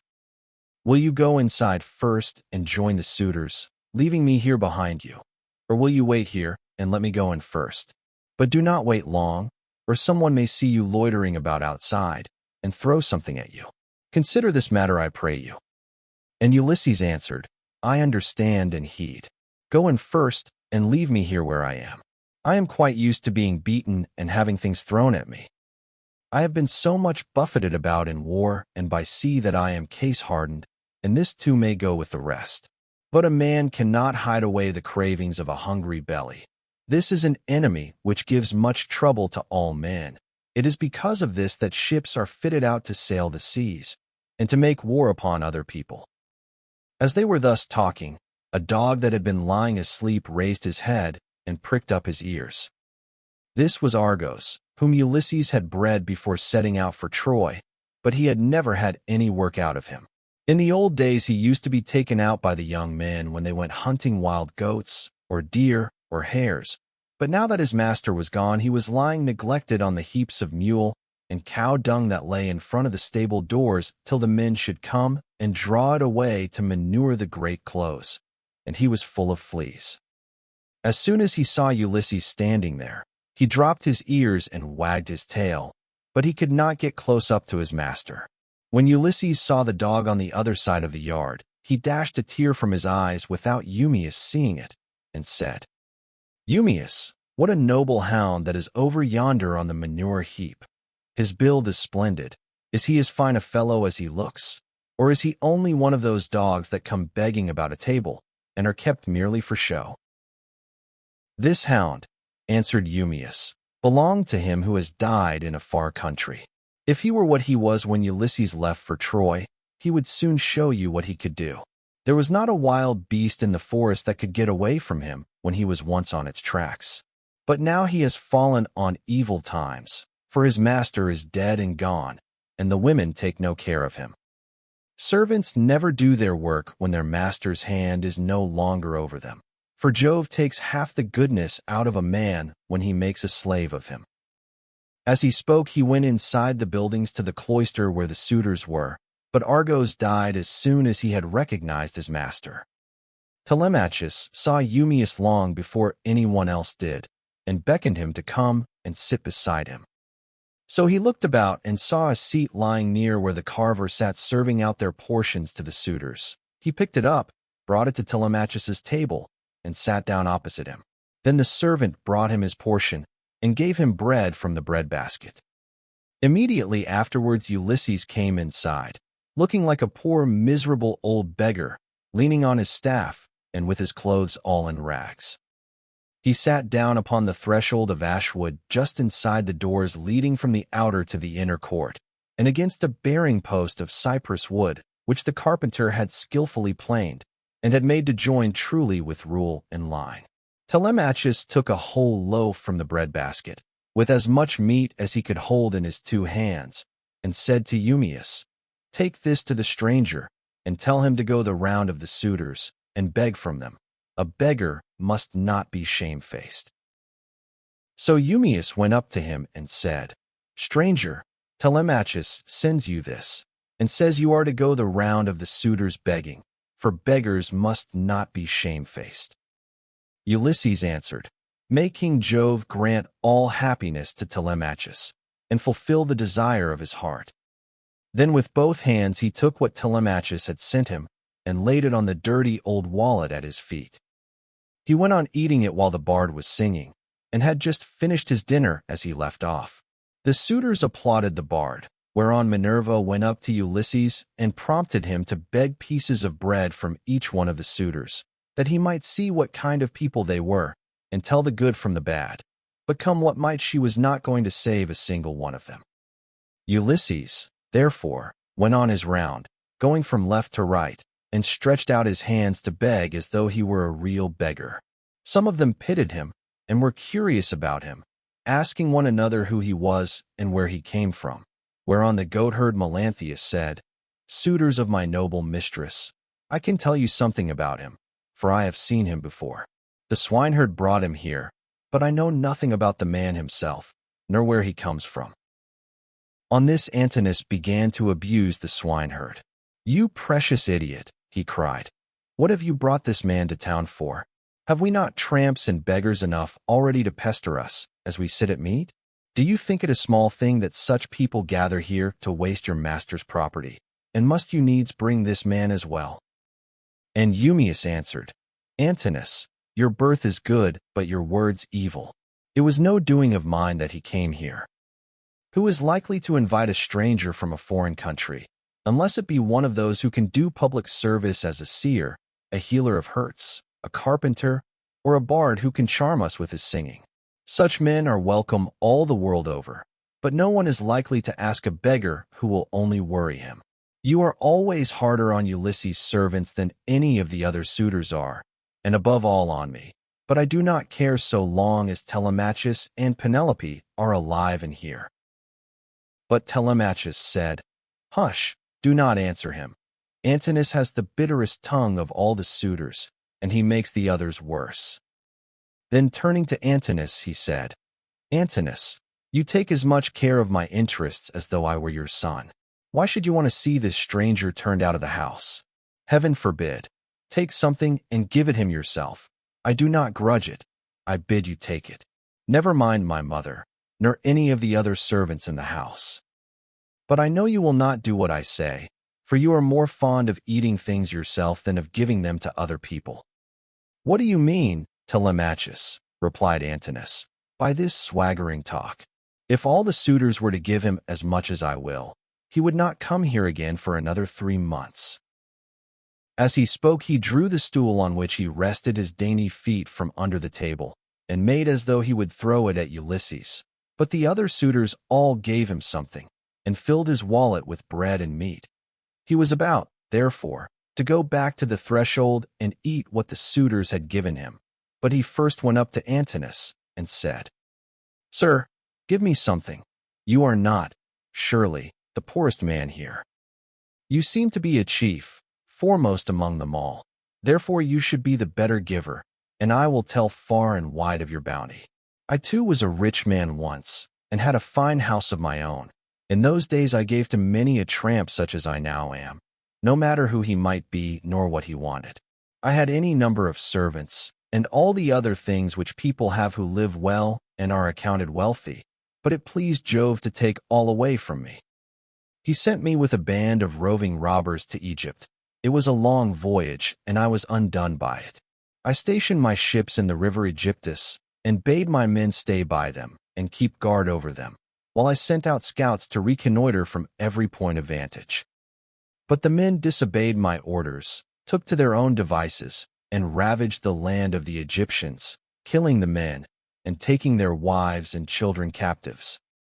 The alarm was soon carried to the city, and when they heard the war cry, the people came out at daybreak till the plain was filled with soldiers horse and foot, and with the gleam of armor.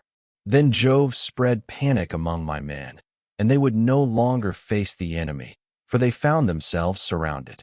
The Egyptians killed many of us, and took the rest alive to do forced labor for them.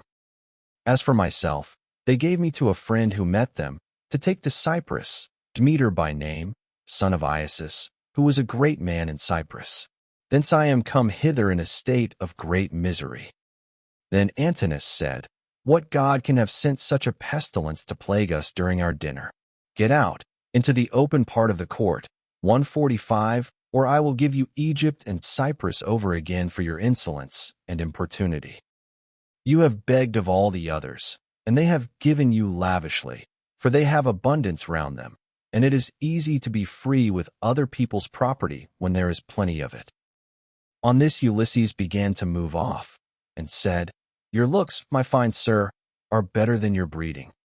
If you were in your own house, you would not spare a poor man so much as a pinch of salt, for though you are in another man's, and surrounded with abundance, you cannot find it in you to give him even a piece of bread."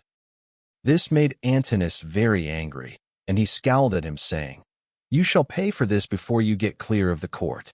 With these words he threw a footstool at him, and hit him on the right shoulder blade near the top of his back. Ulysses stood firm as a rock, and the blow did not even stagger him, but he shook his head in silence as he brooded on his revenge. Then he went back to the threshold and sat down there, laying his well-filled wallet at his feet.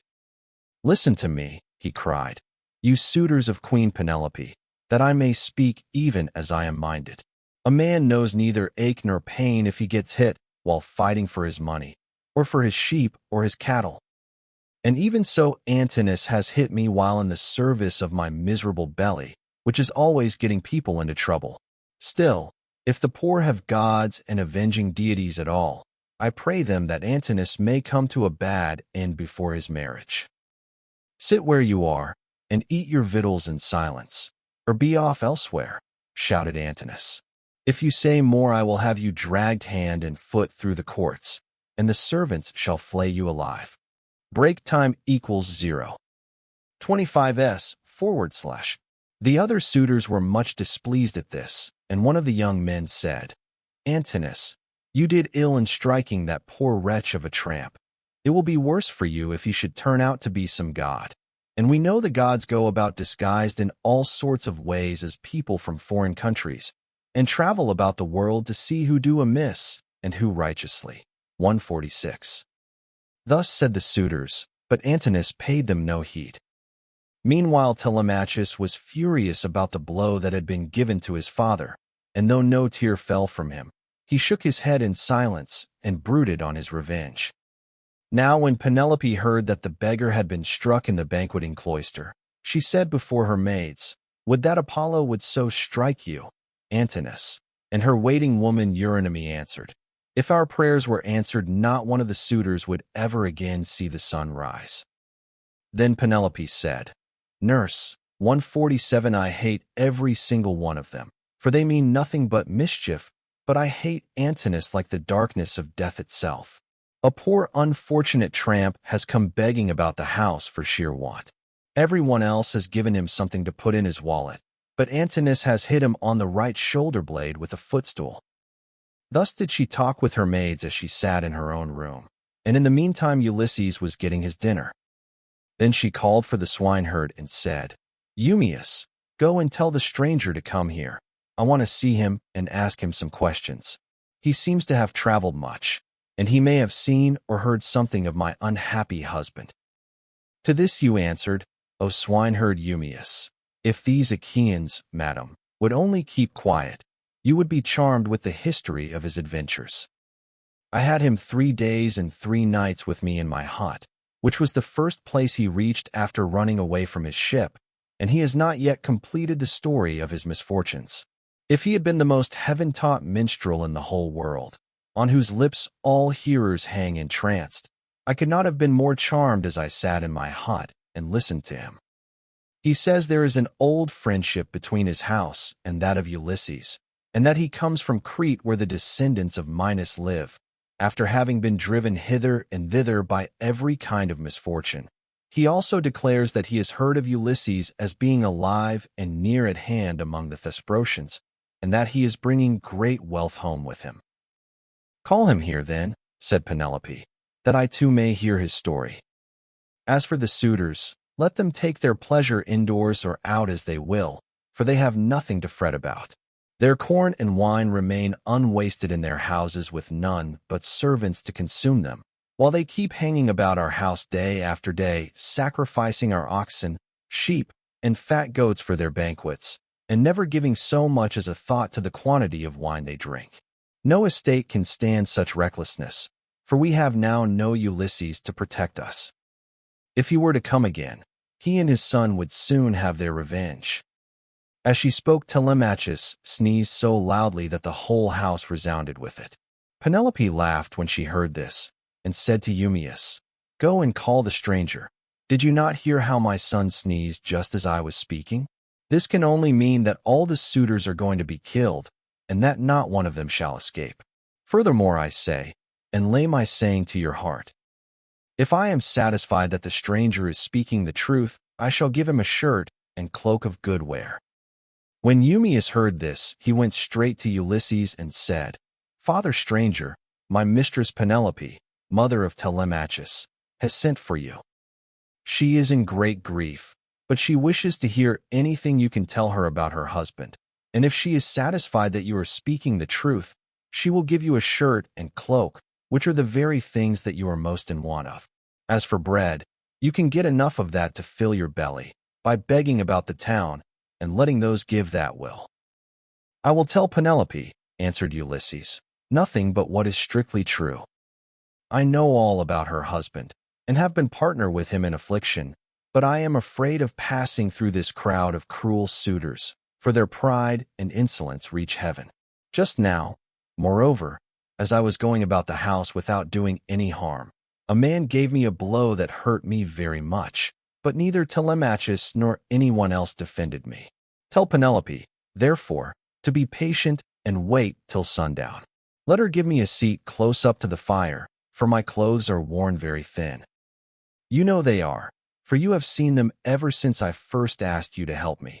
She can then ask me about the return of her husband." The swineherd went back when he heard this, and Penelope said as she saw him cross the threshold, "Why do you not bring him here, Eumaeus? Is he afraid that someone will ill-treat him, or is he shy of coming inside the house at all? Beggars should not be shamefaced." To this you answered, "O swineherd Eumaeus, the stranger is quite reasonable. He is avoiding the suitors, and is only doing what anyone else would do. He asks you to wait till sundown, and it will be much better, madam, that you should have him all to yourself, when you can hear him and talk to him as you will." "The man is no fool," answered Penelope. "It would very likely be as he says, for there are no such abominable people in the whole world as these men are." When she had done speaking, Eumaeus went back to the suitors, for he had explained everything. Then he went up to Telemachus and said in his ear so that none could overhear him, "My dear sir, I will now go back to the pigs, to see after your property and my own business. You will look to what is going on here, But above all be careful to keep out of danger, for there are many who bear you ill will. May Jove bring them to a bad end before they do us a mischief." "Very well," replied Telemachus. "Go home when you have had your dinner, and in the morning come here with the victims we are to sacrifice for the day. Leave the rest to heaven and me." On this Eumaeus took his seat again, and when he had finished his dinner, he left the courts and the cloister with the men at table, and went back to his pigs. As for the suitors, they presently began to amuse themselves with singing and dancing, for it was now getting on towards evening. Book 18. The fight with Irus. Ulysses warns Amphinomus. Penelope gets presents from the suitors. The braziers. Ulysses rebukes Eurymachus. Now there came a certain common tramp who used to go begging all over the city of Ithaca, and was notorious as an incorrigible glutton and drunkard. This man had no strength nor stay in him, but he was a great hulking fellow to look at. His real name, the one his mother gave him, was Arneus, but the young men of the place called him Irus, 148, because he used to run errands for anyone who would send him. As soon as he came, he began to insult Ulysses, and to try and drive him out of his own house. "Be off, old man," he cried, "from the doorway, or you shall be dragged out neck and heels. Do you not see that they are all giving me the wink and wanting me to turn you out by force? Only I do not like to do so. Get up then, and go of yourself, or we shall come to blows." Ulysses frowned on him and said, "My friend, I do you no manner of harm. People give you a great deal, but I am not jealous. There is room enough in this doorway for the pair of us, and you need not grudge me things that are not yours to give. You seem to be just such another tramp as myself, but perhaps the gods will give us better luck by and by. Do not, however, talk too much about fighting, or you will incense me, and old though I am, I shall cover your mouth and chest with blood. I shall have more peace tomorrow if I do, for you will not come to the house of Ulysses any more." Irus was very angry and answered, "You filthy glutton, you run on trippingly like an old fish fag. I have a good mind to lay both hands about you, and knock your teeth out of your head like so many boars' tusks. Get ready, therefore, and let these people here stand by and look on. You will never be able to fight one who is so much younger than yourself." Thus roundly did they rate one another on the smooth pavement in front of the doorway. 149. And when Antinous saw what was going on, he laughed heartily, and said to the others, "This is the finest sport that you ever saw. Heaven never yet sent anything like it into this house. The stranger and Irus have quarreled and are going to fight. Let us set them on to do so at once." The suitors all came up laughing, and gathered round the two ragged tramps. "Listen to me," said Antinous. "There are some goats' paunches down at the fire, which we have filled with blood and fat, and set aside for supper. He who is victorious and proves himself to be the better man shall have his pick of the lot. He shall be free of our table, and we will not allow any other beggar about the house at all." The others all agreed, but Ulysses, to throw them off the scent, said, "Sirs, an old man like myself, worn out with suffering, cannot hold his own against a young one. But my irrepressible belly urges me on, though I know it can only end in my getting a drubbing. You must swear, however, that none of you will give me a foul blow to favor Irus and secure him the victory." They swore as he told them, and when they had completed their oath, Telemachus put in a word and said, "Stranger, if you have a mind to settle with this fellow, you need not be afraid of any one here. Whoever strikes, you will have to fight more than one. I am host, and the other chiefs, Antinous and Eurymachus, both of them men of understanding, are of the same mind as I am."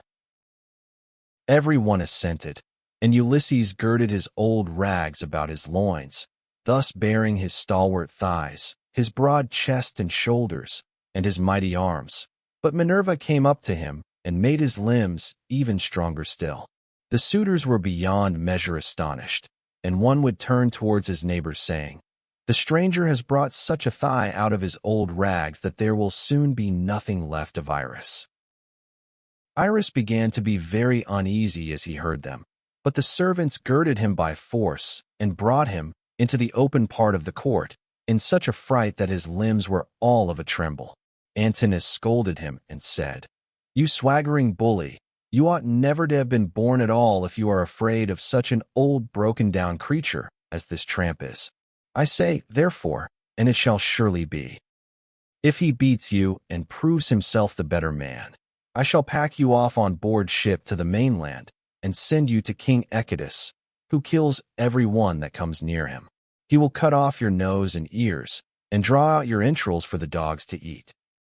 This frightened Irus still more, but they brought him into the middle of the court, and the two men raised their hands to fight. Then Ulysses considered whether he should let drive so hard at him as to make an end of him then and there, or whether he should give him a lighter blow that should only knock him down.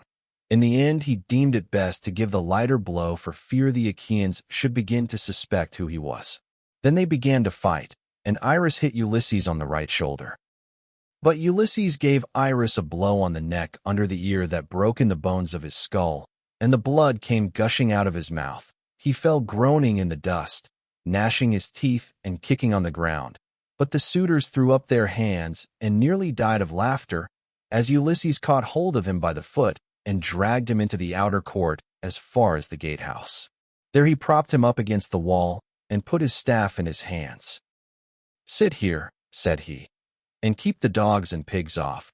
You are a pitiful creature, and if you try to make yourself king of the beggars any more, you shall fare still worse." Then he threw his dirty old wallet, all tattered and torn over his shoulder with the cord by which it hung, and went back to sit down upon the threshold. But the suitors went within the cloisters, laughing and saluting him. "May Jove and all the other gods," said they, "grant you whatever you want for having put an end to the importunity of this insatiable tramp. We will take him over to the mainland presently, to King Ecodus, who kills every one that comes near him." Ulysses hailed this as of good omen, and Antinous set a great goat's paunch before him filled with blood and fat.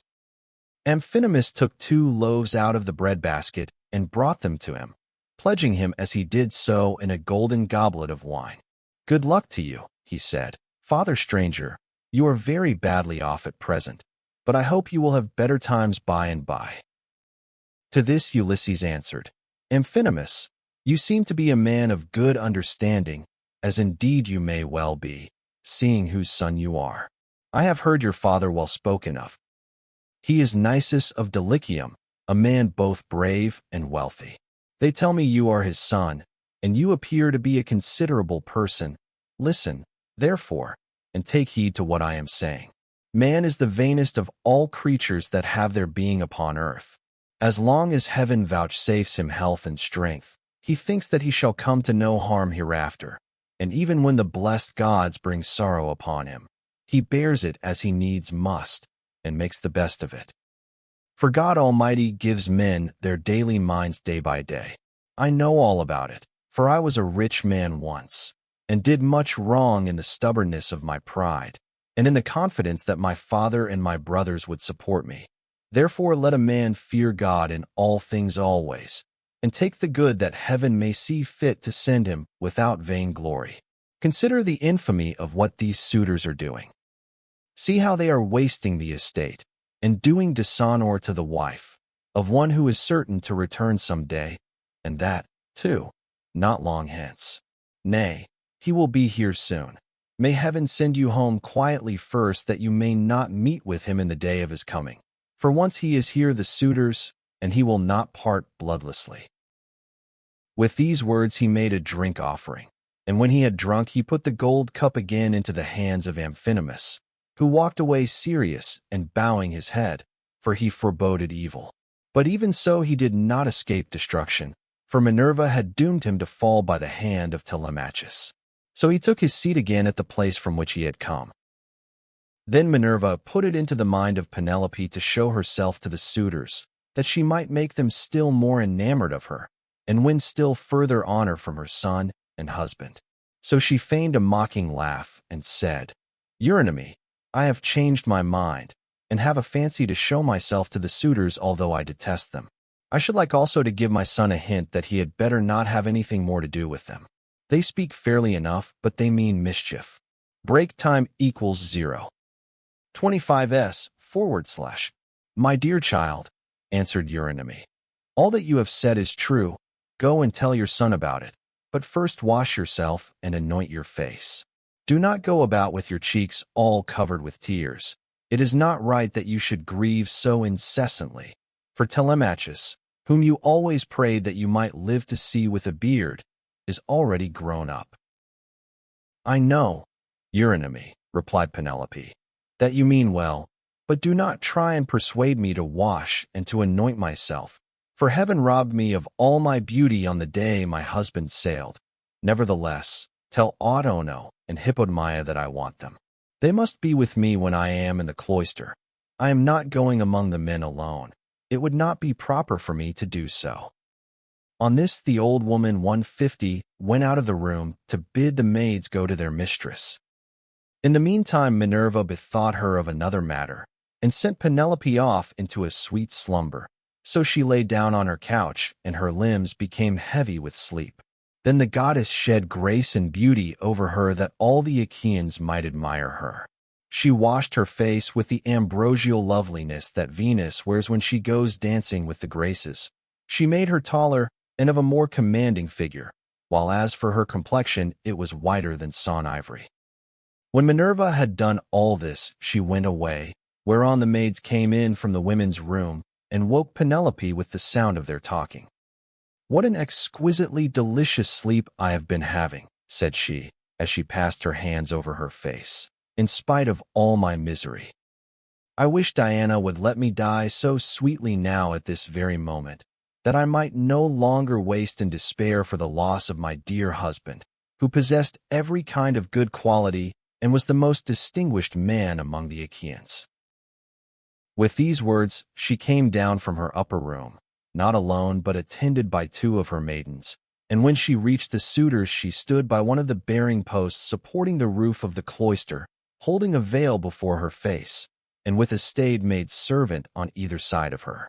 As they beheld her, the suitors were so overpowered and became so desperately enamored of her, that each one prayed he might win her for his own bedfellow. Telemachus, said she, addressing her son, I fear you are no longer so discreet and well-conducted as you used to be. When you were younger you had a greater sense of propriety. Now, however, that you are grown up, though a stranger to look at you would take you for the son of a well-to-do father as far as size and good looks go, your conduct is by no means what it should be. What is all this disturbance that has been going on, and how came you to allow a stranger to be so disgracefully ill-treated? What would have happened if he had suffered serious injury while a suppliant in our house? Surely this would have been very discreditable to you. I am not surprised, my dear mother, at your displeasure, replied Telemachus. I understand all about it and know when things are not as they should be, which I could not do when I was younger. I cannot, however, behave with perfect propriety at all times. First one and then another of these wicked people here keeps driving me out of my mind, and I have no one to stand by me. After all, however, this fight between Irus and the stranger did not turn out as the suitors meant it to do, for the stranger got the best of it. I wish Father Jove, Minerva, and Apollo would break the neck of every one of these wooers of yours, some inside the house and some out. And I wish they might all be as limp as Irus is over yonder in the gate of the outer court.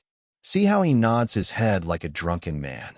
He has had such a thrashing that he cannot stand on his feet nor get back to his home, wherever that may be, for he has no strength left in him. Thus did they converse. Eurymachus then came up and said, Queen Penelope, daughter of Icarius, if all the Achaeans and Asian Argos could see you at this moment, you would have still more suitors in your house by tomorrow morning, for you are the most admirable woman in the whole world both as regards personal beauty and strength of understanding. To this Penelope replied, Eurymachus, heaven robbed me of all my beauty whether of face or figure when the Argives set sail for Troy and my dear husband with them. If he were to return and look after my affairs, I should both be more respected and show a better presence to the world. As it is, I am oppressed with care, and with the afflictions which heaven has seen fit to heap upon me. My husband foresaw it all, and when he was leaving home, he took my right wrist in his hand. Wife, he said, we shall not all of us come safe home from Troy, for the Trojans fight well both with bow and spear. They are excellent also at fighting from chariots, and nothing decides the issue of a fight sooner than this. I know not, therefore, whether heaven will send me back to you, or whether I may not fall over there at Troy. In the meantime, do you look after things here. Take care of my father and mother as at present, and even more so during my absence. But when you see our son growing a beard, then marry whom you will, and leave this your present home. This is what he said, and now it is all coming true. A night will come when I shall have to yield myself to a marriage which I detest, for Jove has taken from me all hope of happiness. This further grief, moreover, cuts me to the very heart. You suitors are not wooing me after the custom of my country. When men are courting a woman who they think will be a good wife to them, and who is of noble birth, and when they are each trying to win her for himself, they usually bring oxen and sheep to feast the friends of the lady, and they make her magnificent presents, instead of eating up other people's property without paying for it.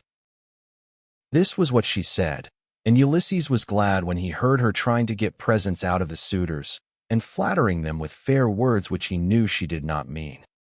Then Antinous said, Queen Penelope, daughter of Irus, take as many presents as you please from anyone who will give them to you.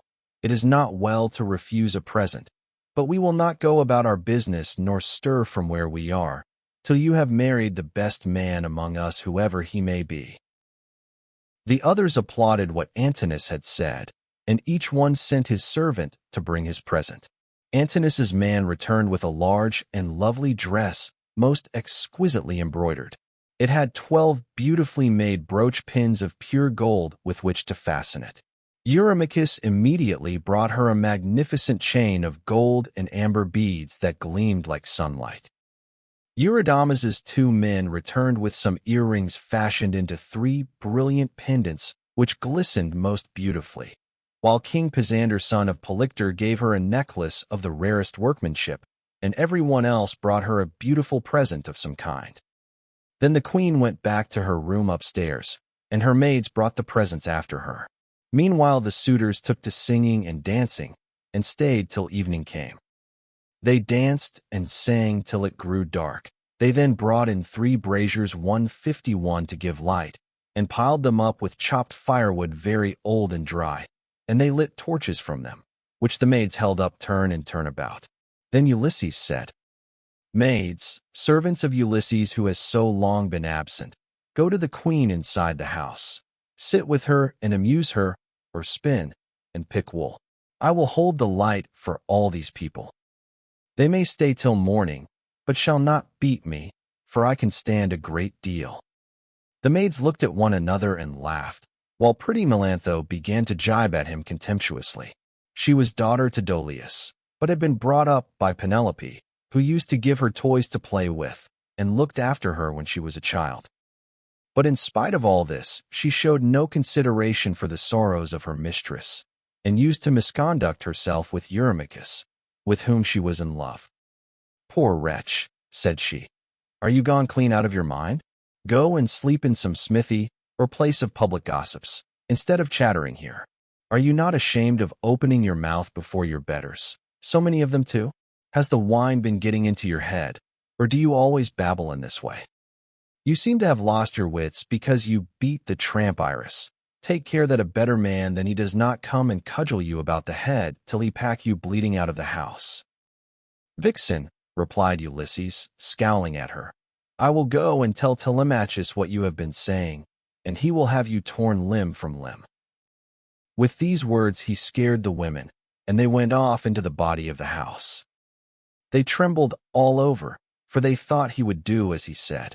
But Ulysses took his stand near the burning braziers, holding up torches and looking at the people, brooding the while on things that should surely come to pass. But Minerva would not let the suitors for one moment cease their insolence, for she wanted Ulysses to become even more bitter against them. She therefore set Eurymachus, son of Polybus, on to jibe at him, which made the others laugh. "Listen to me," said he, "you suitors of Queen Penelope, that I may speak even as I am minded. It is not for nothing that this man has come to the house of Ulysses.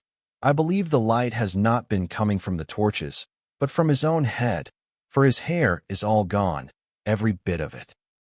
Then turning to Ulysses, he said, "Stranger, will you work as a servant, if I send you to the wolds and see that you are well paid? Can you build a stone fence or plant trees? I will have you fed all the year round, and will find you in shoes and clothing. Will you go, then? Not you, for you have got into bad ways, and do not want to work. You had rather fill your belly by going round the country begging." "Eurymachus," answered Ulysses, "if you and I were to work one against the other in early summer when the days are at their longest, give me a good scythe, and take another yourself, and let us see which will last the longer or mow the stronger, from dawn till dark when the mowing grass is about. Or if you will plow against me, let us each take a yoke of tawny oxen, well mated, and of great strength and endurance. Turn me into a 4-acre field, and see whether you or I can drive the straighter furrow.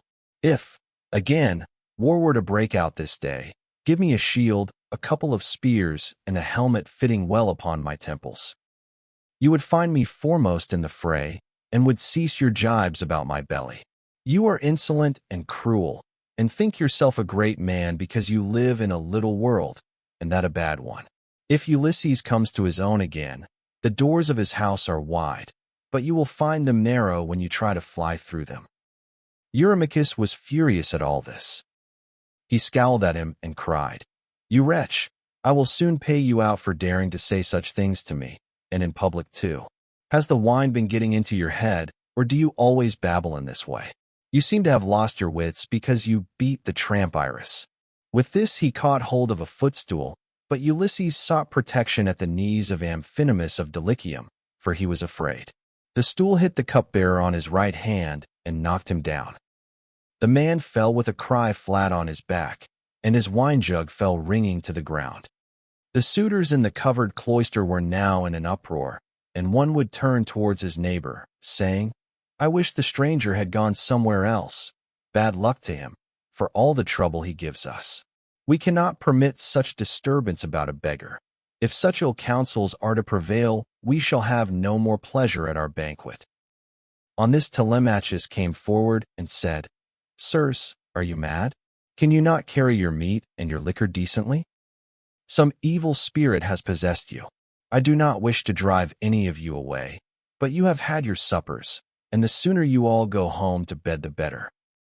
The suitors bit their lips and marveled at the boldness of his speech, but Amphinomus the son of Nisus, who was son to Irus, said, "Do not let us take offense. It is reasonable, so let us make no answer. Neither let us do violence to the stranger, nor to any of Ulysses' servants.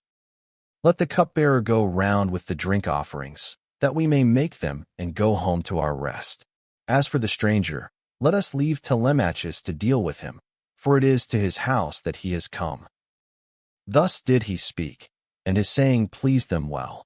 So Mulius of Dulichium, servant to Amphinomus, mixed them a bowl of wine and water, and handed it round to each of them man by man, whereon they made their drink offerings to the blessed gods. Then, when they had made their drink offerings and had drunk each one as he was minded, they took their several ways each of them to his own abode. Book 19. Penelope questions the stranger. Telemachus and Ulysses remove the armor. Ulysses interviews Penelope. Euryclea washes his feet and recognizes the scar on his leg. Penelope tells her dream to Ulysses. Ulysses was left in the cloister, pondering on the means whereby with Minerva's help he might be able to kill the suitors. Presently he said to Telemachus, "Telemachus, we must get the armor together and take it down inside. Make some excuse when the suitors ask you why you have removed it. Say that you have taken it to be out of the way of the smoke, inasmuch as it is no longer what it was when Ulysses went away, but has become soiled and begrimed with soot. Add to this more particularly that you are afraid Jove may set them on to quarrel over their wine, and that they may do each other some harm which may disgrace both banquet and wooing, for the sight of arms sometimes tempts people to use them. Telemachus approved of what his father had said, so he called Nurse Euryclea and said, "Nurse, shut the women up in their room, while I take the armor that my father left behind him down into the storeroom. No one looks after it now my father is gone, and it has got all smirched with soot during my own boyhood. I want to take it down where the smoke cannot reach it." "I wish, child," answered Euryclea, "that you would take the management of the house into your own hands altogether and look after all the property yourself. But who is to go with you and light you to the storeroom? The maids would have done so, but you would not let them." "The stranger," said Telemachus, "shall show me a light. When people eat my bread, they must earn it, no matter where they come from." Euryclea did as she was told, and bolted the women inside their room. Then Ulysses and his son made all haste to take the helmets, shields, and spears inside, and Minerva went before them with a gold lamp in her hand that shed a soft and brilliant radiance, whereon Telemachus said, "Father, my eyes behold a great marvel. The walls, with the rafters, crossbeams, and the supports on which they rest are all aglow as with a flaming fire. Surely there is some god here who has come down from heaven."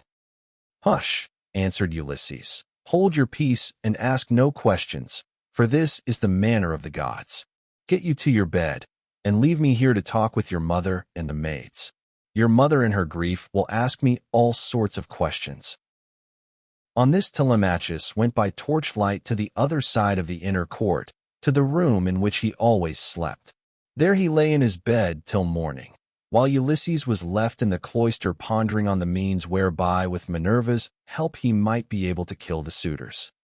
Then Penelope came down from her room looking like Venus or Diana, and they set her a seat inlaid with scrolls of silver and ivory near the fire in her accustomed place. It had been made by Icmalius and had a footstool all in one piece with the seat itself, and it was covered with a thick fleece. On this she now sat, and the maids came from the women's room to join her. They set about removing the tables at which the wicked suitors had been dining, and took away the bread that was left, with the cups from which they had drunk. They emptied the embers out of the braziers, and heaped much wood upon them to give both light and heat.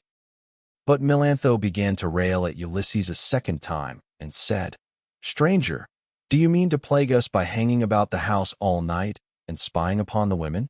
Be off, you wretch, outside, and eat your supper there, or you shall be driven out with a firebrand." Ulysses scowled at her and answered, "My good woman, why should you be so angry with me? Is it because I am not clean, and my clothes are all in rags, and because I am obliged to go begging about after the manner of tramps and beggars generally? I too was a rich man once, and had a fine house of my own.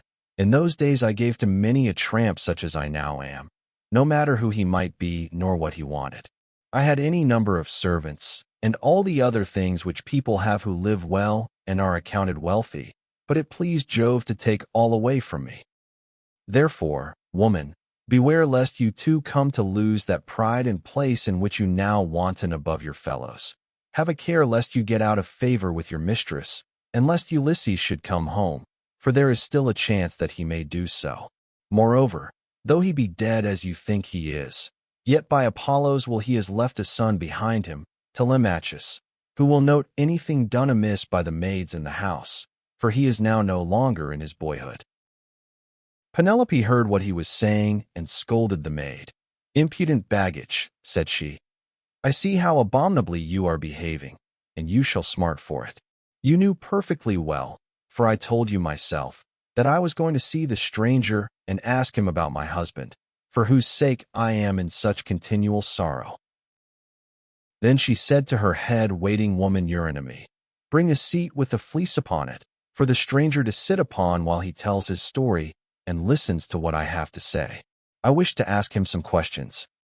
Eurynomy brought the seat at once and set a fleece upon it, and as soon as Ulysses had sat down, Penelope began by saying, "Stranger, I shall first ask you who and whence are you?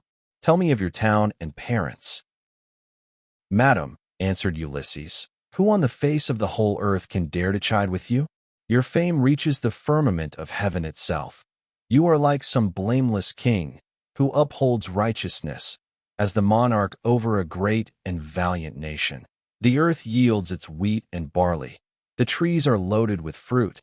The ewes bring forth lambs, and the sea abounds with fish by reason of his virtues, and his people do good deeds under him.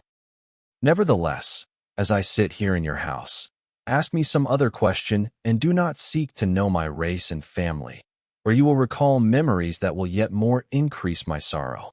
I am full of heaviness, but I ought not to sit weeping and wailing in another person's house, nor is it well to be thus grieving continually. I shall have one of the servants, or even yourself, complaining of me, and saying that my eyes swim with tears because I am heavy with wine. Then Penelope answered, Stranger, heaven robbed me of all beauty, whether of face or figure, when the Argives set sail for Troy and my dear husband with them.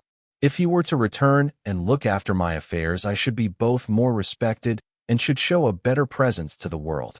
As it is, I am oppressed with care and with the afflictions which heaven has seen fit to heap upon me. The chiefs from all our islands, Dulichium, Same, and Zacynthus, as also from Ithaca itself, are wooing me against my will and are wasting my estate. I can therefore show no attention to strangers, nor suppliants, nor to people who say that they are skilled artisans, but am all the time broken-hearted about Ulysses. They want me to marry again at once, and I have to invent stratagems in order to deceive them. In the first place, heaven put it in my mind to set up a great tambour frame in my room, and to begin working upon an enormous piece of fine needlework. Then I said to them, Sweethearts, Ulysses is indeed dead. Still, do not press me to marry again immediately. Wait, for I would not have my skill in needlework perish unrecorded, till I have finished making a pall for the hero Laertes, to be ready against the time when death shall take him. He is very rich, and the women of the place will talk if he is laid out without a pall. This was what I said, and they assented, whereon I used to keep working at my great web all day long, but at night I would unpick the stitches again by torchlight. I fooled them in this way for 3 years without their finding it out, but as time wore on and I was now in my 4th year, in the waning of moons, and many days had been accomplished, those good-for-nothing hussies my maids betrayed me to the suitors, who broke in upon me and caught me. They were very angry with me, so I was forced to finish my work whether I would or no.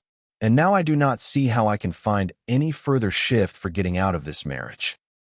My parents are putting great pressure upon me, and my son chafes at the ravages the suitors are making upon his estate, for he is now old enough to understand all about it, and is perfectly able to look after his own affairs, for heaven has blessed him with an excellent disposition.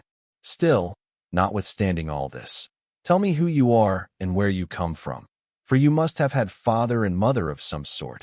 You cannot be the son of an oak or of a rock. Then Ulysses answered, Madam, wife of Ulysses, since you persist in asking me about my family, I will answer, no matter what it costs me. People must expect to be pained when they have been exiles as long as I have, and suffered as much among as many peoples. Nevertheless, as regards your question, I will tell you all you ask. There is a fair and fruitful island in mid-ocean called Crete. It is thickly peopled, and there are 90 cities in it. The people speak many different languages which overlap one another, for there are Achaeans, brave Aedo-Cretans, Dorians of threefold race, and noble Pelasgi. There is a great town there, Knossos, where Minos reigned, who every 9 years had a conference with Jove himself. 152 Minos was father to Deucalion, whose son I am, for Deucalion had 2 sons, Idomeneus and myself. Idomeneus sailed for Troy, and I, who am the younger, am called Ethon. My brother, however, was at once the older and the more valiant of the 2. Hence it was in Crete that I saw Ulysses and showed him hospitality, for the winds took him there as he was on his way to Troy, carrying him out of his course from Cape Malea and leaving him in Amnisus off the cave of Elathea, where the harbors are difficult to enter, and he could hardly find shelter from the winds that were then raging. As soon as he got there, he went into the town and asked for Idomeneus, claiming to be his old and valued friend, But Idomeneus had already set sail for Troy some 10 or 12 days earlier. So I took him to my own house and showed him every kind of hospitality, for I had abundance of everything. Moreover, I fed the men who were with him with barley meal from the public store and got subscriptions of wine and oxen for them to sacrifice to their heart's content. They stayed with me 12 days, for there was a gale blowing from the north so strong that one could hardly keep one's feet on land. I suppose some unfriendly god had raised it for them, but on the 13th day the wind dropped, and they got away. Many a plausible tale did Ulysses further tell her, and Penelope wept as she listened, for her heart was melted. As the snow wastes upon the mountain tops when the winds from southeast and west have breathed upon it, and thawed it till the rivers run bank full with water, even so did her cheeks overflow with tears for the husband who was all the time sitting by her side. Ulysses felt for her and was sorry for her, but he kept his eyes as hard as horn or iron without letting them so much as quiver. So cunningly did he restrain his tears. Then, when she had relieved herself by weeping, she turned to him again and said, "Now, stranger, I shall put you to the test, and see whether or no you really did entertain my husband and his men, as you say you did. Tell me, then, how he was dressed, what kind of a man he was to look at, and so also with his companions." "Madam," answered Ulysses, "it is such a long time ago that I can hardly say. 20 years are come and gone since he left my home, and went elsewhither, but I will tell you as well as I can recollect. Ulysses wore a mantle of purple wool, double-lined, and it was fastened by a gold brooch with 2 catches for the pin. On the face of this there was a device that shewed a dog holding a spotted fawn between his 4 paws, and watching it as it lay panting upon the ground. Every one marveled at the way in which these things had been done in gold, the dog looking at the fawn and strangling it, while the fawn was struggling convulsively to escape. 153 As for the shirt that he wore next his skin, it was so soft that it fitted him like the skin of an onion, and glistened in the sunlight to the admiration of all the women who beheld it. Furthermore I say, and lay my saying to your heart, that I do not know whether Ulysses wore these clothes when he left home, or whether one of his companions had given them to him while he was on his voyage, or possibly someone at whose house he was staying made him a present of them, for he was a man of many friends and had few equals among the Achaeans. I myself gave him a sword of bronze and a beautiful purple mantle, double-lined, with a shirt that went down to his feet, and I sent him on board his ship with every mark of honor. He had a servant with him, a little older than himself, and I can tell you what he was like. His shoulders were hunched, 150 for he was dark, and he had thick curly hair. His name was Eurybates, and Ulysses treated him with greater familiarity than he did any of the others, as being the most like-minded with himself. Penelope was moved still more deeply as she heard the indisputable proofs that Ulysses laid before her, and when she had again found relief in tears, she said to him, "Stranger, I was already disposed to pity you, but henceforth you shall be honored and made welcome in my house. It was I who gave Ulysses the clothes you speak of. I took them out of the storeroom and folded them up myself, and I gave him also the gold brooch to wear as an ornament. Alas, I shall never welcome him home again. It was by an ill fate that he ever set out for that detested city, whose very name I cannot bring myself even to mention." Then Ulysses answered, "Madam, wife of Ulysses, do not disfigure yourself further by grieving thus bitterly for your loss, though I can hardly blame you for doing so. A woman who has loved her husband and borne him children would naturally be grieved at losing him, even though he were a worse man than Ulysses, who they say was like a god. Still, cease your tears and listen to what I can tell you. I will hide nothing from you, and can say with perfect truth that I have lately heard of Ulysses as being alive and on his way home. He is among the Thesprotians, and is bringing back much valuable treasure that he has begged from one and another of them.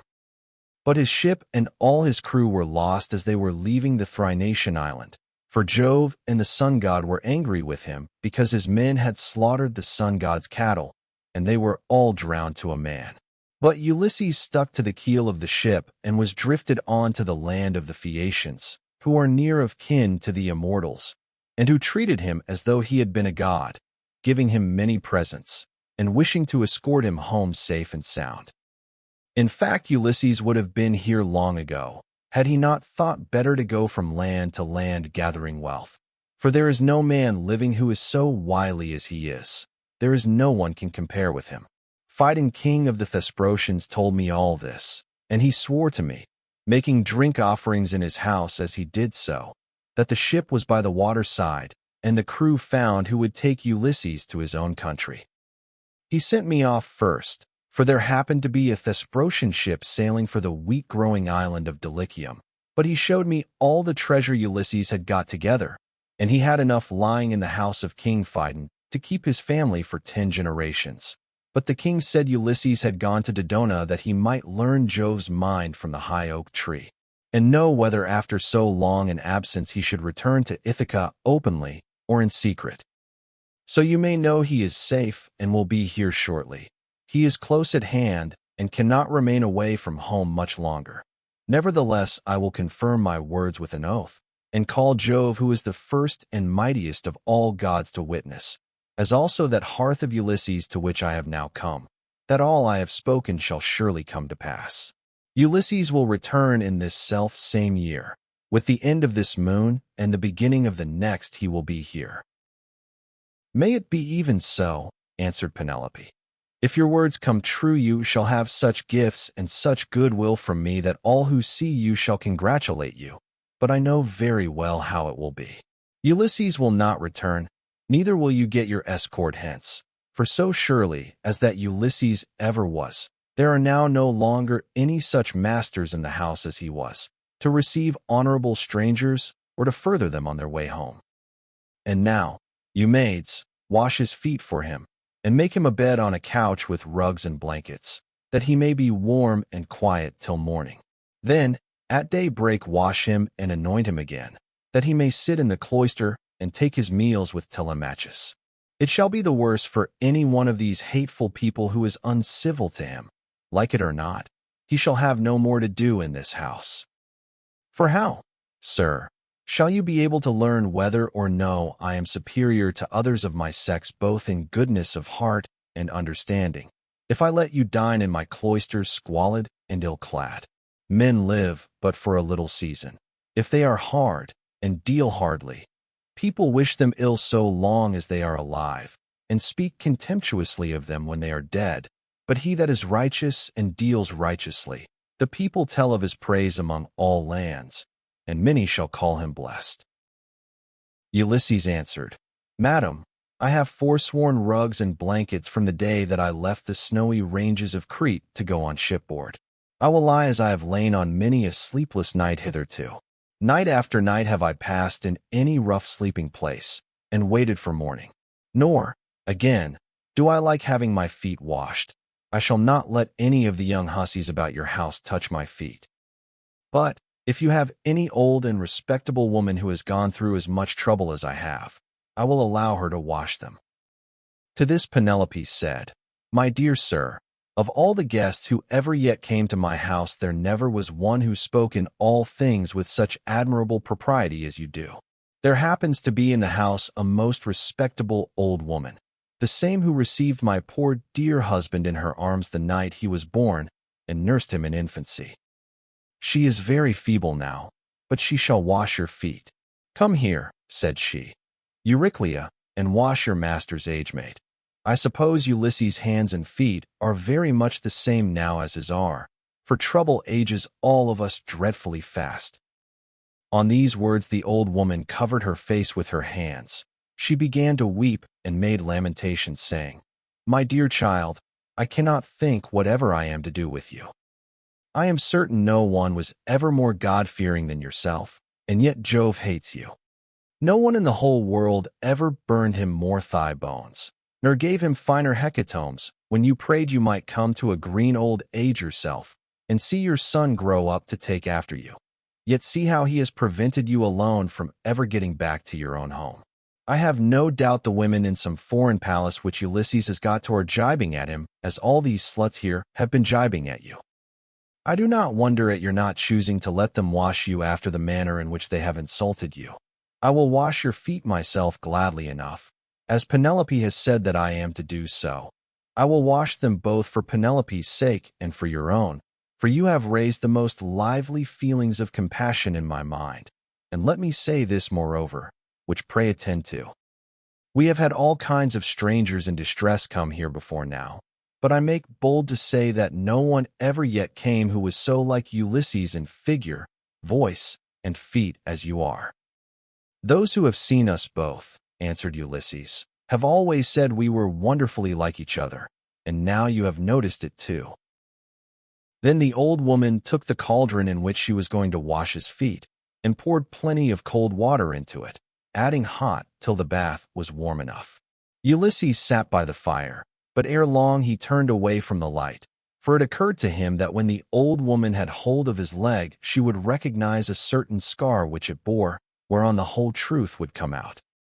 And indeed, as soon as she began washing her master, she at once knew the scar as one that had been given him by a wild boar when he was hunting on Mt. Parnassus with his excellent grandfather Autolycus, who was the most accomplished thief and perjurer in the whole world, and with the sons of Autolycus. Mercury himself had endowed him with this gift, for he used to burn the thigh bones of goats and kids to him, so he took pleasure in his companionship. It happened once that Autolycus had gone to Ithaca and had found the child of his daughter just born. As soon as he had done supper, Eurycleus set the infant upon his knees and said, Autolycus, you must find a name for your grandson. You greatly wish that you might have one. Son-in-law and daughter, replied Autolycus, call the child thus. I am highly displeased with a large number of people in one place and another, both men and women. So name the child Ulysses, or the child of anger. When he grows up and comes to visit his mother's family on Mt. Parnassus, where my possessions lie, I will make him a present and will send him on his way rejoicing. Ulysses, therefore, went to Parnassus to get the presents from Autolycus, who with his sons shook hands with him and gave him welcome. His grandmother Amphithea threw her arms about him and kissed his head and both his beautiful eyes, while Autolycus desired his sons to get dinner ready, and they did as he told them.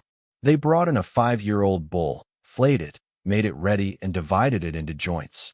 These they then cut carefully up into smaller pieces and spitted them. They roasted them sufficiently and served the portions round. Thus through the livelong day to the going down of the sun they feasted, and every man had his full share, so that all were satisfied. But when the sun set and it came on dark, they went to bed and enjoyed the boon of sleep. When the child of morning, rosy-fingered dawn, appeared, the sons of Autolycus went out with their hounds hunting, and Ulysses went too.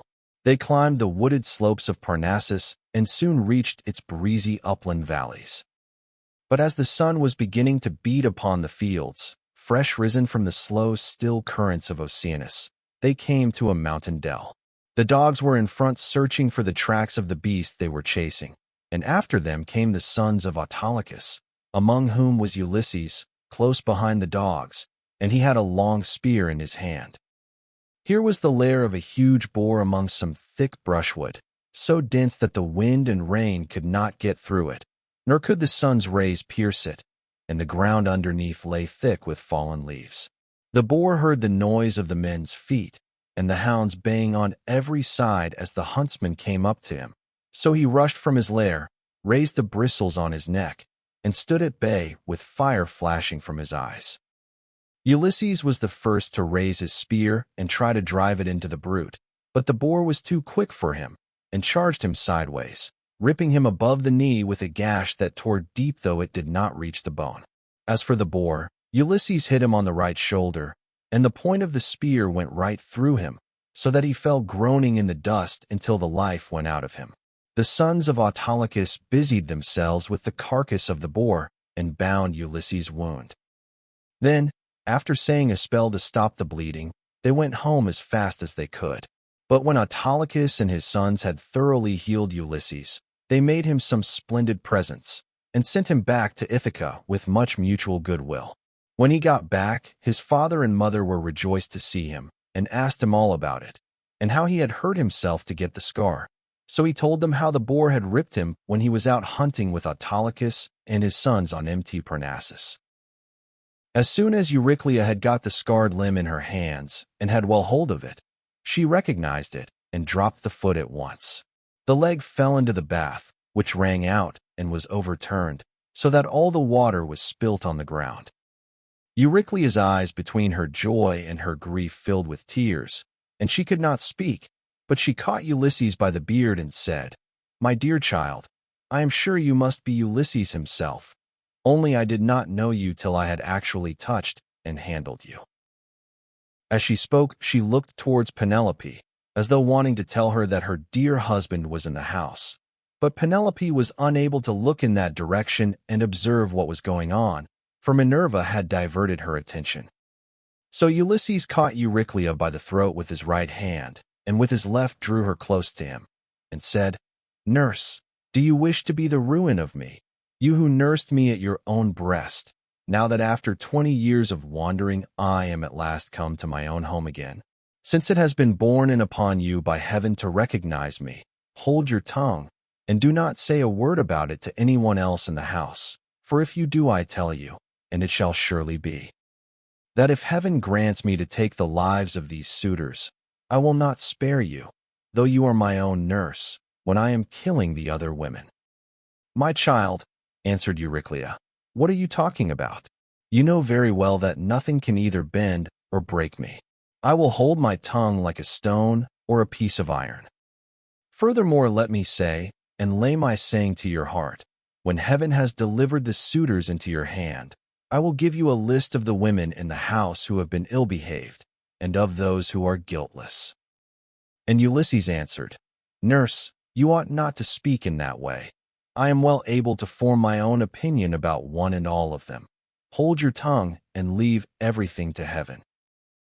As he said this, Euryclea left the cloister to fetch some more water, for the first had been all spilt, and when she had washed him and anointed him with oil, Ulysses drew his seat nearer to the fire to warm himself, and hid the scar under his rags.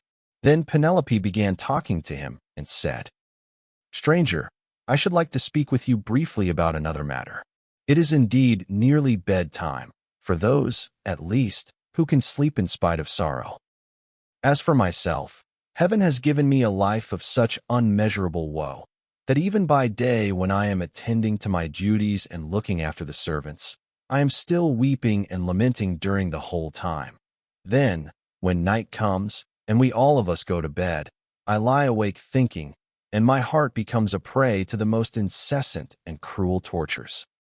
As the dun nightingale, daughter of Pandarus, sings in the early spring from her seat in shadiest covert hid, and with many a plaintive trill pours out the tale how by mishap she killed her own child Italus, son of King Zethus, even so does my mind toss and turn in its uncertainty whether I ought to stay with my son here, and safeguard my substance, my bondsmen, and the greatness of my house, out of regard to public opinion and the memory of my late husband, or whether it is not now time for me to go with the best of these suitors who are wooing me and making me such magnificent presents. As long as my son was still young and unable to understand, he would not hear of my leaving my husband's house. But now that he is full grown, he begs and prays me to do so, being incensed at the way in which the suitors are eating up his property. Listen, then, to a dream that I have had, and interpret it for me if you can. I have 20 geese about the house that eat mash out of a trough, 155, and of which I am exceedingly fond. I dreamed that a great eagle came swooping down from a mountain, and dug his curved beak into the neck of each of them till he had killed them all. Presently he soared off into the sky, and left them lying dead about the yard, whereon I wept in my dream till all my maids gathered round me. So piteously was I grieving because the eagle had killed my geese. Then he came back again, and perching on a projecting rafter spoke to me with human voice, and told me to leave off crying. Be of good courage, he said, daughter of Icarius. This is no dream, but a vision of good omen that shall surely come to pass. The geese are the suitors, and I am no longer an eagle, but your own husband, who am come back to you, and who will bring these suitors to a disgraceful end. On this I woke, and when I looked out I saw my geese at the trough eating their mash as usual. This dream, madam, replied Ulysses, can admit but of one interpretation, for had not Ulysses himself told you how it shall be fulfilled? The death of the suitors is portended, and not one single one of them will escape. And Penelope answered, Stranger, dreams are very curious and unaccountable things, and they do not by any means invariably come true. There are two gates through which these unsubstantial fancies proceed. The one is of horn, and the other ivory. Those that come through the gate of ivory are fatuous, but those from the gate of horn mean something to those that see them. I do not think, however, that my own dream came through the gate of horn, though I and my son should be most thankful if it proves to have done so. Furthermore I say, and lay my saying to your heart, the coming dawn will usher in the ill-omened day that is to sever me from the house of Ulysses, for I am about to hold a tournament of axes. My husband used to set up 12 axes in the court, one in front of the other, like the stays upon which a ship is built. He would then go back from them and shoot an arrow through the whole 12. I shall make the suitors try to do the same thing, and whichever of them can string the bow most easily and send his arrow through all the 12 axes, him will I follow, and quit this house of my lawful husband, so goodly and so abounding in wealth. But even so, I doubt not that I shall remember it in my dreams. Then Ulysses answered, Madam, wife of Ulysses, you need not defer your tournament, for Ulysses will return ere ever they can string the bow, handle it how they will, and send their arrows through the iron. To this Penelope said, As long, sir, as you will sit here and talk to me, I can have no desire to go to bed. Still, people cannot do permanently without sleep, and heaven has appointed us dwellers on earth a time for all things. I will therefore go upstairs and recline upon that couch which I have never ceased to flood with my tears from the day Ulysses set out for the city with a hateful name. She then went upstairs to her own room, not alone, but attended by her maidens, and when there, she lamented her dear husband till Minerva shed sweet sleep over her eyelids. Book XX. Ulysses cannot sleep. Penelope's prayer to Diana. The two signs from heaven, Eumaeus and Philoetius, arrive. The suitors dine. Ctesippus throws an ox's foot at Ulysses. Theoclymenus foretells disaster and leaves the house. Ulysses slept in the cloister upon an undressed bullock's hide, on the top of which he threw several skins of the sheep the suitors had eaten, and Eurynomé 156 threw a cloak over him after he had laid himself down. There, then, Ulysses lay wakefully brooding upon the way in which he should kill the suitors. And by, the women who had been in the habit of misconducting themselves with them left the house giggling and laughing with one another.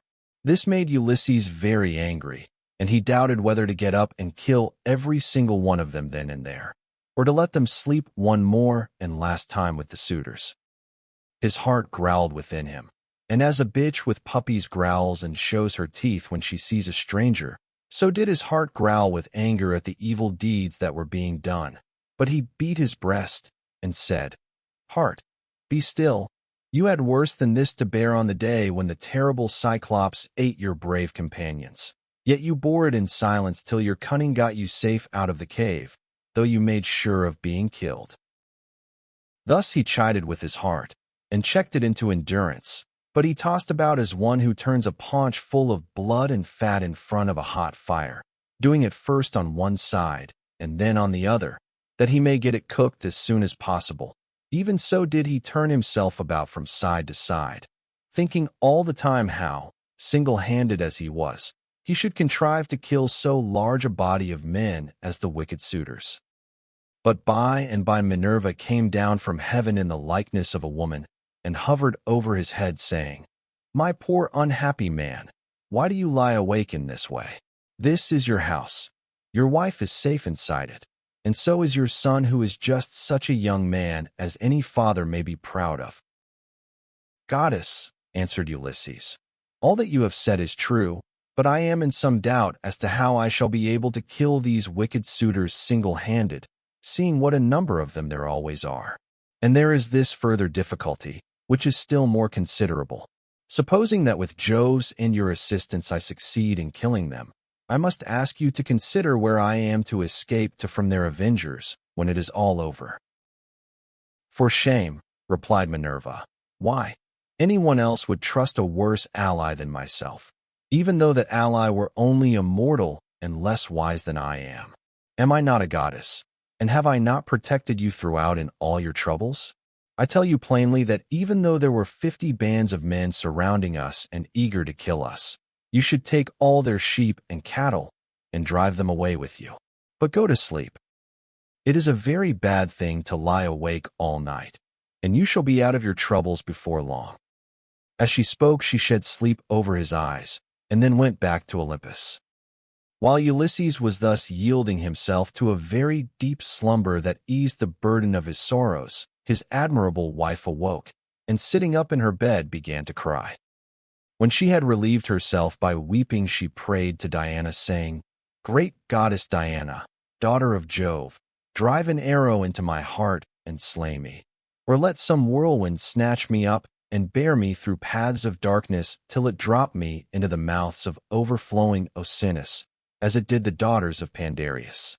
The daughters of Pandareus lost their father and mother, for the gods killed them, so they were left orphans. But Venus took care of them, and fed them on cheese, honey, and sweet wine. Juno taught them to excel all women in beauty of form and understanding. Diana gave them an imposing presence, and Minerva endowed them with every kind of accomplishment. But one day, when Venus had gone up to Olympus to see Jove about getting them married, for well does he know both what shall happen and what not happen to every one, the storm winds came and spirited them away to become handmaids to the dread Erinyes. Even so, I wish that the gods who live in heaven would hide me from mortal sight, or that fair Diana might strike me, for I would fain go even beneath the sad earth, if I might do so still looking towards Ulysses only, and without having to yield myself to a worse man than he was. Besides, no matter how much people may grieve by day, they can put up with it so long as they can sleep at night, for when the eyes are closed in slumber, people forget good and ill alike. Whereas my misery haunts me even in my dreams. This very night methought there was one lying by my side who was like Ulysses as he was when he went away with his host, and I rejoiced, for I believed that it was no dream, but the very truth itself.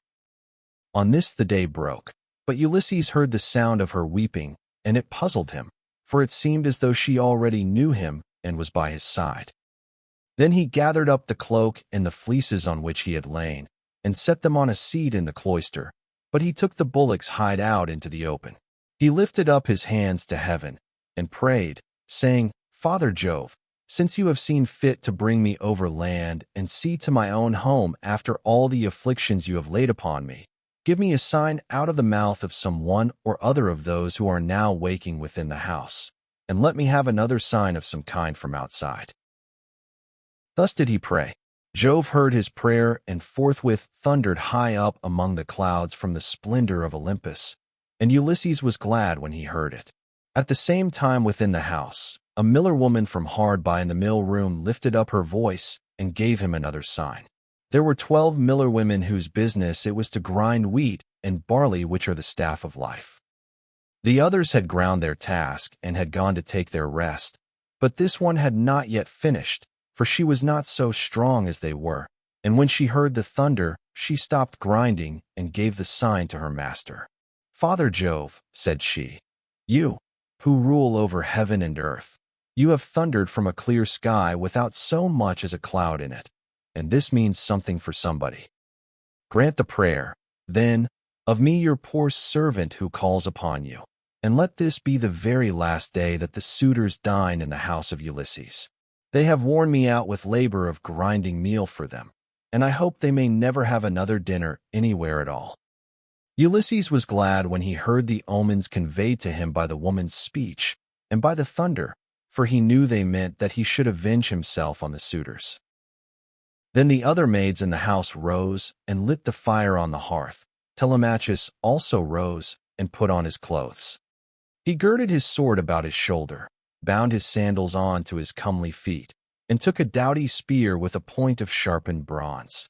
Then he went to the threshold of the cloister and said to Euryclea, "Nurse, did you make the stranger comfortable both as regards bed and board, or did you let him shift for himself? For my mother, good woman though she is, has a way of paying great attention to second-rate people, and of neglecting others who are in reality much better men." "Do not find fault, child," said Euryclea, "when there is no one to find fault with." The stranger sat and drank his wine as long as he liked.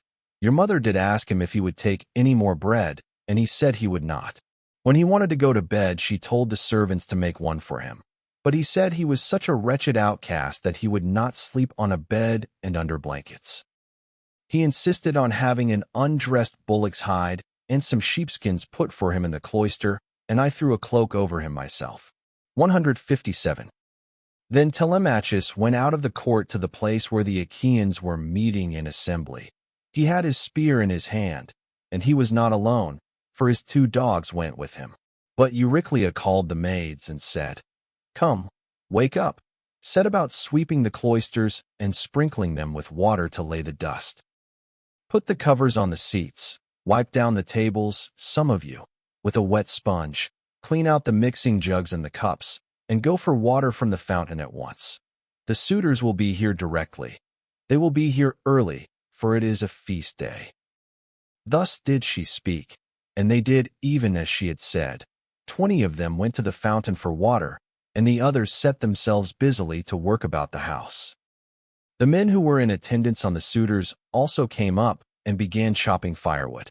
By and by the women returned from the fountain, and the swineherd came after them with the 3 best pigs he could pick out.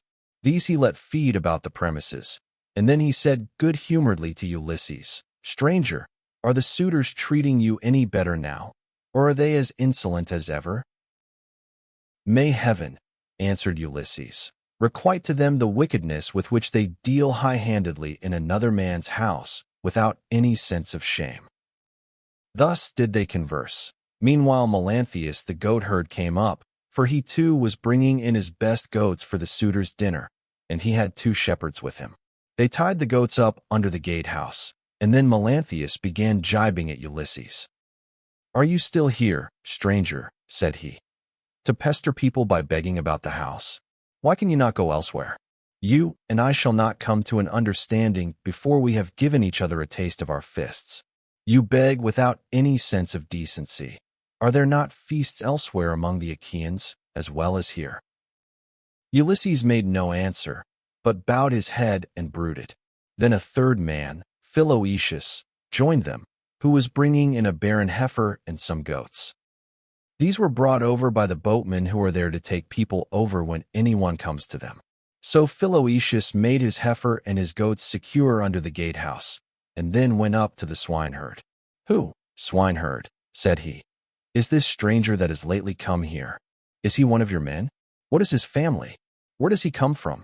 Poor fellow, he looks as if he had been some great man, but the gods give sorrow to whom they will, even to kings if it so pleases them." As he spoke, he went up to Ulysses and saluted him with his right hand. "Good day to you, father stranger," said he. "You seem to be very poorly off now, but I hope you will have better times by and by. Father Jove, of all gods you are the most malicious. We are your own children, yet you show us no mercy in all our misery and afflictions." A sweat came over me when I saw this man, and my eyes filled with tears, for he reminds me of Ulysses, who I fear is going about in just such rags as this man's are, if indeed he is still among the living. If he is already dead and in the house of Hades, then, alas! For my good master, who made me his stockman when I was quite young among the Cephallenians, and now his cattle are countless. No one could have done better with them than I have, for they have bred like ears of corn. Nevertheless, I have to keep bringing them in for others to eat, who take no heed to his son though he is in the house, and fear not the wrath of heaven, but are already eager to divide Ulysses' property among them because he has been away so long. I have often thought, only it would not be right while his son is living, of going off with the cattle to some foreign country. Bad as this would be, it is still harder to stay here and be ill-treated about other people's herds. My position is intolerable, and I should long since have run away and put myself under the protection of some other chief. Only that I believe my poor master will yet return and send all these suitors flying out of the house. Stockman, answered Ulysses, you seem to be a very well-disposed person, and I can see that you are a man of sense.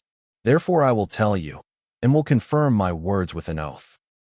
By Jove, the chief of all gods, and by that hearth of Ulysses to which I am now come, Ulysses shall return before you leave this place, and if you are so minded you shall see him killing the suitors who are now masters here. If Jove were to bring this to pass, replied the stockman, you should see how I would do my very utmost to help him.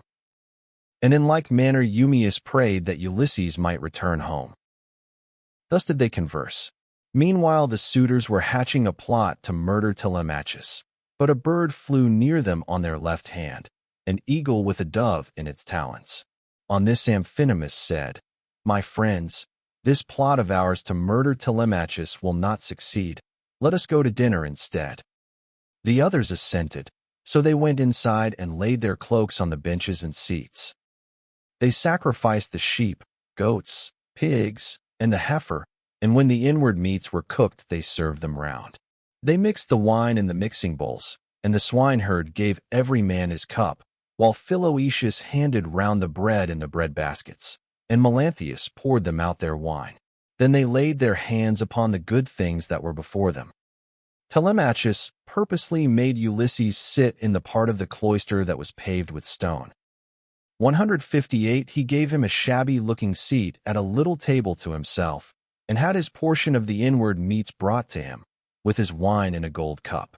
Sit there, said he, and drink your wine among the great people. I will put a stop to the gibes and blows of the suitors, for this is no public house, but belongs to Ulysses, and has passed from him to me. Therefore, suitors, keep your hands and your tongues to yourselves, or there will be mischief. The suitors bit their lips, and marveled at the boldness of his speech. Then Antinous said, We do not like such language, but we will put up with it, for Telemachus is threatening us in good earnest. If Jove had let us, we should have put a stop to his brave talk ere now. Thus spoke Antinous, but Telemachus heeded him not. Meanwhile the heralds were bringing the holy hecatomb through the city, and the Achaeans gathered under the shady grove of Apollo. Then they roasted the outer meat, drew it off the spits, gave every man his portion, and feasted to their heart's content. Those who waited at table gave Ulysses exactly the same portion as the others had, for Telemachus had told them to do so. But Minerva would not let the suitors for one moment drop their insolence, for she wanted Ulysses to become still more bitter against them. Now there happened to be among them a ribald fellow, whose name was Tisippus, and who came from Same. This man, confident in his great wealth, was paying court to the wife of Ulysses, and said to the suitors, Hear what I have to say. The stranger has already had as large a portion as anyone else. This is well, for it is not right nor reasonable to ill-treat any guest of Telemachus who comes here. I will, however, make him a present on my own account, that he may have something to give to the bathwoman, or to some other of Ulysses' servants. As he spoke, he picked up a heifer's foot from the meat basket in which it lay, and threw it at Ulysses, but Ulysses turned his head a little aside, and avoided it, smiling grimly Sardinian fashion 159 as he did so, and it hit the wall, not him. On this Telemachus spoke fiercely to Tisippus. It is a good thing for you, said he, that the stranger turned his head so that you missed him. If you had hit him, I should have run you through with my spear, and your father would have had to see about getting you buried rather than married in this house. So let me have no more unseemly behavior from any of you, for I am grown up now to the knowledge of good and evil and understand what is going on, instead of being the child that I have been heretofore. I have long seen you killing my sheep and making free with my corn and wine. I have put up with this, for one man is no match for many, but do me no further violence. Still, if you wish to kill me, kill me. I would far rather die than see such disgraceful scenes day after day. Guests insulted, and men dragging the women's servants about the house in an unseemly way. They all held their peace till at last Agelos, son of Damastor, said, "No one should take offense at what has just been said, nor gainsay it, for it is quite reasonable. Leave off, therefore, ill-treating the stranger or any one else of the servants who are about the house. I would say, however, a friendly word to Telemachus and his mother, which I trust may commend itself to both. As long, I would say, as you had ground for hoping that Ulysses would one day come home, no one could complain of your waiting and suffering 160 the suitors to be in your house. It would have been better that he should have returned, but it is now sufficiently clear that he will never do so. Therefore talk all this quietly over with your mother, and tell her to marry the best man, and the one who makes her the most advantageous offer. Thus you will yourself be able to manage your own inheritance, and to eat and drink in peace, while your mother will look after some other man's house, not yours." To this Telemachus answered, "By Jove, Agelos, and by the sorrows of my unhappy father, who has either perished far from Ithaca, or is wandering in some distant land, I throw no obstacles in the way of my mother's marriage. On the contrary, I urge her to choose whomsoever she will, and I will give her numberless gifts into the bargain, but I dare not insist point-blank that she shall leave the house against her own wishes. Heaven forbid that I should do this." Minerva now made the suitors fall to laughing immoderately, and set their wits wandering, but they were laughing with a forced laughter. Their meat became smeared with blood. Their eyes filled with tears, and their hearts were heavy with forebodings. Theoclymenus saw this and said, "Unhappy men, what is it that ails you? There is a shroud of darkness drawn over you from head to foot. Your cheeks are wet with tears. The air is alive with wailing voices. The walls and roof beams drip blood. The gate of the cloisters and the court beyond them are full of ghosts trooping down into the night of hell. The sun is blotted out of heaven, and a blighting gloom is over all the land." Thus did he speak, and they all of them laughed heartily. Eurymachus then said, "This stranger who has lately come here has lost his senses. Servants, turn him out into the streets, since he finds it so dark here." But Theoclymenus said, "Eurymachus, you need not send any one with me.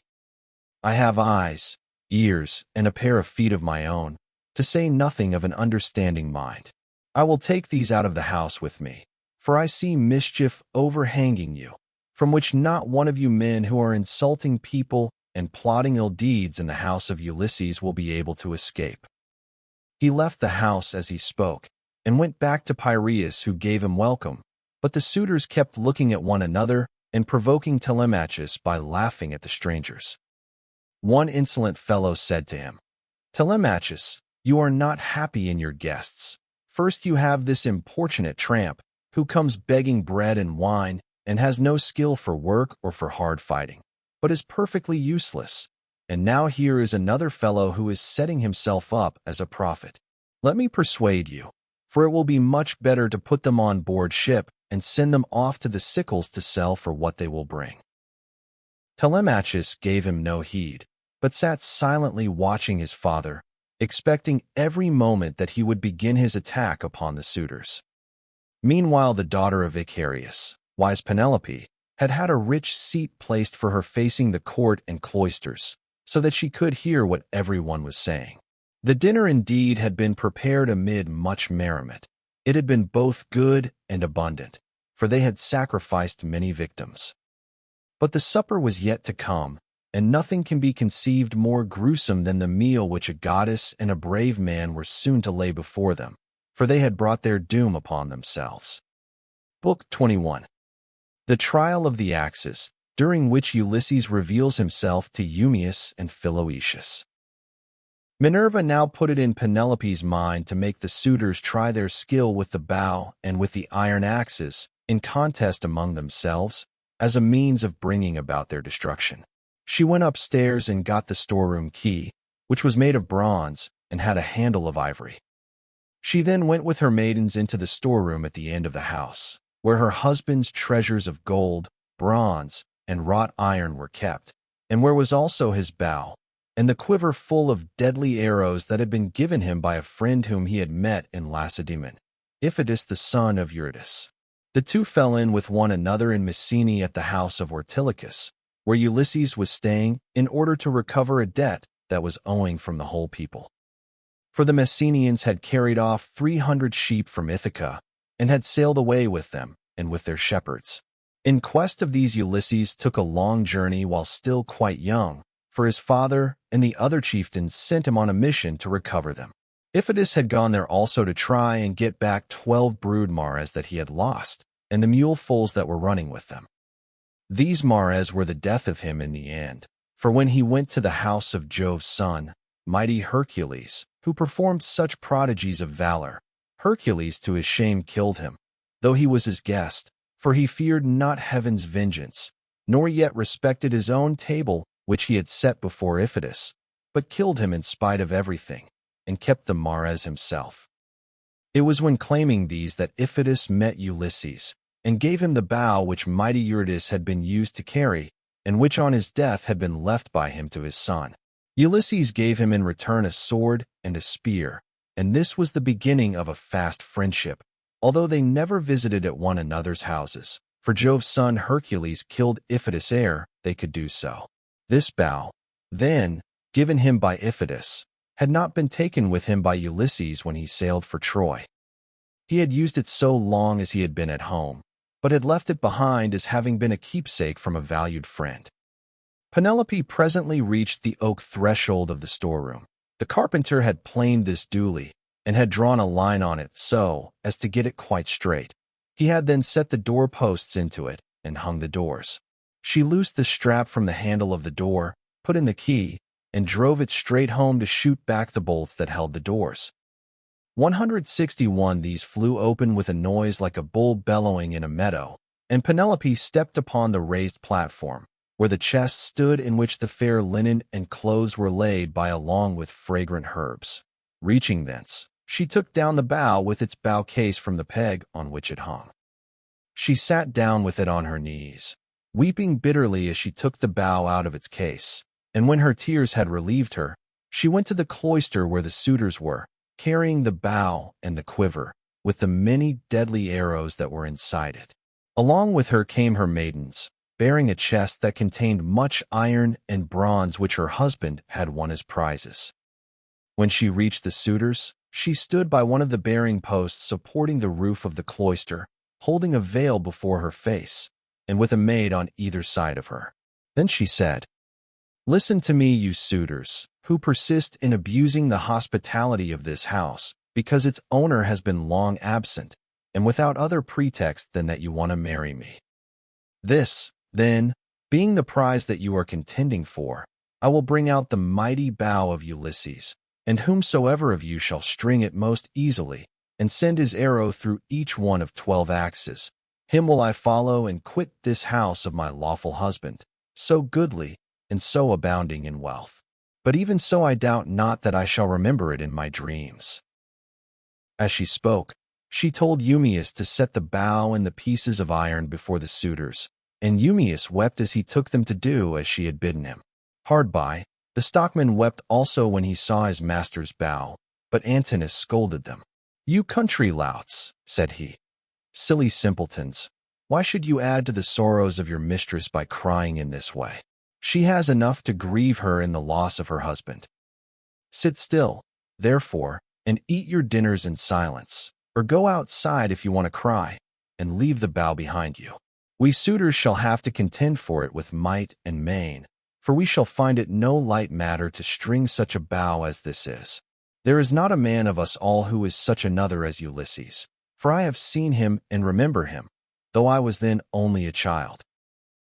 This was what he said, but all the time he was expecting to be able to string the bow and shoot through the iron, whereas in fact he was to be the first that should taste of the arrows from the hands of Ulysses, whom he was dishonoring in his own house, egging the others on to do so also. Then Telemachus spoke. "Great heavens!" he exclaimed. "Jove must have robbed me of my senses. Here is my dear and excellent mother saying she will quit this house and marry again. Yet I am laughing and enjoying myself as though there were nothing happening. But, suitors, as the contest has been agreed upon, let it go forward. It is for a woman whose peer is not to be found in Perilous, Argos, or Mycene, nor yet in Ithaca, nor on the mainland. You know this as well as I do. What need have I to speak in praise of my mother? Come on, then, make no excuses for delay, but let us see whether you can string the bow or no.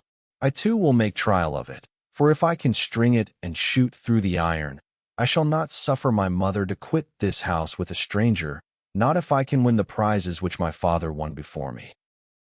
As he spoke, he sprang from his seat, threw his crimson cloak from him, and took his sword from his shoulder.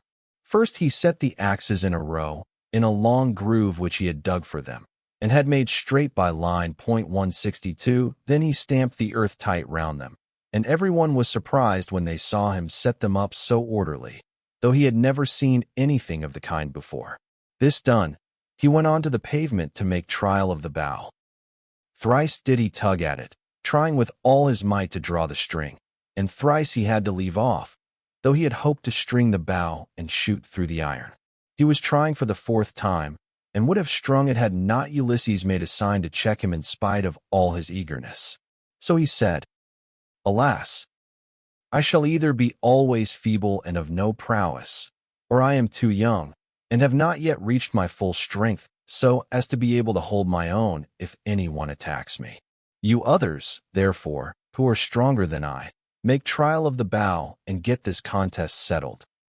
On this he put the bow down, letting it lean against the door that led into the house, with the arrow standing against the top of the bow. Then he sat down on the seat from which he had risen, and Antinous said, "Come on, each of you in his turn, going towards the right from the place at which the cupbearer begins when he is handing round the wine." The rest agreed, and Leod son of Enops was the first to rise. He was sacrificial priest to the suitors, and sat in the corner near the mixing bowl. 163 He was the only man who hated their evil deeds and was indignant with the others. He was now the first to take the bow and arrow, so he went on to the pavement to make his trial. But he could not string the bow, for his hands were weak and unused to hard work. They therefore soon grew tired, and he said to the suitors, "My friends, I cannot string it. Let another have it. This bow shall take the life and soul out of many a chief among us, for it is better to die than to live after having missed the prize that we have so long striven for, and which has brought us so long together. Some one of us is even now hoping and praying that he may marry Penelope, but when he has seen this bow and tried it, let him woo and make bridal offerings to some other woman, and let Penelope marry whoever makes her the best offer and whose lot it is to win her." On this he put the bow down, letting it lean against the door, 164 with the arrow standing against the tip of the bow. Then he took his seat again on the seat from which he had risen, and Antinous rebuked him, saying, "Leodes, what are you talking about? Your words are monstrous and intolerable. It makes me angry to listen to you. Shall, then, this bow take the life of many a chief among us, merely because you cannot bend it yourself? True, you were not born to be an archer, but there are others who will soon string it." Then he said to Melanthius the goatherd, "Look sharp, light a fire in the court, and set a seat hard by with a sheepskin on it. Bring us also a large ball of lard, from what they have in the house. Let us warm the bow and grease it. We will then make trial of it again, and bring the contest to an end." Melanthius lit the fire, and set a seat covered with sheep skins beside it. He also brought a great ball of lard from what they had in the house, and the suitors warmed the bow and again made trial of it, but they were none of them nearly strong enough to string it. Nevertheless, there still remained Antinous and Eurymachus, who were the ringleaders among the suitors, and much the foremost among them all. Then the swineherd and the stockman left the cloisters together, and Ulysses followed them. When they had got outside the gates and the outer yard, Ulysses said to them quietly, "Stockman, and you swineherd, I have something in my mind which I am in doubt whether to say or no, but I think I will say it. What manner of men would you be to stand by Ulysses, if some god should bring him back here all of a sudden? Say what you are disposed to do. To side with the suitors, or with Ulysses?" "Father Jove," answered the stockman, "would indeed that you might so ordain it. If some god were but to bring Ulysses back, you should see with what might and main I would fight for him." In like words Eumaeus prayed to all the gods that Ulysses might return. When, therefore, he saw for certain what mind they were of, Ulysses said, "It is I, Ulysses, who am here. I have suffered much, but at last, in the 20th year, I am come back to my own country. I find that you two alone of all my servants are glad that I should do so, for I have not heard any of the others praying for my return. To you too, therefore, will I unfold the truth as it shall be. If heaven shall deliver the suitors into my hands, I will find wives for both of you, will give you house and holding close to my own, and you shall be to me as though you were brothers and friends of Telemachus. I will now give you convincing proofs that you may know me and be assured. See, here is the scar from the boar's tooth that ripped me when I was out hunting on empty Parnassus with the sons of Autolycus." As he spoke, he drew his rags aside from the great scar, and when they had examined it thoroughly, they both of them wept about Ulysses, threw their arms round him, and kissed his head and shoulders, while Ulysses kissed their hands and faces in return. The sun would have gone down upon their mourning if Ulysses had not checked them and said, "Cease your weeping, lest someone should come outside and see us, and tell those who are within. When you go in, do so separately, not both together. I will go first, and do you follow afterwards. Let this moreover be the token between us. The suitors will all of them try to prevent me from getting hold of the bow and quiver. Do you, therefore, Eumaeus, place it in my hands when you are carrying it about, and tell the women to close the doors of their apartment. If they hear any groaning or uproar as of men fighting about the house, they must not come out. They must keep quiet, and stay where they are at their work. And I charge you, Philoetius, to make fast the doors of the outer court, and to bind them securely at once." When he had thus spoken, he went back to the house and took the seat that he had left. Presently, his two servants followed him inside. At this moment the bow was in the hands of Eurymachus, who was warming it by the fire, but even so he could not string it, and he was greatly grieved. He heaved a deep sigh and said, "I grieve for myself and for us all. I grieve that I shall have to forego the marriage, but I do not care nearly so much about this, for there are plenty of other women in Ithaca and elsewhere. What I feel most is the fact of our being so inferior to Ulysses in strength that we cannot string his bow. This will disgrace us in the eyes of those who are yet unborn." "It shall not be so, Eurymachus," said Antinous, "and you know it yourself. Today is the feast of Apollo throughout all the land. Who can string a bow on such a day as this? Put it on one side. As for the axes, they can stay where they are, for no one is likely to come to the house and take them away. Let the cupbearer go round with his cups, that we may make our drink offerings and drop this matter of the bow. We will tell Melanthius to bring us in some goats tomorrow, the best he has. We can then offer thigh bones to Apollo the mighty archer, and again make trial of the bow, so as to bring the contest to an end." The rest approved his words, and thereon men's servants poured water over the hands of the guests, while pages filled the mixing bowls with wine and water and handed it round after giving every man his drink offering. Then, when they had made their offerings and had drunk each as much as he desired, Ulysses craftily said, "Suitors of the illustrious queen, listen that I may speak even as I am minded. I appeal more especially to Eurymachus, and to Antinous, who has just spoken with so much reason. Cease shooting for the present, and leave the matter to the gods, but in the morning let heaven give victory to whom it will. For the moment, however, give me the bow that I may prove the power of my hands among you all, and see whether I still have as much strength as I used to have, or whether travel and neglect have made an end of it. This made them all very angry, for they feared he might string the bow. Antinous therefore rebuked him fiercely, saying, "Wretched creature, you have not so much as a grain of sense in your whole body. You ought to think yourself lucky in being allowed to dine unharmed among your betters, without having any smaller portions served you than we others have had, and in being allowed to hear our conversation. No other beggar or stranger has been allowed to hear what we say among ourselves. The wine must have been doing you a mischief, as it does with all those who drink immoderately. It was wine that inflamed the centaur Eurytion when he was staying with Perilous among the Lapithae. When the wine had got into his head, he went mad and did ill deeds about the house of Perilous. This angered the heroes who were there assembled, so they rushed at him and cut off his ears and nostrils.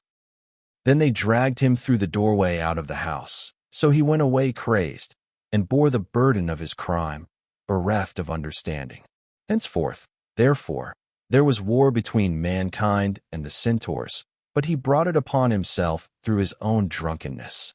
In like manner I can tell you that it will go hardly with you if you string the bow. You will find no mercy from anyone here, for we shall at once ship you off to King Echetus, who kills every one that comes near him. You will never get away alive, so drink and keep quiet without getting into a quarrel with men younger than yourself." Penelope then spoke to him. "Antinous," said she, "it is not right that you should ill-treat any guest of Telemachus who comes to this house. If the stranger should prove strong enough to string the mighty bow of Ulysses, can you suppose that he would take me home with him and make me his wife? Even the man himself can have no such idea in his mind. None of you need let that disturb his feasting. It would be out of all reason." "Queen Penelope," answered Eurymachus, "we do not suppose that this man will take you away with him. It is impossible, but we are afraid lest some of the baser sort, men or women among the Achaeans, should go gossiping about and say, 'These suitors are a feeble folk. They are paying court to the wife of a brave man whose bow not one of them was able to string, and yet a beggarly tramp who came to the house strung it at once and sent an arrow through the iron.' This is what will be said, and it will be a scandal against us." "Eurymachus," Penelope answered, "people who persist in eating up the estate of a great chieftain and dishonoring his house must not expect others to think well of them. Why then should you mind if men talk as you think they will? This stranger is strong and well built. He says moreover that he is of noble birth. Give him the bow, and let us see whether he can string it or no. I say, and it shall surely be, that if Apollo vouchsafes him the glory of stringing it, I will give him a cloak and shirt of good wear, with a javelin to keep off dogs and robbers, and a sharp sword. I will also give him sandals, and will see him sent safely wherever he wants to go." Then Telemachus said, "Mother, I am the only man either in Ithaca or in the islands that are over against Elis who has the right to let anyone have the bow, or to refuse it.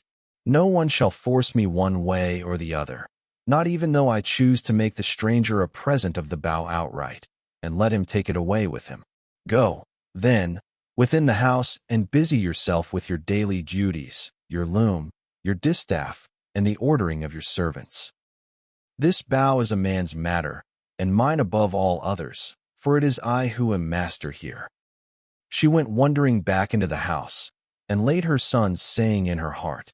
Then going upstairs with her handmaids into her room, she mourned her dear husband till Minerva sent sweet sleep over her eyelids. The swineherd now took up the bow, and was for taking it to Ulysses. But the suitors clamored at him from all parts of the cloisters, and one of them said, "You idiot! Where are you taking the bow to? Are you out of your wits? If Apollo and the other gods will grant our prayer, your own boarhounds shall get you into some quiet little place, and worry you to death." Eumaeus was frightened at the outcry they all raised, so he put the bow down then and there. But Telemachus shouted out at him from the other side of the cloisters, and threatened him, saying, "Father Eumaeus, bring the bow on in spite of them, or young as I am I will pelt you with stones back to the country, for I am the better man of the two." I wish I was as much stronger than all the other suitors in the house as I am than you. I would soon send some of them off sick and sorry, for they mean mischief." Thus did he speak, and they all of them laughed heartily, which put them in a better humor with Telemachus. So Eumaeus brought the bow on and placed it in the hands of Ulysses. When he had done this, he called Euryclea apart and said to her, "Euryclea, Telemachus says you are to close the doors of the women's apartments. If they hear any groaning or uproar as of men fighting about the house, they are not to come out, but are to keep quiet and stay where they are at their work." Euryclea did as she was told and closed the doors of the women's apartments. Meanwhile, Philoetius slipped quietly out and made fast the gates of the outer court. There was a ship's cable of bibulous fiber lying in the gatehouse, so he made the gates fast with it, and then came in again, resuming the seat that he had left, and keeping an eye on Ulysses, who had now got the bow in his hands, and was turning it every way about, and proving it all over to see whether the worms had been eating into its two horns during his absence. Then would one turn towards his neighbor, saying, "This is some tricky old bow fancier. Either he has got one like it at home, or he wants to make one. In such workmanlike style does the old vagabond handle it." Another said, "I hope he may be no more successful in other things than he is likely to be in stringing this bow." But Ulysses, when he had taken it up and examined it all over, strung it as easily as a skilled bard strings a new peg of his lyre and makes the twisted gut fast at both ends. Then he took it in his right hand to prove the string, and it sang sweetly under his touch like the twittering of a swallow. The suitors were dismayed, and turned color as they heard it. At that moment, moreover, Jove thundered loudly as a sign, and the heart of Ulysses rejoiced as he heard the omen that the son of scheming Saturn had sent him. He took an arrow that was lying upon the table 165, for those which the Achaeans were so shortly about to taste were all inside the quiver. He laid it on the centerpiece of the bow, and drew the notch of the arrow and the string toward him, still seated on his seat. When he had taken aim, he let fly, and his arrow pierced every one of the handle holes of the axes from the first onwards till it had gone right through them and into the outer courtyard. Then he said to Telemachus, "Your guest has not disgraced you, Telemachus. I did not miss what I aimed at, and I was not long in stringing my bow. I am still strong, and not as the suitors twit me with being. Now, however, it is time for the Achaeans to prepare supper while there is still daylight, and then otherwise to disport themselves with song and dance, which are the crowning ornaments of a banquet." As he spoke, he made a sign with his eyebrows, and Telemachus girded on his sword, grasped his spear, and stood armed beside his father's seat. Book 22. The Killing of the Suitors. The maids who have misconduct themselves are made to cleanse the cloisters and are then hanged. Then Ulysses tore off his rags and sprang on to the broad pavement with his bow and his quiver full of arrows. He shed the arrows on to the ground at his feet and said, "The mighty contest is at an end. I will now see whether Apollo will vouchsafe it to me to hit another mark which no man has yet hit." On this he aimed a deadly arrow at Antinous, who was about to take up a two-handled gold cup to drink his wine, and already had it in his hands. He had no thought of death. Who amongst all the revelers would think that one man, however brave, would stand alone among so many and kill him? The arrow struck Antinous in the throat, and the point went clean through his neck, so that he fell over and the cup dropped from his hand, while a thick stream of blood gushed from his nostrils. He kicked the table from him and upset the things on it, so that the bread and roasted meats were all soiled as they fell over on to the ground. 166. The suitors were in an uproar when they saw that a man had been hit. They sprang in dismay, one and all of them, from their seats, and looked everywhere towards the walls, but there was neither shield nor spear, and they rebuked Ulysses very angrily. "Stranger," said they, "you shall pay for shooting people in this way. You shall see no other contest. You are a doomed man. He whom you have slain was the foremost youth in Ithaca, and the vultures shall devour you for having killed him." Thus they spoke, for they thought that he had killed Antinous by mistake, and did not perceive that death was hanging over the head of every one of them. But Ulysses glared at them and said, "Dogs, did you think that I should not come back from Troy? You have wasted my substance. 167 have forced my women servants to lie with you, and have wooed my wife while I was still living. You have feared neither God nor man, and now you shall die." They turned pale with fear as he spoke, and every man looked round about to see whither he might fly for safety, but Eurymachus alone spoke.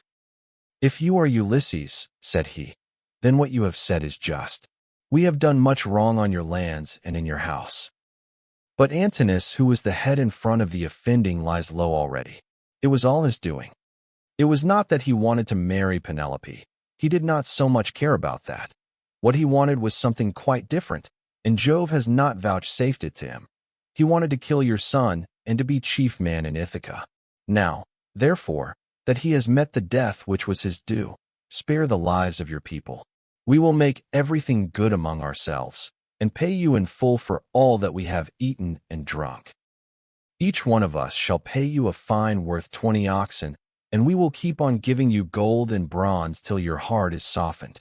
Until we have done this, no one can complain of your being enraged against us." Ulysses again glared at him and said, "Though you should give me all that you have in the world, both now and all that you ever shall have, I will not stay my hand till I have paid all of you in full. You must fight, or fly for your lives. And fly, not a man of you shall." Their hearts sank as they heard him, but Eurymachus again spoke, saying, "My friends, this man will give us no quarter. He will stand where he is and shoot us down till he has killed every man among us. Let us then show fight. Draw your swords, and hold up the tables to shield you from his arrows. Let us have at him with a rush, to drive him from the pavement and doorway. We can then get through into the town, and raise such an alarm as shall soon stay his shooting." As he spoke, he drew his keen blade of bronze, sharpened on both sides, and with a loud cry sprang towards Ulysses. But Ulysses instantly shot an arrow into his breast that caught him by the nipple and fixed itself in his liver. He dropped his sword and fell doubled up over his table. The cup and all the meats went over onto the ground as he smote the earth with his forehead in the agonies of death, and he kicked the stool with his feet until his eyes were closed in darkness. Then Amphinomus drew his sword and made straight at Ulysses to try and get him away from the door, but Telemachus was too quick for him and struck him from behind. The spear caught him between the shoulders and went right through his chest, so that he fell heavily to the ground and struck the earth with his forehead. Then Telemachus sprang away from him, leaving his spear still in the body, for he feared that if he stayed to draw it out, some one of the Achaeans might come up and hack at him with his sword, or knock him down. So he set off at a run, and immediately was at his father's side. Then he said, "Father, let me bring you a shield, 2 spears, and a brass helmet for your temples. I will arm myself as well, and will bring other armor for the swineherd and the stockman, for we had better be armed." "Run and fetch them," answered Ulysses, "while my arrows hold out, or when I am alone they may get me away from the door." Telemachus did as his father said, and went off to the storeroom where the armor was kept. He chose 4 shields, 8 spears, and 4 brass helmets with horsehair plumes. He brought them with all speed to his father, and armed himself first, while the stockman and the swineherd also put on their armor, and took their places near Ulysses. Meanwhile Ulysses, as long as his arrows lasted, had been shooting the suitors one by one, and they fell thick on one another. When his arrows gave out, he set the bow to stand against the end wall of the house by the door-post, and hung a shield for hides thick about his shoulders. On his comely head he set his helmet, well wrought with a crest of horsehair that nodded menacingly above it. 168, and he grasped 2 redoubtable bronze-shod spears. Now there was a trap door 169 on the wall, while at one end of the pavement 170 there was an exit leading to a narrow passage, and this exit was closed by a well-made door. Ulysses told Philoetius to stand by this door and guard it, for only one person could attack it at a time. But Agelaus shouted out, Cannot someone go up to the trap door and tell the people what is going on? Help would come at once, and we should soon make an end of this man and his shooting." "This may not be, Agelos," answered Melanthius. "The mouth of the narrow passage is dangerously near the entrance to the outer court. One brave man could prevent any number from getting in. But I know what I will do. I will bring you arms from the storeroom, for I am sure it is there that Ulysses and his son have put them." On this the goatherd Melanthius went by back passages to the storeroom of Ulysses' house. There he chose 12 shields, with as many helmets and spears, and brought them back as fast as he could to give them to the suitors. Ulysses' heart began to fail him when he saw the suitors 171 putting on their armor and brandishing their spears. He saw the greatness of the danger, and said to Telemachus, "Someone of the women inside is helping the suitors against us, or it may be Melanthius." Telemachus answered, "The fault, father, is mine, and mine only. I left the storeroom door open, and they have kept a sharper lookout than I have. Go, Eumaeus, put the door to, and see whether it is one of the women who is doing this, or whether, as I suspect, it is Melanthius the son of Dolius." Thus did they converse. Meanwhile Melanthius was again going to the storeroom to fetch more armor, but the swineherd saw him, and said to Ulysses who was beside him, "Ulysses, noble son of Laertes, it is that scoundrel Melanthius, just as we suspected, who is going to the storeroom. Say, shall I kill him, if I can get the better of him, or shall I bring him here that you may take your own revenge for all the many wrongs that he has done in your house?" Ulysses answered, "Telemachus and I will hold these suitors in check. No matter what they do, go back both of you and bind Melanthius' hands and feet behind him. Throw him into the storeroom and make the door fast behind you. Then fasten a noose about his body and string him close up to the rafters from a high bearing post, 172, that he may linger on in an agony." Thus did he speak, and they did even as he had said. They went to the storeroom, which they entered before Melanthius saw them, for he was busy searching for arms in the innermost part of the room. So the two took their stand on either side of the door and waited. By and by Melanthius came out with a helmet in one hand, and an old dry-rotted shield in the other, which had been borne by Laertes when he was young, but which had been long since thrown aside, and the straps had become unsewn. On this the two seized him, dragged him back by the hair, and threw him struggling to the ground. They bent his hands and feet well behind his back, and bound them tight with a painful bond as Ulysses had told them. Then they fastened a noose about his body and strung him up from a high pillar till he was close up to the rafters, and over him did you then vaunt, O swineherd Eumaeus, saying, "Melanthius, you will pass the night on a soft bed as you deserve. You will know very well when morning comes from the streams of Oceanus, and it is time for you to be driving in your goats for the suitors to feast on." There, then, they left him in very cruel bondage, and having put on their armor they closed the door behind them and went back to take their places by the side of Ulysses, whereon the 4 men stood in the cloister, fierce and full of fury. Nevertheless, those who were in the body of the court were still both brave and many. Then Jove's daughter Minerva came up to them, having assumed the voice and form of Mentor. Ulysses was glad when he saw her, and said, "Mentor, lend me your help, and forget not your old comrade, nor the many good turns he has done you. Besides, you are my age-mate." But all the time he felt sure it was Minerva, and the suitors from the other side raised an uproar when they saw her. Agelos was the first to reproach her. "Mentor," he cried, "do not let Ulysses beguile you into siding with him and fighting the suitors. This is what we will do. When we have killed these people, father and son, we will kill you too. You shall pay for it with your head. And when we have killed you, we will take all you have, indoors or out, and bring it into hotchpot with Ulysses' property. We will not let your sons live in your house, nor your daughters, nor shall your widow continue to live in the city of Ithaca." This made Minerva still more furious, so she scolded Ulysses very angrily. 173. "Ulysses," said she, "your strength and prowess are no longer what they were when you fought for 9 long years among the Trojans about the noble Lady Helen. You killed many a man in those days, and it was through your stratagem that Priam's city was taken. How comes it that you are so lamentably less valiant now that you are on your own ground, face to face with the suitors in your own house? Come on, my good fellow, stand by my side, and see how Mentor, son of Alcimus, shall fight your foes and requite your kindnesses conferred upon him. But she would not give him full victory as yet, for she wished still further to prove his own prowess and that of his brave son. So she flew up to one of the rafters in the roof of the cloister and sat upon it in the form of a swallow.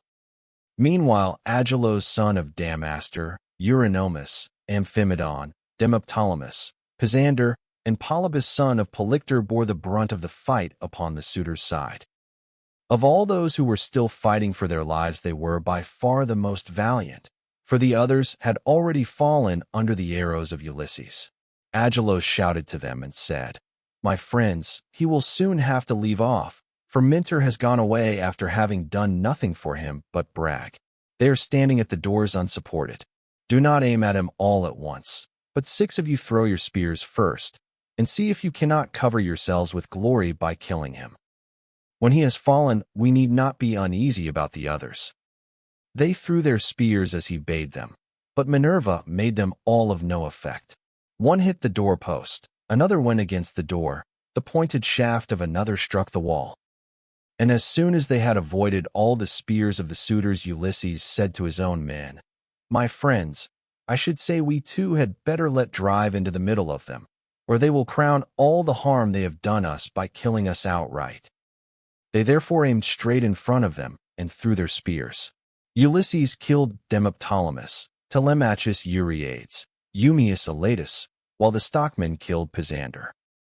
These all bit the dust, and as the others drew back into a corner, Ulysses and his men rushed forward and regained their spears by drawing them from the bodies of the dead. The suitors now aimed a second time, but again Minerva made their weapons for the most part without effect. One hit a bearing post of the cloister, another went against the door, while the pointed shaft of another struck the wall. Still, Amphimedon just took a piece of the top skin from off Telemachus's wrist, and Sisyphus managed to graze Eumaeus' shoulder above his shield, but the spear went on and fell to the ground. Then Ulysses and his men let drive into the crowd of suitors. Ulysses hit Eurydamas, Telemachus Amphimedon, and Eumaeus Polybus. After this the stockmen hit Sisyphus in the breast and taunted him, saying, "Foul-mouthed son of Polytherses, do not be so foolish as to talk wickedly another time, but let heaven direct your speech, for the gods are far stronger than men.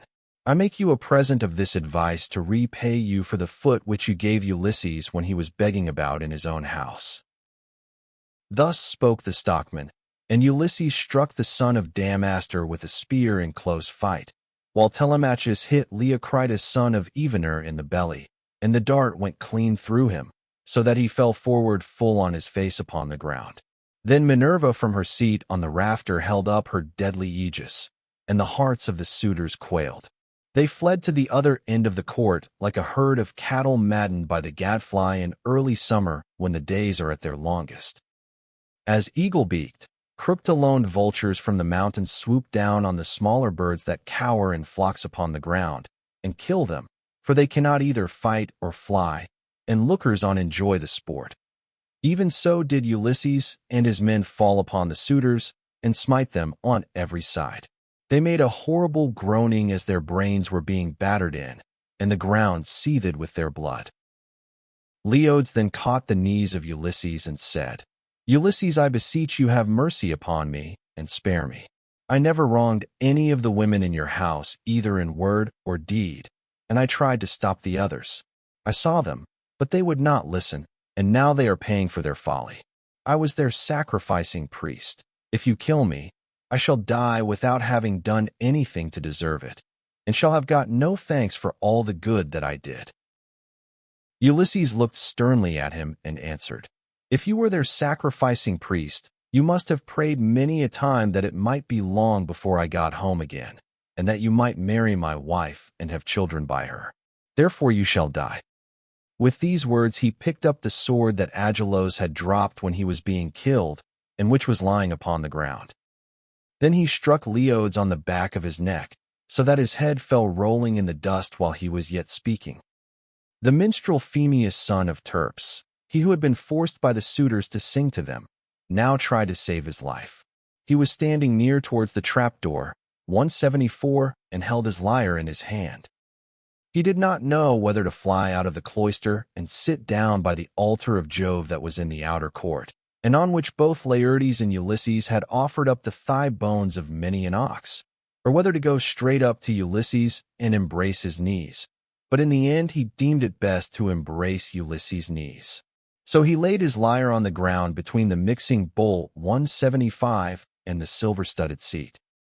Then going up to Ulysses, he caught hold of his knees and said, "Ulysses, I beseech you, have mercy on me and spare me. You will be sorry for it afterwards if you kill a bard who can sing both for gods and men as I can. I make all my lays myself, and heaven visits me with every kind of inspiration. I would sing to you as though you were a god. Do not therefore be in such a hurry to cut my head off. Your own son Telemachus will tell you that I did not want to frequent your house and sing to the suitors after their meals, but they were too many and too strong for me, so they made me." Telemachus heard him, and at once went up to his father. "Hold," he cried, "the man is guiltless, do him no hurt. And we will spare Medon too, who was always good to me when I was a boy, unless Philoetius or Eumaeus has already killed him, or he has fallen in your way when you were raging about the court."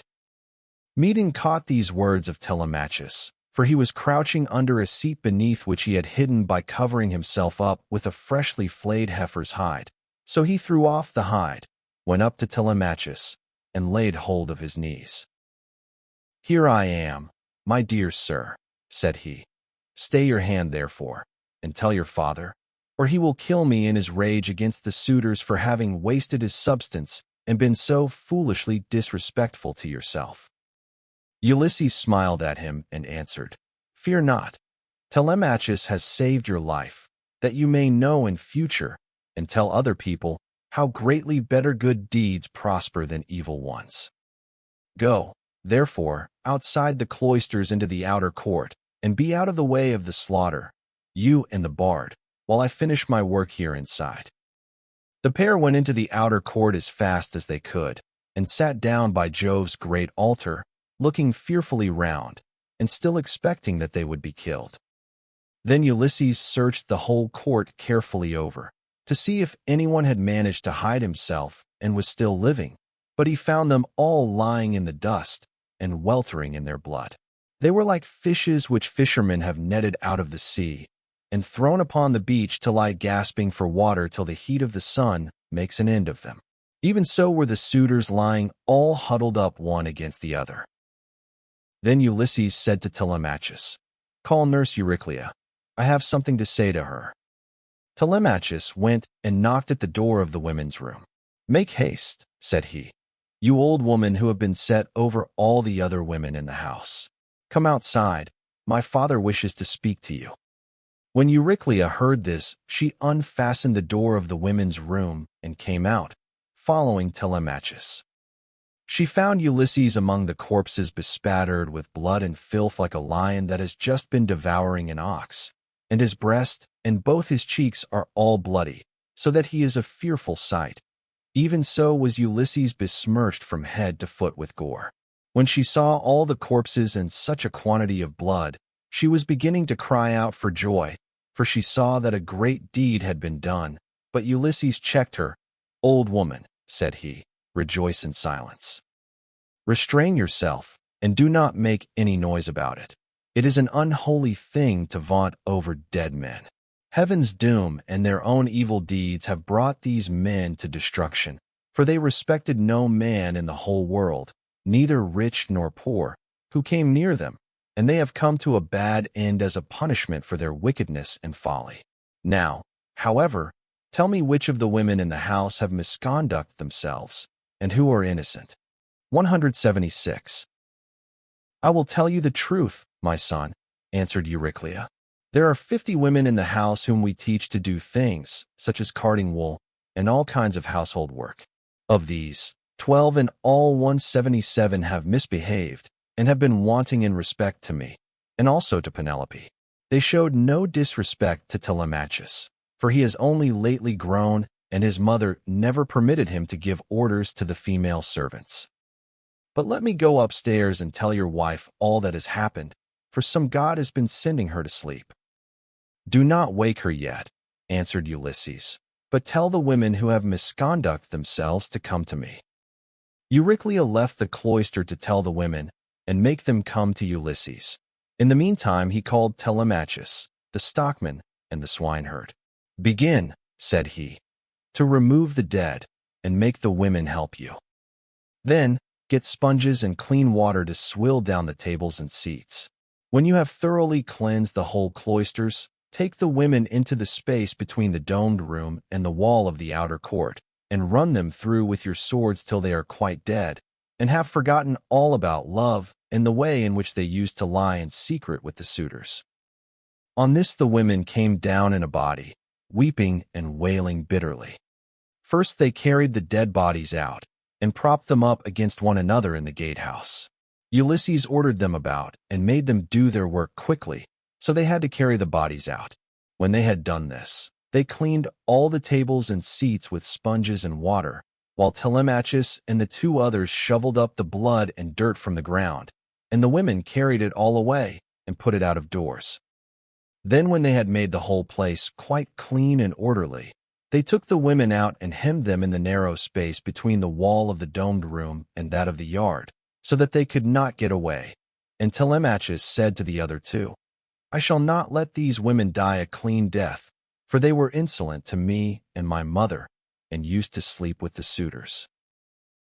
So saying, he made a ship's cable fast to one of the bearing posts that supported the roof of the domed room, and secured it all around the building, at a good height, lest any of the women's feet should touch the ground, and as thrushes or doves beat against a net that has been set for them in a thicket just as they were getting to their nest, and a terrible fate awaits them. Even so did the women have to put their heads in nooses one after the other, and die most miserably. 178 their feet moved convulsively for a while, but not for very long. As for Melanthius, they took him through the cloister into the inner court.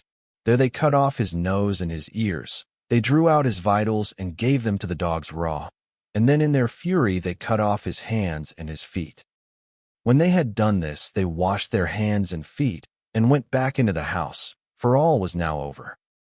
And Ulysses said to the dear old nurse Euryclea, "Bring me sulfur, which cleanses all pollution, and fetch fire also that I may burn it, and purify the cloisters. Go, moreover, and tell Penelope to come here with her attendants, and also all the maidservants that are in the house." "All that you have said is true," answered Euryclea, "but let me bring you some clean clothes, a shirt and cloak. Do not keep these rags on your back any longer. It is not right." "First light me a fire," replied Ulysses. She brought the fire and sulfur, as he had bidden her, and Ulysses thoroughly purified the cloisters and both the inner and outer courts. Then she went inside to call the women and tell them what had happened, whereon they came from their apartment with torches in their hands, and pressed round Ulysses to embrace him, kissing his head and shoulders and taking hold of his hands. It made him feel as if he should like to weep, for he remembered every one of them. 179. Book 23. Penelope eventually recognizes her husband. Early in the morning, Ulysses, Telemachus, Eumaeus, and Philoetius leave the town. Euryclea now went upstairs laughing to tell her mistress that her dear husband had come home. Her aged knees became young again, and her feet were nimble for joy as she went up to her mistress and bent over her head to speak to her. "Wake up, Penelope, my dear child," she exclaimed, "and see with your own eyes something that you have been wanting this long time past. Ulysses has at last indeed come home again, and has killed the suitors who were giving so much trouble in his house, eating up his estate and ill-treating his son." "My good nurse," answered Penelope, "you must be mad. The gods sometimes send some very sensible people out of their minds, and make foolish people become sensible. This is what they must have been doing to you, for you always used to be a reasonable person. Why should you thus mock me when I have trouble enough already, talking such nonsense, and waking me up out of a sweet sleep that had taken possession of my eyes and closed them? I have never slept so soundly from the day my poor husband went to that city with the ill-omened name. Go back again into the women's room. If it had been anyone else who had woke me up to bring me such absurd news, I should have sent her away with a severe scolding. As it is, your age shall protect you. My dear child, answered Euryclea, I am not mocking you.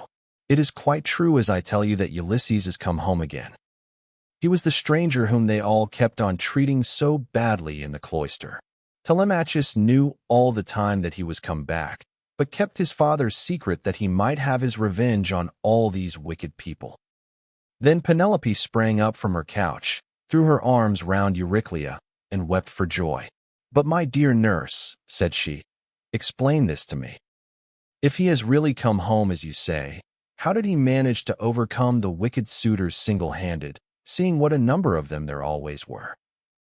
I was not there, answered Euryclea, and do not know. I only heard them groaning while they were being killed. We sat crouching and huddled up in a corner of the women's room with the doors closed, till your son came to fetch me because his father sent him. Then I found Ulysses standing over the corpses that were lying on the ground all round him, one on top of the other. You would have enjoyed it if you could have seen him standing there all bespattered with blood and filth, and looking just like a lion. But the corpses are now all piled up in the gatehouse that is in the outer court, and Ulysses has lit a great fire to purify the house with sulfur. He has sent me to call you. So come with me that you may both be happy together after all. For now at last the desire of your heart has been fulfilled. Your husband is come home to find both wife and son alive and well, and to take his revenge in his own house on the suitors who behaved so badly to him. My dear nurse, said Penelope, do not exult too confidently over all this. You know how delighted every one would be to see Ulysses come home, more particularly myself, and the son who has been born to both of us. But what you tell me cannot be really true. It is some god who is angry with the suitors for their great wickedness, and has made an end of them, for they respected no man in the whole world, neither rich nor poor, who came near them, and they have come to a bad end in consequence of their iniquity.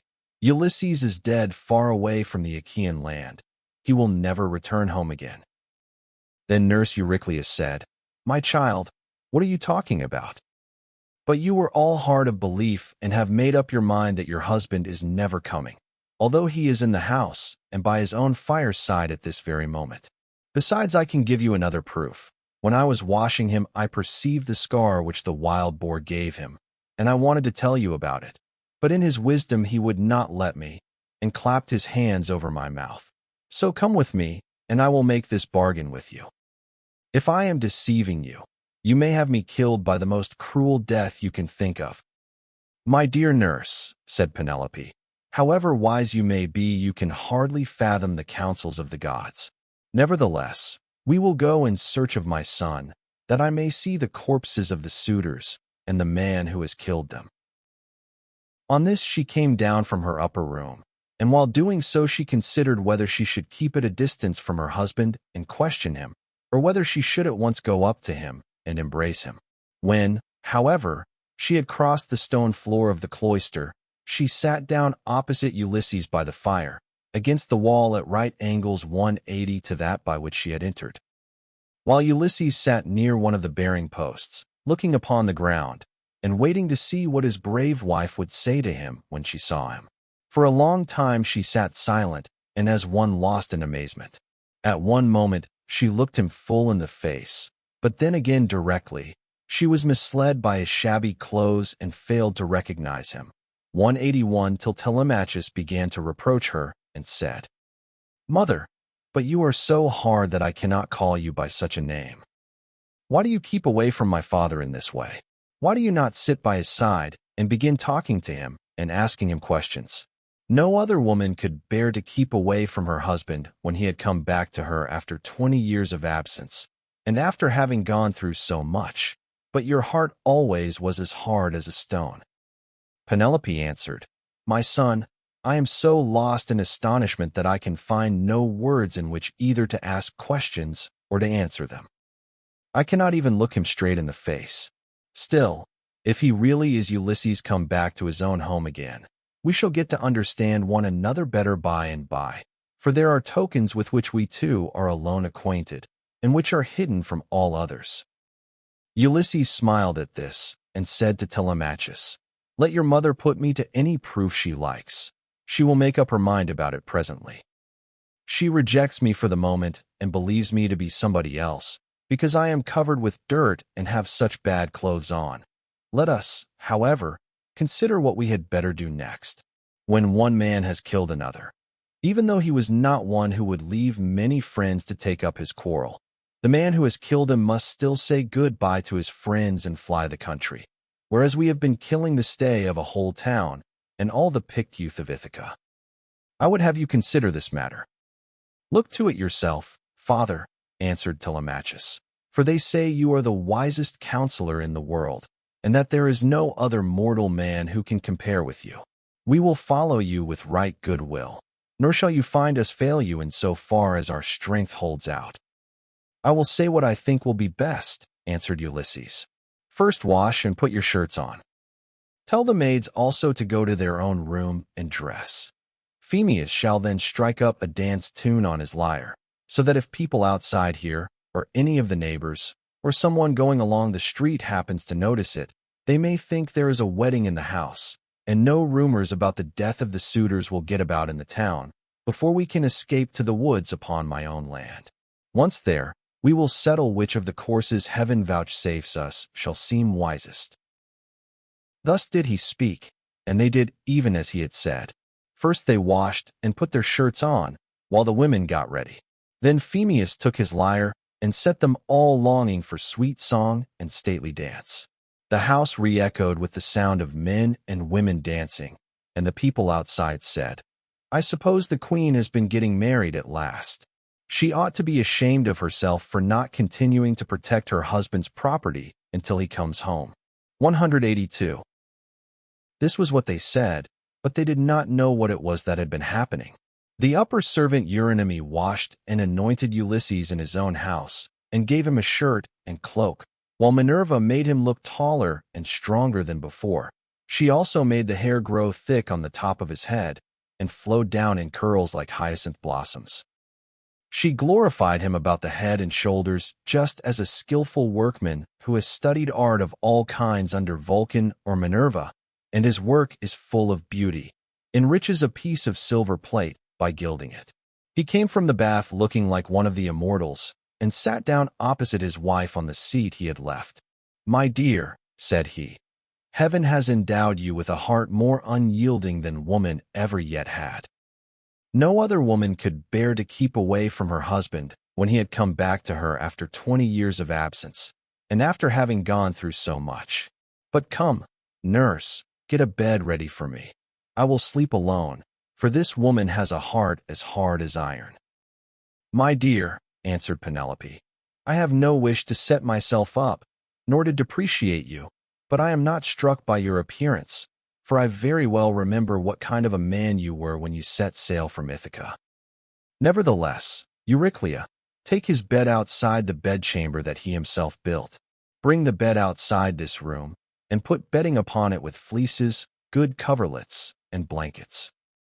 She said this to try him, but Ulysses was very angry and said, "Wife, I am much displeased at what you have just been saying. Who has been taking my bed from the place in which I left it?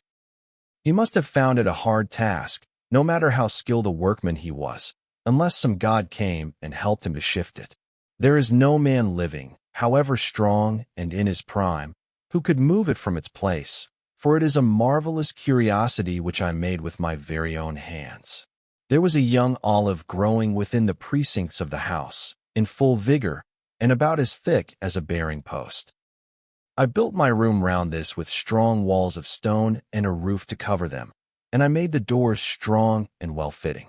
Then I cut off the top boughs of the olive tree and left the stump standing. This I dressed roughly from the root upwards, and then worked with carpenter's tools well and skillfully, straightening my work by drawing a line on the wood and making it into a bed prop. I then bored a hole down the middle and made it the center post of my bed, at which I worked till I had finished it, inlaying it with gold and silver.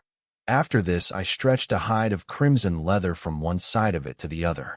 So you see, I know all about it, and I desire to learn whether it is still there, or whether anyone has been removing it by cutting down the olive tree at its roots." When she heard the sure proofs Ulysses now gave her, she fairly broke down. She flew weeping to his side, flung her arms about his neck, and kissed him. "Do not be angry with me, Ulysses," she cried. "You, who are the wisest of mankind. We have suffered, both of us. Heaven has denied us the happiness of spending our youth and of growing old together. Do not then be aggrieved or take it amiss that I did not embrace you thus as soon as I saw you. I have been shuddering all the time through fear that someone might come here and deceive me with a lying story, for there are many very wicked people going about. Jove's daughter Helen would never have yielded herself to a man from a foreign country, if she had known that the sons of Achaeans would come after her and bring her back. Heaven put it in her heart to do wrong, and she gave no thought to that sin, which has been the source of all our sorrows. Now, however, that you have convinced me by showing that you know all about our bed, which no human being has ever seen but you and I, and a single maidservant, the daughter of Actor, who was given me by my father on my marriage, and who keeps the doors of our room.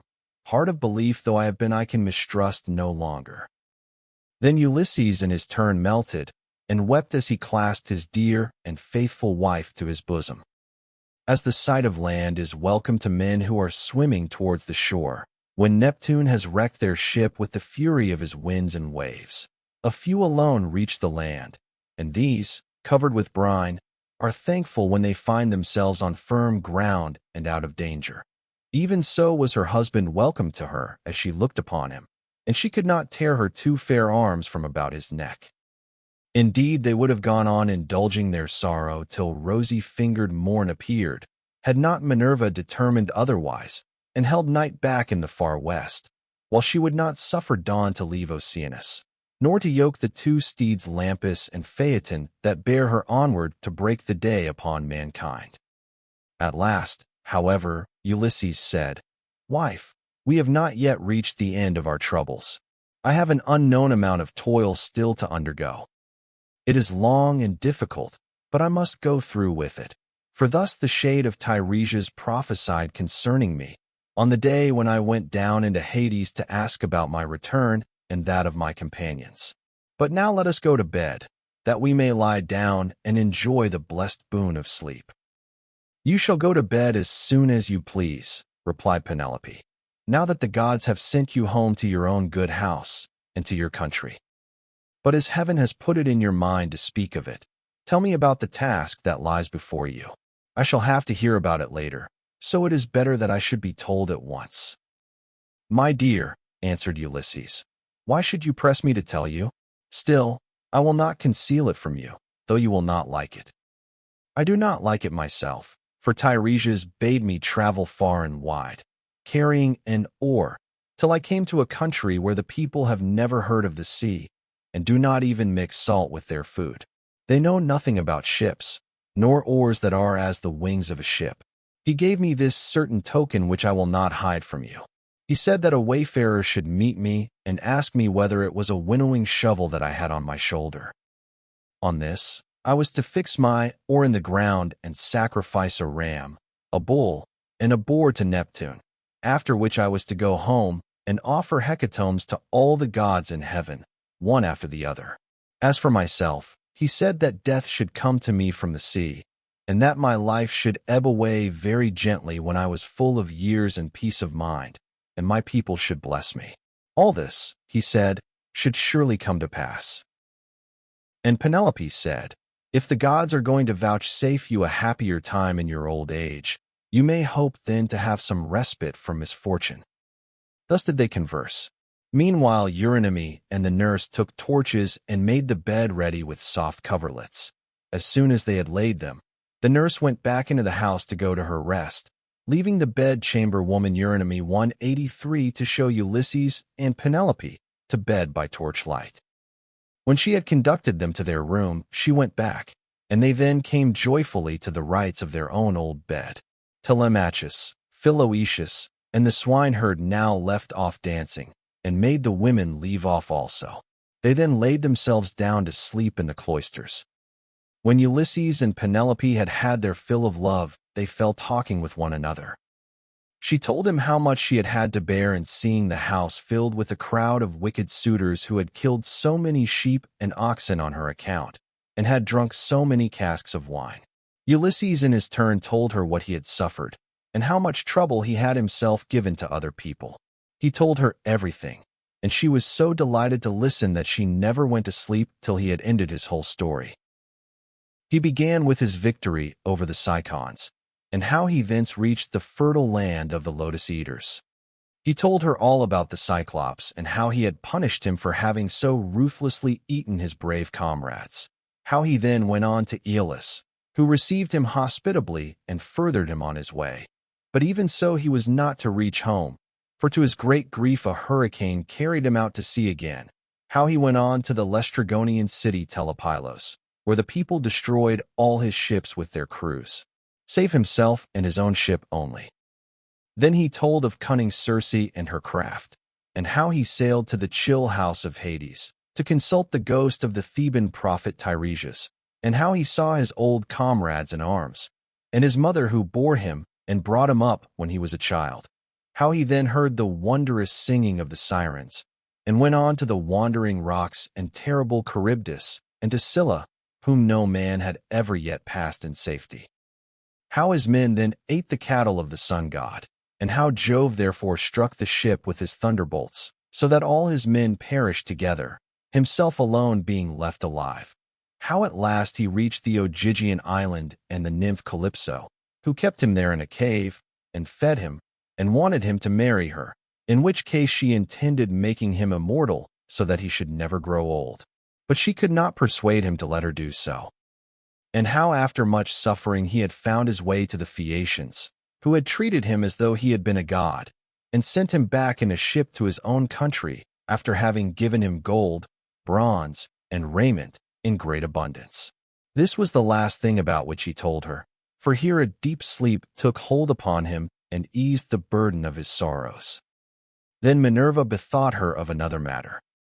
When she deemed that Ulysses had had both of his wife and of repose, she bade golden-throned Dawn rise out of Oceanus that she might shed light upon mankind. On this, Ulysses rose from his comfortable bed and said to Penelope, "Wife, we have both of us had our full share of troubles, you, here, in lamenting my absence, and I in being prevented from getting home though I was longing all the time to do so. Now, however, that we have at last come together, take care of the property that is in the house. As for the sheep and goats which the wicked suitors have eaten, I will take many myself by force from other people, and will compel the Achaeans to make good the rest till they shall have filled all my yards. I am now going to the wooded lands out in the country to see my father who has so long been grieved on my account, and to yourself I will give these instructions, though you have little need of them. At sunrise it will at once get abroad that I have been killing the suitors. Go upstairs, therefore, 184, and stay there with your women. See nobody, and ask no questions. 185. As he spoke he girded on his armor. Then he roused Telemachus, Philoetius, and Eumaeus, and told them all to put on their armor also. This they did, and armed themselves. When they had done so, they opened the gates and sallied forth, Ulysses leading the way. It was now daylight, but Minerva nevertheless concealed them in darkness and led them quickly out of the town. Book 24. The ghosts of the suitors in Hades. Ulysses and his men go to the house of Laertes. The people of Ithaca come out to attack Ulysses, but Minerva concludes a peace. Then Mercury of Cyllene summoned the ghosts of the suitors, and in his hand he held the fair golden wand with which he seals men's eyes in sleep or wakes them just as he pleases. With this he roused the ghosts and led them, while they followed whining and gibbering behind him. as bats fly squealing in the hollow of some great cave, when one of them has fallen out of the cluster in which they hang. Even so did the ghosts whine and squeal as Mercury, the healer of sorrow, led them down into the dark abode of death. When they had passed the waters of Oceanus and the rock Lucas, they came to the gates of the sun and the land of dreams, whereon they reached the meadow of Asphodel, where dwell the souls and shadows of them that can labor no more. Here they found the ghost of Achilles son of Peleus, with those of Patroclus, Antilochus, and Ajax, who was the finest and handsomest man of all the Danaans after the son of Peleus himself. They gathered round the ghost of the son of Peleus, and the ghost of Agamemnon joined them, sorrowing bitterly. Round him were gathered also the ghosts of those who had perished with him in the house of Aegisthus, and the ghost of Achilles spoke first. "Son of Atreus," it said, "we used to say that Jove had loved you better from first to last than any other hero, for you were captain over many and brave men, when we were all fighting together before Troy. Yet the hand of death, which no mortal can escape, was laid upon you all too early.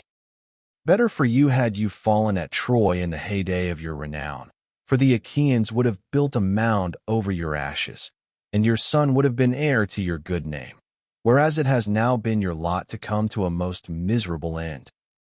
"Happy son of Peleus," answered the ghost of Agamemnon, "for having died at Troy far from Argos, while the bravest of the Trojans and the Achaeans fell round you fighting for your body. There you lay in the whirling clouds of dust, all huge and hugely, heedless now of your chivalry. We fought the whole of the livelong day, nor should we ever have left off if Jove had not sent a hurricane to stay us. Then, when we had borne you to the ships out of the fray, we laid you on your bed and cleansed your fair skin with warm water and with ointments. The Danaans tore their hair and wept bitterly round about you. Your mother, when she heard, came with her immortal nymphs from out of the sea, and the sound of a great wailing went forth over the waters, so that the Achaeans quaked for fear. They would have fled panic-stricken to their ships had not wise old Nestor, whose counsel was ever truest, checked them, saying, 'Hold, Argives, fly not, sons of the Achaeans. This is his mother coming from the sea with her immortal nymphs to view the body of her son.' Thus he spoke, and the Achaeans feared no more. The daughters of the old man of the sea stood round you weeping bitterly, and clothed you in immortal raiment. The 9 muses also came and lifted up their sweet voices in lament, calling and answering one another. There was not an Argive but wept for pity of the dirge they chaunted. Days and nights 7 and 10 we mourned you, mortals and immortals, but on the 18th day we gave you to the flames, and many a fat sheep with many an ox did we slay and sacrifice around you. You were burnt in raiment of the gods, with rich resins and with honey, while heroes, horse and foot, clashed their armor round the pile as you were burning, with the tramp as of a great multitude. But when the flames of heaven had done their work, we gathered your white bones at daybreak and laid them in ointments and in pure wine. Your mother brought us a golden vase to hold them, gift of Bacchus, and work of Vulcan himself. In this we mingled your bleached bones with those of Patroclus who had gone before you, and separate we enclosed also those of Antilochus, who had been closer to you than any other of your comrades now that Patroclus was no more. Over these the host of the Argives built a noble tomb, on a point jutting out over the open Hellespont, that it might be seen from far out upon the sea by those now living and by them that shall be born hereafter. Your mother begged prizes from the gods, and offered them to be contended for by the noblest of the Achaeans. You must have been present at the funeral of many a hero, when the young men gird themselves and make ready to contend for prizes on the death of some great chieftain, but you never saw such prizes as silver-footed Thetis offered in your honor, for the gods loved you well. Thus, even in death your fame, Achilles, has not been lost, and your name lives evermore among all mankind. But as for me, what solace had I when the days of my fighting were done? For Jove willed my destruction on my return, by the hands of Aegisthus and those of my wicked wife." Thus did they converse, And presently Mercury came up to them with the ghosts of the suitors who had been killed by Ulysses. The ghosts of Agamemnon and Achilles were astonished at seeing them, and went up to them at once. The ghost of Agamemnon recognized Amphimedon's son of Menelaus, who lived in Ithaca and had been his host, so it began to talk to him. "Amphimedon," it said, "what has happened to all you fine young men? All of an age, too, that you are come down here under the ground? One could pick no finer body of men from any city. Did Neptune raise his winds and waves against you when you were at sea? Or did your enemies make an end of you on the mainland when you were cattle lifting or sheep stealing, or while fighting in defense of their wives and city? Answer my question, for I have been your guest. Do you not remember how I came to your house with Menelaus to persuade Ulysses to join us with his ships against Troy? It was a whole month ere we could resume our voyage, for we had hard work to persuade Ulysses to come with us." And the ghost of Amphimedon answered, "Agamemnon, son of Atreus, king of men, I remember everything that you have said, and will tell you fully and accurately about the way in which our end was brought about. Ulysses had been long gone, and we were courting his wife, who did not say point blank that she would not marry, nor yet bring matters to an end, for she meant to compass our destruction. This, then, was the trick she played us. She set up a great tambour frame in her room and began to work on an enormous piece of fine needlework. "Sweethearts," said she, "Ulysses is indeed dead. Still, do not press me to marry again immediately. Wait. For I would not have my skill in needlework perish unrecorded, till I have completed a pall for the hero Laertes, against the time when death shall take him. He is very rich, and the women of the place will talk if he is laid out without a pall." This is what she said, and we assented. Whereupon we could see her working upon her great web all day long, but at night she would unpick the stitches again by torchlight. She fooled us in this way for 3 years without our finding it out. But as time wore on, and she was now in her 4th year, in the waning of moons and many days had been accomplished, one of her maids who knew what she was doing told us, and we caught her in the act of undoing her work, so she had to finish it whether she would or no. And when she showed us the robe she had made, after she had had it washed, 186 its splendor was as that of the sun or moon. Then some malicious god conveyed Ulysses to the upland farm where his swineherd lives. Thither presently came also his son, returning from a voyage to Perilous, and the two came to the town when they had hatched their plot for our destruction. Telemachus came first, and then after him, accompanied by the swineherd, came Ulysses, clad in rags and leaning on a staff as though he were some miserable old beggar. He came so unexpectedly that none of us knew him, not even the older ones among us, and we reviled him and threw things at him. He endured both being struck and insulted without a word, though he was in his own house. But when the will of aegis-bearing Jove inspired him, he and Telemachus took the armor and hid it in an inner chamber, bolting the doors behind them. Then he cunningly made his wife offer his bow and a quantity of iron to be contended for by us ill-fated suitors. And this was the beginning of our end, for not one of us could string the bow, nor nearly do so. When it was about to reach the hands of Ulysses, we all of us shouted out that it should not be given him, no matter what he might say, but Telemachus insisted on his having it. When he had got it in his hands, he strung it with ease and sent his arrow through the iron. Then he stood on the floor of the cloister and poured his arrows on the ground, glaring fiercely about him. First he killed Antinous, and then, aiming straight before him, he let fly his deadly darts, and they fell thick on one another. It was plain that some one of the gods was helping them, for they fell upon us with might and main throughout the cloisters, and there was a hideous sound of groaning as our brains were being battered in, and the ground seethed with our blood.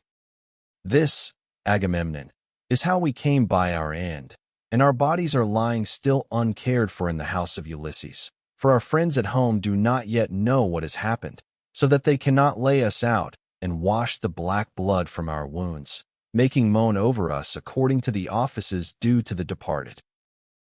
"Happy Ulysses, son of Laertes," replied the ghost of Agamemnon. You are indeed blessed in the possession of a wife endowed with such rare excellence of understanding, and so faithful to her wedded lord as Penelope the daughter of Irus. The fame, therefore, of her virtue shall never die, and the immortals shall compose a song that shall be welcome to all mankind in honor of the constancy of Penelope. How far otherwise was the wickedness of the daughter of Tyndareus who killed her lawful husband. Her song shall be hateful among men, for she has brought disgrace on all womankind, even on the good ones. Thus did they converse in the house of Hades deep down within the bowels of the earth. Meanwhile Ulysses and the others passed out of the town, and soon reached the fair and well-tilled farm of Laertes, which he had reclaimed with infinite labor. Here was his house, with a lean-to running all round it, where the slaves who worked for him slept and sat and ate, while inside the house there was an old Sicel woman who looked after him in this his country farm. When Ulysses got there, he said to his son and to the other two, "Go to the house and kill the best pig that you can find for dinner. Meanwhile, I want to see whether my father will know me or fail to recognize me after so long an absence." He then took off his armor and gave it to Eumaeus and Philoetius, who went straight on to the house, while he turned off into the vineyard to make trial of his father. As he went down into the great orchard, he did not see Dolius, nor any of his sons nor of the other bondsmen, for they were all gathering thorns to make a fence for the vineyard, at the place where the old man had told them. He therefore found his father alone, hoeing a vine. He had on a dirty old shirt, patched and very shabby. His legs were bound round with thongs of oxhide to save him from the brambles, and he also wore sleeves of leather. He had a goat-skin cap on his head, and was looking very woebegone. When Ulysses saw him so worn, so old and full of sorrow, he stood still under a tall pear tree and began to weep. He doubted whether to embrace him, kiss him, and tell him all about his having come home, or whether he should first question him and see what he would say. In the end he deemed it best to be crafty with him. So in this mind he went up to his father, who was bending down and digging about a plant. "I see, sir," said Ulysses, "that you are an excellent gardener. What pains you take with it, to be sure.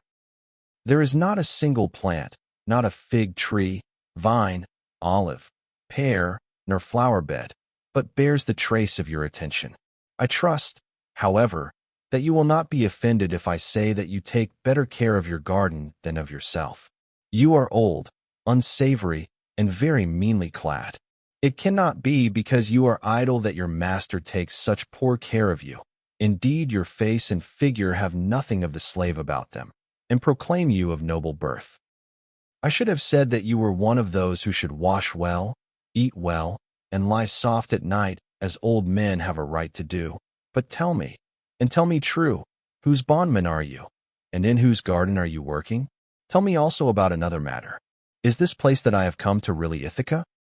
I met a man just now who said so, but he was a dull fellow, and had not the patience to hear my story out when I was asking him about an old friend of mine, whether he was still living, or was already dead and in the house of Hades. Believe me when I tell you that this man came to my house once when I was in my own country, and never yet did any stranger come to me whom I liked better. He said that his family came from Ithaca, and that his father was Laertes, son of Arcesius. I received him hospitably, making him welcome to all the abundance of my house, and when he went away, I gave him all customary presents. I gave him 7 talents of fine gold, and a cup of solid silver with flowers chased upon it. I gave him 12 light cloaks, and as many pieces of tapestry. I also gave him 12 cloaks of single fold, 12 rugs, 12 fair mantles, and an equal number of shirts. To all this I added 4 good-looking women skilled in all useful arts, and I let him take his choice. His father shed tears and answered, "Sir, you have indeed come to the country that you have named, but it has fallen into the hands of wicked people. All this wealth of presents has been given to no purpose. If you could have found your friend here alive in Ithaca, he would have entertained you hospitably and would have requited your presents amply when you left him, as would have been only right considering what you had already given him. But tell me, and tell me true, how many years is it since you entertained this guest, my unhappy son, as ever was? Alas, he has perished far from his own country. The fishes of the sea have eaten him, or he has fallen a prey to the birds and wild beasts of some continent. Neither his mother, nor I his father, who were his parents, could throw our arms about him and wrap him in his shroud, nor could his excellent and richly dowered wife Penelope bewail her husband, as was natural upon his deathbed, and close his eyes according to the offices due to the departed. But now, tell me truly, for I want to know. Who and whence are you? Tell me of your town and parents. Where is the ship lying that has brought you and your men to Ithaca? Or were you a passenger on some other man's ship, and those who brought you here have gone on their way and left you? I will tell you everything, answered Ulysses, quite truly. I come from Alba, where I have a fine house. I am son of King of Phytus, who is the son of Polypemon. My own name is Eperitus. Heaven drove me off my course as I was leaving Sicania, and I have been carried here against my will. As for my ship, it is lying over yonder, off the open country outside the town, and this is the 5th year since Ulysses left my country. Poor fellow, yet the omens were good for him when he left me. The birds all flew on our right hands, and both he and I rejoiced to see them as we parted, for we had every hope that we should have another friendly meeting and exchange presents. A dark cloud of sorrow fell upon Laertes as he listened. He filled both hands with the dust from off the ground and poured it over his gray head, groaning heavily as he did so. The heart of Ulysses was touched, and his nostrils quivered as he looked upon his father. Then he sprang towards him, flung his arms about him and kissed him, saying, I am he, father, about whom you are asking. I have returned after having been away for 20 years. But cease your sighing and lamentation. We have no time to lose, for I should tell you that I have been killing the suitors in my house, to punish them for their insolence and crimes. If you really are my son Ulysses, replied Laertes, and have come back again, you must give me such manifest proof of your identity as shall convince me.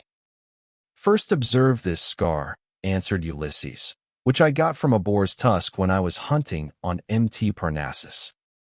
You and my mother had sent me to Autolycus, my mother's father, to receive the presents which when he was over here he had promised to give me. Furthermore, I will point out to you the trees in the vineyard which you gave me, and I asked you all about them as I followed you round the garden. We went over them all, and you told me their names and what they all were. You gave me 13 pear trees, 10 apple trees, and 40 fig trees. You also said you would give me 50 rows of vines. There was corn planted between each row, and they yield grapes of every kind when the heat of heaven has been laid heavy upon them. Laertes' strength failed him when he heard the convincing proofs which his son had given him. He threw his arms about him, and Ulysses had to support him, or he would have gone off into a swoon. But as soon as he came to, and was beginning to recover his senses, he said, O Father Jove, then you gods are still in Olympus after all, if the suitors have really been punished for their insolence and folly.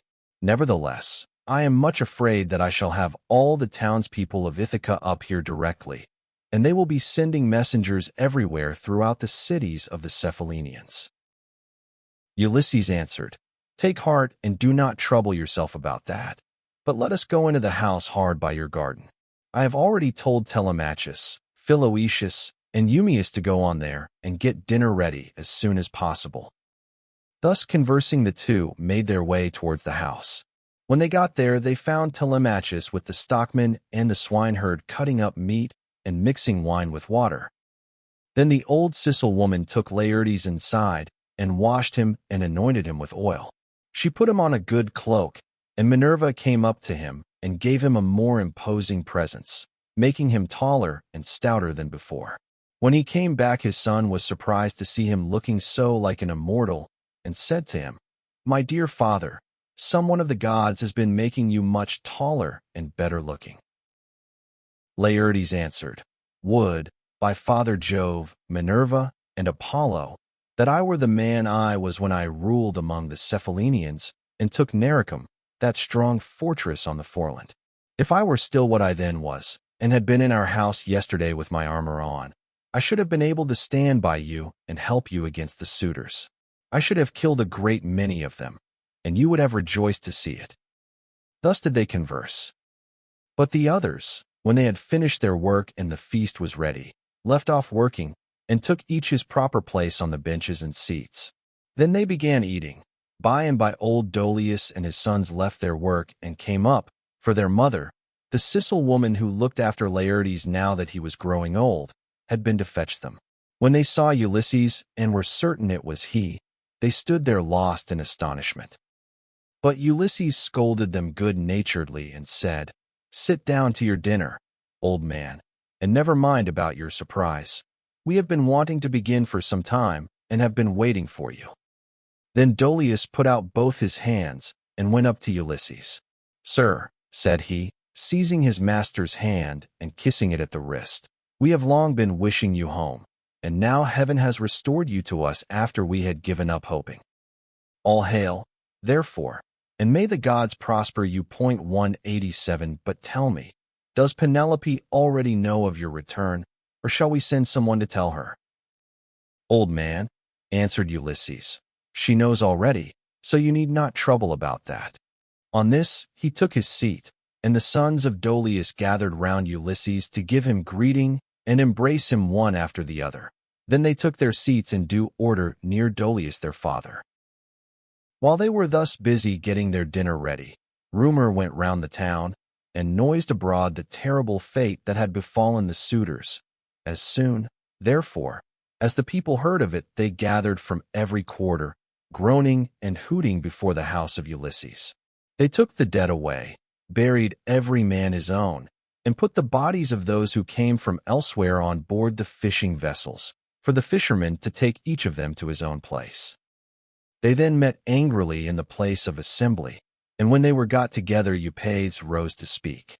He was overwhelmed with grief for the death of his son Antinous, who had been the first man killed by Ulysses. So he said, weeping bitterly, "My friends, this man has done the Achaeans great wrong. He took many of our best men away with him in his fleet, and he has lost both ships and men. Now, moreover, on his return he has been killing all the foremost men among the Cephallenians. Let us be up and doing before he can get away to Perilous or to Elis where the Epeans rule, or we shall be ashamed of ourselves for ever afterwards. It will be an everlasting disgrace to us if we do not avenge the murder of our sons and brothers. For my own part, one should have no more pleasure in life, but had rather die at once. Let us be up, then, and after them, before they can cross over to the mainland." He wept as he spoke, and everyone pitied him. But Medon and the bard Phemius had now woke up, and came to them from the house of Ulysses. Every one was astonished at seeing them, but they stood in the middle of the assembly, and Medon said, "Hear me, men of Ithaca. Ulysses did not do these things against the will of heaven. I myself saw an immortal god take the form of Mentor and stand beside him. This god appeared, now in front of him encouraging him, and now going furiously about the court and attacking the suitors, whereon they fell thick on one another. On this pale fear laid hold of them, and old Halitherses, son of Mastor, rose to speak, for he was the only man among them who knew both past and future. So he spoke to them plainly and in all honesty, saying, "Men of Ithaca, it is all your own fault that things have turned out as they have. You would not listen to me, nor yet to Mentor, when we bade you check the folly of your sons who were doing much wrong in the wantonness of their hearts, wasting the substance and dishonoring the wife of a chieftain who they thought would not return. Now, however, let it be as I say, and do as I tell you. Do not go out against Ulysses, or you may find that you have been drawing down evil on your own heads." This was what he said, and more than half raised a loud shout, and at once left the assembly. But the rest stayed where they were, for the speech of Halitherses displeased them, and they sided with Eupates. They therefore hurried off for their armor, and when they had armed themselves, they met together in front of the city, and Eupates led them on in their folly. He thought he was going to avenge the murder of his son, whereas in truth he was never to return, but was himself to perish in his attempt. Then Minerva said to Jove, "Father, son of Saturn, king of kings, answer me this question. What do you propose to do? Will you set them fighting still further, or will you make peace between them?" And Jove answered, "My child, why should you ask me? Was it not by your own arrangement that Ulysses came home and took his revenge upon the suitors? Do whatever you like, but I will tell you what I think will be most reasonable arrangement. Now that Ulysses is revenged, let them swear to a solemn covenant, in virtue of which he shall continue to rule, while we cause the others to forgive and forget the massacre of their sons and brothers. Let them then all become friends as heretofore, and let peace and plenty reign." This was what Minerva was already eager to bring about, so down she darted from off the topmost summits of Olympus. Now when Laertes and the others had done dinner, Ulysses began by saying, "Some of you go out and see if they are not getting close up to us." So one of Dolius's sons went as he was bid. Standing on the threshold, he could see them all quite near, and said to Ulysses, "Here they are. Let us put on our armor at once." They put on their armor as fast as they could, that is to say Ulysses, his 3 men, and the 6 sons of Dolius. Laertes also and Dolius did the same, warriors by necessity in spite of their gray hair. When they had all put on their armor, they opened the gate and sallied forth, Ulysses leading the way. Then Jove's daughter Minerva came up to them, having assumed the form and voice of Mentor. Ulysses was glad when he saw her, and said to his son Telemachus, "Telemachus, now that you are about to fight in an engagement, which will show every man's mettle, be sure not to disgrace your ancestors, who were eminent for their strength and courage all the world over." "You say truly, my dear father," answered Telemachus, "and you shall see, if you will, that I am in no mind to disgrace your family." Laertes was delighted when he heard this. "Good heavens," he exclaimed, "what a day I am enjoying! I do indeed rejoice at it. My son and grandson are vying with one another in the matter of valor." On this Minerva came close up to him and said, "Son of Arcesius, best friend I have in the world, pray to the blue-eyed damsel, and to Jove her father, then poise your spear and hurl it." As she spoke, she infused fresh vigor into him, and when he had prayed to her, he poised his spear and hurled it. He hit Eupeithes' helmet, and the spear went right through it, for the helmet stayed it not, and his armor rang rattling round him as he fell heavily to the ground. Meantime Ulysses and his son fell upon the front line of the foe and smote them with their swords and spears. Indeed, they would have killed every one of them, and prevented them from ever getting home again. Only Minerva raised her voice aloud, and made every one pause. "Men of Ithaca," she cried, "cease this dreadful war, and settle the matter at once without further bloodshed." On this pale fear seized every one. They were so frightened that their arms dropped from their hands and fell upon the ground at the sound of the goddess' voice, and they fled back to the city for their lives. But Ulysses gave a great cry, and gathering himself together swooped down like a soaring eagle. Then the son of Saturn sent a thunderbolt of fire that fell just in front of Minerva. So she said to Ulysses, "Ulysses, noble son of Laertes, stop this warful strife, or Jove will be angry with you." Thus spoke Minerva, and Ulysses obeyed her gladly. Then Minerva assumed the form and voice of Mentor, and presently made a covenant of peace between the 2 contending parties. The end. Thus ends the tale. The bow has sung, the truth has been revealed, and Ithaca breathes again. Thank you for listening to this journey, for standing beside Odysseus through every trial, every storm, and every shadow. If this finale moved you, if you'd like more stories brought to life in this cinematic way, please remember to like the video and subscribe to the channel. It truly helps Whispered Pages grow. New adventures are already on the horizon, and I hope you'll be there when the next story opens.